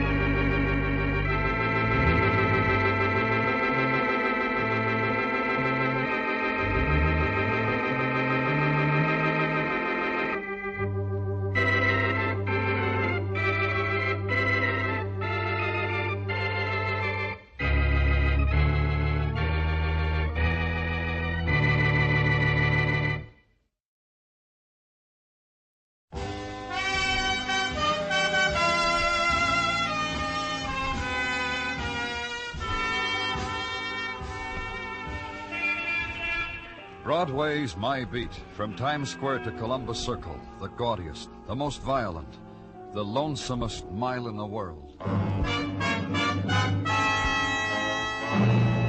Broadway's My Beat, with Larry Thor as Detective Danny Clover.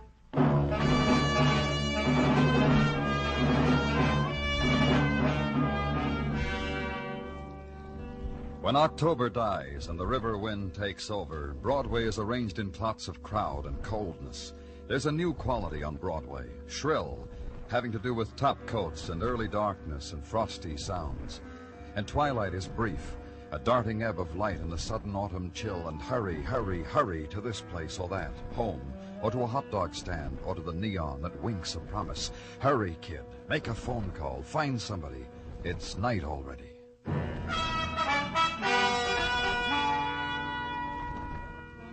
And it seems the night comes sooner in the tenement district, or somehow it never quite leaves, in the barrio, in Spanish Harlem. That's why the people gather together sooner and start their music earlier, in a small nightclub like La Cantina, where I was, and Detective Gomez was, and the man who led us across the floor. Through here, senores. Down these steps. He's in the cellar. You were the one who found him? See, I went down here to my store bin to replenish the beer for my customers. Well, you will see. Is there any other entrance to this cellar than those steps we just came down? You will see, senor. Look, don't make a drama out of it, Luis. Just tell us... Take it easy, Gomez. There, and the beer cases stretched out, muerte, dead. Now tell us, Luis, how did it get in here? Perfume, senor. You see a window through which deliveries are made from the alley. Mirror of the window is broken through, so... Take a look in the alley, Gomez. Okay. You know who he is, Luis? See, he's Ricardo Miguel, a boy who lives near, a boy who works at the pasteleria, Arsenio Loca, the bakery shop, also not far. Stamped. 4 places that I can... It's the floor show, senor. Be gone. Yeah? It is sad you cannot take the time to see, senor. It is exciting. It is sad you have not the time.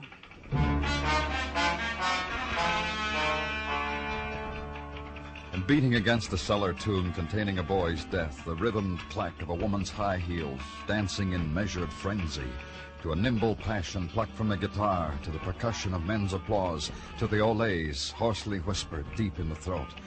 The light bulb sways to it, the shadows dance, and the huddled boy shrieks his stillness.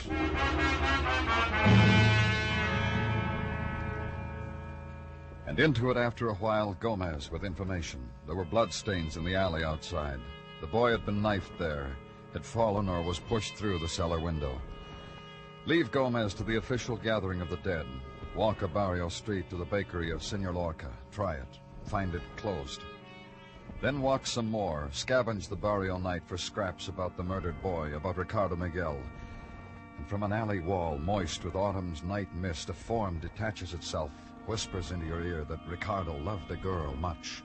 Reina Martinez lives alone in a room on 110th. Alone. Try her, senor.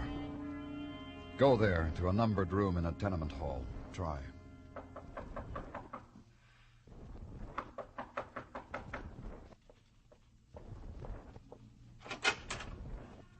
Good to me. The night is good to me. I'm from the police. You bring yourself to the wrong door, Senor Police. Go skin your knuckles in another place. You're Reina Martinez? The barrio woman spit my name at you because her man looked at me? Boy was stabbed, Ricardo Miguel, murdered. Because he loved Reina? Let's talk about it inside, Miss Martinez. In a little while, a boy comes for me. To buy me wine. To take me dancing.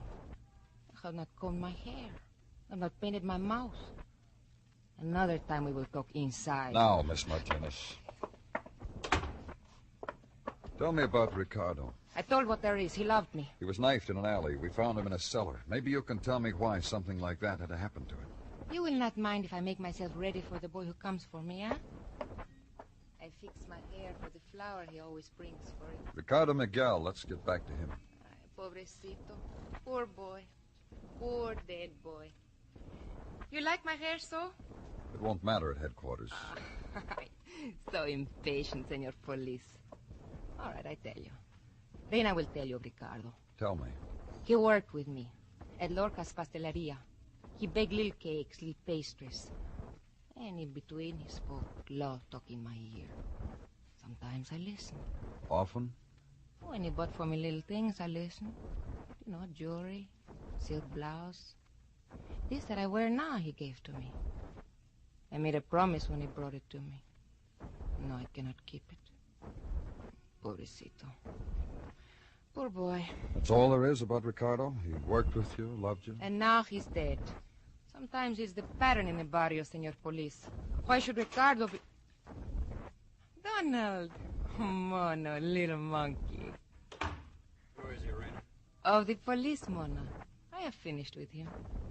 You like Reina? How she looks for you? What does he want here? A boy was murdered with a knife. A boy who loved me. Ricardo of the pastries. What do you want with her, mister? What's Reina got to do with it? She just told you. When was he killed? Maybe 3 hours ago, more or less. Who are you? Donald Jordan. College boy with an alibi for Reina. 3 hours ago and a sack full of hours before that, Reina was with me. It took that long to show her the ducks in Central Park Lake. That's where you were, Miss Martinez? Donald told you. My mono told you. In other words, you're each other's alibi. Mm-hmm. Each other's. Come to Reina, Donald. Come on, little monkey. Ven. Ven aquí. Come on.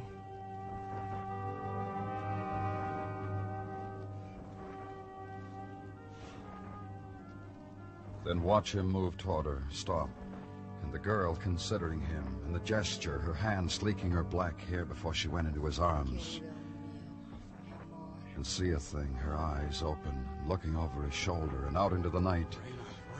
And turning to the boy, smiling to him, kissing him, her hands smoothing her hair again, and her eyes watching me as I left.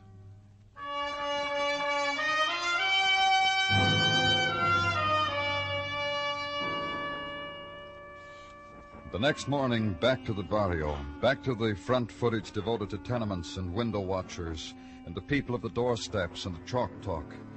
Back to the place that had been closed the night before, the pastry shop of Senor Lorca.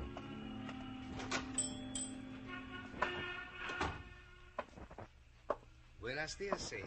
Good morning. I am sorry, senor. Sorry about what? This morning, my stock, it is scarce. However... Because Ricardo didn't show up for... My baker Ricardo is muerte, dead. So for the next few days... I know. I'm from the police. See? You know that Ricardo was murdered, don't you? Seguramente. Of course. Of his dying, I know all about. Oh? See? It has been told all around the barrio. I see. I need some information. I want you to help me. Seguramente. Why not? I want you to tell me all you can about Ricardo and about Reina. Of Ricardo.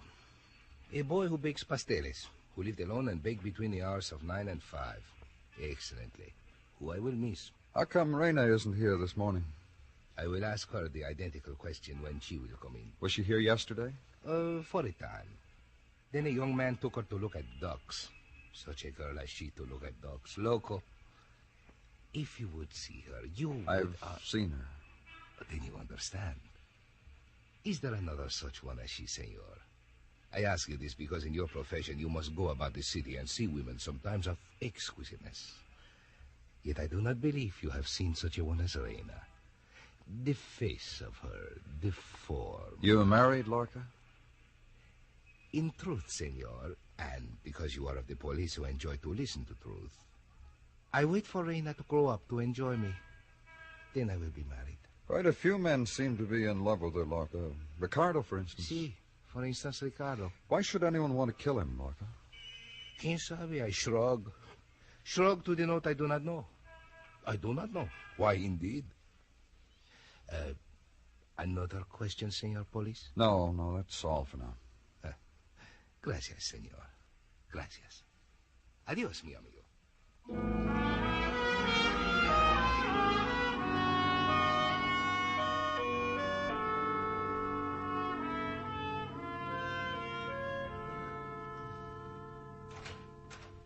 Hey, old fellow, and well met. Top of the morning, Danny. We said good morning to each other a couple of hours ago, Gino. Off the dime. What have you got? What I've got is what you're going to get. To wit, a report on the college youth, Donald Jordan, even as you requested. Okay. Detective Gomez told me that this Jordan youth is a student at McKay College, that the dean of men whom he questioned told the good detective that this Jordan youth is indeed bright, a gold star student, and found out that this Jordan youth was indeed free to watch ducks yesterday afternoon because he had only morning classes. I see. What have you got on Reina Martinez? Reina Martinez, to wit. According to our files, it seems this Rena Martinez has been a caller at our pokey on various occasions. Once on the occasion of clawing the eyes of a fellow female. Once for waving a knife under the nose of a brush salesman. And another time for carving her initials with a like knife into the epidermis of a friendly barfly. Knife, huh? Yeah, from what you told me of her, Danny, from this Rena Martinez, nobody would mind. What's a knife prick from a girl like You that? gave me a thought, Tino. I'll go ask her.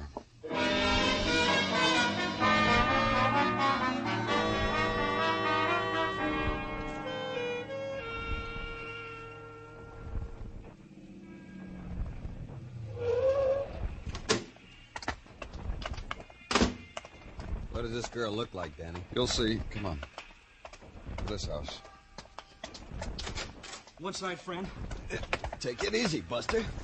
What's the hurry? I said one side. He's a big one, Danny. Okay, friend, you asked. Yeah. Come on. Come on, settle down. Yeah, it's a lot better, young fella. I ask you something. What's the hurry? You guys crazy, take your Why hands... were you running? In a hurry, I run. Police. Huh? Police officers. Look, I didn't have anything to do with it. To do with what? Look. Bring him along, Gomez. Come on, kid.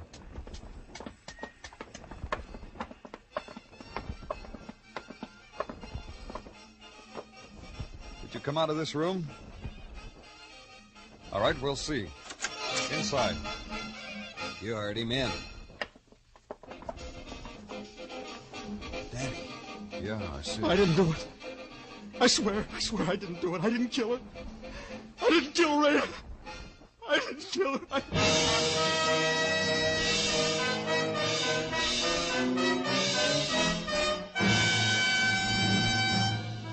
You were listening to Broadway is My Beat, written by Morton Fine and David Friedkin, and starring Larry Thor as Detective Danny Clover. Say, that was some night the gang gave Jack Benny last week when the spendthrift squire surprised them all by inviting them out to a nightclub on him. And the surprise finish, the gang will be waiting for Jack for sure tomorrow night. Yes, Jack Benny, Mary Livingston, Dennis, Phil, Rochester, Don, and tomorrow night, Mr. and Mrs. Ronald Coleman. Listen for them all on CBS Radio. There's fun every minute.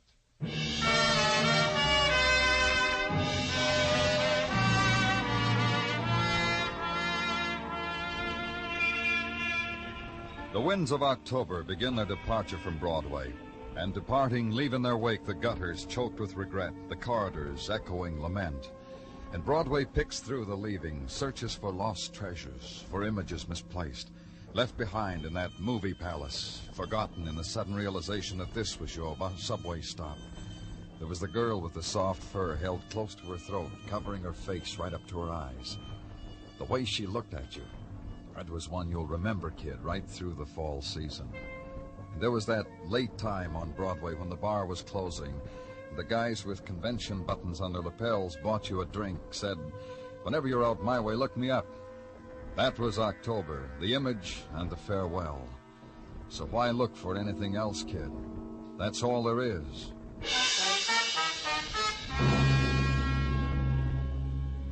Except a girl dead in a room you've been in before. Except a sobbing protest. I didn't kill Rhea. Except the scream of a radio. Shut that thing off, Gomez. Yeah. Nothing I can do about that, Danny. It's down the street somewhere. Look, I told you I had nothing to do with it. Yeah, you told us. What's your name, kid? Garfield. Bobby Garfield. Rain and me, we were just... What do you do, Bobby? I play football. Let me tell you, huh? Rain and me were just... You're a football player, huh, Bobby? I like football. I play for McKay College. I'm a sophomore. They brought me McKay here. College, huh? You know a boy named Donald Jordan, Bobby? Yeah, I know him. Same fraternity. Look, what is it with you guys?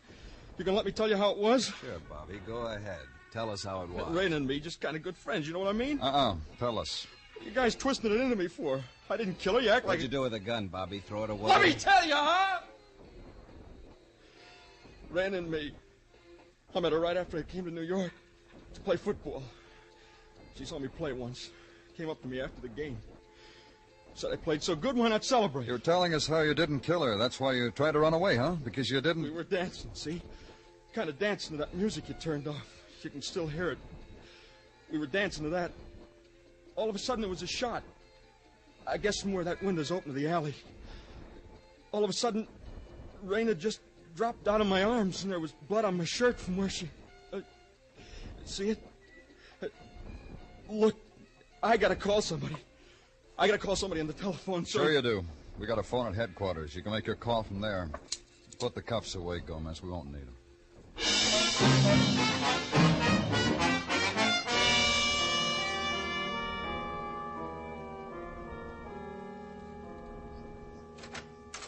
You've got a gentleman caller, Danny. Huh? Who?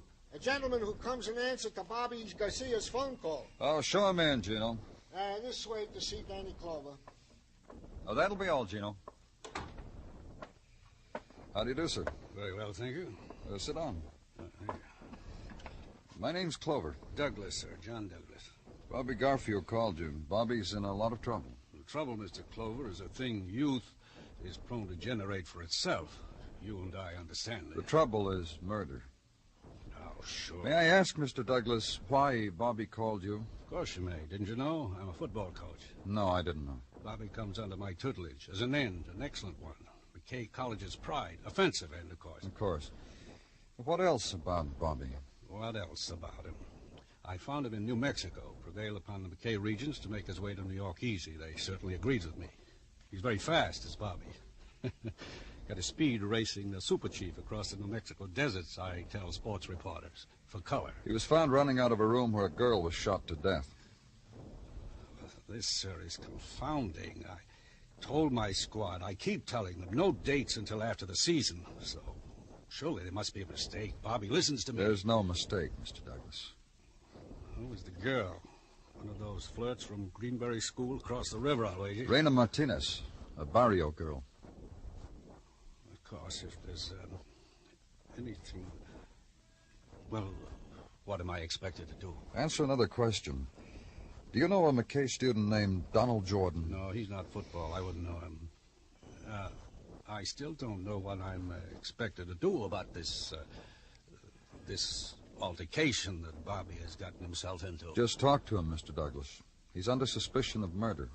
He asked for you. Of course. You'll pardon me, sir. Thank you.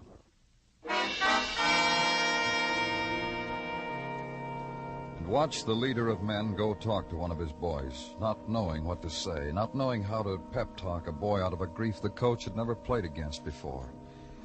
And imagine it. The pat on the shoulder, the voice modulated to the acoustics of a cell. Then the curiosity taking over finally, gentle, insinuating. Tell me about it, son. Tell me about the girl. Tell me what there was about her that made you... Then wipe the smirk off your mouth because you've asked these questions too. We'll go on asking them. And because you're a policeman, ask them with the official stamp of approval. Of anyone, of an employer of the girl now dead, of Senor Lorca, for instance. I told you, senor. I told you of the exquisiteness of Reina. That she is dead does not change my philosophy about her. Where there is such as Reina, there is such as death. You kill her, Lorca? Listen to me, senor. Listen very closely. How could I lift my hand to Reina except to... How? This way, with a gun in it. Then shoot her through a window while she was dancing with Bobby Garfield. That's how. Explain me something. Why should I do this when I don't even know this Garfield? Bobby Garfield. He knew Reina loved her like Ricardo Miguel did. Someone found an alley where Ricardo was, stabbed him to death. Then saw Reina in the arms of Bobby Garfield. Shot Reina, killed her. Watched Garfield being taken to prison. It all worked out real good for a man like you, a man who says he loved Reina, a man who Reina didn't love. I tell you something, senor. All this that you said, I could wish it deep inside here. But I could not do it. I'm only a seller of pastries. I have not the what it needs. Then you didn't know about Garfield. About dead Ricardo, my pastry boy, I knew. About the college boy who took Reina from me to show her dogs, quack, quack. Only these rivals I knew till now. I regret you told me about this Garfield. One more thing. Perdone, I may speak to the phone? Go ahead. Lorca's Pasteleria. Huh? Ah, a detective. See, there is a detective here. This is what you want of Lorca. Momento. For you, senor. Thanks. Danny Clover speaking. Danny, I disturbed you only because Dean Crawford of McKay College phoned in. Wants you to come to his office right away. Did he tell you why? He said he's got a shocker for you, but an immediate shocker. Those were his very... Thanks, Gino. Maybe I'll have to get back to you, Larka, so don't go away.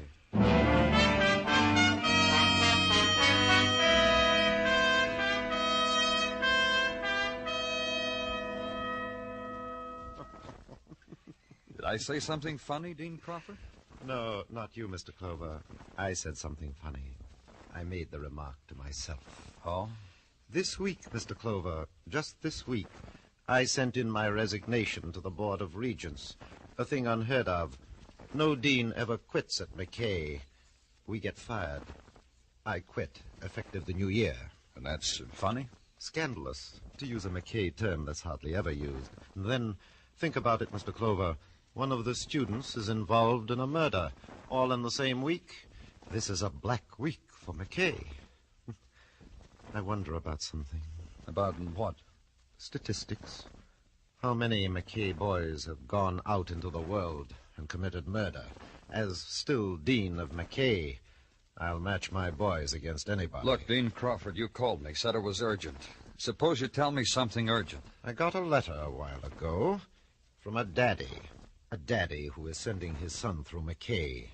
He's a worried man. What are you talking about? The daddy of Donald Jordan. Worried about the bills his son has run up. No wonder. Lingerie, jewelry, baubles. For a sex we only mention in psychology, too. Female. The letter came after your Detective Gomez had left. How close was Donald Jordan to Bobby Garfield? I'll tell you how close. We have an arrangement here. Assign a football player to a scholar. Arrangement. Garfield was coached in his studies by Donald Jordan. This is known as intellectual freedom. Donald writes Bobby's themes, does his assignments, which leaves Bobby free to think about nothing. Admirable. What else can you tell me about them? Which one of those rascals do you think killed that girl? I asked you a question. I've told you everything I can, Mr. Clover. Well, McKay semper fidelio, as we always say. Don't you always say? No? I don't blame you. Bye, Mr. Clover.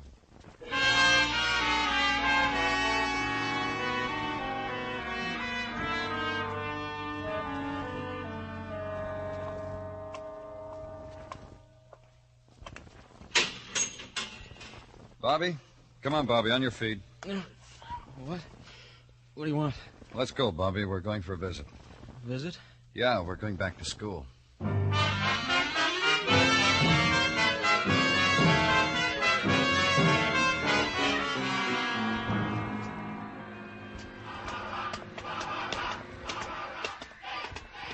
rooms on this floor, Mr. Clover, right across the hall from mine. He never goes to the bonfire rallies. He's probably in. This one.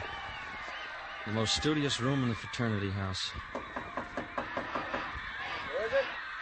You, Bobby. It's me, Bobby Garfield. Bobby, I thought... Oh. Let's go inside, Donald. Sure. Gee, I'm glad to see you're out, Bobby. Yeah, I knew you would be. That's why I came right to you, so you could be glad. That's right, Donald. Bobby told me a lot about you on the way over here. I don't understand what you're doing here. We'll get around to it. I got bad news for you, kid. Bad news? Yeah. You remember something? The day we were inducted into this fraternity? What are you talking about? The day we put 4 fingers up in the air and gave the secret hand clasp and said the words. The second finger meant loyalty. You haven't been true blue. What did they do to you in jail, Bobby? You talk crazy. Yeah. Crazy. Frat boy. Crazy. Cut it out. Yeah. I'll cut it out. Pardon I didn't have a paddle, fraternity brother. Is this how you police act? Bring a crazy man into my room and have him beat me up? I'm sorry, Donald. I told him a few things on our way here. I didn't know it would upset him this way. Look, I don't know what this is all about. Why don't we all go down to the bonfire? Sure, let's do that. It'll make a big impression, Bobby. You being out of jail, gonna play tomorrow. Come on, guys. We're going, all right, but not to a football rally. You're under arrest, Donald. What? 2 crazy men. The policeman and me. What do you mean I'm under arrest? For what? Well, what reason? Murder. Ricardo Miguel, Reina Martinez. You're kidding. Especially Reina Martinez. Now, there was a dame. Take my word for it, fraternity brother, there really was a dame. You talked about me, didn't you? You and Reina. Oh, we had a few chuckles. Whenever your name came up. You ready to go, Donald? What did you say about me? You know what we said. What you say to yourself. Leave him alone, Bobby. I didn't kill anybody, Mr. Clover. You killed one of Reina's boyfriends, Ricardo Miguel, to prove something to her. That she couldn't have anyone but you. That you wouldn't let her have anyone but you. You don't know what you're talking about. Believe me, he knows. 4 fingers in the air. Ricardo Miguel was killed. You had an alibi for that. You were with Reina. That's right. She told you I was with her. She lied for you. She alibied for you. Because for an instant, she admired you. She did. She did it. What are you laughing at? Nothing at all. What are you laughing at? I laugh because I remember something. A couple of Saturdays ago, right after a football game. When Reina waited until I came out of the stadium. Came up and told me who she was. We celebrated the occasion. You took her to that game, didn't you, Donald? I'm only sorry I didn't kill you, too. You almost did, at that. Who were you aiming at, Donald? Reina or me? While you were peeking at us from the alley. While you were... Who were you aiming at? Reina. I wanted to kill her, and I did. What she did to me. The things she made me do for her. The things I got for her. And she laughed.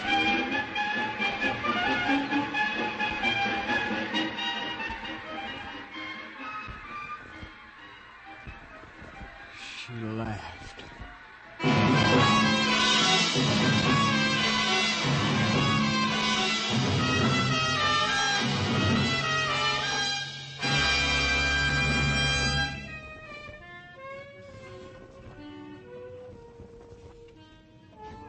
The neon spins and Broadway blares out an 8-beat rhythm, the tempo of hunger in dance time. Grab yourself a dream and get with it. Close your eyes and pretend you're holding something special. Keep them closed. Dreams last longer that way. It's Broadway, the gaudiest, the most violent, the lonesomest mile in the world. Broadway, my beat.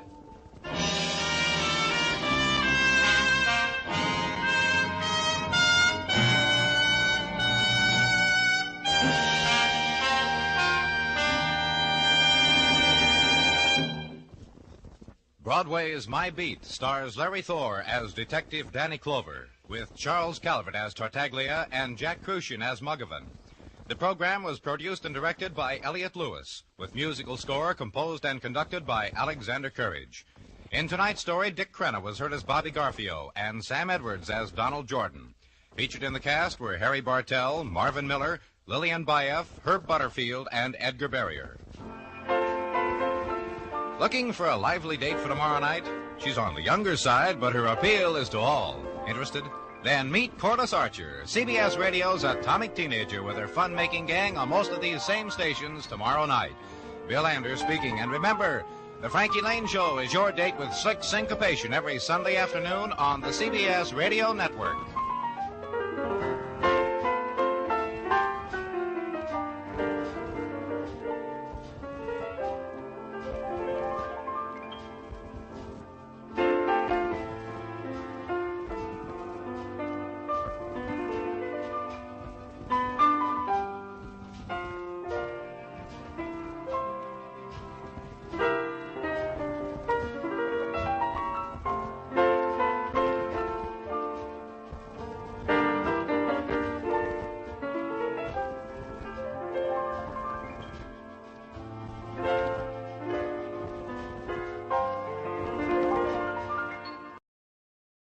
And now, Roma Wines, R-O-M-A, made in California for enjoyment throughout the world. Roma Wines presents Suspense. Tonight, Roma Wines bring you Miss Rita Hayworth as star of 3 Times Murder, a suspense play produced, edited, and directed for Roma Wines by William Spear. Suspense. radio's outstanding theater of thrills is presented for your enjoyment by Roma Wines. That's R-O-M-A, Roma Wines. Those excellent California wines that can add so much pleasantness to the way you live, to your happiness in entertaining guests, to your enjoyment of everyday meals. Yes, right now, a glassful would be very pleasant as Roma Wines bring you Rita Hayworth as Laura with Hans Conried as Elmer in a remarkable tale of suspense. One of the most thrilling World Series in recent baseball history. And now, the exclusive that I promised you earlier in the program.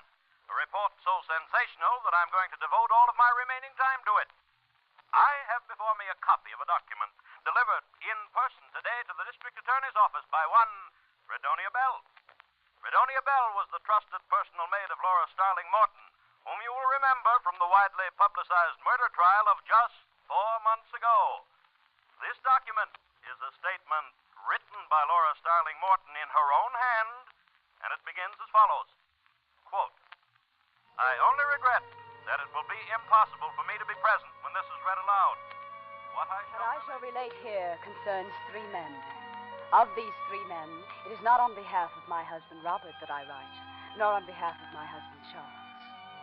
This is for Elmer. But I don't think that Elmer will ever see it, for Elmer, too, is going to die.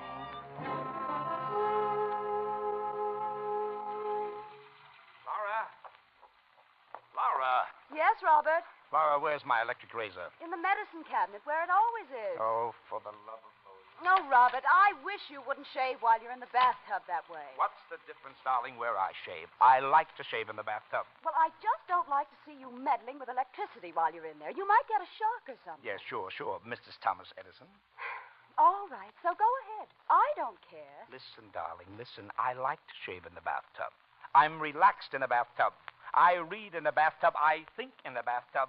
And I'm not going to change my habits even for you. I know, dear. I suppose that is a lot to expect. Oh, boy.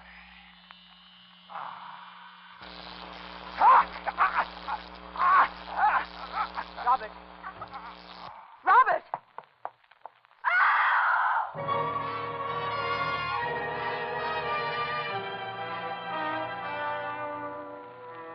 It was a good, loud scream. Then I stood in the door of the bathroom and looked. A good, long look. Then I called a doctor. The doctor called the police. The police called the district attorney. And I found myself confronted by a young man with red hair and glasses who gave the immediate impression of being clever, unscrupulous, and objectionable. That was Elmer. Mrs. Williams, I'm Elmer Garner of the district attorney's office. How do you do, Mr. Garner? I thought that you and I'd better have a little private chat. What about Mr. Garner? About your husband. What about my husband? Miss Williams, I'm going to be very frank with you on a number of counts. I'm what's known as an assistant district attorney. Mr. Garner, I have just lost my husband.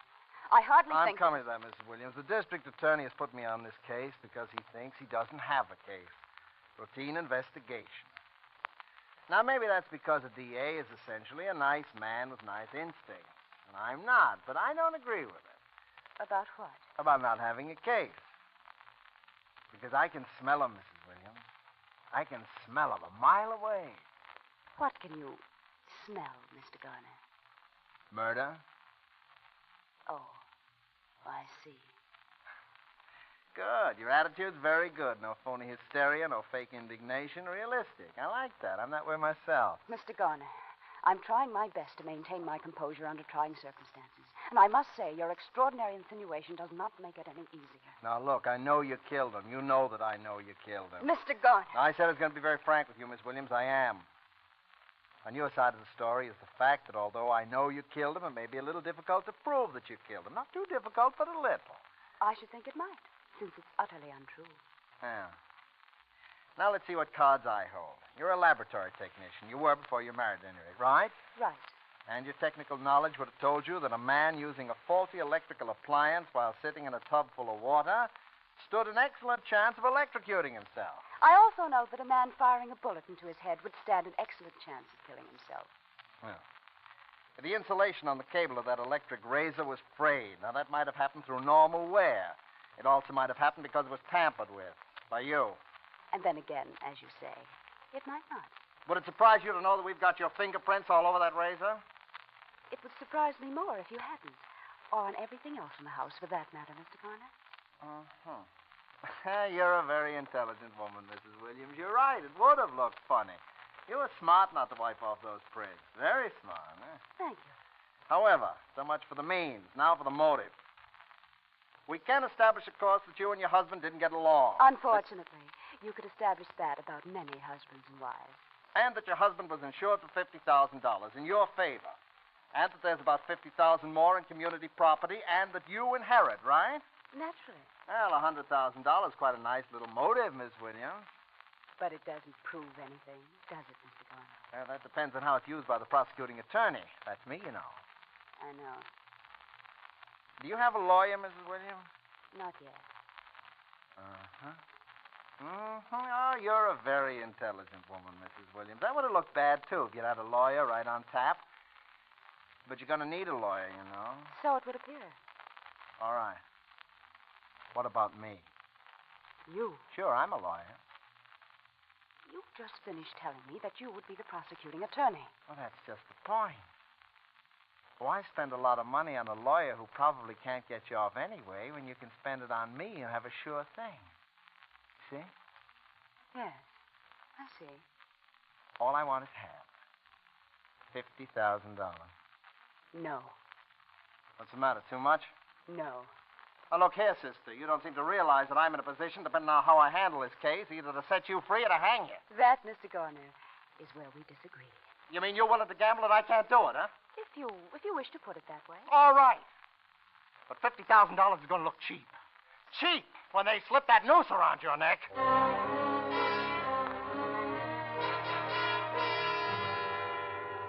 there she sits, ladies and gentlemen of the jury, cold, calm, emotionless. The same Laura Williams who carefully calculated, carefully planned and premeditated the murder of her husband. I ask the death penalty. I must ask it. For ponder well, ladies and gentlemen of the jury. If you set her free, believe me, this will not be the last accident to mark the bloody trail through life of Laura Williams. And when that accident occurs, when the next victim is struck down, his innocent blood will be on your hands.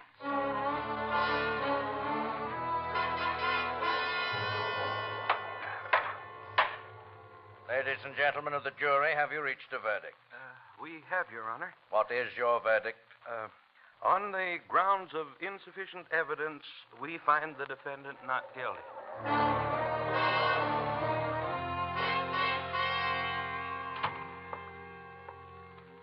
Well, Mrs. Williams, I guess the sporting thing is to say congratulations.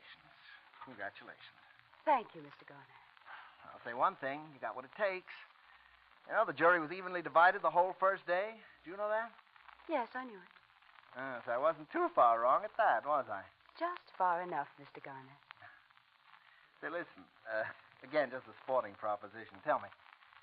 Did you? Did I what? Oh, come on. We're alone here. Anyway, it doesn't matter because you can't be tried twice for the same thing. You know that, don't you? Yes, I know it. Well, did you? Yes! You cheap, contemptible blackmailer. Yes, I killed him. How do you like that? I killed him.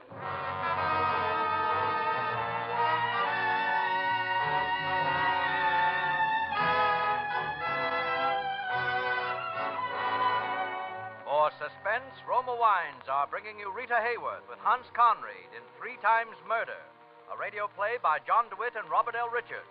Roma Wines' presentation tonight in radio's outstanding theater of thrills, Suspense.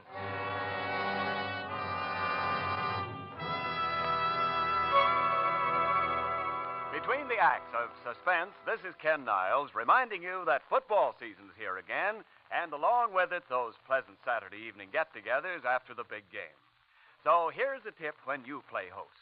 A sure way to delight your guests. Serve Grand Estate wine. For Grand Estate wines presented by Roma, America's greatest vintner, give you the ultimate in wine excellence. Yes, the brilliant clarity, full fragrance, and mellow taste of Grand Estate wines please the most discriminating guest. To assure the outstanding quality of these limited bottlings of Grand Estate wines, Roma selects only the choicest grapes. Then at Roma's famed wineries, necessary time and the patient, priceless skill of Roma master vintners guide each precious bottle of Grand Estate wine to rich, mellow taste luxury. Yes, the host who possesses all 5 Grand Estate California wines is sure to please all tastes at all times. For pleasant entertaining, serve Grand Estate medium sherry, ruby port, or golden muscatel. For gracious dining, enjoy Grand Estate Burgundy or Sauternes. Remember the name, Grand Estate Wines, crowning achievement of vintner skill. Presented by Roma, the greatest name in wine. And now, Roma Wines brings back to our Hollywood soundstage Rita Hayworth, who, as Laura Starling Morton, continues the reading of a document in 3 Times Murder, a tale well calculated to keep you in suspense.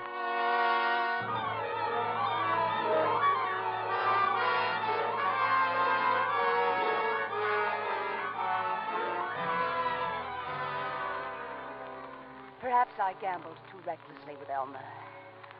I have since had cause to wonder. But there were things that I could not foresee as well as Elmer. Suffice it to say that after my acquittal, with $100,000 from Robert's estate, I moved into another city and took up my life again under another name. That there is Laura Starling. I met and married Charles Morton, a charming and eccentric man of twice my age, whose genius as a research chemist accounted not only for those qualities which endeared him to me, but for a very considerable personal fortune as well. That my conscience bothered me not in the least, and I was quite happy, and that as the years went by, I had seen, I thought, the last of Elmer.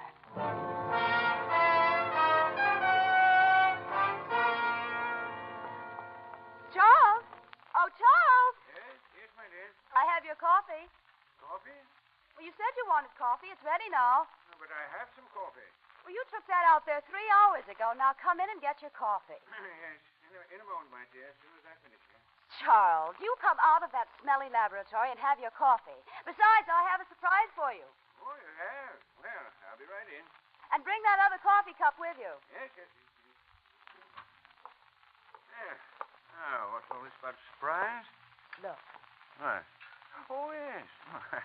I seem to have left my glasses in the laboratory. Oh, Charles, you're simply priceless. Oh, it's a cake. It's a cake, yes. This is our anniversary, darling. Our 4th anniversary. It is? Oh, why, so it is. Oh, Laura, this is so thoughtful of you. I'm afraid I'm hopeless, my dear. I know it's the husband who should be thoughtful, but I... You're just you, darling. Now sit down and relax for a while. Yes. Oh, here's your cup. Thank you. Charles, what's in that cup? The coffee. Charles, I'm sure that even in the atomic age, coffee does not come in the form of white crystals. Hmm? Oh, yes. I'd finished my coffee, and I was doing some other things there. Charles, what is it? Thiochlorate. You see, at the moment, I'm testing... Charles. What? Why, that's deadly poison. Oh, so it is. You see, the thylacine radical follows its tendency Charles, I wish you wouldn't mix things up in the cups and dishes that way. It's dangerous. Dangerous? Well, suppose you got the cups mixed up. Suppose you Oh, drank. good heavens, Laura. Half the stuff we use in chemistry is dangerous if you go to drink it, but who's going to do that? It's like, like eating soap. You wash your hands with it every day, but who'd think of eating it, huh? Well, now you take that cup right back out to the laboratory and empty it and wash it out. Well, all right. Charles, Yes? I was wondering, since it's our anniversary, Yes? let's go out to dinner and celebrate. Why, yes. I think that's a splendid idea, Andy. Oh, my goodness. What? I completely forgot. My brother's coming to see us today. Your brother? Well, my half-brother. Charles, I didn't know you had a brother. Oh, didn't you? Well, you see, he's been in the Army for almost 5 years. He just got back a short time ago. I got wire yesterday saying he's passing through town and he'd like to see me. So I thought Does he naturally. know you're married? Why, I suppose he doesn't. As a matter of fact, we've never been very close. Neither of us much letter writing, so on. But he's the only relative I've got. And all the sympathy I've wasted on you because I thought you were an orphan or something. Oh, I was, practically. When's he coming? Why, this afternoon sometime, I think. Well, I guess there's your answer. I am sorry, my dear. Why, Charles, that's all right. Maybe your brother would like to go out and celebrate with us. Well, Right in here. hello there. Hello, Charlie. Come in. And I want you to meet my wife. Laura, this is my brother, Elmer. There was no doubt that it was Elmer. There was no doubt but what he recognized me. And there was no doubt in my mind as to how he intended to play his hand this time either. For he gave no public sign of recognition, but simply looked straight at me and smiled and smiled and smiled. So, you've gone into private practice, eh, Elmer? Criminal law, I suppose? Mm-hmm. Well, there's no appreciation in this country of men who hold public office, financially at least. Elmer, you always did have your eye on the dollar, didn't you? Well, what about your racket, Charlie? What have you been up to? Oh, just puttering around here in my laboratory. You mean right here at home? Of course. Oh, I guess that's new since you were here last. Well, there's a lot that's new since I was here last. Yes, it's right in there. Right through those doors. Yeah. Isn't that sort of a nuisance for a wife, or isn't it? Not in the least. Why should it be? Oh, now, Laura, don't try to cover up my feelings. Just before you came, she was scolding me for carrying thiochlorate around in the family coffee cups. Well, now, isn't that interesting? Isn't that a coincidence? Why? I was just thinking what a fine setup for a murder. Somebody poisons a chemist in his own laboratory. It looks just like an accident. It's neat, huh? You'll find that Elmer has a morbid mind, my dear. He used to try people for murder back in Illinois. Oh, I tried some beauties, too. Well, I've got to get along. Sorry I can't accept your invitation for tonight. Well, but you are staying over for a few days, Oh, aren't you? yes. I'll see you again. Soon. Well, good. Oh, don't bother to come to the door with me, Charlie. I know you want to get back to work. Well, as a matter of perhaps fact, Laura will, huh? Give us a little chance to get acquainted. Why, yes, of course. Well, call us, Elmer, don't forget. Oh, you can depend on it, Charlie. Well. Little Laura Williams. What do you want? What do you think old Charlie would say if he knew? I asked you a question. I suppose he'd go on loving you in his own peculiar fashion. Never be quite the same, now, would it? There'd always be that little gnawing down, huh? I'm afraid things would be kind of under strain around here, Laura. You do have a price, I suppose. I might. Well, the way why you're so eager to pay it this time. I'm happy here. I'm at peace with myself and the world. I don't want anything to change. No other reason? What other reason would there be? I suppose all this property would go to you in the event of another little accident, huh? You don't really believe that. The motive and the means. Money and poison. How much, Elmer? Oh, no. You've got me wrong, Laura. I don't want money. When did that happen? Did it ever occur to you that I might simply be interested in my brother's welfare? No. All that has occurred to me so far is to wonder why I had to pick the one man in the world who was related to you. You want to hear my proposition? I'm waiting. The motive and the means. Well, there's always the means for an intelligent person such as you, Laura, but if we took away the motive... The motive? The money. The will. No motive, no temptation, you see? I see. And in a way, of course, that's for your own protection, too, because if Charlie ever so much as slipped on a banana peel and you inherited that money, there isn't a jury in the world that wouldn't convict you, Laura, simply on your past record. You realize that, don't you? Yes. So, you see, no motive and no case either, you see? What do you want me to do? Get him to change his will. In favor of his only living relative, I presume. Uh-huh. That's me. And then? Well, that's all. You're in the clear, because after that, Charlie couldn't suspect you even if I told him. They probably wouldn't believe it. Throw me out of the house for persecuting his little bride. Maybe even change his will right back again, you see? All right.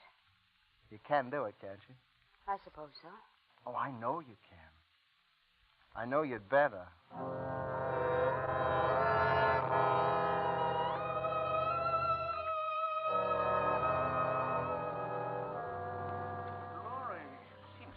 Strange Oh, request darling, to I make, don't dear. want your money. I only want you. I know, but after all, I'm considerably older than you are, my dear, and chances are that someday... No.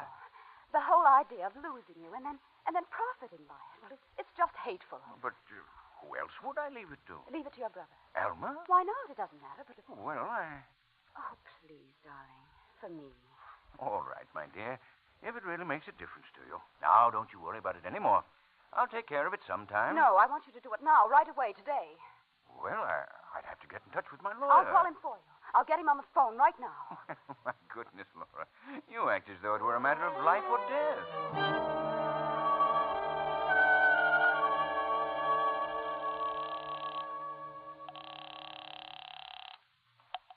Ambassador Hotel.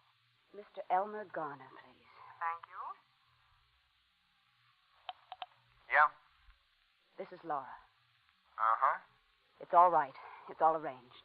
Is there? Yes, the lawyer's coming tomorrow. You sure? Well, I was standing by the phone while he talked to him. Did he tell the lawyer what changes he wanted made? Yes, he did. Not that I think you'd ever tell a lie, Laura, but how do I know this is all true? Hasn't he told you? No. Well, then perhaps you'd better drop by this evening. Well, that's more like it. I'll expect you after dinner. I'll be there.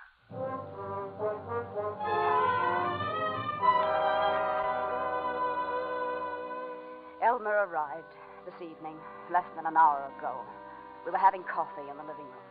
Earlier, Charles had been showing him through the laboratory. It was not until after that I had a moment to speak to him alone. Oh, wonderful fellow, old Charlie. So trusting. Did he tell you?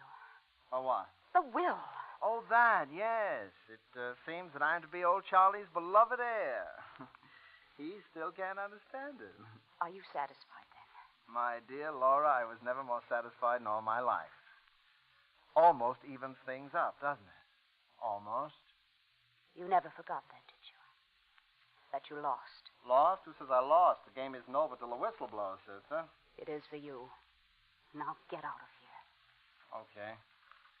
Okay, all in good time. Yeah, sorry I had to leave you, but those reactions have to be checked every hour, you That's know. all right, Charlie. Laura and I were just going over old times in Illinois. You didn't know we both came from Illinois, did you? No, I hadn't realized. Oh, I'm sure I told you, Charles. You must have forgotten. Oh, yes, probably. Coffee ready? Yes. Will you have coffee with us, Elmer? Oh, you bet I will. Anything in it? No, nothing, mind. Charles always takes his black, too. Laura does make the best coffee. Well, here's to Laura's coffee. There was something about his smile when he said it. That smile. And then all of a sudden I saw it. I saw the whole terrible thing. Don't drink it. Charles!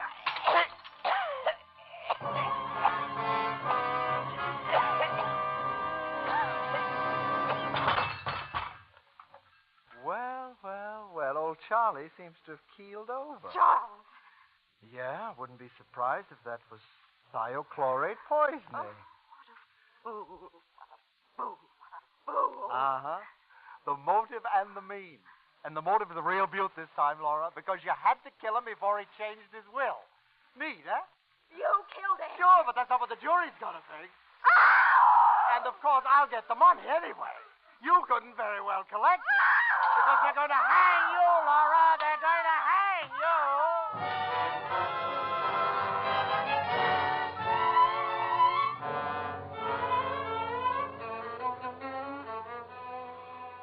Elmer is downstairs in the living room.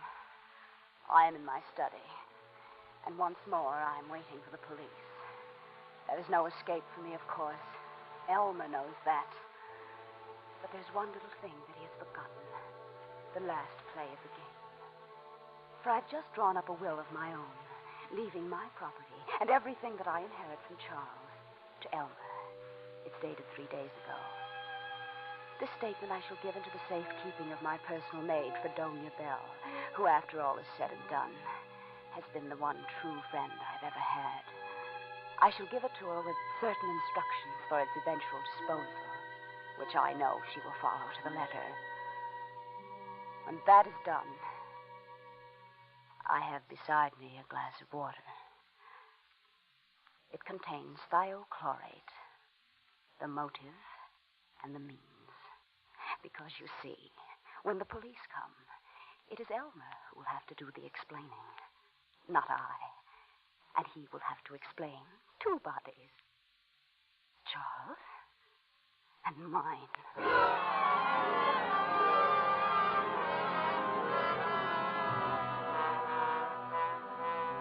But the irony of the document, ladies and gentlemen, the terrible irony is that it was delivered to the district attorney's office by Fredonia Bell this evening at 8 o'clock. And why did the good Fredonia wait until now?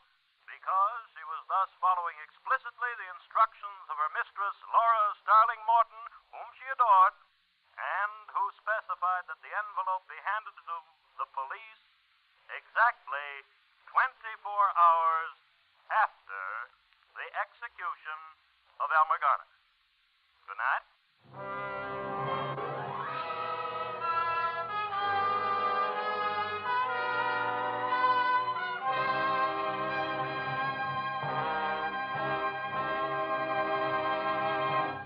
Suspense. Presented by Roma Wines, R-O-M-A, made in California for enjoyment throughout the world. This is Ken Niles, and it's my exceedingly pleasant duty, Miss Hayworth, A, to compliment you in the name of some 20 million listeners who must have loved your performance just now, and B, to present to you this gift basket of Grand Estate wines with the compliments of Roma. Well, thank you, Mr. Niles. Excuse me, I'm a little out of breath. I don't usually kill so many people, at least not in one day. Well, how does it feel to play a murderer? I love it. I've been looking forward to appearing on Suspense for a very, very long time. And, of course, Bill Spear, your world champion producer-director, is one of my oldest and dearest friends. Well, from the way Bill is waving congratulations and blowing kisses from the control room, I'd say he still loves you. Rita, I suppose you'll welcome a restful evening at home after such an exciting broadcast. As a matter of fact, we're having a few friends over tonight, Ken. Well, from your basket here, let me recommend for your guests Grand Estate Ruby Port or Golden Muscatel. You'll find either of these Grand Estate California wines a delightful expression of hospitality when friends drop in. A delicious treat later in the evening with cake, nuts, or cheese. You've sold me, Ken. Good. And Rita, Grand Estate Ruby Port and Golden Muscatel, like all Grand Estate wines, are born of choicest grapes, then skillfully guided to taste perfection by Roma's master vintners.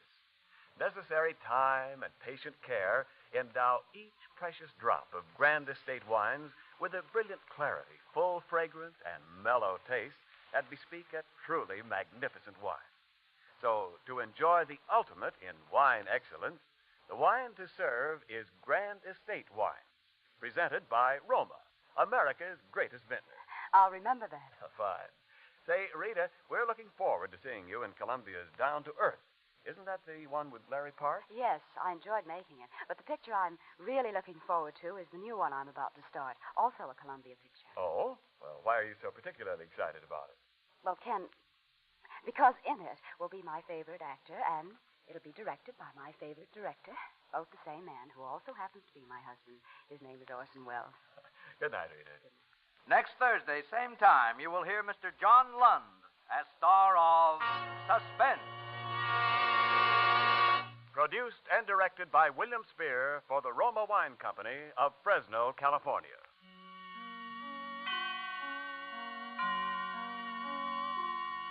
Suspense is broadcast from coast to coast and to our men and women overseas by shortwave and through the worldwide facilities of the Armed Forces Radio Service. This is CBS, the Columbia Broadcasting System.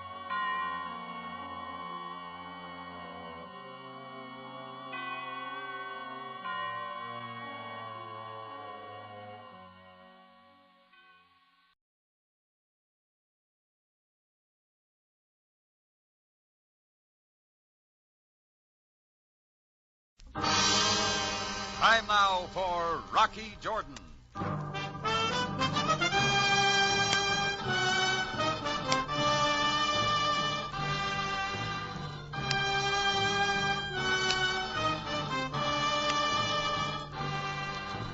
Not far from the Mosque Sultan Hassan in Cairo stands the Cafe Tambourine, run by Rocky Jordan.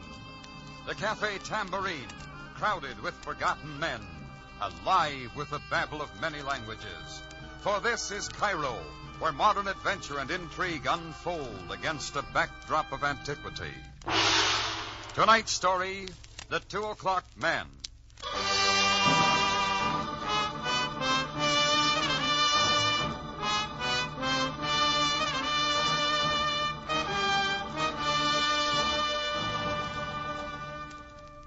It was around 5 minutes till 2 o'clock in the morning. I was in bed trying to catch up on some sleep when I heard noises out front. I rolled over, ready to forget the whole thing, when the sound became too loud and too familiar. I slipped on a pair of trousers and headed for the bar. It was dark, but not empty. Somebody was playing Halloween out of season. From somewhere behind the bar, I could hear his breathing as he scratched around on my register. I moved around the end of the bar toward the short, panting breaths. Then he saw me and made a dart. You're going no place, buddy. Let me go! Let me go! Sure, buddy, you're going. Out! I hit him, and he crumbled like arches on a fat man. I flipped on the light to see what he looked like. He was small and wiry. He wasn't Egyptian or Arab or European, but he seemed like a mixture of all. He coughed a couple of times and then sat up. His big black eyes stared angrily at me, and I could see that he was very young. You are pig! Infidel! All right, Sonny. Sorry I hit you. Come on, up on your feet. Let me go! I can get up myself. Come on, kid. What's your name? What are you doing here? My name is Joseph, and it is obvious what I do here. Yeah, I guess it is. But you're not very smart about it. People don't leave money in their cash registers at night. That's what they got safes for. Well, what do you think I ought to do with him? Whatever you wish. I am not afraid. You're too old to be spanked and too young to be slapped. You know, you ought to give up this second-story work while you're still an amateur. It's got no future. I will worry about my own future. You're not very talkative, are you? I am of the sacred family of El Rakam. I do not talk to infidels. Great, but you steal from them. That is my business. It's mine, too, when you start picking the tambourine. Talk. Do with me what you will and stop talking. Look, Sonny, I've seen kids like you all over the world, starting with a little petty snatching and winding up in jail. You are a pig! Why, you little... Amun Ras Nekpa! You will die! Sure, we all will. Now, come on. Where do you take me? Someplace where you'll have a chance to brush up on your manners. The police station.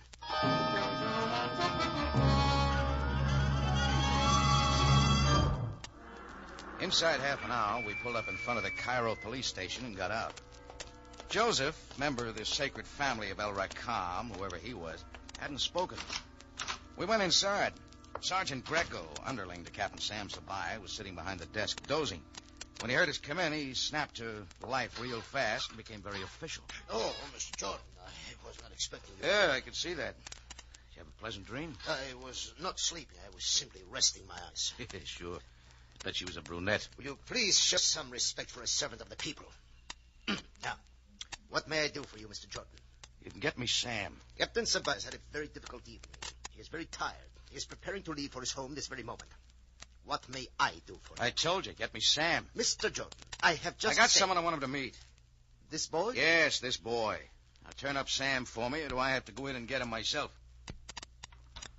What is going on out here, Sergeant? It is Mr. Jordan. Jordan, what are you doing here this time of night? Business, Sam. He has brought this boy for some reason. I told him, Captain, that you are too Yes, tired Sergeant.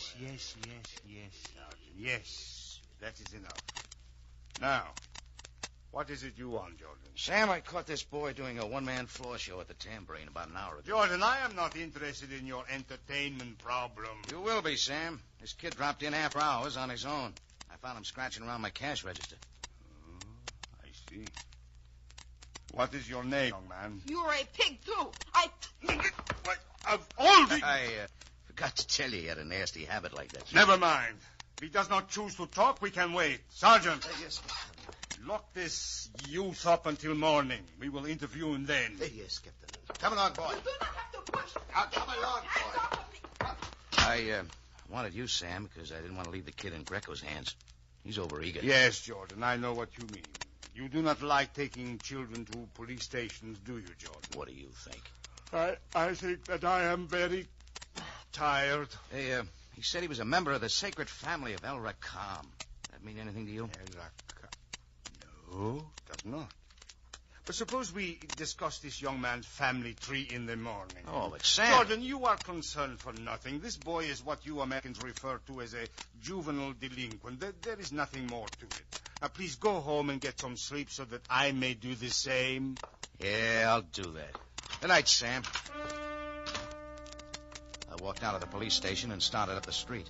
I'd taken just about 6 steps when I heard it. It started from somewhere inside the police station and sounded like a cyclone on a weekend spree.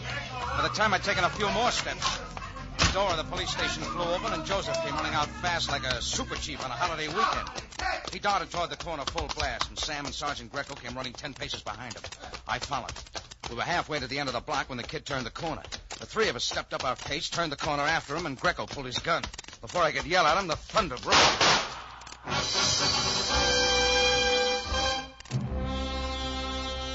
The kid dropped to the sidewalk and was still. When we got to him, Sam bent over to look. Joseph, member of the sacred family of El Racam, was dead. Sergeant, there was no need to shoot. Since when does the Cairo Police Department shoot down kids? But, Captain, I did not shoot the boy. What? I did not shoot him. My gun. All the shells are there. It has not been fired. Let me see that. That's right, Greco. All the bullets are here. There you are. Now, might I suggest, Captain, that since I did not shoot him, and since you did not even draw your gun for holster, we examine Mr. Jordan. You know I don't carry a gun, Sam. We know no such... Sergeant, you will call the coroner and you will arrange for the photographer to take some pictures of this scene. We will begin an investigation immediately. Yes, Captain. And you, Jordan, go home. Look, I brought the kid here. You don't wish me off that easy. Jordan, this is no affair of yours. The Cairo police will do everything possible to unearth the killer. I don't like going to bed with a dirty taste of Jordan, this is an order. Now leave at once. We do not need your help. Maybe not. But you may be getting it anyway.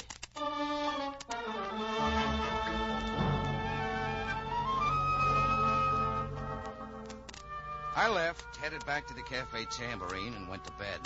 But I didn't sleep. The sight of Joseph, a fresh kid, crumbled in the street, stayed with me. It was a long night.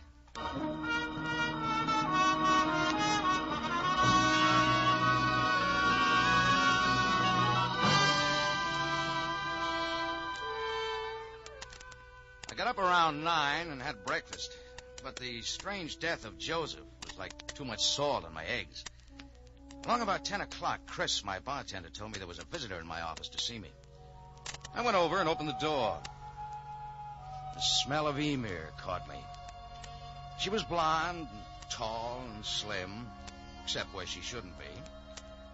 She was wearing a white linen suit and a white hat. And it was all there. All very nice. So, you are Mr. Jordan? I didn't get your name. The name is Ilya Renault. What can I do for you? It is not what you can do for me, Mr. Jordan. It is what you have already done. I'm afraid you'll have to start over. A young boy was murdered last night. In case you don't remember, Mr. Jordan. And it seems pretty clear to me you are responsible. Hey, now, wait a minute. I will not wait for your lies and your feeble excuses. There is no alibi for murder. A boy was killed needlessly. And their blood is on your hands. Hey, hold on there. I'll admit I feel at least partially responsible, and the whole thing was pretty unfortunate. Unfortunate? Oh, yes, unfortunate. That is your only answer. Where do you fit into this? Where I fit.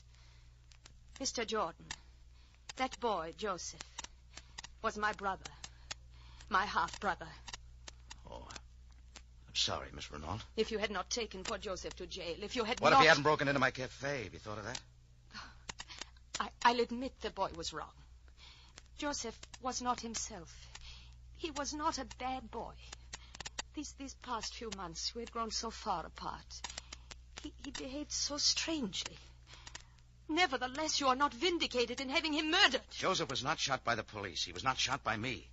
He was killed by a person or persons unknown in the official language of the police. And I suppose that makes it all very proper and usual. Look, both the police and I would like very much to know who killed Joseph. Captain Sabai will do everything he can to find the murderer. And you, Mr. Jordan, what about you? What are you doing? Well, Just as I thought, nothing. Except being sorry. Miss Renault, perhaps you have an idea who might have wanted to kill Joseph. No, I have no idea. Joseph and I were never that close. His father divorced my mother many years ago. Joseph's mother was an Egyptian noblewoman. For the past several years, I've been in France. Then I moved back to Cairo to take care of Joseph. Doesn't it seem strange to you that he'd turn to robbery? That he'd break into my cafe at 2 o'clock in the morning? Of course it does. I told you it was not like him. I just cannot understand what made him do it. You're not much help. Then you are going to do something. You really are interested. I sort of have to be, don't I? Oh, thank you, Rocky. Please forgive me for misjudging you, for saying the things I did. You ought to hear what some other people say about me. I'm living at 65 Sharia Nefar. Well, I'll let you know when I get something definite.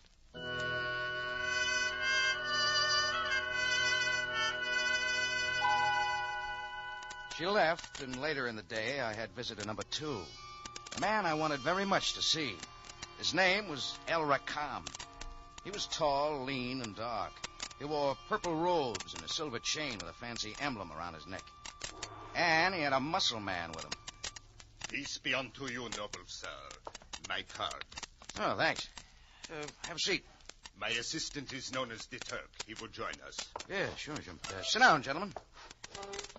Now, what's on your mind? My name, as you know, is El Rakam, master of all that is worthy, leader of the new light, bestower of the sacred learning.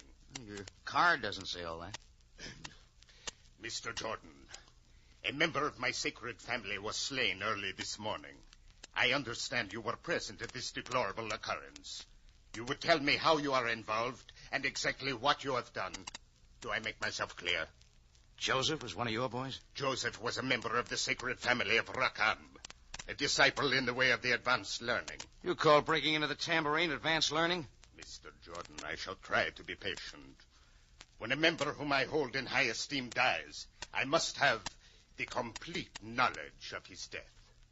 Okay, the boy was shot trying to escape the police. Only the police didn't kill him. They don't know who did. And this you call the complete knowledge? Yeah. Mr. Jordan, these facts I have learned from the police myself. I would like to know your connection, please. Also, why you found it necessary to take Joseph to jail. Look, Rakam, I've told you all I know. I'm a busy man. Maybe you better talk to somebody else. Mr. Jordan, I had hoped I would not have to come to this. However, you obviously refuse to cooperate. It is the desire of El Rakam and his followers that all matters be settled in peace. Violence is barbarian and uncivilized. Yet you force me to act. When El Rakam acts, the world can fear the repercussions. You're a pretty big man, Rakam, according to you. Far too big to waste your time talking to mere peasants like Rocky Jordan. Mr. Jordan, I hold you responsible for the death of a member of my family. There is no greater crime, and the punishment is quick and certain. Heed well my words. Okay, Rakam, take your words and get out. You're disturbing my customers. As I am Rakam, leader and omnipotent head of the sacred family, as I am this and more, so shall you, Mr. Jordan. So shall you die to avenge the death of Joseph.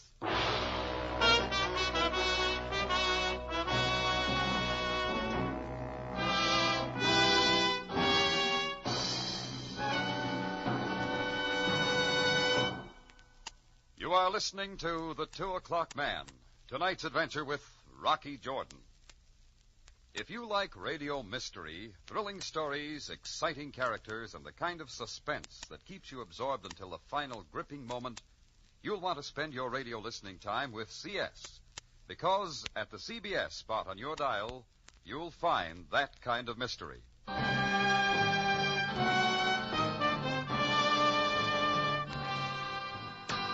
And now we take you back to Cairo and tonight's adventure with Rocky Jordan, the 2 O'Clock Man.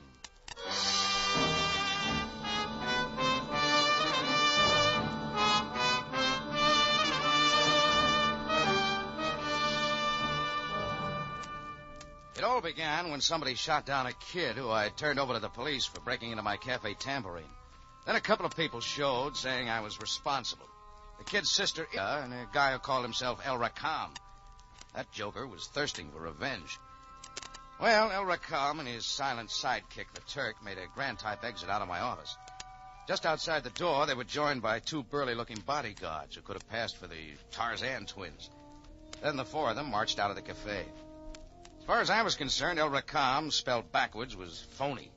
And it also spelled answers to questions concerning murder. I decided to follow. It was as easy as tailing an elephant in a clothes closet. The purple robes drifted down Sharia El Reyes, turned left 3 blocks up, and entered the lobby of the Hotel Continental. The two bodyguards split off, and El Rakam and the Turk took the elevator to the 5th floor. I waited and caught the next car. The trail ended before a door marked 505. I was debating my next move when suddenly the door opened. Come in, Mr. Jordan. We have been expecting you. Standing in the doorway was 6'4" of man, El Rakam's right-hand man, the Turk. I went inside. He was there alone. You were a fool to be trapped so easily, Jordan. You were led here as one might lead a sheep for slaughter. Maybe, friend. Time will tell. No, the time is now. We will teach you to murder. The big man was on top of me like a tent in a windstorm. His hands grasped at my throat and his fingers dug in. I gave him a kick and another one, but the fingers dug in deeper.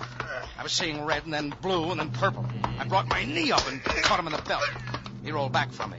Then a shiny object came flying into the room. Turk doubled up, grabbed at his middle, and pitched forward to the carpet.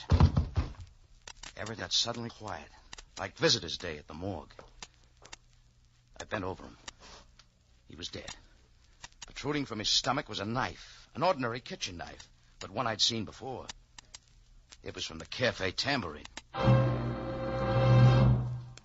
It was too perfect, too well set up to stick around. Everything neat and in place for Rocky Jordan to take the rap. It took me 2 minutes to decide where to go next.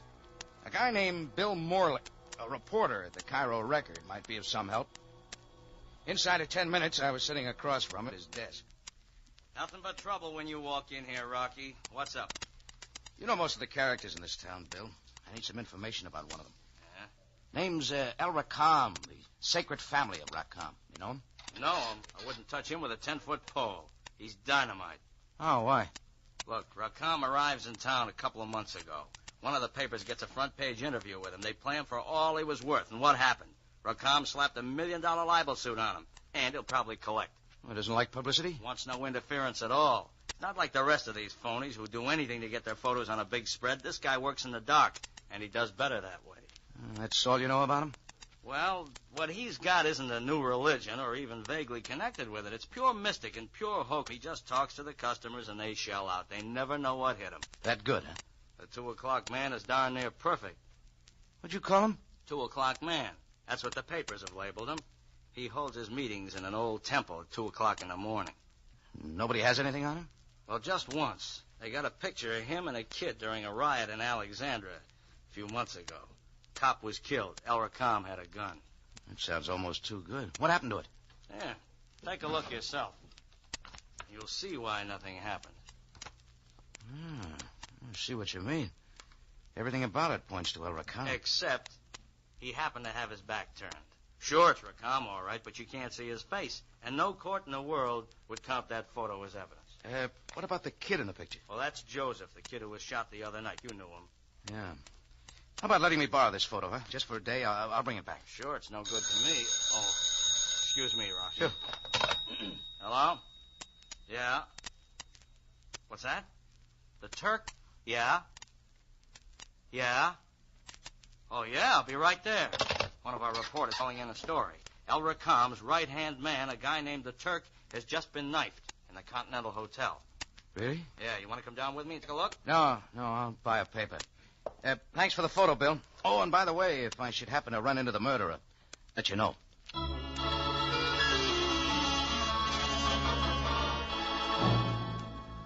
It was after 11:30 when my taxi pulled up in front of a small sandstone apartment house on Sharia Nafar.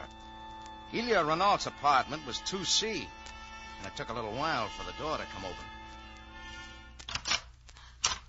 Rocky, what you doing Let here? me in, Ilya. I want to talk to you. No, Rocky, I can't. I've heard on the radio the police are looking for you. If I let you come in, I would have to phone Ilya, listen. The police are looking for me. It's all tied in with Joseph's murder. Now, there's some things you'll want to know. About Joseph? You found out about Joseph, Rocky? I didn't say that. Please, let me in, Ilya. Oh, but, Rocky, I'm not dressed. I've been asleep. Oh, very well. Just a moment. You may come in now. Rocky, did you have to lock it? Ilya, I think I know why Joseph was killed. Yes? He was mixed up in a phony cult racket. Now, the head of this outfit is named El Rakam. He took Joseph on as one of his assistants. El Rakam? I think I've heard Joseph mention that name. El Rakam has been bilking the local citizens for some time now. He tells them he's giving them a new way of life or some such. In the meantime, they're giving him their dough. And Joseph was connected with this? Joseph was on the inside until last night. Maybe he decided to quit. I don't know. That's my guess. Rakam couldn't let him, undoubtedly, because the kid knew too much about Rakam's activities. Then Rakam murdered my brother. Either that or he had one of his followers do it, which is more likely. Rakam had an assistant named the Turk. I think he's our man. The Turk? But this is the man the police say you killed, Rocky. Right.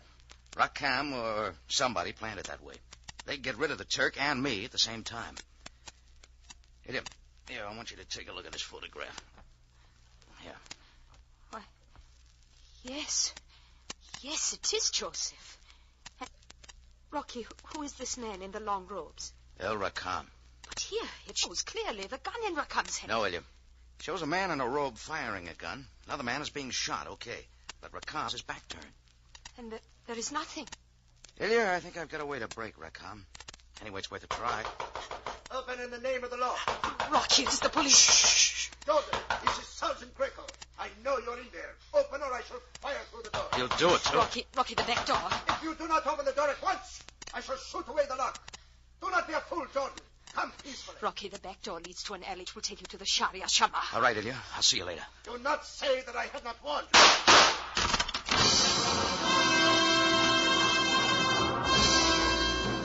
As Greco came through the door, I went out the window and down the alley fast. Greco yelled at me to halt, but I wasn't stopping for anything. I had a date for a showdown with a 2 o'clock man.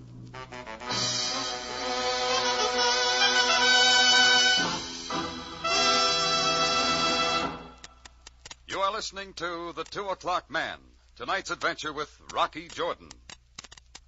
The time has come for us to help the Red Cross. Great numbers of our people are suffering from the worst cold wave in 50 years, and the suffering doesn't end with the cold. You can help by contributing to the Red Cross today.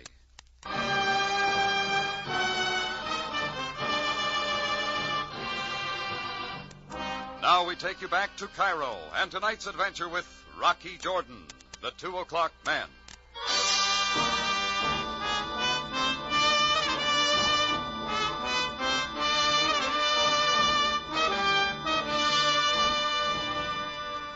Well, it was 1 o'clock when I wandered into El Rakam's temple, an hour before the big meeting, and the place was almost deserted. El Rakam's dressing room showed at the end of a dimly lit hall. I went inside and waited for him to put in an appearance. It came sooner than I expected. A few moments later, from outside the door, I heard the voice of Rakam, giving instructions to a couple of his bodyguards. I ducked into the shadows so he wouldn't see me when he first came in. You can come out from your hiding place, Jordan. I know you are here. Oh, you must have your own special brand of radar. You were observed entering the temple. One of my guards has been following you all day. Don't I bother you at all? Why should you, Jordan? The police will find you, and then you would no longer be any bother to me. Now say what you have come to say and leave. All right, I'll say it. You will not mind my preparing myself for tonight? Never mind the gun, Rakam. The gun? I was not reaching for the gun. I was going for my makeup. Oh, then I'll just hold it if you don't mind. It is yours, with my compliments. Now say what you have to say and go. You're through, buddy. That has been said to me many times before, but it has never been the case. That's all being changed. Remember the photo of you killing a cop in Alexandria? Oh, yes, that one again. The police have tried to prove with that once before that I was guilty of murder. But you see, it was a failure. My face was obscured. That's what's changed. And all because of a kid named Joseph. You see, there was another photo of you killing that cop. A photo Joseph had. But you know that, don't you?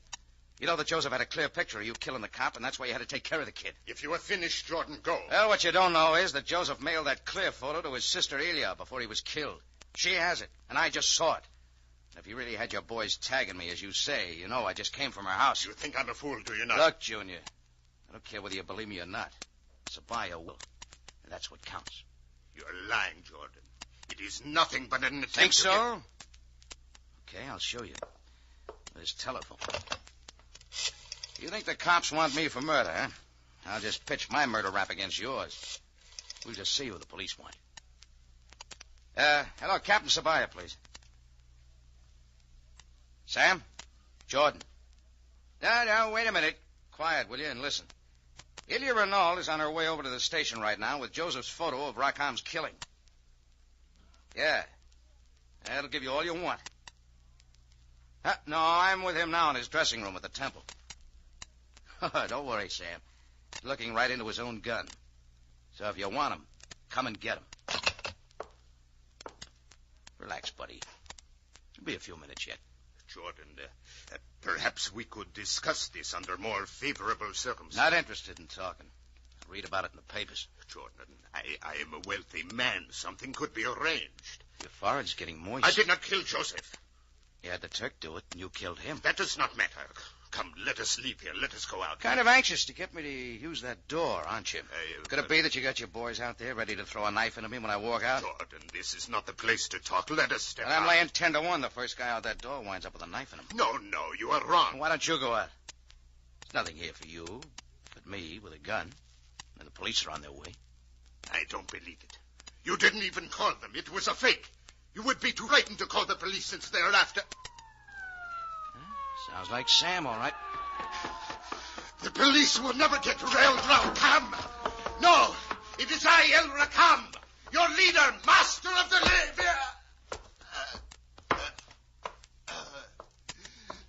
leader in the path of new light.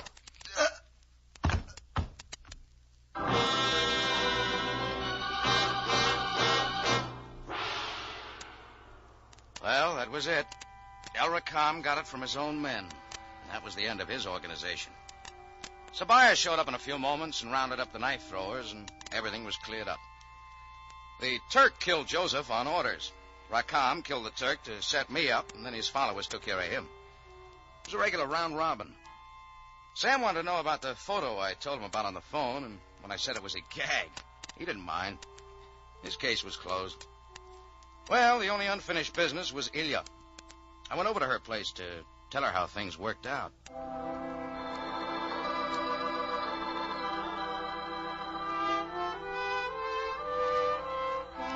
I guess it must have been a long story. Took me quite a while to tell it all.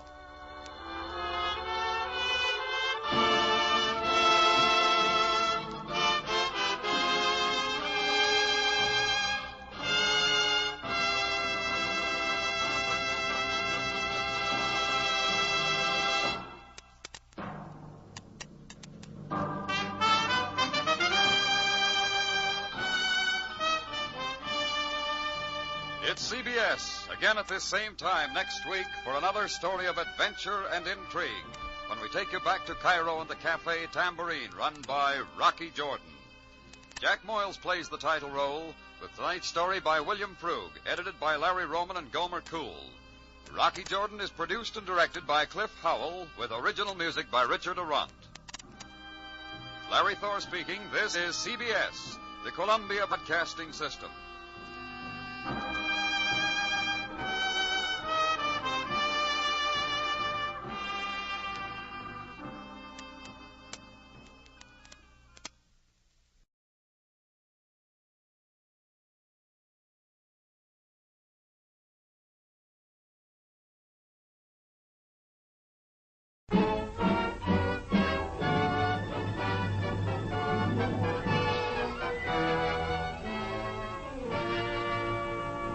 The F.W. Fitch Company presents Dick Powell as Private Detective Richard Rogue.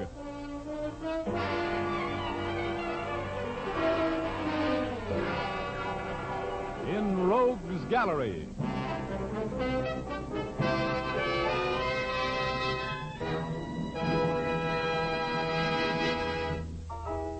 Rogue speaking. Well, tonight you're going to meet some charming people. And you're going to run into a little bit of very fancy murder. The name of the story is Little Drops of Rain. But before we get into our story, here's Jim Doyle, the man from the Fitch Company. Did you know that there are over 50 million men in the United States who shave? Yes, that's a lot of men. It was in the interest of these 50 million shavers that Fitch Company chemists and technicians went to work in their laboratories and came up with Fitch's No Brush, a shaving cream especially designed to give a solid comfort shave. You see, Fitch's No Brush shaving cream contains not one, but 3 important shaving ingredients that work together to give you a smoother, faster shave. It also contains a special skin conditioner ingredient. Men appreciate this ingredient because it has a soothing effect on the skin the instant it's applied, and it keeps the skin feeling smooth and refreshed long after the shave is finished. Men also like the just right consistency of Fitch's No Brush. It's neither too thick nor too thin. It's not greasy and won't clog the razor. If you're among those who prefer a lather cream, try Fitch's Brush Cream. It gives a rich, dense lather that wilts whiskers completely soft for a clean, fast shave. Both Fitch's Brush and Fitch's No Brush shaving cream come in big 25 and 50-cent sizes. Try a jar. You'll find it easier on your razor and easier on you. Thank you, Jim. And now I'd like to tell my story. Okay, here's Dick Powell as Private Detective Richard Rogue in another personally conducted tour through Rogue's Gallery.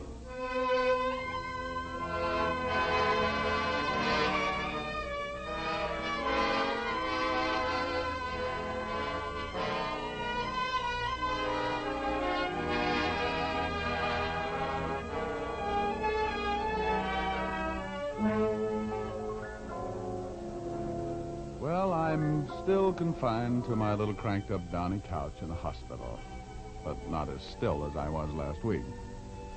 I am now allowed to get up and totter around a little, and I use the word totter advisedly. My legs act like strangers who have different political beliefs, and my knees have suddenly developed sideways hinges. But my nurses, my nurses. Yes, they're beautiful and tender and resistant. And speaking of nurses, nurses are girls, and girls are my favorite pastime. And that brings me up to the girl who has done the most to confuse my life. Liza, the girl I was so sincerely in love with a couple of months ago. Liza was in to see me. She just left, and we were talking about the time when I showed up at her apartment for a date. It was raining out, and I was sitting at the piano doodling around a little bit.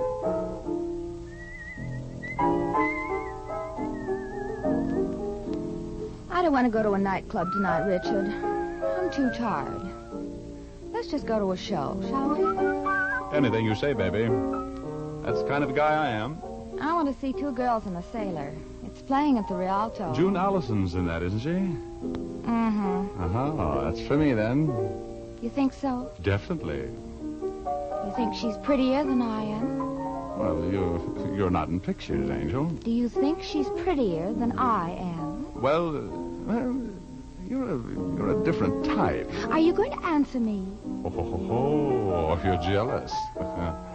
How can you be jealous of a girl I don't even know? Give me a kiss. No. No, but baby, I love you. I love you like anything. All right. Pout then. I don't care. June is busting out all over the meadow and the hill.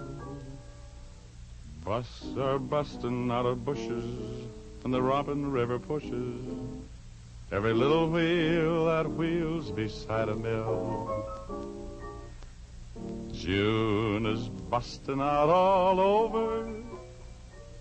The feeling is getting so intense that the young Virginia creepers have been hugging the bejeepers out of all the morning glories on the fence, because it's June. You're insufferable, Richard Rogue. Oh, now quit pouting. Come on over here, on the bench by me. Are we going to a show or not? Sure. Get your lipstick on again, and we'll see what... Oh. I'll get it. No, I'll answer. It's probably George. Oh, George. Well, I'll tell him, that homewrecker. Hello. Is Mr. Rogue there? Speaking. This is your call service, Mr. Rogue. We got a call for you. Oh. Who is it? Mrs. Harvey Burgess says it's very important. Okay, put her on. Right. Oh, put her on. Who is it? Hello? Richard Rogue speaking. This is Mrs. Harvey Burgess. Yes? I must see you at once, Mr. Rogue. Oh, well, anytime tomorrow, Mrs. I Burgess. must see you tonight, immediately. It is most important. Well, can't you tell me about it over the phone? Oh, no. Could you come to my house at once? What's the address? 485 Hillcrest. You'll be well paid for your time. Please hurry. I'll be right out, Mrs. Burgess. Wait for me. I'll be right back, honey. Go on. Go on out to see Mrs. Burgess. Don't mind me, Dick Tracy.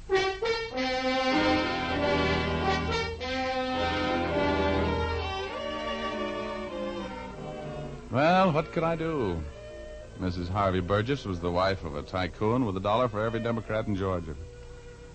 I tried to explain to Liza, but I was talking to myself, and I left for the Burgess residence. I left Liza burning like Mrs. O'Leary's barn. The Burgess mansion was a huge colonial affair. George Washington could have slept there every night. He was at Valley Forge and never seen the same room twice. A butler who talked like he was choking to death on a knowledge pit conducted me into the library and into the presence of Mrs. Harvey Burgess. Oh, my. What a presence. She was sitting in front of the open fire, filling out a hostess gown that didn't straighten out any of the curves she featured. I pulled my eyes back into my head and tried not to look too interested. Sit down, Mr. Rogue. Oh, thank you. I'm in a bit of a hurry tonight, Mrs. Burgess. As a matter of fact, Mr. Rogue, my husband is making a fool of himself. Yes? He's lost his mind completely over a secretary in his office. His secretary. A girl by the name of Helen Stark. You mean that... Yes, I mean he prefers her company to mine. Well, that doesn't sound reasonable, if you'll pardon me for saying so. What do you want me to do? Somebody has to bring Harvey back to his senses, Mr. Rogue. Well, I'm afraid you've called on the wrong man.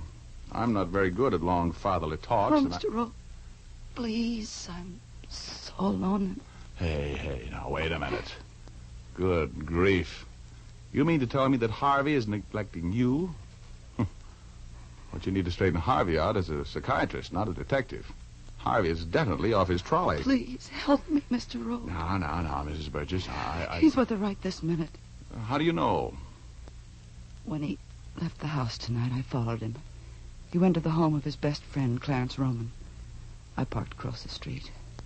I was going in and face them, but I saw Mr. Roman leave, and I lost my nerve. That's when I called you.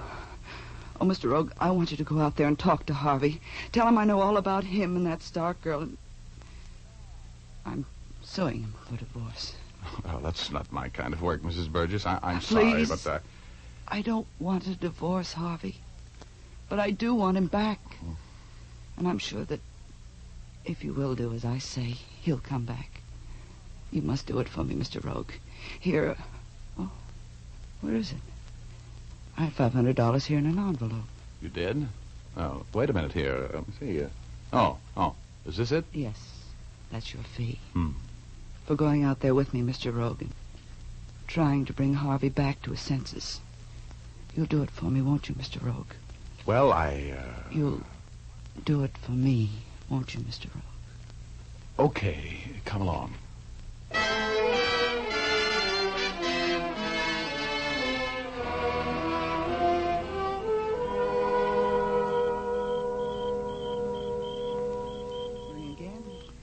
All right. Well, it seems there's nobody home. There's my husband's convertible out in front, right where he left it tonight when I followed him out here. How did the girl arrive? In her car. Oh, her car isn't here. It was right behind Harvey's. Looks like we got here too late, doesn't it? Try the door. I know Harvey's still here. All right. You're an old friend of Roman's, I suppose. Yes. Why? I just want to know before I try to open the door.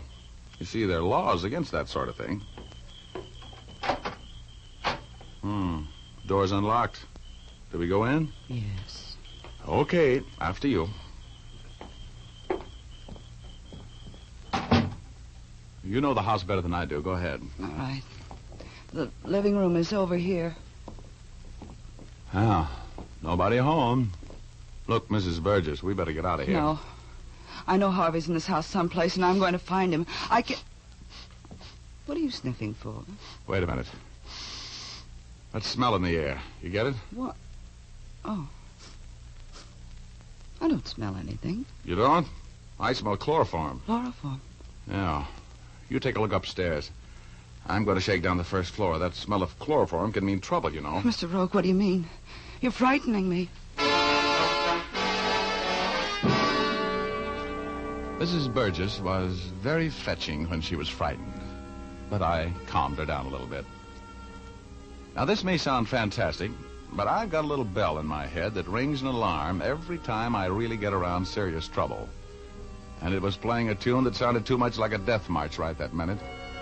I had to get her out of the way.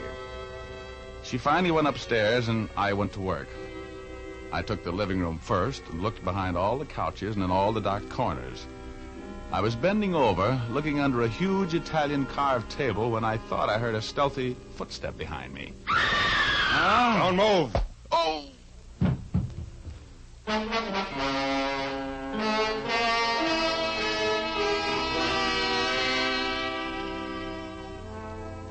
Oh, my ears were still full of that ringing scream Mrs. Burgess had let out as I caught that sock behind the ear and drifted gently through space toward cloud number 8 and my alter ego, Hugo. I was hoping he wouldn't be there, but he was.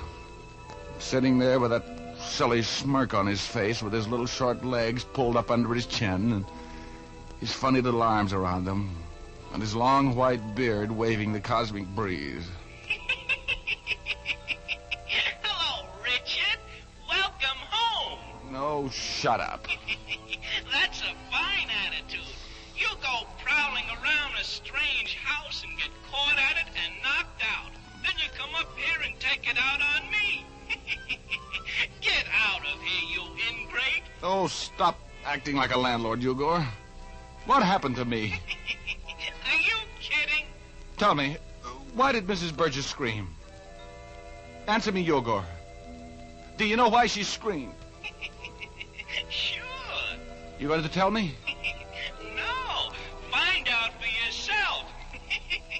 You're a detective. Oh, someday I'm going to get rid of you, you little pest. Why don't you get back to work? You got a date with Liza, you know. She's still waiting.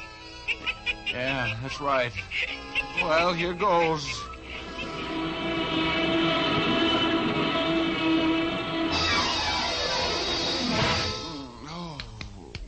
Come on, Rogue. Please, come on. You didn't have to hit him so hard, Clarence. Oh, who hit me? I'm Clarence Roman, Rogue. I came home, I found the front door unlocked, I walked in, I saw a strange man prowling around my parlor. A woman screamed, and I hit you with my cane. Oh, well, what do you carry for a cane? A ball bat? Why did you scream, Mrs. Burgess? I found my husband upstairs. He's dead, murdered!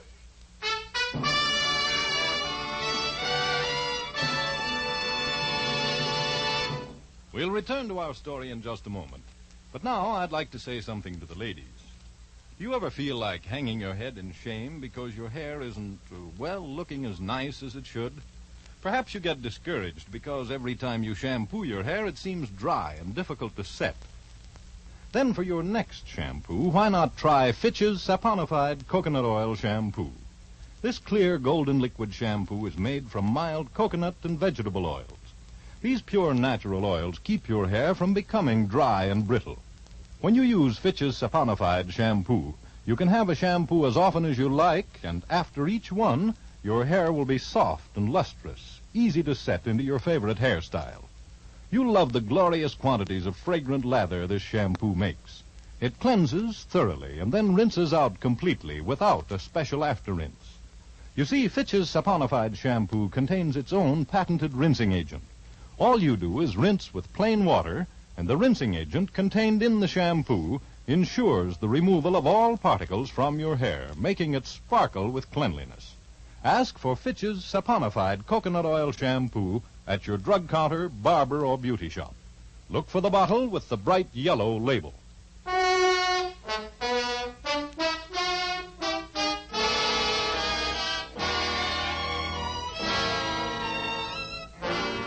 Now back to Rogue's Gallery. Richard Rogue is telling our story. Well, I had accepted a case for Mrs. Harvey Burgess, a suspicious wife. Yes, that's the Mrs. Harvey Burgess of the Burgess Millions. She suspected her husband of having a rendezvous with Helen Stark, his secretary, at the home of Clarence Roman, Burgess's best friend, and we went out there together. Nobody answered the door, so we went in. My suspicions were aroused when I smelled the unmistakable odor of chloroform. Mrs. Burgess was looking around upstairs while I searched the downstairs. Suddenly I heard Mrs. Burgess scream. My husband! Upstairs, he's dead! Murdered!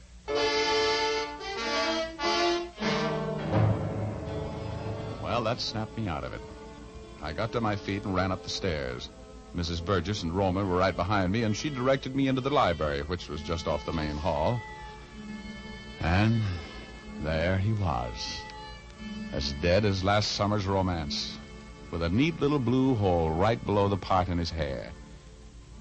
He was a nice-looking old guy, about 50, which made him a good 25 years older than his wife. And his widow was really taking his death big, which was natural. A woman doesn't have a husband murdered every day. Poor Harvey, this is horrible. Has anything in this room been moved or touched? Well, I just arrived home. When I looked in here and saw Harvey, I knew he was dead. I screamed. Yes, I heard you. Then you ran right downstairs. Yes, huh? I saw Mr. Roman hit you, and I ran down to tell him who you were. And... That's a little late. Okay. Just don't touch anything. Stay right there in the door, both of you. Just who are you to be giving us orders? You'll find out. You ever see this gun before? Yes. Where? It was Harvey's. He kept it in his desk at the office. Oh, you recognized it mighty quickly. How? It has his initials on it. I can see them from here, inset in the butt of the gun. Oh, his gun, huh? Yeah. Well, it wasn't suicide. Not with the gun clear over here on the opposite side of the room. This is murder. Hey. What's the matter? Well, this ought to do it. What is it? It's a handkerchief. A very nice linen handkerchief with initials in the corner. And blood on it. What initials? H.S. Helen Stark. That's her handkerchief. She killed Harvey. She killed my Harvey. Is there a phone upstairs here? Yes. You'll find an extension in the hall. Thanks. Come on out of this room. I don't want anything touched or moved. No. Dear, please. You two wait for me downstairs. I'll be down just a minute. As soon as I call the police.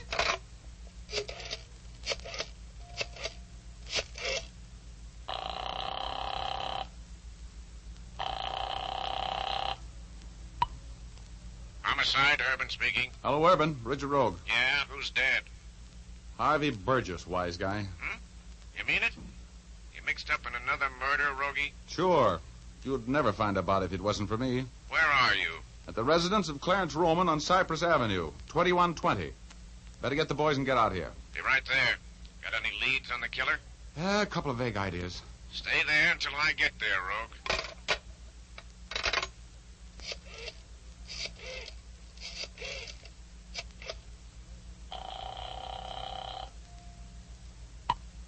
Hello? Oh, hello, Liza, darling. This is Rogie. Oh, you know what time it is. Oh, sure, honey, I'll but... give you 10 minutes to get back here and take me to that show. What? Oh. Look, Roman. Roman, the cops will be here in a minute. Tell Urban, that's Lieutenant Urban. He'll be in charge for the police, that I'll be right back, will you? Tell him I went out to get a murderess for him. Of course. And I hope you managed to catch her, Rogue.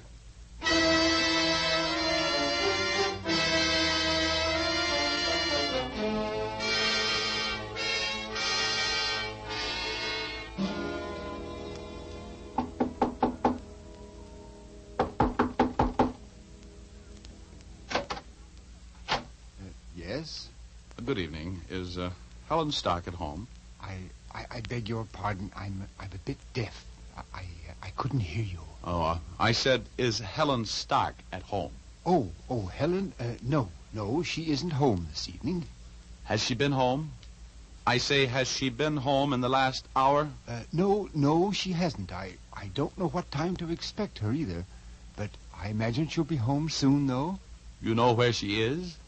Well, she didn't come home from the office tonight. She's working late. Oh. She called you and told you she wouldn't be home? Yes. She said she was going to work with Mr. Burgess. That's her boss, you know, the millionaire. Yes. Well, thank you. Could I tell her who called? No. That won't be necessary, thanks. Thanks very much, Mr. Stark. You and Helen live here all alone? Yes, since her mother died several years ago. Are you an old friend of Helen's? No, a very recent acquaintance. Oh. I'm sorry I bothered you, Mr. Stark. Good night. Good evening. Nice out after the rain, isn't it? Yeah, sure is. Good night. Good night.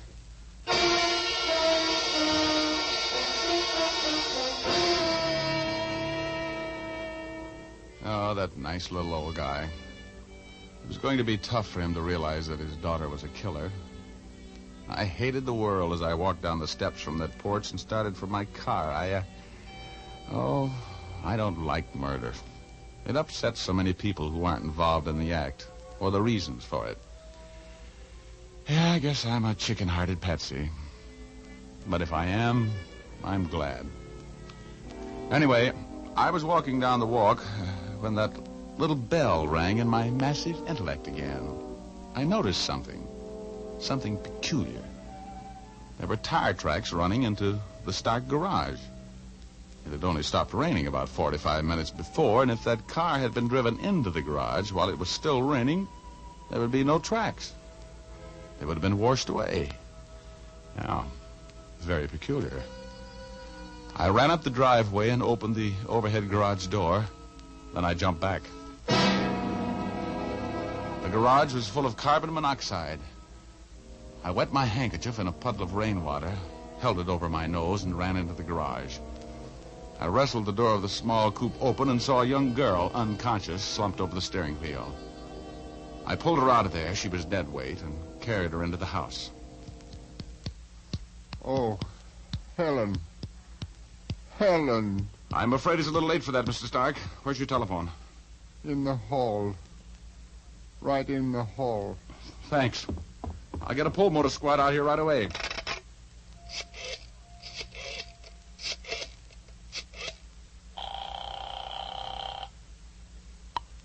Fire department. Get a pull motor squad to 640 Inglewood Drive. Attempted suicide. Bad shape. Rush it. Right. Raymond, Ramsey, Redding, Roman, Clarence.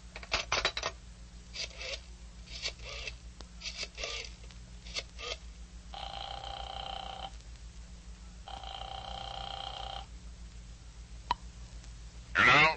Hello, Lieutenant Urban, please. There's Richard Rogan. It's important. This is Urban speaking, Rogue. I thought I told you to stay here. Look, never mind the arguments.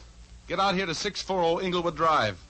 I've got Helen Stark for you. You have? Nice work. I want to talk to that young lady. Well, you missed the boat. I think she's dead. Suicide. Carbon monoxide poisoning. Step on it. Okay, Rogie, I'll be there in 10 minutes. Don't go away.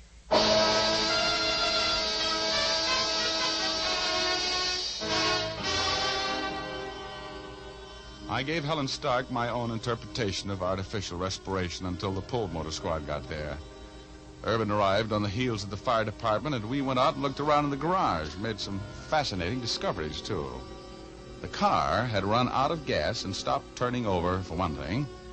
And one thing led to another, to coin a phrase. Anyway, Urban and I made a little deal. I went back to the Roman residence, and while he and his boys were being scientific, I sat in the parlor and talked with Mrs. Burgess and Clarence Roman. Mrs. Burgess had recovered her poise to some extent. They were both very anxious to know all about my daring capture of the Stark girl. I'm glad she's dead. I couldn't stand a trial. I'm glad she committed suicide. Yes, I guess it seemed like the only way out. She wasn't very smart about murder, leaving clues all over the place the way she did. Even the cops would have had her in 24 hours. How well did you know the Stark girl, Roman? Rather well. I'd see her around the office a great deal. Harvey was, well, not very discreet about the fact that he was fond of her. Please, Clarence. Harvey's dead. We should forget those things. He was a good husband. I don't know what life is going to be like without him. I just have an idea that it's going to be pretty simple, Mrs. Burgess, and possibly rather short. What do you mean? I mean that the police suspected you and Mr. Roman murdered your husband and Miss Stark. That's a serious accusation, Rogue. Your husband was suing you for divorce, wasn't he, Mrs. Burgess? He knew you were going to be there with Mr. Roman, his best friend, tonight. So he came and surprised you with Helen Stark for a witness, didn't he?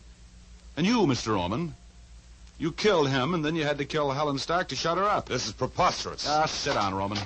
You were right, Rogie. We found Roman's fingerprints on the steering wheel of Helen Stark's car. One of the boys just got back with a report that Roman's shoe is a perfect fit in that shoe print outside Stark's garage. I had nothing to do with it. Clarence killed Harvey, and then he chloroformed that Stark girl, and then... You're in this as far as I am. Shut up! I've got more news for you, Roman. Helen Stark isn't dead. The car ran out of gas just in time. She'll be there to appear against you when you're tried for murder.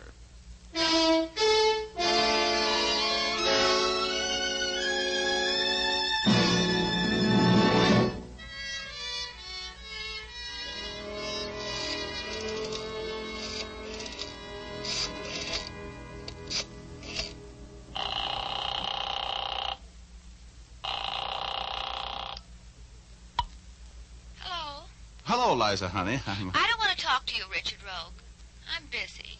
Oh, now, honey. The lady says she's busy. Yeah? Who are you? His name is George. Good night, chump.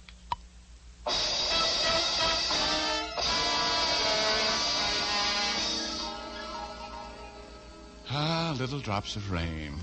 The stuff we're getting so much of out here in California right now saved Helen Stark's life. Because if I hadn't noticed those tire tracks, she would have stayed in the garage until it was too late for the Pull Motor Squad to save her. Yes, sir. Little drops of rain put the curse on what was almost a perfect double murder. With the help of my massive intellect. There's only one thing I can't understand. How come a guy as smart as I am gets hit on the head so often? Answer me that, will you?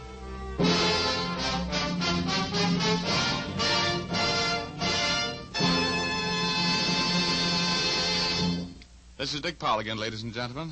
How did you like our little story tonight? Ray Buffum wrote it. Leith Stevens composed and conducted the music, and Dee Engelbach produced and directed.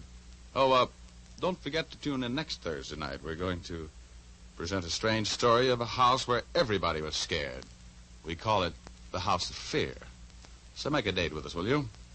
Thanks for listening, and good night, all. Now here's Jim Doyle. Don't forget to tune in again next Thursday, same time, same station, when you will again hear Dick Powell as Richard Rogue in Rogue's Gallery. Remember, if dandruff is your problem, ask for Fitch's Dandruff Remover Shampoo. Removes dandruff the first time it is used. Fitch's Dandruff Remover Shampoo is the only shampoo whose guarantee to remove dandruff is backed by one of the world's largest insurance companies. This statement can be made by no other shampoo. Ask for Fitch's Dandruff Remover Shampoo at your drug counter, barber, or beauty shop. Fitch is spelled F-I-T-C-H. Folks, when we see a wounded veteran, we can thank him with our eyes and with a smile. We can also thank him in more material ways, like helping make sure he gets all the benefits of the GI Bill of Rights. That takes money. The money we lend when we buy victory bonds. Buy victory bonds.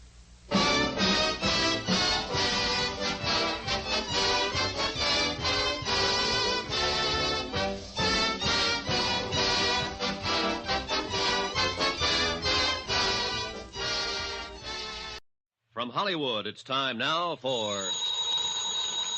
Johnny Dollar. My name's Steele, Mr. Dollar. Claims Division, Eastern Trust Insurance Company. Steele? You don't know me, Mr. Dollar. People at Universal Adjustment suggested I contact you. Thought you might be interested in helping me pay off a claim. Okay, tell me about it, Mr. Steele. One of our policyholders passed away last month, and we can't seem to locate his beneficiary. She just doesn't seem to be around. Maybe she doesn't want the money. Everybody wants money, Mr. Dollar, especially insurance money. Be there in an hour.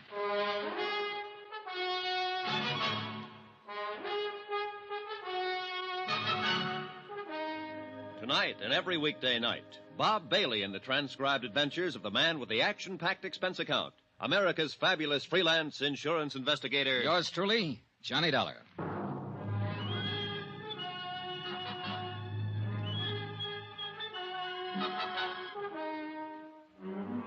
Expense account submitted by Special Investigator Johnny Dollar to the Eastern Trust Insurance Company Claims Division, Hartford, Connecticut. The following is an accounting of expenditures during my investigation of the Bradrick Matter. Expense account item 1, 25 cents bus fare. My apartment to the Eastern Trust Insurance Building in the office of Robert Steele. He was a big sandy-haired man in a tweed suit. We shook hands, looked each other over, and then got down to business. Now, Mr. Dollar, the deceased policyholder was named John Smith. John Adams Smith, age 67. Died in City Hospital, Charity Ward, 22nd of last month. Death certificate. Mm-hmm. Pneumonia. And other things. What other things? The intern who signed that certificate said Smith was pretty run down. Evidences of malnutrition, possible TB history. Not noted here, Mr. Steele. Doesn't make any difference. Smith was able to stand the exam for the policies when they were issued in 1943. Uh-huh. You got him there? Yes. 1,500 total. Beneficiary, Lorraine Bradrick. She the one you can't locate? She's the one. Any other possible heirs, family or anyone? No, Smith was all alone. No problems there. Any other material that might help to find Lorraine Bradrick? Well, this stuff here, it might help you. I don't know. I just don't know. You sound discouraged, Mr. Steele. $1,500 isn't a lot of money, and the chances are Lorraine Bradrick won't even remember John Adams Smith when you do find her. But I hope you do. I'm explaining this badly. Look here. You see? Mm-hmm. And here. And here. It's the same all through the book. Smith was absolutely religious about his payments. Never missed a one. Never let it slide one day. Now, I bet I've got the record of 20,000 policy buyers. But none of them reads like that. I'm impressed, Mr. Steele. Can you tell me why Smith died in a charity ward if he was this conscientious? He didn't have any money or friends or home. He made his living selling papers. Oh. We wouldn't have known about his death except for the fact that the coroner's office called us. What can you tell me about his beneficiary? Lorraine Bradrick was just someone who stopped and talked to him one day while he was selling papers. She was 11 years old at the time. What? Yes. The agent who sold the policies used to buy his papers from the old boy. One day, Smith stopped him and said he wanted to do something nice for a nice little girl named Lorraine Bradrick. So he began taking out the policies. The agent have any more background on that part of it? No. Lorraine Bradrick met Smith that one afternoon and helped him sell his newspapers. Smith never saw her again after that. 1943. She must be 23 or so now. Well, I hope she grew up to be the kind of person he thought she was then. Oh, hardly any of us fill out the promise we have at 11 years, Mr. Steele. Then that isn't what I mean. I mean, if he met her that one day when she was a little girl and he made this gesture toward her, and it was tough for him to make those payments all those years, I hope she deserves it. The money doesn't mean anything, but that kind of endorsement from somebody, even an old bird who sells papers on a corner, is worth more than all the money in the world. Does that sound foolish, Mr. Dollar? Not a bit, Mr. Steele. Not a bit. Expense account item 2, $2. Cab fare to Lorraine Bradrick's last known address. 1485 Cushing Street, a broken-down apartment house that had probably never seen better days or better neighbors. The owner and manager of the building recalled that Paul and Mary Bradrick, parents of Lorraine, had been killed in an automobile accident in 1948. The manager did not know what had become of Lorraine. She had moved out of the apartment 2 days after the funeral. No forwarding address. Expense account item 3, 4 bits, more cab fare. This time 7 blocks away to Pulaski Street, and a dingy cluster of red brick buildings that were yielding slowly to time and wear. I arrived at 3 on the dot. I don't think high schools ever change much. At least this one was no different than the one I'd been in way back when. The persistent smell of pencil sharpeners, ink, discarded lunch wrappers.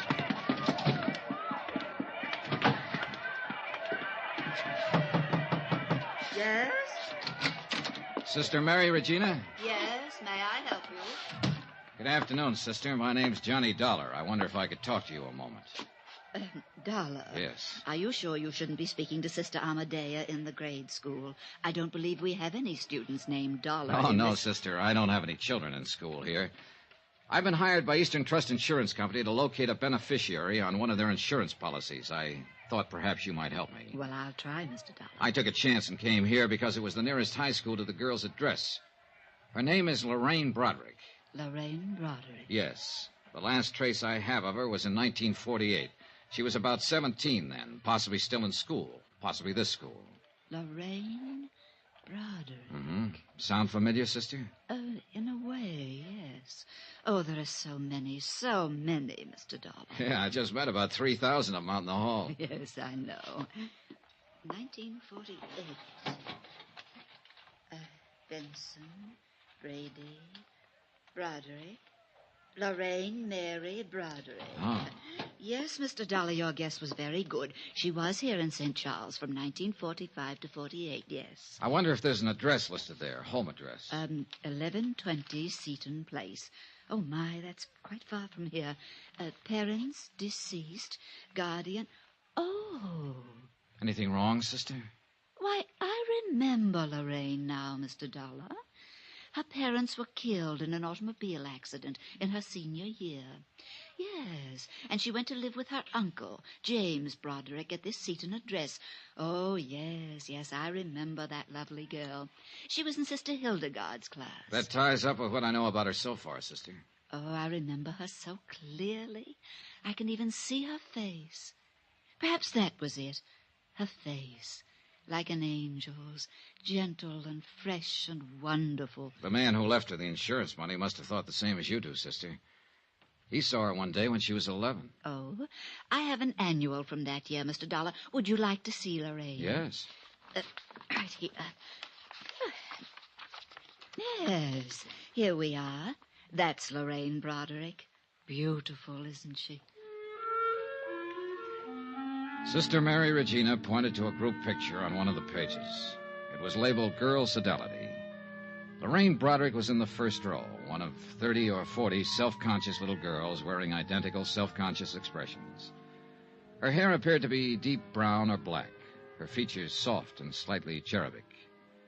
Undeniably, Lorraine Broderick had been a beautiful young girl. In all probability, she was a beautiful young woman, wherever she was. By 5 o'clock, I'd been to her uncle's address on Seaton Place. There I learned that Uncle James Broderick had died of a heart attack in 1950. The people at the address reported that Lorraine had lived with him up until the time of his death. She had worked in a dentist's office, they told me. As far as they knew, she still worked there. I made a phone call. Yes, sir? Johnny Dollar, Mr. Steele. Oh, how are you going on Lorraine Broderick? Well, I might need some help. Have you got a man? Sure. I've got her traced up to 1950, Steele. She worked for a dentist here in town. Uh-huh. Probably got her job in his office right out of high school. That meant she pretty well had to get it through a professional agency. That sounds reasonable. I got a man to check the agencies in town that specialize in that. Let me know.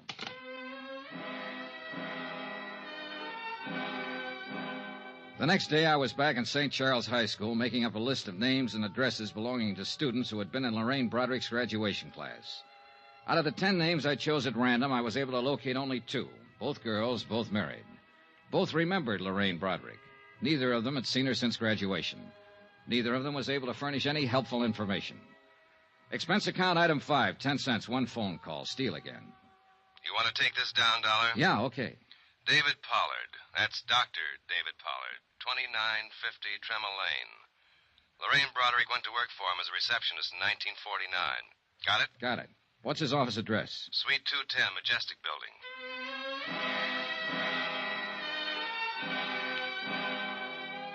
I got there about 5:45. There was no receptionist on duty. As a matter of fact, no reception desk. A stern-looking nurse in a rumpled white uniform knew nothing of a Lorraine Broderick who might have worked for Doctor. Doctor was working with a patient. If I cared to wait for Doctor... Yes, what is it? My name's Dollar. I'm with the Eastern Trust Insurance Company. I don't need any today, Mr. Dollar. I'm not looking for a sale, Doctor. What? That's right. I'm trying to find a friend of yours. Who are you talking about? Lorraine Broderick. Oh. How is Lorraine these days? I don't know, Doctor. I'd like to meet her and find out. Well, you're looking in the wrong place. I can't help you. She hasn't been around here for a couple of years. Goodbye. Oh, wait. Well, what now? Well, you've got an awful big chip on your shoulder, Doctor. You won't even let me explain my business. I'm not interested in your business. I can tell you mine's been going on since 8 o'clock this morning, and I'm pretty tired. You finished now? Well, yes. Can I take you downstairs and buy you a drink? Sorry. What is it you want to know? Where I can get in touch with her. I don't know. She quit without notice a couple of years ago. Just didn't come back. Too bad, too. Do you have any idea where she might have gone? Just what is this for? To pay her some money we owe her. We can't locate her anywhere. Well, I'm sorry, but neither can I. Are you still trying? Not anymore. All I know is she just left one day about 2 years ago. She had a little apartment over on the west side. The manager told me she'd pulled out bag and baggage, and I haven't heard from her since. Were you on good terms with her, Doctor? Doctor? I'll take the drink.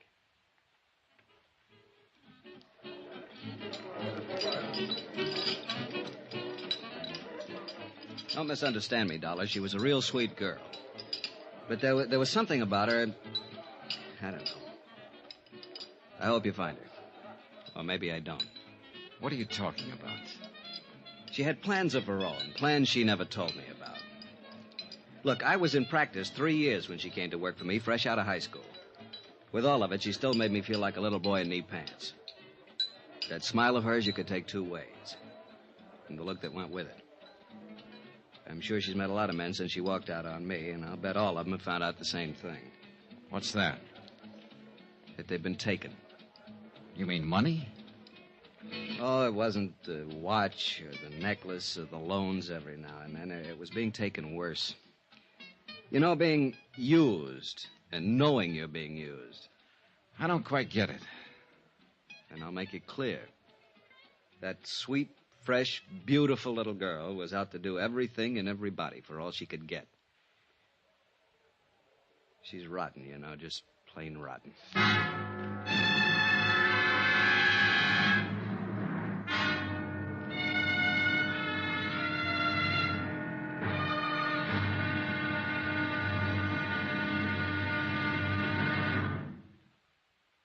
There'll be another intriguing episode of the Bradrick Matter tomorrow. Tomorrow, the expense goes way up. Yeah, it costs money to prove how wrong one man can be. Join us, won't you? Yours truly, Johnny Dollar.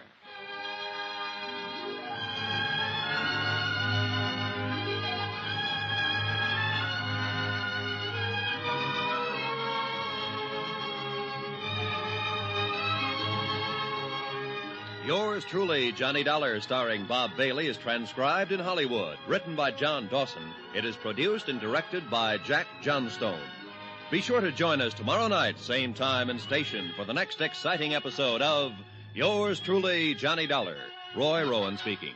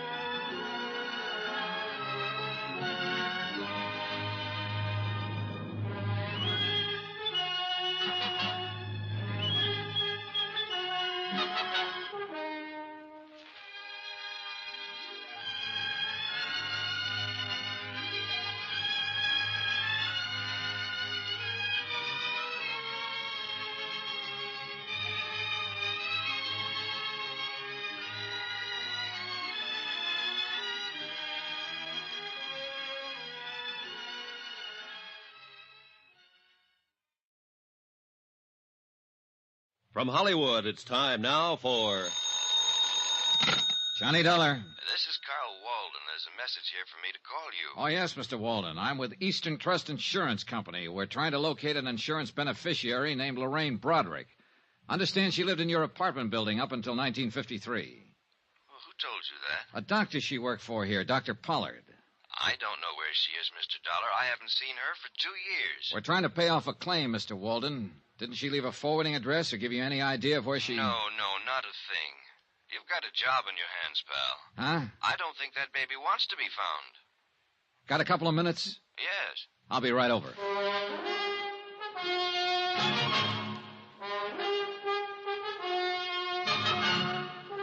Tonight and every weekday night, Bob Bailey in the transcribed adventures of the man with the action-packed expense account, America's fabulous freelance insurance investigator. Yours truly, Johnny Dollar.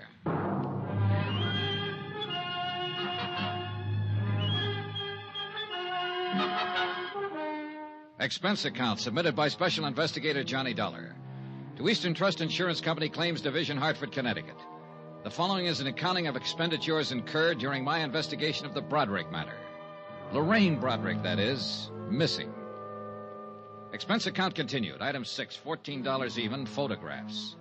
The photographer who had taken the pictures of the 1948 graduating class at St. Charles High School still carried the proofs in his files. Among them, 4 poses of Lorraine Bradrick. I'd stopped by to get them on my way out to see Carl Walden, apartment house manager. He hadn't changed his mind about anything since our phone conversation. No, sir, she doesn't seem to want anybody to know where she is. She'd have left a forwarding address or something like that. Instead, she pulled out in the middle of the night bagging baggage, and that's the last we ever saw of her. Just when was this, Mr. Walden? About the middle of December or so, 1953. Yes, it was a couple of years ago. Mm-hmm. Oh, you want one of these? No, thanks. I don't smoke. Can you think of any place she might have gone, Mr. Walden? New York City. Oh, why New York? Well, it's the closest place to go, isn't it, for somebody like her? I'm not so sure I know what she was like. I've had several different versions, Mr. Walden. Say, you talked to that doctor she worked for? Yeah. Boy, I'll bet his version was a pip. How do you mean? Well, she walked out on him. That poor guy was around here several times asking if we'd heard from her, if she'd written us a change of address. He didn't say it, but I think he had it real bad for her. Oh? Oh, yeah. And I didn't tell him about the other guy either. Well, suppose you tell me about the other guy, Mr. Walden. Well, why not? Well? Well, about a week before she left, I saw her in the hall a couple of times with this other guy. Big, gray-haired man, wore Homburgs and things like that. An older man, is that what you mean? Oh, no, not old. 45-ish, maybe. You know, expensive-looking character. Drove a caddy the size of a freight train, New York plates. He'd buy and sell this place with his pocket money. Happen to know his name? No. He never came around again after she moved out. But they were sure chummy while he was here. At least a couple of times I saw them together. Can't blame him. She was okay. Did she owe you any rent when she left? Nope. Did she give you notice she was vacating? Nope, just left. A note or anything? A $50 bill on the desk in an envelope addressed to me. That's all. That's it. Well, was she friendly with anybody else in the building? Well, not that I know of. People here keep pretty much to themselves. You know, it's a funny thing. What's funny? That old boy with the Homburg. I wonder why he never came around looking for her. Good question.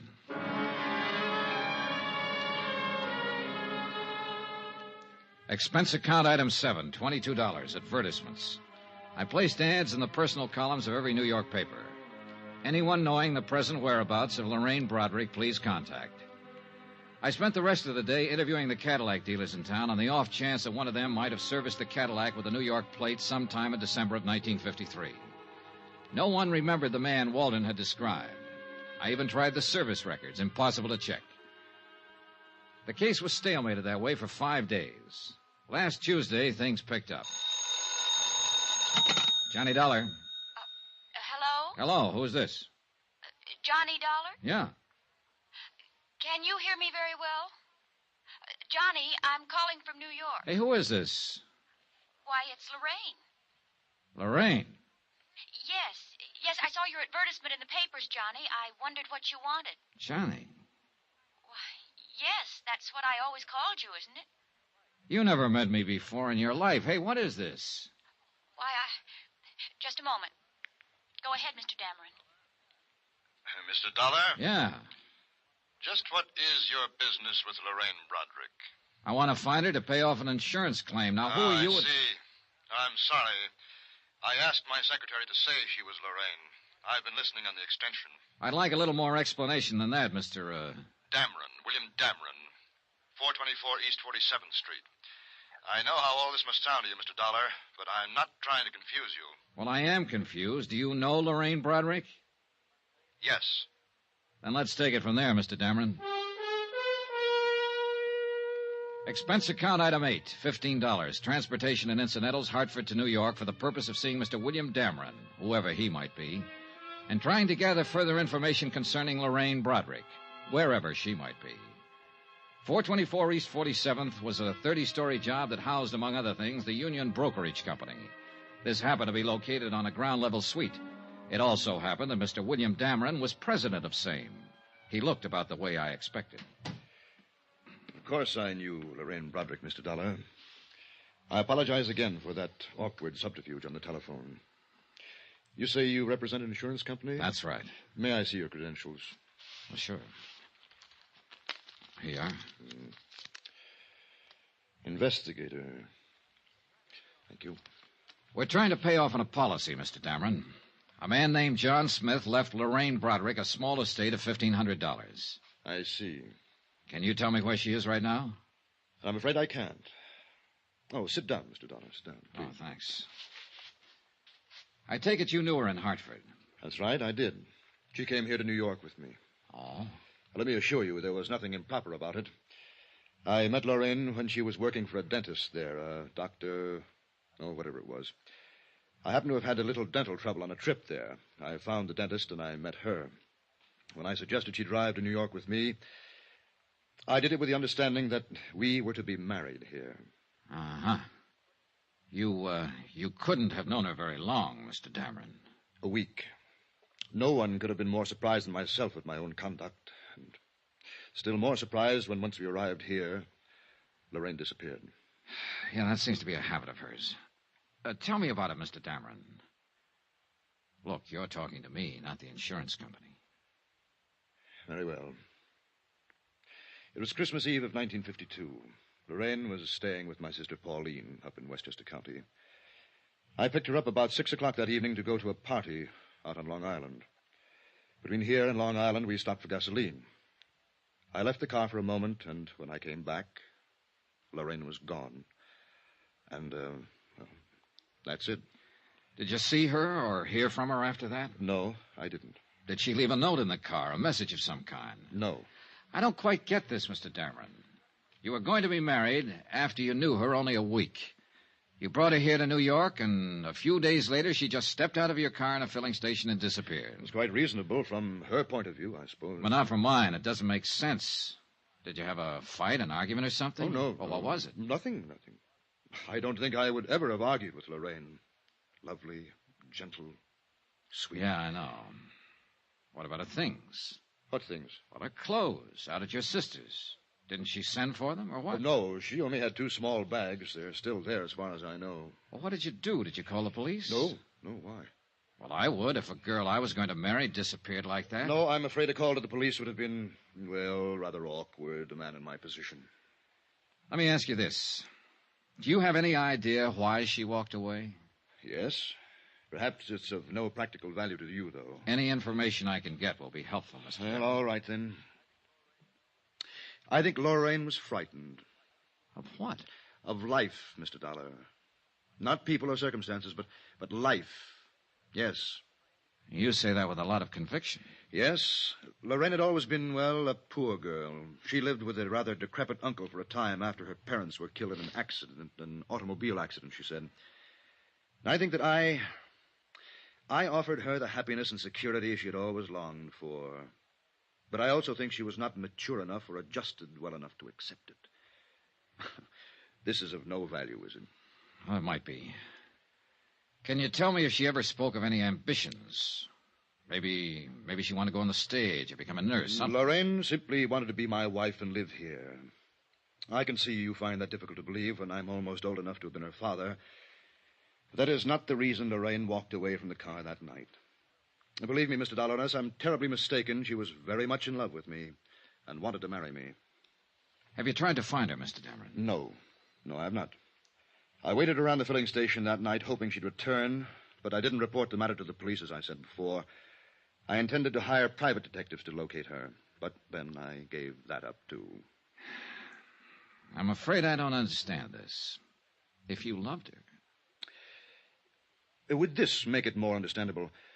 Lorraine was a rational, normal human being when I left her in that car. No one forced her away from it, or me. The man at the filling station said she merely stepped out and disappeared down the street. She left of her own free will, for her own reasons. I think I see your point.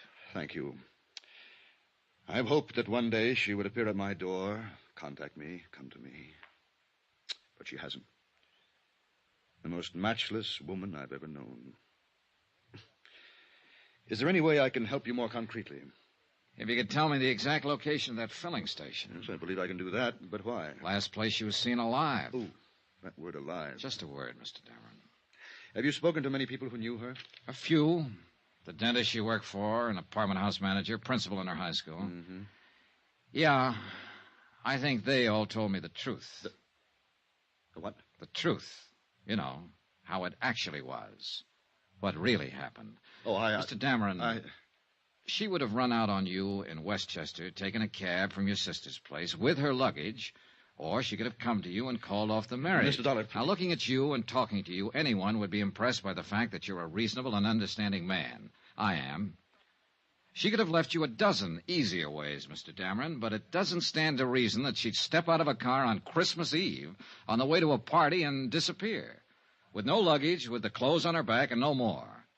Women don't do things like that. They want an overnight bag, a change of clothes, somewhere to go to. It doesn't make sense. But that's exactly what she did. They don't do it that way unless there's a mighty good reason. A real gilt-edged reason, Mr. Dameron. Something that says what's ahead is better than what's being left. How much did she swipe? What? What did she take? How much? Close to $6,500. $6,500.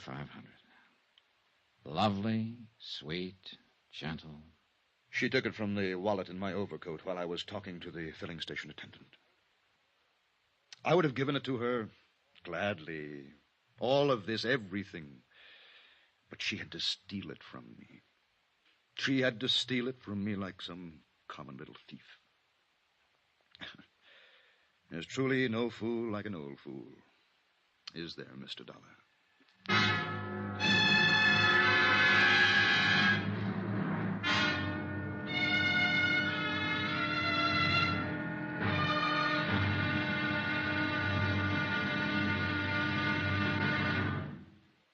There'll be another intriguing episode of the Bradrick Matter tomorrow. Tomorrow, when the trail really gets hot and goes right down on a police blotter. Join us, won't you? Yours truly, Johnny Dollar. Yours truly, Johnny Dollar, starring Bob Bailey, is transcribed in Hollywood. Written by John Dawson, it is produced and directed by Jack Johnstone. Be sure to join us tomorrow night, same time and station, for the next exciting episode of Yours truly, Johnny Dollar. Roy Rowan speaking.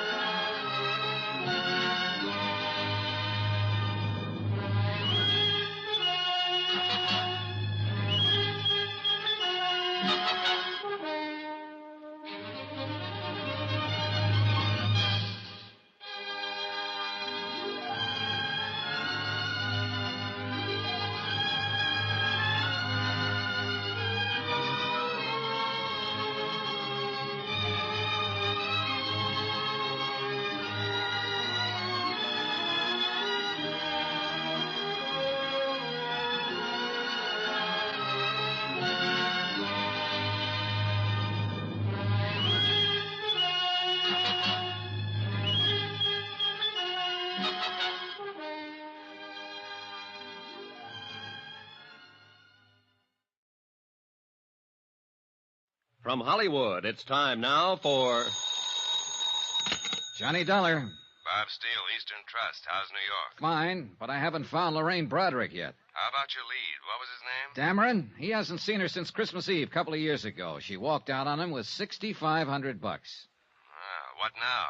You, want to keep on with it, Mr. Steele? Sure, we have to pay her off, even if it is only $1,500. But you sound like this was all the farther you want to go. It might be at that. Oh, what did you say? Look, a sweet old man left a nice little girl $1,500. Apparently, I'm looking for a grown woman who isn't very nice anymore. Beside the point, isn't it? Yeah, I guess so. Okay, Steele, I'm still on the case.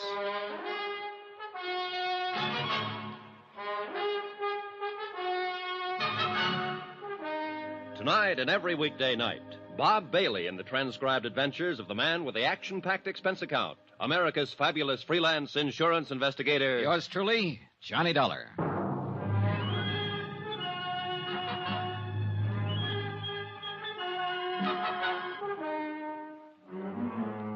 Expense account submitted by Special Investigator Johnny Dollar. Location, New York City, New York. To the Eastern Trust Insurance Company, Claims Division, Hartford, Connecticut.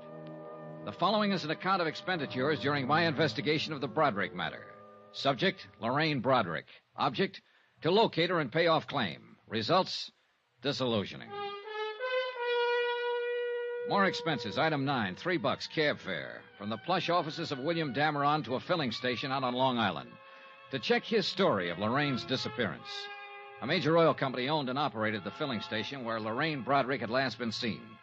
Their payroll records named 3 attendants on duty, Christmas Eve, that is, in 1953.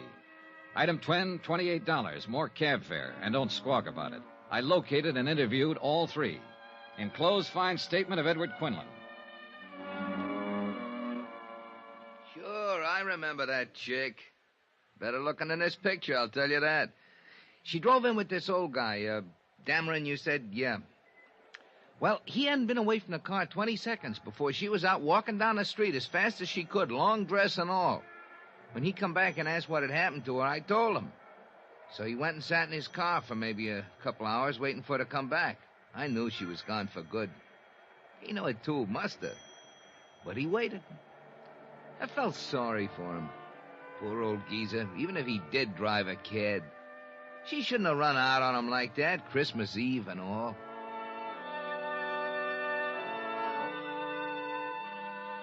Pauline Dameron Whitfield, sister of William Dameron, living up in Westchester County, verified her brother's story. Lorraine Bradrick had left all of her clothes and bags at her house. Mrs. Whitfield had not heard from her or seen her since Christmas Eve, 1953. A check of the luggage revealed no information that would be helpful in locating Lorraine Bradrick. The following morning at the New York Police Department downtown, I requested a missing persons investigation on Lorraine Bradrick. She was booked in under an alias, Jane Brown. When I got to court, she gave her right name, Lorraine Bradrick. What was the charge, Sergeant? Misdemeanor, drunk, disturbing a peace.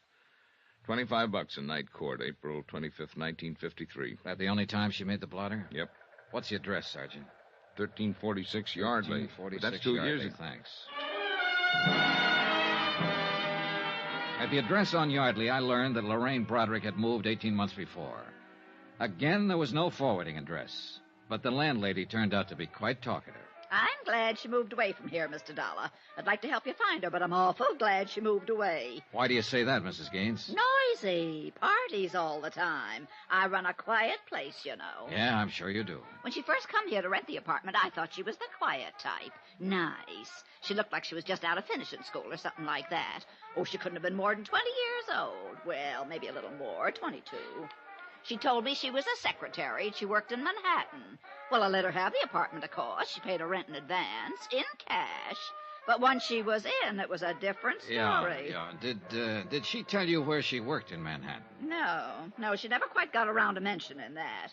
Anyway, she couldn't have worked very hard. All the dates she had, night after night, honestly. Do you happen to know any of them, Mrs. Gaines? I do not.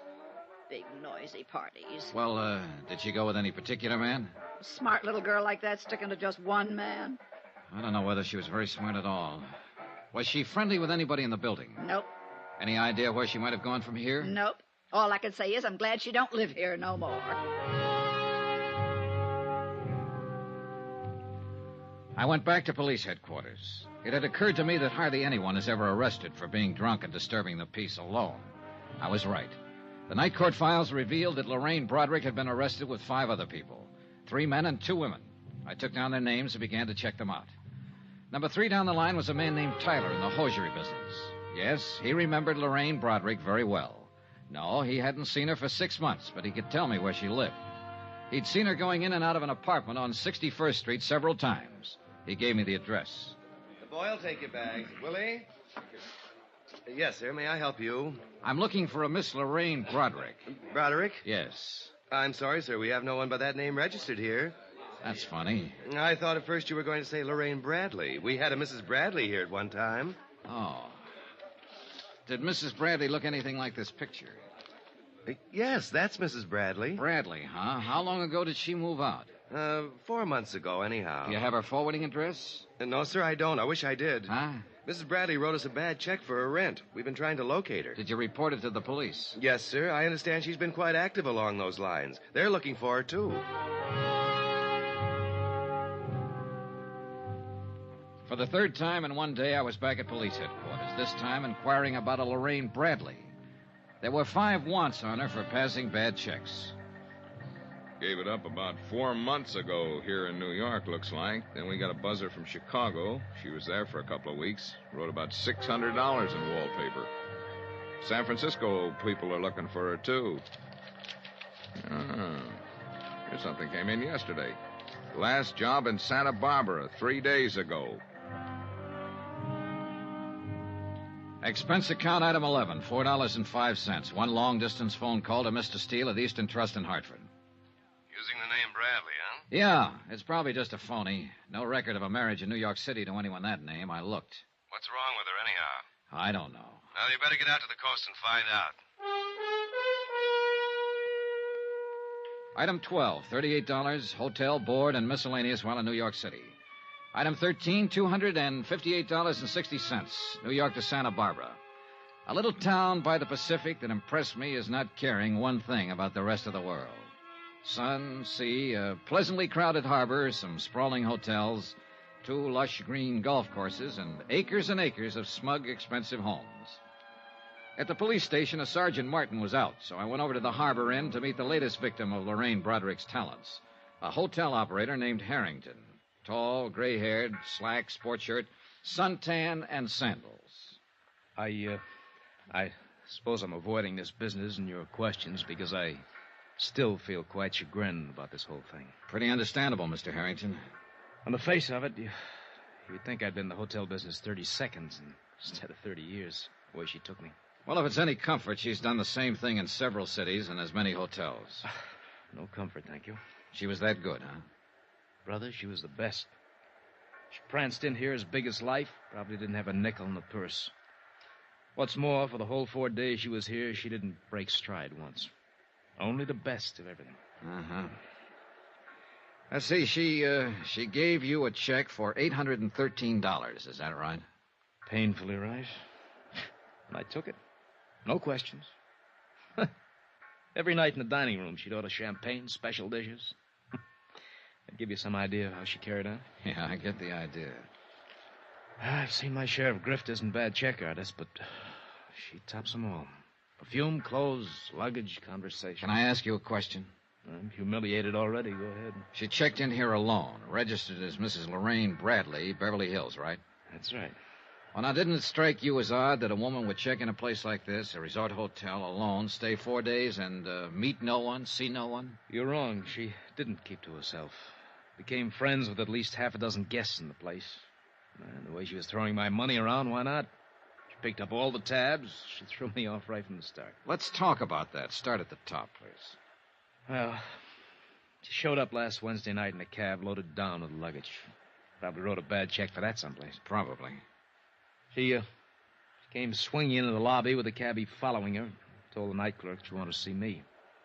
When I came down the stairs, she yelled, "Harry," ran up, kissed me, asked me how my wife was. You beat that. No. One of those tricks that your mind plays on you, I suppose. I actually thought I did remember her from somewhere. Pretty good. What was her story? She said she was on her way back from Lake Tahoe, wanted to rest up. Something about just getting a divorce, being awarded $3,000 a month alimony. That impressed me. It would impress anyone, Mr. Harrington. Did she make up any kind of a story about where she'd met you before? No story. But I got the impression, and of course she saw to it, that she had stopped here before. I wasn't altogether a boob. I did check her home address in Beverly Hills. There was a Robert Bradley listed there, same address she gave. Later on, I found out that he's in Europe with his wife and children. But his name was in the book. Oh, yes. Say, getting back to that part about her being familiar. That's just a good trick on her part, Dollar. Yeah, I did think I'd known her from somewhere, and, well, she also arranged it so that I was too embarrassed to ask her specifically. In all honesty, I suppose I wanted to have known her. Can you explain that? She was about the most beautiful thing I ever saw. She walked through that door right now and told me none of this was true. I'd probably believe her. Mm-hmm. Do you have a copy of her hotel account? I'd like to look it over. Why? Oh, the phone calls mostly. Maybe she contacted someone we can trace. No phone calls. Here. This check was drawn on a bank in Beverly Hills. Was it personalized? No. Maybe I should have thought something of that. No, not particularly.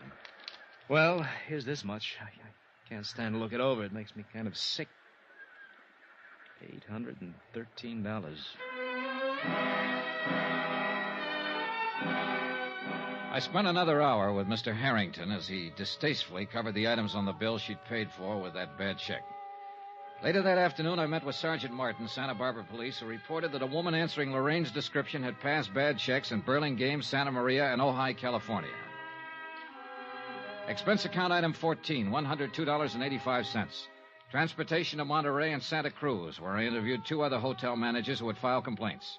Their stories were pretty much the same as Harrington's, down to the pretended familiarity, the divorce, and alimony details. Item 15, $4.15. Long-distance phone call, Steele again in Hartford. That you, Johnny? Yeah, Mr. Steele. I've been hopping around all over the state. Policeman in Santa Barbara called here trying to find you. Sergeant Martin. He says he's got a line on her. Huh? He's done it again. Hop down to Malibu Beach. The man who runs the seaside inn there found out her check was bad 15 minutes after she left. Now get started. You shouldn't be more than an hour behind her. Mr. Steele, I'm on my way.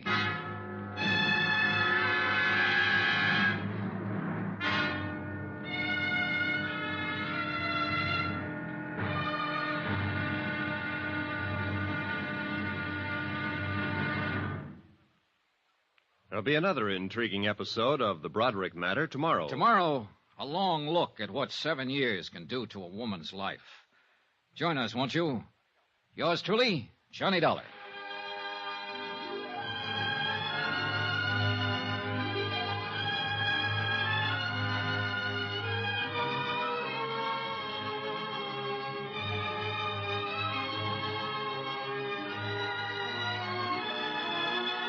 Yours truly, Johnny Dollar, starring Bob Bailey, is transcribed in Hollywood. Written by John Dawson, it is produced and directed by Jack Johnstone. Be sure to join us tomorrow night, same time and station, for the next exciting episode of Yours truly, Johnny Dollar. Roy Rowan speaking.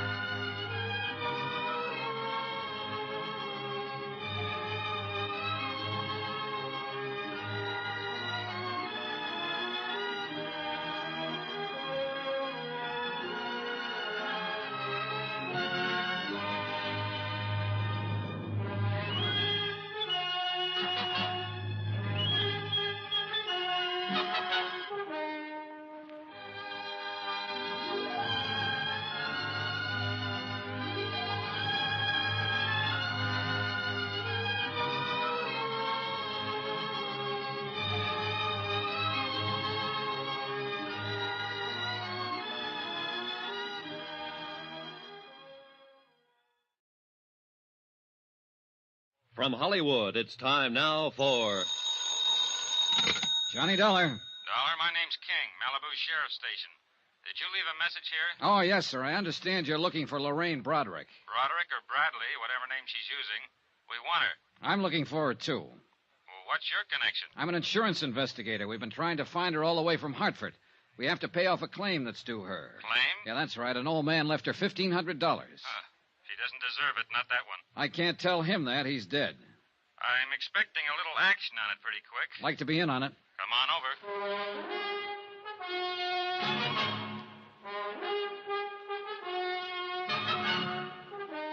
Tonight and every weekday night, Bob Bailey in the transcribed adventures of the man with the action-packed expense account, America's fabulous freelance insurance investigator. Yours truly, Johnny Dollar.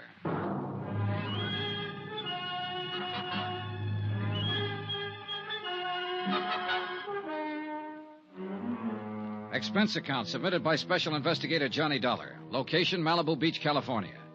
To the Eastern Trust Insurance Company, Claims Division, Hartford, Connecticut. The following is an accounting of expenditures during my investigation of the Bradrick Matter. More expenses, item 15, $38 even. More transportation. My trip here to Malibu Beach, where I didn't even bother listening to another disgruntled hotel proprietor repeat a bad check story I knew only too well. I went directly to the sheriff's station and Deputy King. Well, that's about the picture, Mr. Dollar. Lorraine Bradley was at the inn 4 days and checked out this morning. Used the name Bradley. Lorraine Bradley. She can't be too far ahead of you now. I hope not. This has been a long, rough chase. While she was at the inn, she took up with one of our local residents, a man named Joe Tappan, who lives over in the beach colony.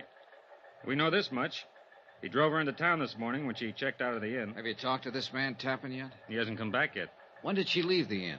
Oh, about 10 this morning. Uh-huh. After 2 now. It gives him just about time. He has a house over in the colony. We've got a man there. Colony? Down the road a piece.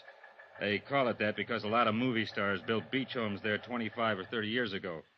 Movie colony, right in the beach. Oh, this Tappan, is he an actor? Yeah, when he gets work, which isn't very often. Mainly, he keeps suntan. Excuse me. Sure. Yeah, this King. Oh. Good, right away. Tappan just drove up to his house. Let's go. I went with Deputy King to talk with Joe Tappan. He turned out to be a healthy, muscular man in his mid-30s. By the time we got there, he was in trunks and sunglasses, sitting on a porch at the front of his house. He was a little stunned by the news we brought him. What? Lorraine a phony? But are you sure about this, Sheriff? That's the man at the Seaside Inn. Oh, no. No, I don't believe it. Is this Lorraine? Go ahead, look at it. Well, that looks like Lorraine. Yes, but I can't be sure. She's older. Well, I mean, the girl in this picture's pretty young. It's her, all right. Mr. Dollar's been looking all over the country for her. Hartford, New York City, up and down this coast. Well, come on. Let's go up to the house. I thought I knew her pretty well. How long did you know her, Mr. Tappan? Well, not long, but I knew her. I really did. When did you meet her? The first night she checked into the Seaside Inn. 4 days, then? Yeah. Want something to drink? No. No, thanks. Well, I think I'll have... No, I don't want to talk about her. We have to talk about her, Mr. Tappan. But I'm sure there's some explanation about the check. She'd have to explain quite a few checks. Right, Dollar? Yeah, that's about it. Mr. Tappan, I understand you drove her into Los Angeles this morning. That's right. I took her to the Beverly Glen Hotel. Did she check in there? No, she just dumped her luggage. She told me she didn't know whether or not she'd have to go to Chicago tonight. Something about a house she owned there that had to be rented or sold. Uh-huh. Did you leave her there at the Beverly Glen? No. She made a phone call and said that she had to meet her lawyer. Did she say where? A bar in Hollywood. The Topper, I think it was, on Cahuenga Boulevard. I drove her over there and left her. When was this? A couple of hours ago, I guess. About noon. How was she dressed? Black, strapless, wore a fur stole. Did she mention any names, tell you anything about herself? Oh, yes. She told me that 6 months ago, a little boy was killed in an automobile accident. He was only 2 years old. She said that was the thing that broke up her marriage to this Bradley. Uh-huh. And she told me that she needed to believe in something again. Someone. And that she needed someone to believe in her. Well, there wasn't any little boy or any husband, Mr. Tappan. There have been a couple of men I've talked to, a dentist in Hartford, a businessman in New York, who felt the same way as you do about her. Well, even with what you told me, I believe what she said. Why, she cried a little when she was telling me. Oh, I don't care how you look at me. I don't think that anyone could invent a story that tragic without some sort of basis. A good liar can see a story in a newspaper like that one and adapt it for his own needs. But I am an actor, sir, and I can tell when other people are acting. She wasn't. She... Well, go on, Mr. Tappan. Look, I've got a suggestion for you. What's your name? Dollar. I've got a suggestion for you. Try believing what people tell you sometime. It'll do something with that habit you have of bearing down with your eyes. Okay, the next time I have 2 weeks off. What? See you, Mr. Tappan. I drove into Hollywood with Deputy King. At the Beverly Glen Hotel, a worried clerk was still wondering what to do with the 14 pieces of luggage Lorraine Bradrick had deposited there earlier. No, she was not registered at the hotel. No, she hadn't phoned in and given him any instructions. Deputy King made arrangements for a man to cover the lobby in case she showed up to claim her things, and we went into the Topper. What'll it be, gentlemen? Police. I'd like to talk to the man who was on duty here at noon today. Oh, that's me, sir. Is anything wrong? This is Mr. Dollar. We're trying to locate a woman who's been using the name Lorraine Bradley. We were told she was in here around noon today. Nope, I don't recognize that name, sir. About 5'5", dark brown hair, brown eyes, 24 years old, wore a black strapless summer dress and a stole. It's 24. No. Nobody like that in all day. No, so noon is a pretty slow time, sir. I'd have noticed if anybody like that came in, I think. Have you been on duty all that time? I came on at 10. That's when we opened. Are you sure this is the right place, the topper? Now, this is the place. Well, I wish I could help you, sir, but I'm sorry. Excuse me, will you?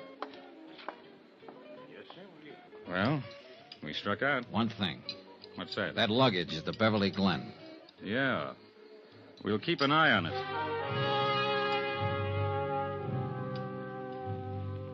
Lorraine Bradrick did not return to the Beverly Glen Hotel that day to claim her luggage. The lobby was watched around the clock. Her description was on the Daily Bulletin. Every policeman in Los Angeles was on the lookout for her. I spent my time thinking about the little girl who had helped an old man sell newspapers one afternoon years ago. A little girl with a face like an angel. I didn't feel good about this case. But Joe Tappan felt worse when I went to see him again. Well. Hi. Mind if I come in? What now, Mr. Dollar? Your girlfriend. What about her? I've been thinking about what you told us. So? So maybe you didn't understand what I told you. Now, look I'm not pushing my weight around, Tappan. But it seems to me you're a little stubborn in what you want to believe about her. How old did she tell you her baby was that she lost in a car accident? 2 years old. All right. 2 years ago, she was working for a dentist in Hartford, Connecticut. He was pretty much in love with her. She left him flat to take up with a man in the brokerage business in New York. She left him flat. Took $6,500 when she did it. There wasn't any baby in her life then. Her name was Lorraine Bradrick. It still is. Now, would you like to see my file on her? I brought it along. No, thanks. I thought I'd better prove that part was a lie. So you proved it. Mind if I sit down? Help yourself. Thanks. Do you have anything else to tell me? I suppose I do, Mr. Tappan, since you don't seem to want to tell me anything. Now, just sit down, please. I've heard every man who knew her describe her, and I think I can understand why they feel the way they do. All I've got is a picture from a high school annual taken when she was 17. That was pretty good. She's 24 now. She must be 7 years better. Anyhow, you're my only hope now. What? Lorraine Bradrick can get away from the police for a while. Oh, yeah, she's smart and clever, and she can go right on doing these same things she's been doing all along, stealing, writing bad checks. But that's police business. My part is to find her and give her something one man left her, an insurance bequest. But it's become more than that now, to find her and stop her, maybe. Look, they'll get her eventually, Tappan. Do you know what 5 years in prison can do to a woman like her? Do you? Well, because I know her and she passed a few bad checks doesn't mean that I'm responsible in any way. You're right, it doesn't. But you're involved just the same. Oh, you're different from just some hotel man who's been tilted. You're a boyfriend. True, just a 4-day boyfriend. But a woman like Lorraine Bradrick can do a lot of damage in 4 days' time. Why are you here? What do you want? I'm here to disillusion you, Tappan, because I don't think you're disillusioned enough. Now, just You're a perfect stranger to me. I don't know you from a Grand Rapids chair, but I'm doing you a favor talking to you about Lorraine Bradrick. I'm doing you a favor telling you she's a crook and a thief and a forger, and everything she ever told you was a lie. Now and then a woman walks into a man's life that he'd sell his soul for. But all she'll do in return is write you a bad check for it. She's trouble in a great big way, Tappan. You know it as well as I do. Well, what do you want me to do? Apologize for meeting her? I'll be satisfied if you tell me where she is. What? And stop lying. Now, look here. I've listened to all I want to listen to. Lorraine Bradrick never went to that bar in Hollywood you were talking about yesterday. You didn't drop her off there. No one there has ever seen her. And she's the kind who could walk around the polo grounds with 50,000 other people and still be seen. Now, where did you take her? Where is she now? Could it be fixed so she wouldn't know I told you? I suppose so. She's at the Wentmore downtown. Registered under the name of Evelyn Brady. Oh, this beats me, Dollar. I just don't understand it. What do you mean? How what you told me is true. I know that. But an hour ago, She called me up here and she said, Joe, I love you. Well, that sounded true, too. And I told her that I loved her. Now I'm turning her in. What kind of crazy world do we live in?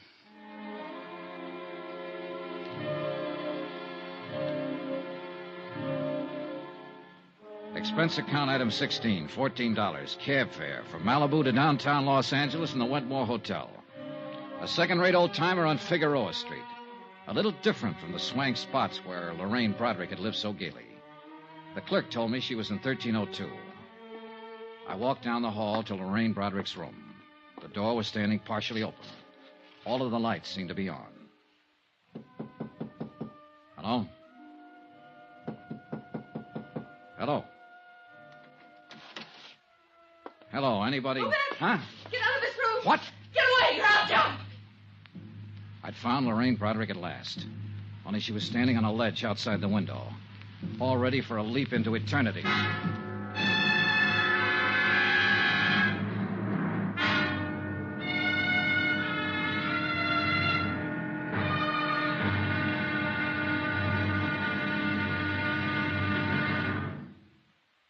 There'll be another intriguing episode of the Bradrick Matter tomorrow. Tomorrow, the end of the trail. For me and for Lorraine Bradrick.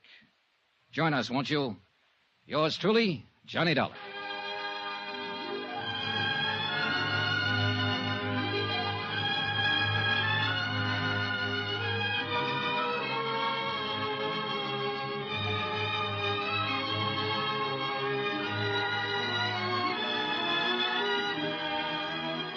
Yours truly, Johnny Dollar, starring Bob Bailey, is transcribed in Hollywood. Written by John Dawson, it is produced and directed by Jack Johnstone. Be sure to join us tomorrow night, same time and station, for the next exciting episode of Yours truly, Johnny Dollar. Roy Rowan speaking.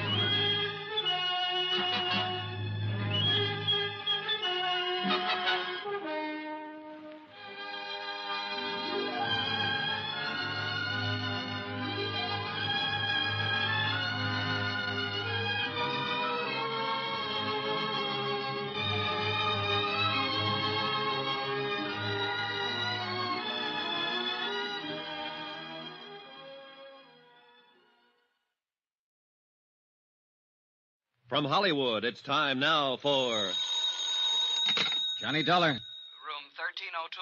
This is the desk clerk. I have a call here. Never mind the call. You call the police. Call the what? Call the police and tell them to hurry. There's an attempted suicide up here. Who is this? Shut up and do as I tell you. Now, just a minute. It won't do you any good. It won't do you any good at all. Wait a minute. Police, you, who cares? I'm going to jump anyhow.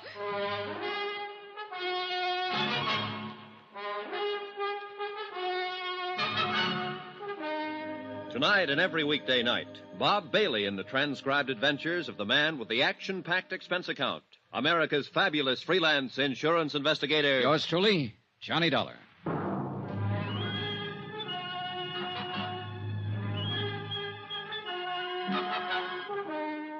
Expense account submitted by Special Investigator Johnny Dollar. Location, Los Angeles, California. To the Eastern Trust Insurance Company Claims Division, Hartford, Connecticut. The following is an accounting of expenditures during my investigation of the Bradrick matter. An old man in Hartford died and left $1,500 insurance money to a little girl who had been nice to him one afternoon back in 1943. My job, get the money to her. Even if she might take it and jump off the 13th floor ledge of a building. Don't come any closer. I'll jump. Lorraine. Don't come any closer. It's cold out there. Don't you think you should come inside? I'm going to jump. Stay away now. Don't try to grab me. All right. All right, I'll do anything you say, Lorraine. Okay. What are you doing? Taking off my coat. Standing out there, it must be cold. Here. You take my coat. Don't come close. I'm not. I don't want your coat. All right, Lorraine. I never saw you before in my life. How do you know my name? I've seen you. No, you haven't. I remember people. Watch out. Just going to light a cigarette. I can light a cigarette, can I? Do you want one? No. Can I have one? Suit yourself. Are you a policeman? No. Where did you see me? In a picture. In your high school annual at St. Charles. St. Charles? What do you know about St. Charles? What's your name? Johnny Dollar? Are you from Hartford? Yes. Let me see your face in the light. Over there. Don't come near this window. Don't come near, or I'll jump right down there. That's right there. No, you aren't from Hartford. I never knew you. You're lying to me. No, I'm not. As room clerk of this hotel, I'm entitled to know... Oh. Go away! Get out of here! Get out of here or I'll jump! What? Get out. Go on, get out. Yes. Did you call the police? No, but I will. I heard you tell him about the police. I don't care. They can't stop me. Nobody can stop me. No, I suppose not, Lorraine. You can jump any time you want to. I can't stop you. I wanted somebody to call the police. I want them all down there. When the crowd's big enough, I'll jump. And I'm not afraid to do it. I'm not afraid. I know that. Lorraine, why don't you come away from the edge? I won't hurt you. Everybody hurts me. You would, too. Why do you want to jump, Lorraine? I have my reasons. Look. There's a couple of people down there who see me. They're looking up here. They'd like to see me jump. Look. They're stopping other people. They'd all like to see me jump. I don't think they'd like to see that at all, Lorraine. Oh, yes, they would. Those people down there would love to see it happen. You'd like it, too. No, I wouldn't. I want you to live, Lorraine. You're afraid, aren't you? Yes, I am. Why? Dying is something all of us face. If you die here tonight, it makes me a little afraid of dying. I don't like to be afraid of anything. Neither do I. You must be afraid of something. I'm not afraid of anything. I've never been afraid of anything. I'm going to jump down there, and that proves I'm not afraid. I don't believe you, Lorraine. I think you were afraid to love Dr. Pollard in Hartford. I think you were afraid to marry William Dameron in New York City. I think you've been afraid of everything and everybody that was good for you for a long, long time. Don't come closer. Would you like to talk to a priest, Lorraine? No. Look, sometimes a priest can help you when you're all mixed... I'm so worried I'm going to jump off here any minute. You'd say anything. Or try anything. I don't even know what you're doing here. Why you came here. I told you, Lorraine, I've been looking for you. Tell him to go back. Tell him all to go back or I'll jump. Go back. Go on back, you crazy fools. Get back. It's all right. They aren't coming. I don't want anybody here. A lot more people down there in the street now. Oh, they're getting the big lights up here. Golly. Lorraine, look at me. Look toward me. What? I want to help you, Lorraine. Nobody wants to help me. Nobody's ever wanted to help me. You're wrong. Then why did Mama and Daddy die? Why did they have to die? Why did Uncle Jim die? Why was I left alone? Why didn't I have anybody? You did have somebody. You had Dr. Pollard if you wanted him. You had William Dameron. Did you meet William? Yes, sure, last week. He's still very much in love with you, Lorraine. After I stole money from him and walked out on him? Oh, the money meant nothing to him. He still loves you, Lorraine. He told me so. I don't love him. I never loved him. He thought so. He was just nice. Why did you leave him that way? I'm no good. I never have been. You know. I've never been any good to anybody. You're lying to me about him. Would you like to talk to Dameron? I can get him on the phone. No, I don't want to talk to him or to anybody I know. But after I jump, you can tell him something for me. Sure. Tell him I meant to send the money back to him. I didn't. You can tell him I loved him. He'd feel good if you told him that, I think. All right. Go back! I don't care who you are! Go back or I'll jump right now! Wait! Close that hall door. If you want to see me jump, you'll have to watch from the street, down there with the others. Close it!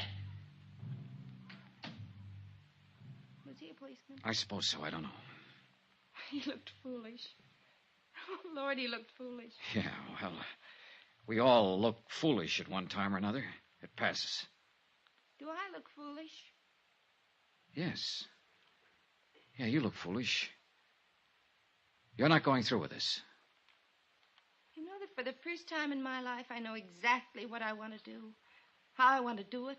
I'm going to jump. Somebody's on the roof out here. They have a net. A big net. From what I know about you, I thought you always knew pretty much what you wanted to do in life. Oh, that's funny. Oh, that's very funny. I knew what I wanted in life. I never knew anything. And it's all botched up. Mom and Daddy died. I should have died, too. I should have been with Mama and Daddy when they were killed in the car.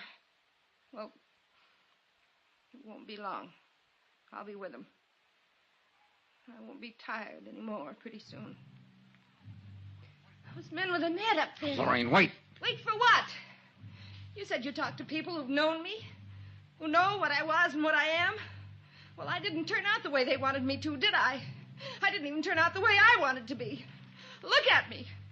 Why should I wait? One man had more faith in you than anybody else.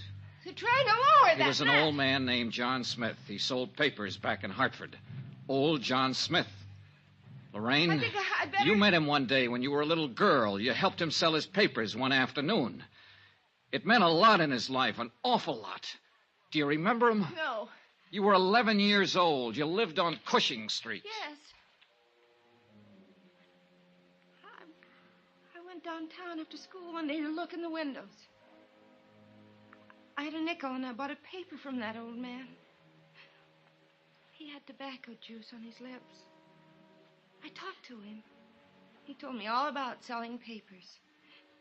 He said I was a very nice little girl. He asked me my name and where I lived. He talked about school and about growing up. He told me I'd grow up someday and be a lovely woman. He said, lovely woman. He was very nice. He was the nicest man I ever knew. And I only knew him that one afternoon. Where is he? He's dead, Lorraine. Dead? He left you all his money. Insurance money. It comes to $1,500. You're lying. No, Lorraine. He wanted you to have it.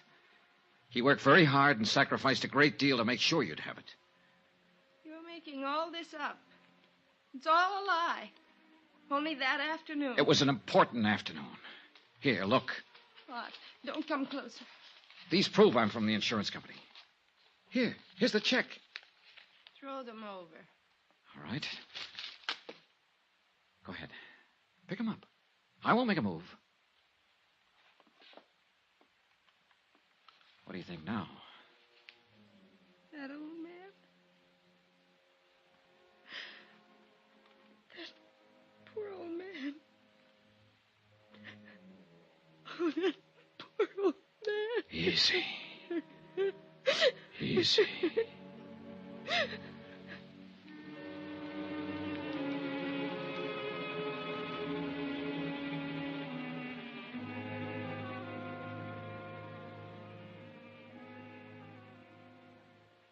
Expense account item 17, $5.50, martinis. I needed them. It was my first and I hope my last half hour with an intended suicide. Attach find insurance check payable to Lorraine Bradrick for $1,500. The psychiatrist who examined her believed that she will make a complete recovery in time. Until such time, she's not classified as a responsible person. I notified 2 parties of the events at the Wentmore Hotel. 1, Mr. William Dameron in New York City, who arrived in Los Angeles yesterday morning. 2, Joseph Tappan, who has already secured legal counsel for Lorraine Bradrick when she answers the bad check charges against her. As you know, in matters like this, restitution is usually preferred to prosecution. Expense account item 18, $185. Transportation back to Hartford. Total, $1,132.14. Yours truly, Johnny Dollar.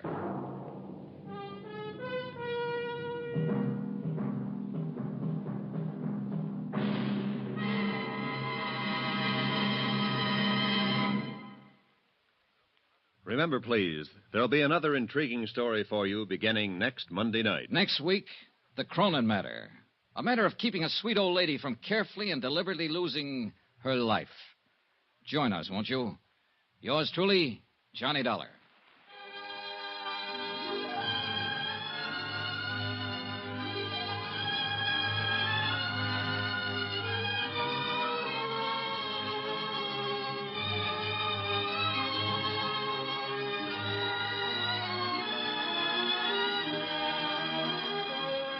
Yours truly, Johnny Dollar, starring Bob Bailey, is transcribed in Hollywood. Written by John Dawson, it is produced and directed by Jack Johnstone.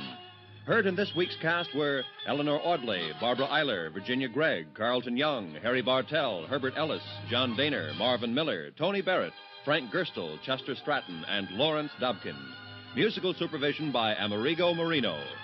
Be sure to join us on Monday night, same time and station, for another exciting story of yours truly, Johnny Dollar. Roy Rowan speaking.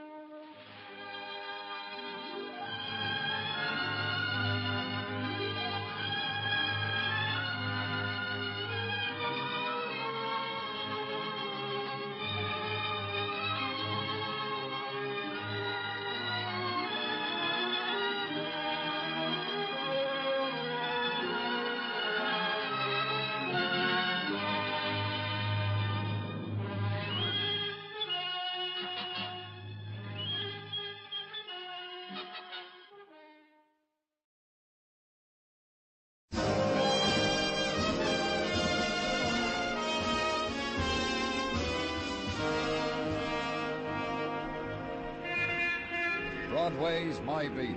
From Times Square to Columbus Circle, the gaudiest, the most violent, the lonesomest mile in the world.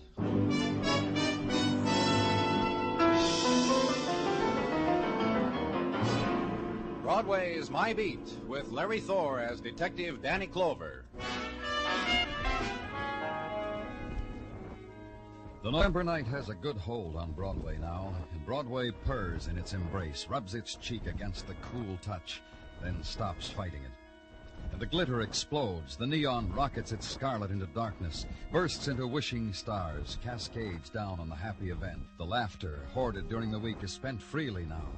And the budget of dreams, have one, kid. It's on me. It's the long night before Monday. Give into it.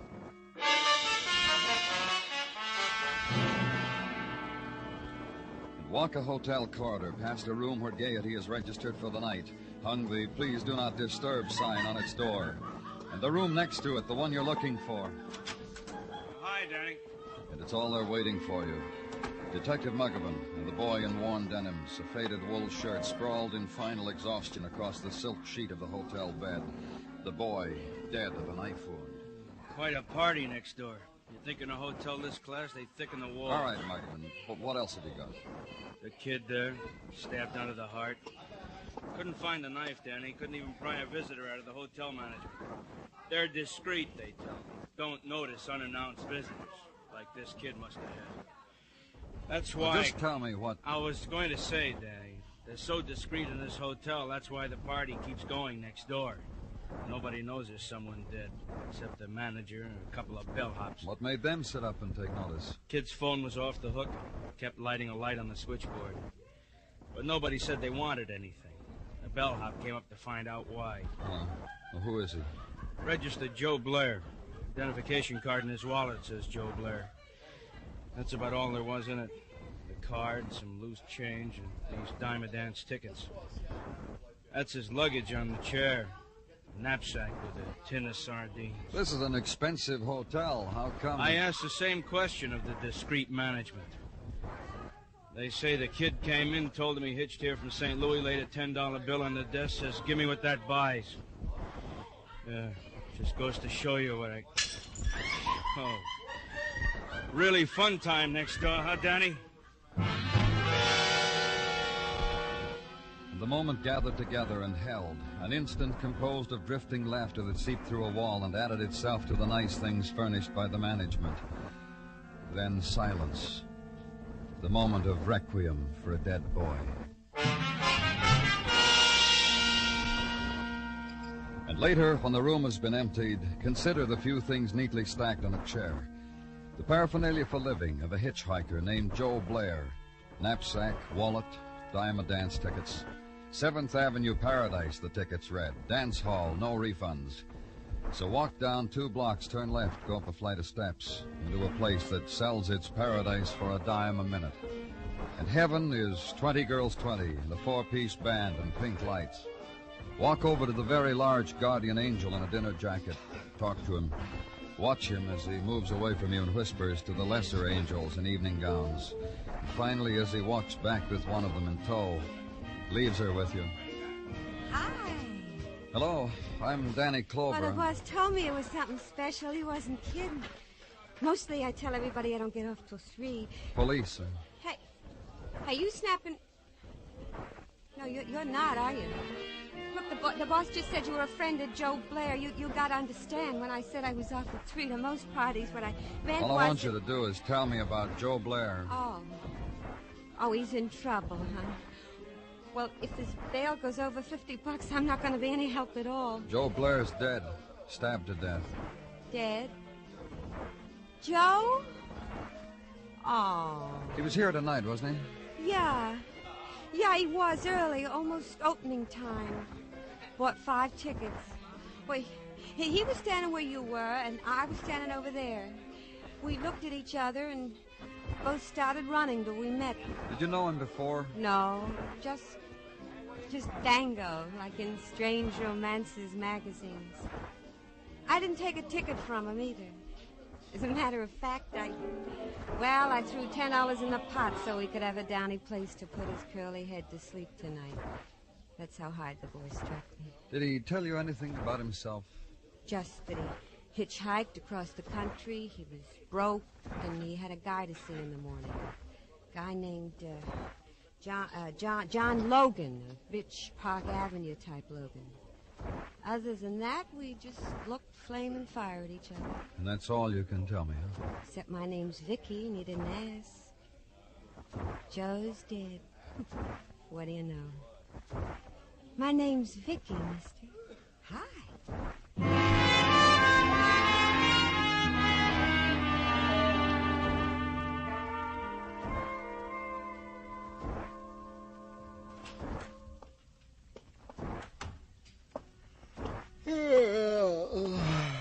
Excuse it, Danny. But, you know, I get the message. You know it's late, you're tired. Give me what you got, then you can go home. Those words, like a goodnight kiss. What I've got. To wit, having checked the Logans who breathe Park Avenue's air, I have come up with a Logan who fits our bill. A John Logan, to whose household over the phone the name of Joe Blair, deceased of a knife, is not unknown. You talked to him? Oh, how could I, Danny? Said John Logan is now in Europe, where he has been for 6 weeks, where he is partaking... Who did you talk to? To a wife, I think. She said she was a wife. She said, "Yeah, I know a Joey Blair, but don't bother me no more with it," she said, "as I am on my way to a ball. In the morning, bother me, honey," she said. Honey, she said, to a stranger. You did good, Gino. Go home. You honest think I did good, Danny?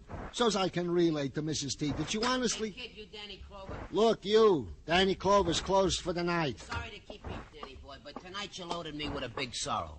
This big, maybe bigger. Who are you? You walk by me maybe 8, 12 times a day, and I don't register with you, huh, kid? No, you don't. Warm your hand in Tommy Cap's, Danny boy. Tommy Cap. Address, Broadway. Profession, Broadway. You said I made you sad. Why? You come to my girl, and you don't dance with her. Vicky Harper? You don't dance with her, and all it costs is dimes. You talk to her about a hitchhiker what stabbed in a class hotel. This kind of schmooze upsets an innocent thing like Vicky. Gives her migraines. Up here. I come to protect her from... Can't she take care of herself, Tommy? Take care of herself? She's so stupid she gives a vag $10 to sleep on silk. That's my Vicky. Innocent, good-hearted, generous with her cuts from dimes. For this, she has to suffer from policemen who come bearing only murdered hitchhikers. Why? Stick around, Tommy. We can make you suffer, too. Because maybe you reached Joe Blair. Because maybe... Sarge, your man's a comic. He's a comic because I got an alibi 10 blocks long. I'll give you addresses, kid. I'll treat you like a baby while you check. I'll check. Good night, Gino. Hey, Danny, kid, how's about I give you a lift home? My car's outside. We can go any... No, thanks. How about you, Sarge? I'll ride you home wherever you live. Brooklyn, the Bronx, Canarsie, wherever you want to Well, go. if you're sure it's not out of your way. What's out of my way? It's late, and I ain't had man talk for days. Come on, let's go, Sarge. Danny? Yeah, Gino? Just so you won't forget, I left a memo on your calendar to go see the Park Avenue Logan next AM. Now, is it okay if I... Go ahead, Gino. It's all right. Your man said it was all right, Gino. Throw him a kiss goodnight. Where do you live, Gino? Where do you want...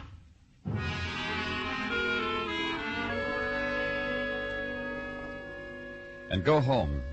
Back to the room and wonder idly at the fact that there were no unfinished chess problems to solve or stamps to paste in albums, things that a man in the profession was supposed to be good at before going to bed. Just go to bed and try again for the dream you had so long ago you've forgotten what it is and not find it again. Just sleep. Sleep and wake up to morning and dress again and coffee again and to work again. To the Park Avenue address of Mrs. John Logan. Stop at the desk of the apartment hotel and be given a floor number. 3 flights up and down a hall. And stop because a man and woman are standing in front of the door and start to turn away because they're embracing. Hey, you. And not quite make it. You, come here. See what you were looking for? I'm looking for Don't Mrs. believe him, Al. I never saw him before in my life. Sure, baby. You. Say something real fine to me, Buster, like why you run up and down this hallway at practically dawn. Else, poor you, big and all, you'll bleed a lot. Oh, yes, you will. Police. Oh? Show me. That's right, Mrs. Logan. The badge says police. Oh, yes, you will. Yes, you will. Cut it out, Ruth. We got company, Albert. You call me Mrs. Logan, the way we said. Because I'm your employer, and I can hire you and fire you and hire you and fire you and hire You mind her? I don't mind it. You know, you're lucky, mister, being a cop at a time like this. I really would have. Right through that wall there, I'd have knocked you, and I could have. Barbell muscles. I lift them. Yeah, it's a fine form of exercise. I approve of it very much. Who are you? Hers? Mrs. Logan's bodyguard. Like she said. Hired to guard the body and the home and the welfare while Mr. Logan's in Europe. And I miss him, too. Don't you forget that, Albert. I don't want anybody to forget that. You or any of you. Or say, yes, ma'am, to me, Albert. Yes, ma'am. A boy named Joe Blair mentioned your husband's name, Mrs. Logan. How is old Joe? How's old Josie today, I ask you? Dead. Murdered. Old Josie's dead and murdered, Albert. You'd better get some sleep, Mrs. Logan. Look, mister, I was bringing her from a party. It's my job. Mrs. Logan, how do you know Joe Blair? Picked the lad up in St. Louis and dumped him in Indianapolis. Hitchhiked with me. Hitchhiked. I told you, Albert. Yes, ma'am. On my way back from sunny California, driving along, there was he. In St. Louis, Mo. Knapsack on shoulder, thumb in the air, wind on his cheek. In Indianapolis, he moved over an inch toward me. I pulled up near a cop, smiled at Joe, and told him goodbye. My life with Joe Blair. You want anything else with her, mister? Yeah, I do. When she's sober, see that she gets that way. That's my job. Do it. I'll get around to you later, both of you.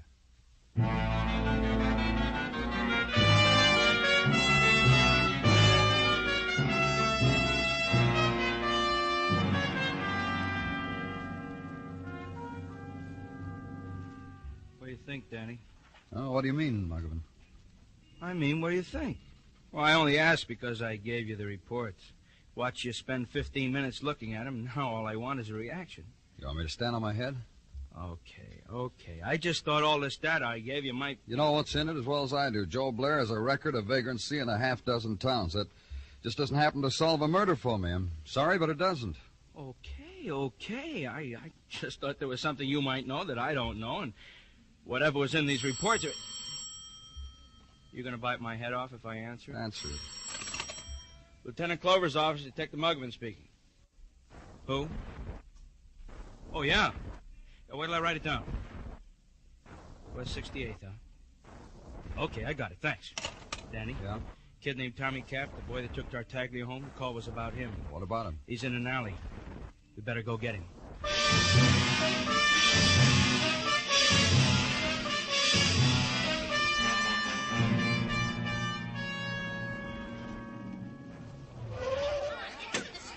Oh, now, come on.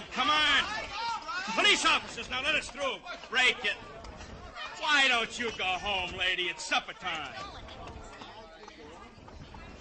There he is, Danny. We got him, all right. Yeah, we got him. It wasn't that way at all. We didn't have him. The thing that had Tommy Cap, the thing that had fixed his hands in half-open fist, was something else. The heavy nail driven through a fence a long time ago, its point bared through a rotting 2x4. That was it. Tommy Cap had been pushed against it, and it held him, killed him.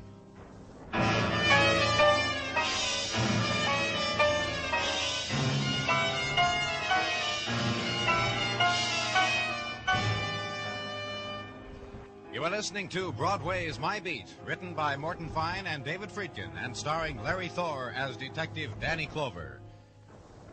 The Sunday afternoon edition of CBS Radio World News Roundup, broadcast on most of these same stations, keeps you up to date at all times. There's hard-hitting news and analysis by noted CBS radio reporters Bill Shadell, Howard K. Smith from London, Charles Collingwood covering the nation's capital, and UN correspondent Larry Lasser.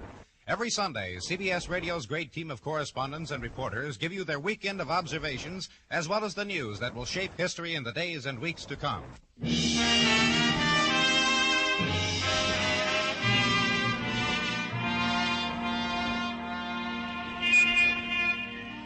The sounds you hear on Broadway are fragments, words broken off and wind-blown that drift your way, the swift dart of subway noises, and a horn, and a whistle, and footsteps. The brief, wild sob of the faraway river. You've got to listen close so you'll know if that sound began with laughter or despair. The difference it makes, not much. Broadway reacts to clowns and death in nearly the same way. The blonde who had a little accident on a street corner, or the dead man you saw propped against a fence in an alley. Something to tell your family about. How the policeman pushed you back so you couldn't see how it all ended. But I saw. I had to stay to the end. Until Tommy Cap was lifted down and shrouded and taken away. Until Tommy Cap was made a matter of official concern. Then I left. Go to a place, back to headquarters, write it down, to be transcribed later by a stenographer, to be dated by a dater, stamped by a stamper, to be put in a file by a clerk. I just came from records, Danny. Just about through running Tommy Cap's card through the IBM. Anything? Just about what we'd figured. Petty stuff. Yeah. He was a steerer, Danny. You know, a kid latched on to convention people, showed them bars, took them to the village, Harlem. How come he had a record? Little trouble conning the ladies a couple of times. Oh? How? He'd promote them for neckties, maybe a sport jacket, meals. The couple times we know about, he tried to put the bite on them for dough. $200-300. Twice the lady squawked. Uh-huh. Well, did you get his address? Sure. Rooming house off of West 49th. Might be something interesting there, I don't know. You mean it's an interesting rooming house, Muggavan? A landmark or something? Why don't you ever let me finish anything, Danny? I'm sorry. What about it? Not the rooming house, the roommate. A musician, a piano player named Norm Persack. What's interesting is he plays piano at the 7th Avenue Paradise, that Diamond Dance joint. You think that's interesting, Danny? Yeah, I think that's interesting. Thanks, Muggavan. Thanks a lot.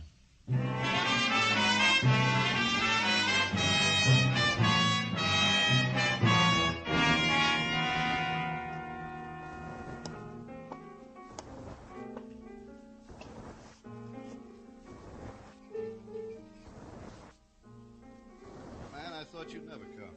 You Norm Persack? The one, the only Norm Persack. Come in, man. Don't stand in that open doorway. That way lies madness. First, you listen to this, man. You close your eyes and listen to this. All right. I just found it. I reached out, and there it was waiting for me. You hear that? You hear the melody? You hear the song? It's different. Yeah. You got a real taste for a policeman, man. How did you know I was... Oh, you kidding, man. You made a stir at the 7th Avenue Paradise last night. Norm Persack never forgets. And why I'm here, you know that, too? Sure, man, because I feel it. You're going to ask me why my roomie is dead, why Tommy Cap died like that on a nail. That's right. I don't know.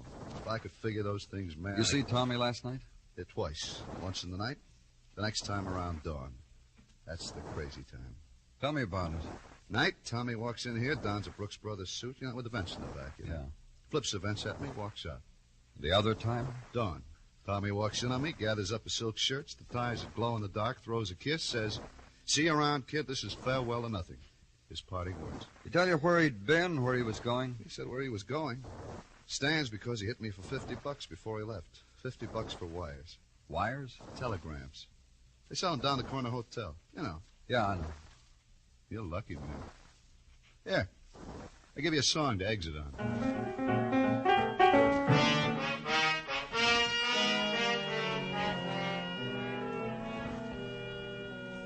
And go to the corner hotel, show a badge, ask a question. Let the whispers make the rounds of the palm-decked lobby.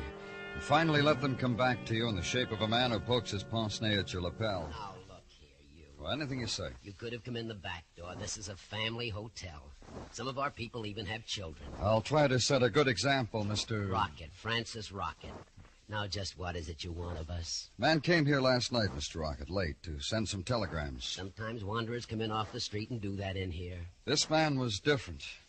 He sent them, walked out of here, then was found in an alley, murdered. Well, that'd be Tommy Cap. The Times mentioned it today. I often told that boy it'd end that way. In an alley if he persisted in Could you playing... tell me, Mr. Rocket, who he sent them to? You could keep a record or something that would... To hotels. To every major hotel between here and... He sent them to... To what? Pay attention, please. To hotels. The exclusive ones between here and St. Louis. The Mayberry in Indianapolis, the Region in Columbus, etc., etc., etc. I called the list for him from our owner's hotel guide. You remember what he said in them? I only counted the words, sir. I didn't stoop to explore their meaning. I could tell you this, however, if Tell me. He requested an answer to his query in each. A care of this hotel, collect. None have come in as yet. However, when they do, I'm afraid...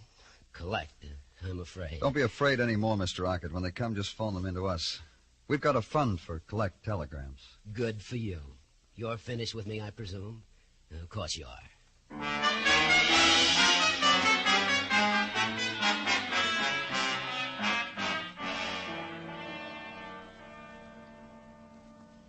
Yes, Mr. Rocket.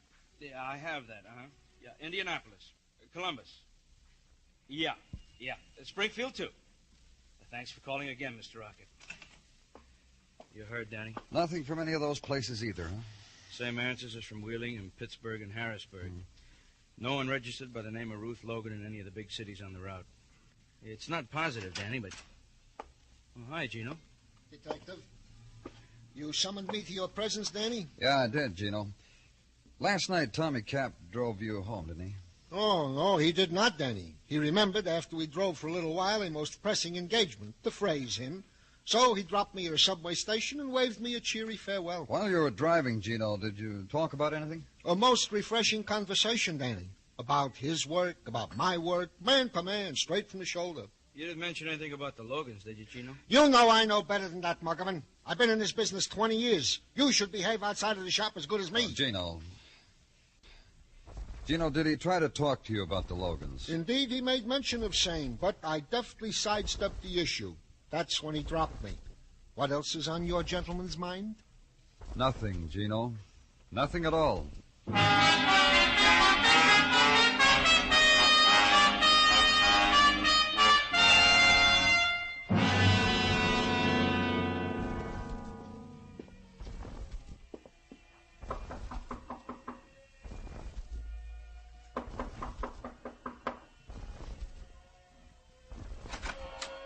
Hello. Hey, hello. I'm Danny Clover, Mrs. Logan. I met you in a haze once, didn't I? Right here, Mrs. Logan, this morning. Come in. There's nobody here but Albert. Hey, Albert. We know him, don't we? You back again, Buster? I'm interrupting something. I'm teaching the ape a waltz. Watch us. Come on, Albert. Now, look, baby. Say yes, ma'am, Albert. Yes, ma'am, but I ain't waltzing. We didn't before anyhow, did we? Did we? Turn off the record, Albert. Yes, ma'am. We ran it down this morning, mister. Did I have fun, mister? Hi, mister. This morning we talked about Joe Blair. You remember that? Every word of it. I'm glad you do, Mrs. Logan, because now it's got another murder in it. Look, mister, I'm paid... I know you're employed. You get hired and fired. Then hired again. You waltz?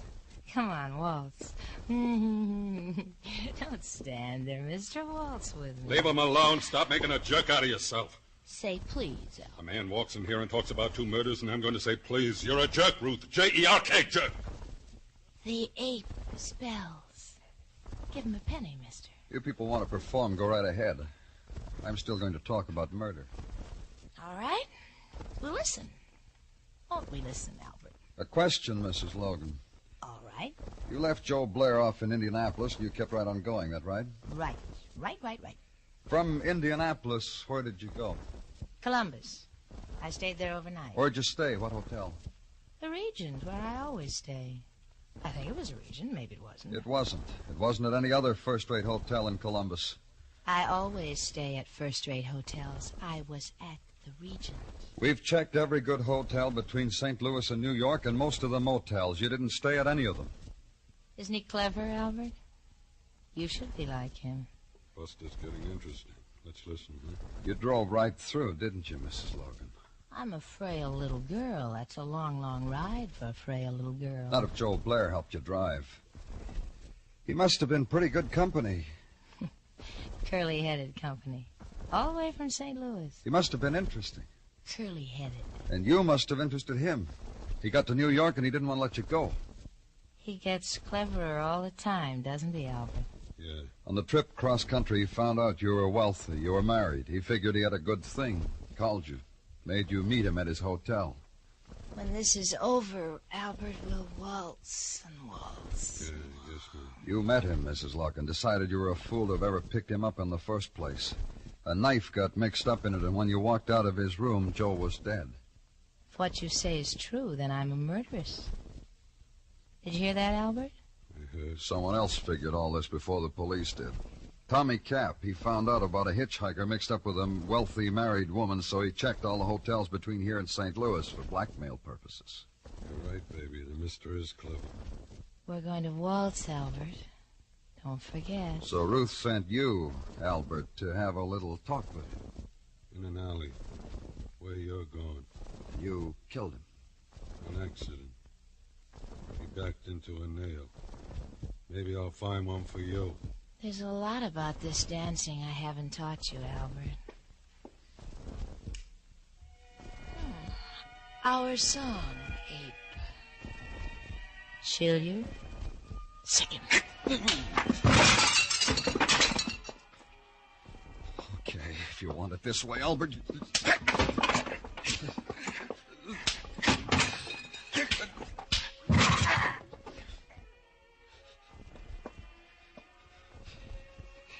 You ready, Mrs. Logan? Or you'll make me go? Or I'll make you go. I wouldn't give you the pleasure.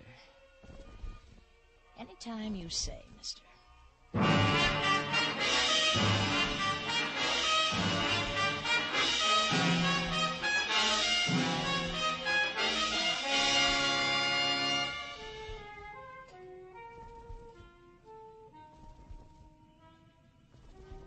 The wheel spins on Broadway, and you bet against the dealers of the night. On the blood red of neon, on the black of the searching wind. Pick a color and make a prayer, and the wheel stops. The red pays off with heartbreak, and the black with dust in your mouth. It's Broadway, the gaudiest, the most violent. the lonesomest mile in the world. Broadway, my beat.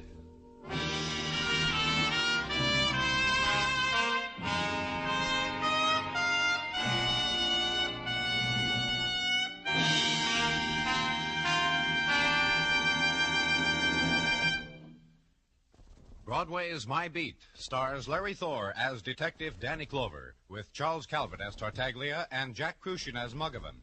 The program was produced and directed by Elliott Lewis, with musical score composed and conducted by Alexander Courage.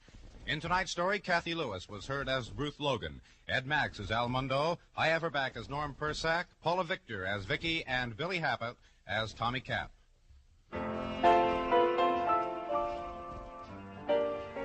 Lovers of fine music are already familiar with the strong, melodious voices of the Choraleers on CBS Radio.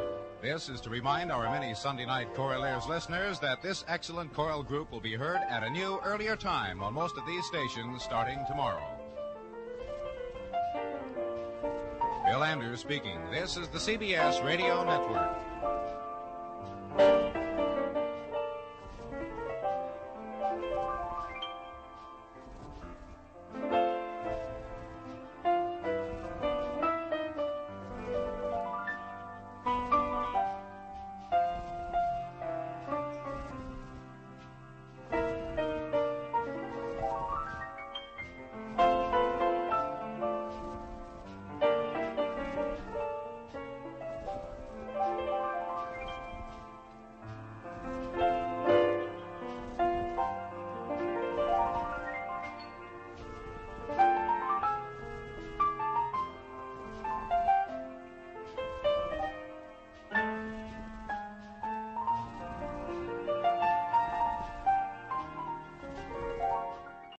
Now, a full hour of Mystery Adventure, the Saturday night feature of NBC's All-Star Festival. 30 minutes from now, it's The Man Called X. Right now...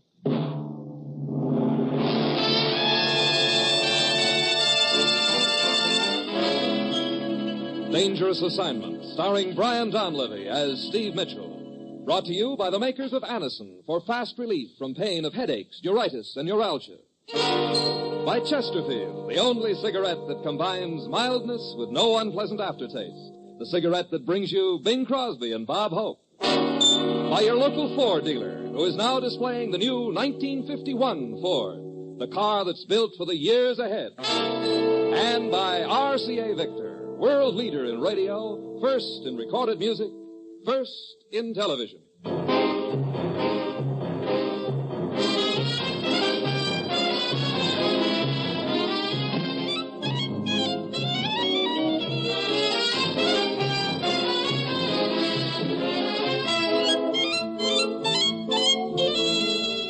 Yeah, danger is my assignment.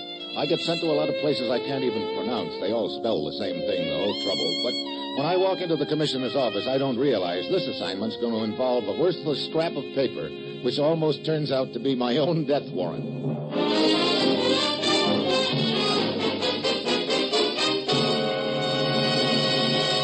Morning, Commissioner. Steve, I suppose I pulled you right out of a big deal, as usual. No, matter of fact, it was all very innocent this time, Commissioner. I was out getting some new furniture for my apartment. You were what? Sure. I just bought a coffee table with a lazy Susan. Really? Well, on second thought, Susan wasn't so lazy after all. That's what I thought. Well, Commissioner, I've finally gotten the jump on you. How's that? You're always calling me in here and sending me off into the wild blue yonder, so this time I'm ready for you. I'm all packed up, and I've got my passport in my pocket. Now, what wild and woolly spot are you sending me to this time? Richmond, Virginia. What? You heard me, sir.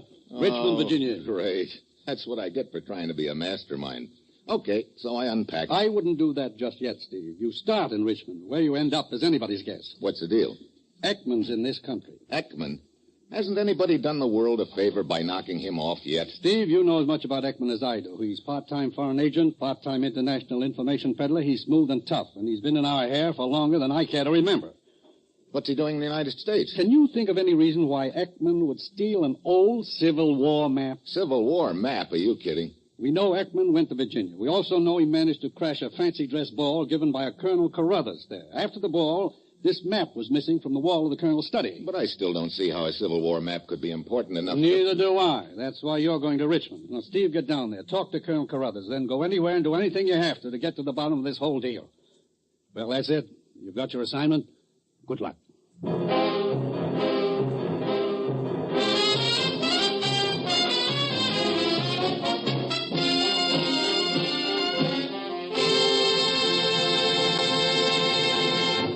You're listening to Dangerous Assignment, starring Brian Donlevy in the role of Steve Mitchell, colorful, two-fisted government agent.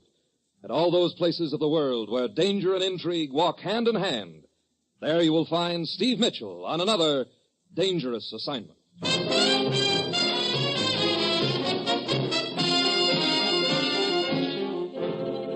Well, I've had a lot of screwball assignments in my time, but this one takes the cake. A Civil War map yet. I suppose the next thing I'll find out is that I'm up against a plot to blow up Chesapeake Bay. It's Wednesday when I get to Richmond. I head for Colonel Carruthers' mansion. We're delighted in order to make your acquaintance, Mr. Mitchell, sir. Although I must confess I'm a little puzzled as to why they should send a man from Washington to investigate such a minor theft. But then the things they do in Washington have puzzled me for quite a spell now. We're interested in the case primarily because of the man who apparently stole the map, Colonel Carruthers. As for the map itself... The document is of historical value only, sir. As you see, my study here is filled with relics of the Great War. War between the states, that is. Yeah.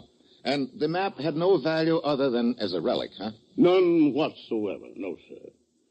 No, it had to do with the Battle of Fredericksburg, December 1862. Uh-huh. A decisive victory for the South, I might add. As a matter of fact, it was merely a rough sketch, but it was actually used by the Confederate Army. That gives it value to a collector. Do you know this man, Ekman, Colonel? Ekman? Yeah, the one who swiped the map. The scoundrel passed himself off to me as a Claiborne. Fine old Southern name. Oh? He claimed to be writing a book on the Battle of Fredericksburg. Matter of fact, I remember thinking at the time it was rather strange. What was? Well, that he should be writing a book on the Battle of Fredericksburg, when one was just published last month. One in which my relics and my research appear quite prominently. But to get back to this Claiborne or Ekman, yeah. Well, he wanted to browse through my books and my relics. I was quite preoccupied at the time. I was making preparation for a fancy dress ball. So I gave him permission. And it was after the ball was over that I discovered that the map was missing. Mm-hmm. And the man with it. I see. However, now, if you would care to see what that map looked like, there's a picture of it in this book I spoke of, the one that was published last month. That's the one in which my relics and my research appear. I happen to have a copy of that right here. The picture of the map is on page 263, approximately. Let's see. Oh, say, sir, just in passing. Here's a picture of the very sword used by Jeb Stuart himself in the charge of the Battle of that's First... very interesting, but the map, Colonel, please. I'm coming to the map. Now, here's a picture of a genuine mini ball here. Mini? Kind of used to shoot out a cannon. Colonel, the map. Now, here's a... Somebody else's relic. Yeah, now, here we are. Yeah, here we are. The map. Mm-hmm. Yeah. Mm-hmm. You were right when you said it was just a rough sketch. I don't get it. Why would a foreign agent like Ekman steal a map like this? That's the mystery of it, sir. Of course, we're not completely sure it was Ekman who stole it. Colonel, these guests you were entertaining at the time... Sir, if you were trying to imply that the people I invite into my home are of the caliber that would stoop to common theft... I'm not trying to imply anything, Colonel. I'm just... what's this scrawl in the lower right-hand corner here? I see it, sir. Mm-hmm. Thank you. Oh, yes. Well, that is the signature of the man who made the map, a Frenchman named Cartier. He fought for the South during the Great War, a great friend of my daddy's. As a matter of fact, it was Cartier's great-grandson, Bill Carter, who gave me this map. Bill Carter. Comes from a fine old Richmond family. Cartier? Yeah, well, family. Changed the name around a little.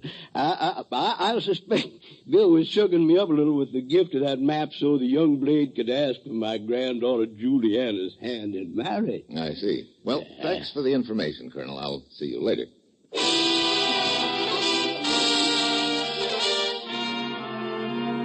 I leave Colonel Carruthers' house still as much in the dark as when I came. Why Ekman would steal a map 90 years old is a way beyond me, but there must be a reason. I've got to find out what it is, which means that first I've got to find Ekman. So I start checking. 3 hours and $25 later, I find a cab driver who remembers taking a man answering Ekman's description to the Colonel's house last night, waiting for him a few minutes, and then taking him to a hotel in Richmond. I try the hotel, but Ekman's just checked out. The clerk remembers, however, hearing him inquire about the sailing time of a ship named the Southern Empress from Norfolk. I get there just as the ship is hauling in her gangplank, but I make it aboard at the last second and head for the bridge and the captain. No, Mitchell, there's no Claiborne on my passenger list, and no Ekman either. That doesn't surprise me, Captain. Ekman used the name of Claiborne in Richmond, and he could be using another name now. You sure he's on this ship? Pretty sure. Well, you've written down his description for me. I'll pass it along to the rest of my officers. Okay, I'll nose around the ship and spread the word among the stewards. I think that will be your best chance. Incidentally, where are we heading? Lisbon, Portugal. Lisbon? Does that make sense to you? This man Ekman, I mean, is that where you figured he'd be heading? Lisbon, Coney Island, what's the difference does it make? Right now, nothing about this deal makes sense. Well, I'll check with you later.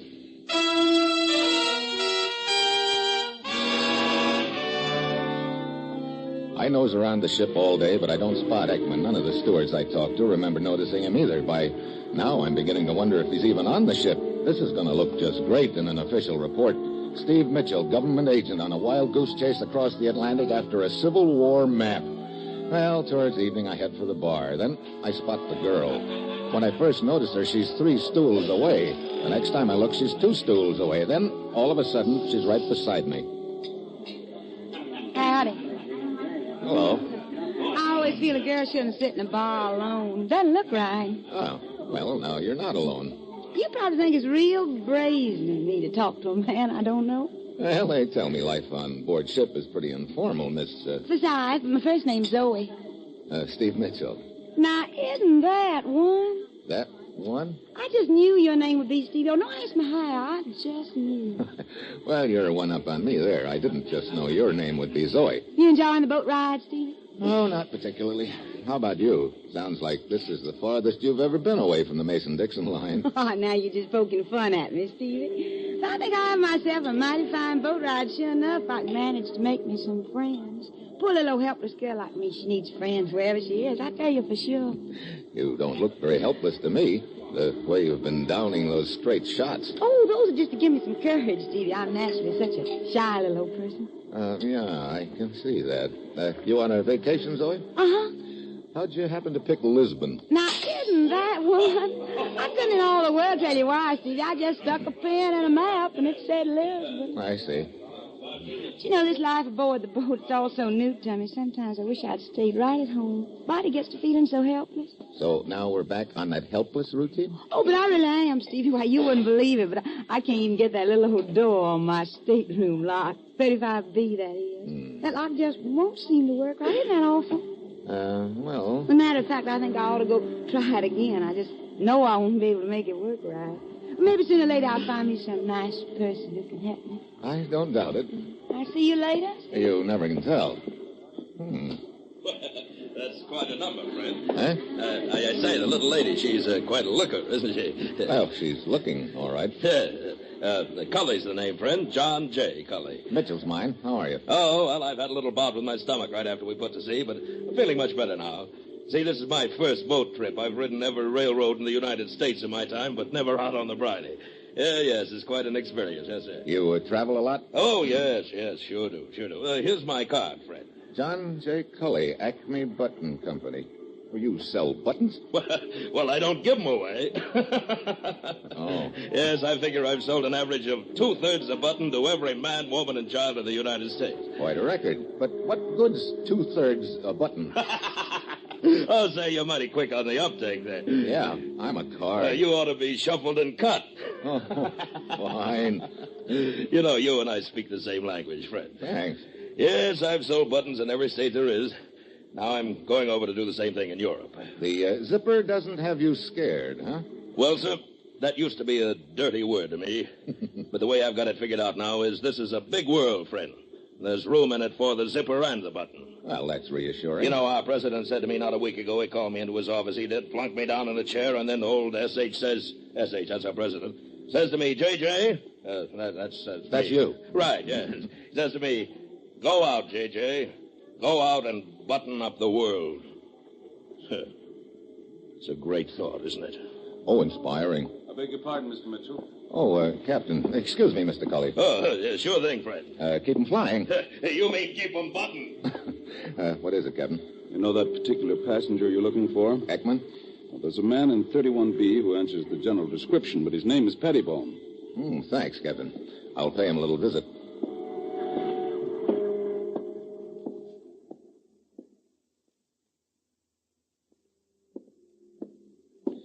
"31B. Why, Stevie. Wow, Miss Magnolia Blossom. I thought your stateroom was 35B. Oh, it is, but I always feel that a person belongs to get acquainted with their neighbors. And when Mr. Pettibone was kind enough to ask me to step in for a teeny little old drink... Where is Mr. Pettibone? He just stepped out for a minute. I'll be right back. You said you were just on a vacation, didn't you, Zoe? I sure enough did. You're sure that's all there is to it? You don't happen to be interested in any Civil War relics, do you? You mean the war between states? Well, I'm sure I don't know what you're talking about, Stevie. I don't... Oh, here's Mr. Pettibone now. Hold it. Let go of me. You're not Ekman. Of course, Uncle Ekman. Of course I'm not Ekman. I'm Mr. Pettibone, if you please. And if you're a private detective, you can tell my wife. Private detective? Wife? Oh, great. Thank you and good evening, Mr. Pettibone.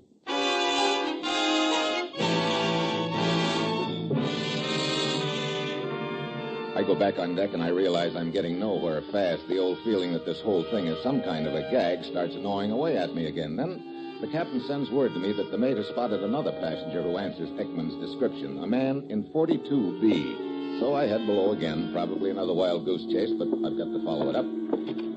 I knock. No answer. Door's unlocked. I go inside.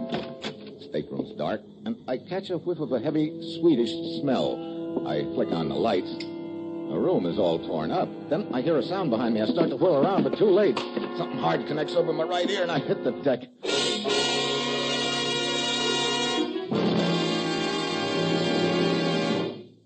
When I come out of it, I know I've finally found Ekman, but I still don't know why he swiped the Civil War map. He's very, very dead.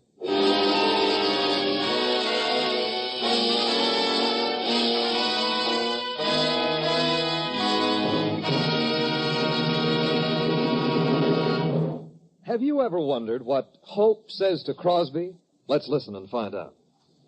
Say, Bob, incidentally, now that you're with Chesterfield, suggestion, please. Yeah. Why don't you try and conduct yourself with a little savoir-faire, a little je ne sais quoi, joie de vivre. Look, Vienne Rose. Don't try to dazzle me with that stale French of yours. I could dazzle you with English, Bob. Dazzle be enough out of you. Seriously, friends, Skinflint and I, we do agree 100% on this. Chesterfields are milder. And they leave no unpleasant aftertaste. So always buy our cigarette, Chesterfield. The best cigarette for you to smoke. Chesterfield, Chesterfield always wins first place. That milder, mild tobacco never leaves an aftertaste. So open a pack, give 'em a smell. Then you'll smoke 'em. Don't forget to give Crosby for Christmas. I mean the Chesterfield Christmas carton with Bing as Papa Santa Claus.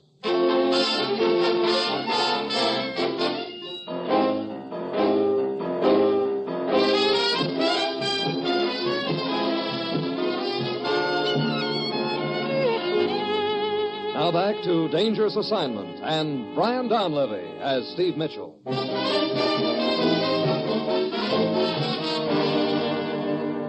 Any idea who killed Ekman, Mitchell? None at all, Captain. It was probably the same person who hit me over the head when I walked into Ekman's stateroom.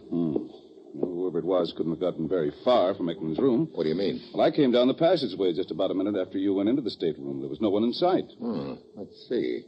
Who are some of the passengers whose staterooms are near Ekman's on B deck? Well, Ekman's stateroom was 42B. There's a Miss Forsyth in 35B. Yeah, the Southern Fried Chicken. And a Mr. Pettibone in 31B. Yeah, I've already met Mr. Pettibone, too. I believe that most of the rest of the passengers from that area were up on deck when it happened. Well, so now I'm worse off than ever before. Now I don't know who's got the map. I wouldn't say that. What do you mean, Captain? You have the map. I have it. Now, look. Take a look in this envelope. Hmm? Hey, the map. Where did you get it, Captain? The mate told me this Ekman had asked him to lock up the envelope in the ship's safe, so I thought I'd better see what was in it. Hmm. Yeah, it looks like the picture of it that I saw in that book that Colonel Carather's placed back in the States. What's so important about it, Mitchell? That's the point. It's just a rough sketch drawn by a guy named Cartier almost 90 years ago, so now I've got it. But I still don't know what the deal is all about. Wait, did you lock up Ekman's stateroom after we left? Yes, I also posted a guard there. Good. I'd like to examine his papers. I'll meet you there in 10 minutes. First, I want to have a talk with the Belle of the South.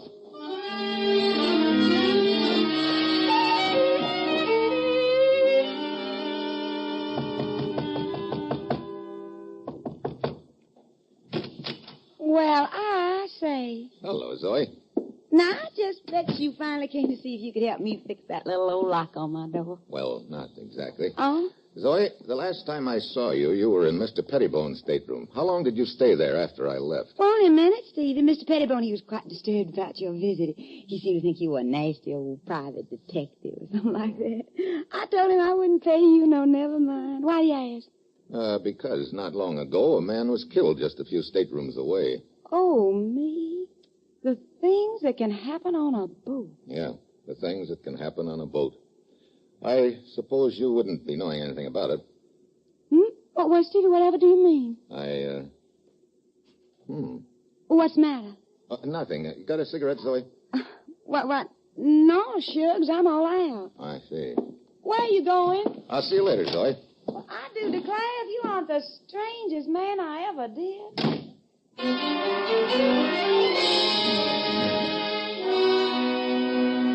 I leave Zoe's stateroom, go up on deck for a smoke. Now I know the trail is heating up.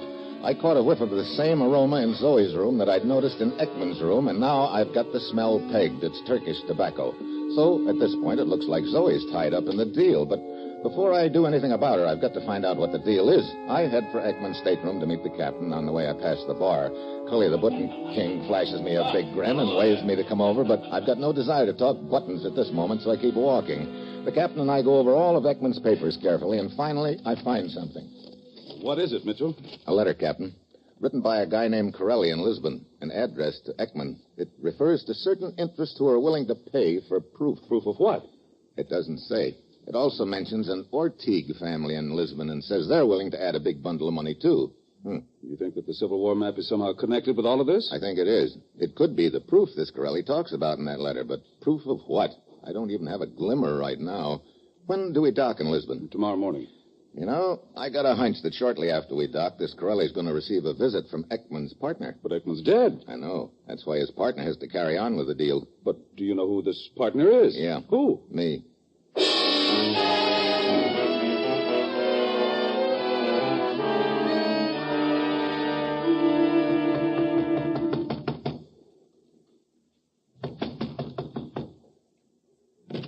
Yes? Corelli? Who are you? A friend of Ekman's. Oh, come in. When did your boat dock? 20 minutes ago. Where is Ekman? Somebody caught up with him. He's dead. Dead? But the map? Don't worry about the map.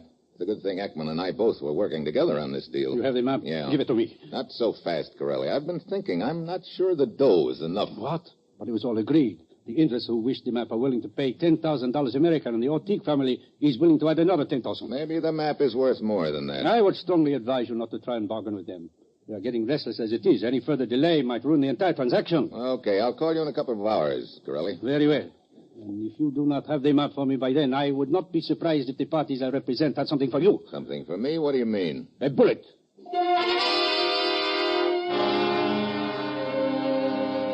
So, now I've made the contact, but I still don't know why the map's so valuable. But I do know I can't stall Corelli very long. I've got to get a line on the Ortigue family and how they figure in the deal, so I head for the American embassy. The Ortigue family? Well, sure, they've been a thorn in our side for quite a while, Mitchell. At least Mrs. Ortigue has. That's just what I'd like to know, Woods. What about them? Well, Mrs. Ortiz owns some land in the Middle East with a chromite mine on it. You know, the stuff that's used in steel manufacture. Yeah. She's leased the mine to the interests on the other side of the fence. We like the lease because we need all the chromite we can get. Her husband's willing to go along with us, but she says no soap. And it's her land, so there we are. How'd this Mrs. Ortiz get the land in the first place? Well, we've got a pretty big file on it. She inherited the land from her grandfather. He was the only living relative of his uncle. There'd been a son, but he was lost at sea on the way to America. So the upshot is, old man Cartier leaves the land to his nephew, who in turn leaves it to his granddaughter, Mrs. Ortiz. And... Wait a minute. Did you say Cartier? Yeah, Mrs. Ortiz's maiden name. Why, does the name ring a bell? A fire alarm. Let me check those files. I think this whole deal just fell into place. I go through the files, and 10 minutes later, I've got the answer. I go out and get into my car. And as I'm pulling away from the curb, I smell a very familiar aroma. The same Turkish tobacco I'd noticed in Ekman's room at the time of his murder and later in Zoe's room. But before I can turn my head around, there's a gun barrel pressing against the back of my neck. Well, hello, Zoe. I can't say I'm too surprised to find you in my back seat. I'm afraid you've got the wrong party, friend. Cully. Yes, just call me J.J. Now keep your eyes straight ahead, friend. So the world's leading button salesman turns out to be the big boy in this deal. Right you are, friend. Now there's only one thing more I have to button up. What's that? You. And I can do that very nicely with just one slug.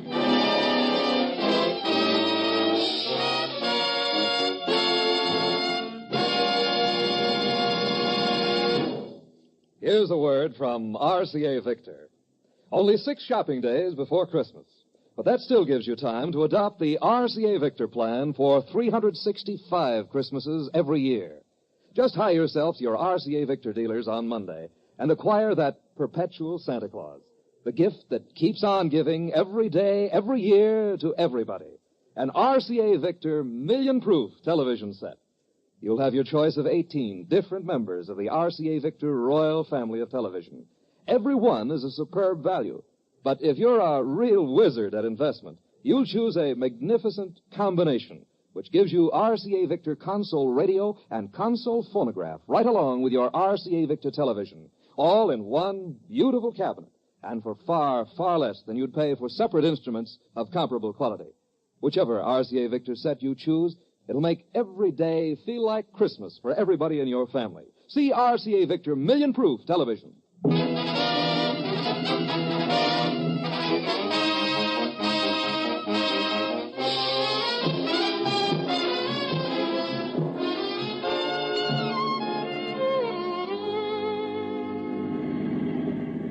Keep driving straight ahead, friend. And remember, I'm sitting right behind you with a gun. Okay, Cully. Now reach in your pocket real gentle like and pull out that map and hand it over. You know, it took me quite a while to find out why that map was so valuable to Mrs. Ortiz and the outfit she's leasing that Middle East mining land to. The map proves that she doesn't own the land. Quite an important little piece of paper, isn't it, friend? It sure is.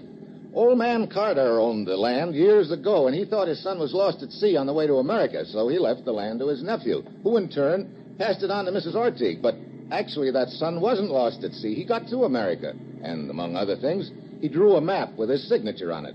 He's got some direct descendants in Richmond, Virginia, who are the rightful owners of the mining land. Sure. That's why certain people who are anxious to keep the lease don't want the map floating around. Now, come on, hand it over. It was you who knocked off Ekman on the boat, huh? Merely increasing the profits, friend. Originally, it was going to be a 3-way split, Corelli, Ekman, and myself, but I figured J.J. That's you. Right, J.J. I said to myself, why a 3-way split? So you knocked off Ekman to make it a 2-way split. I'm a jump ahead of you, friend. I just took care of Corelli, too. Now it's a 1-way split. You're a real go-getter, aren't you? That I am. Well, that explains the smell of Turkish tobacco. You'd just killed Ekman and knocked me on the head when you heard the captain coming down the passageway. You had to duck into another stateroom, and you picked Zoe's. She was with Pettibone at the time, and that's why I smelled the smoke in her room later. Look, friend, stalling isn't going to do you any good. Now just trot out the map and give it to me. Okay, I guess I haven't got any choice. I got it here in my pocket. Hey, why did you speed up? I'm sorry, my foot slipped. Well, unslip it. Mitchell, that parked car ahead of us. I see it. You're heading right for it. J.J. You can't shoot when you're draped over the front seat, J.J. Let go of me. Let go of the gun. No. That's better. Mitchell, maybe we can make a deal. Huh? Sorry. The deck just got stacked against you, Cully, and a little matter of murder charge staring you in the face, and I'm sure when the Carters back in the States find that they own the mining land, they'll be happy to turn the lease over to our government. You had it all figured out, Cully, but I guess you forgot that fine old Southern proverb. What are you talking about? A man who poses as a button salesman sometime ends up getting clipped right on the article of the same name.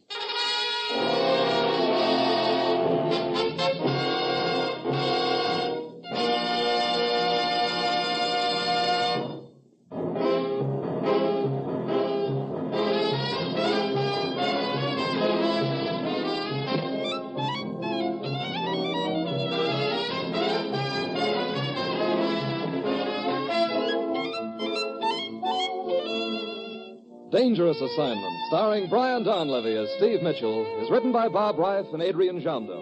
The music by Robert Armbruster and is produced and directed by Bill Karn.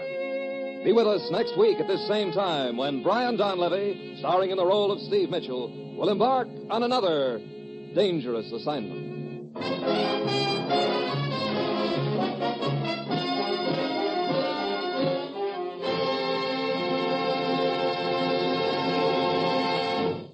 Dangerous Assignment came to you from Radio City in Hollywood. Now, more mystery on NBC's All-Star Festival.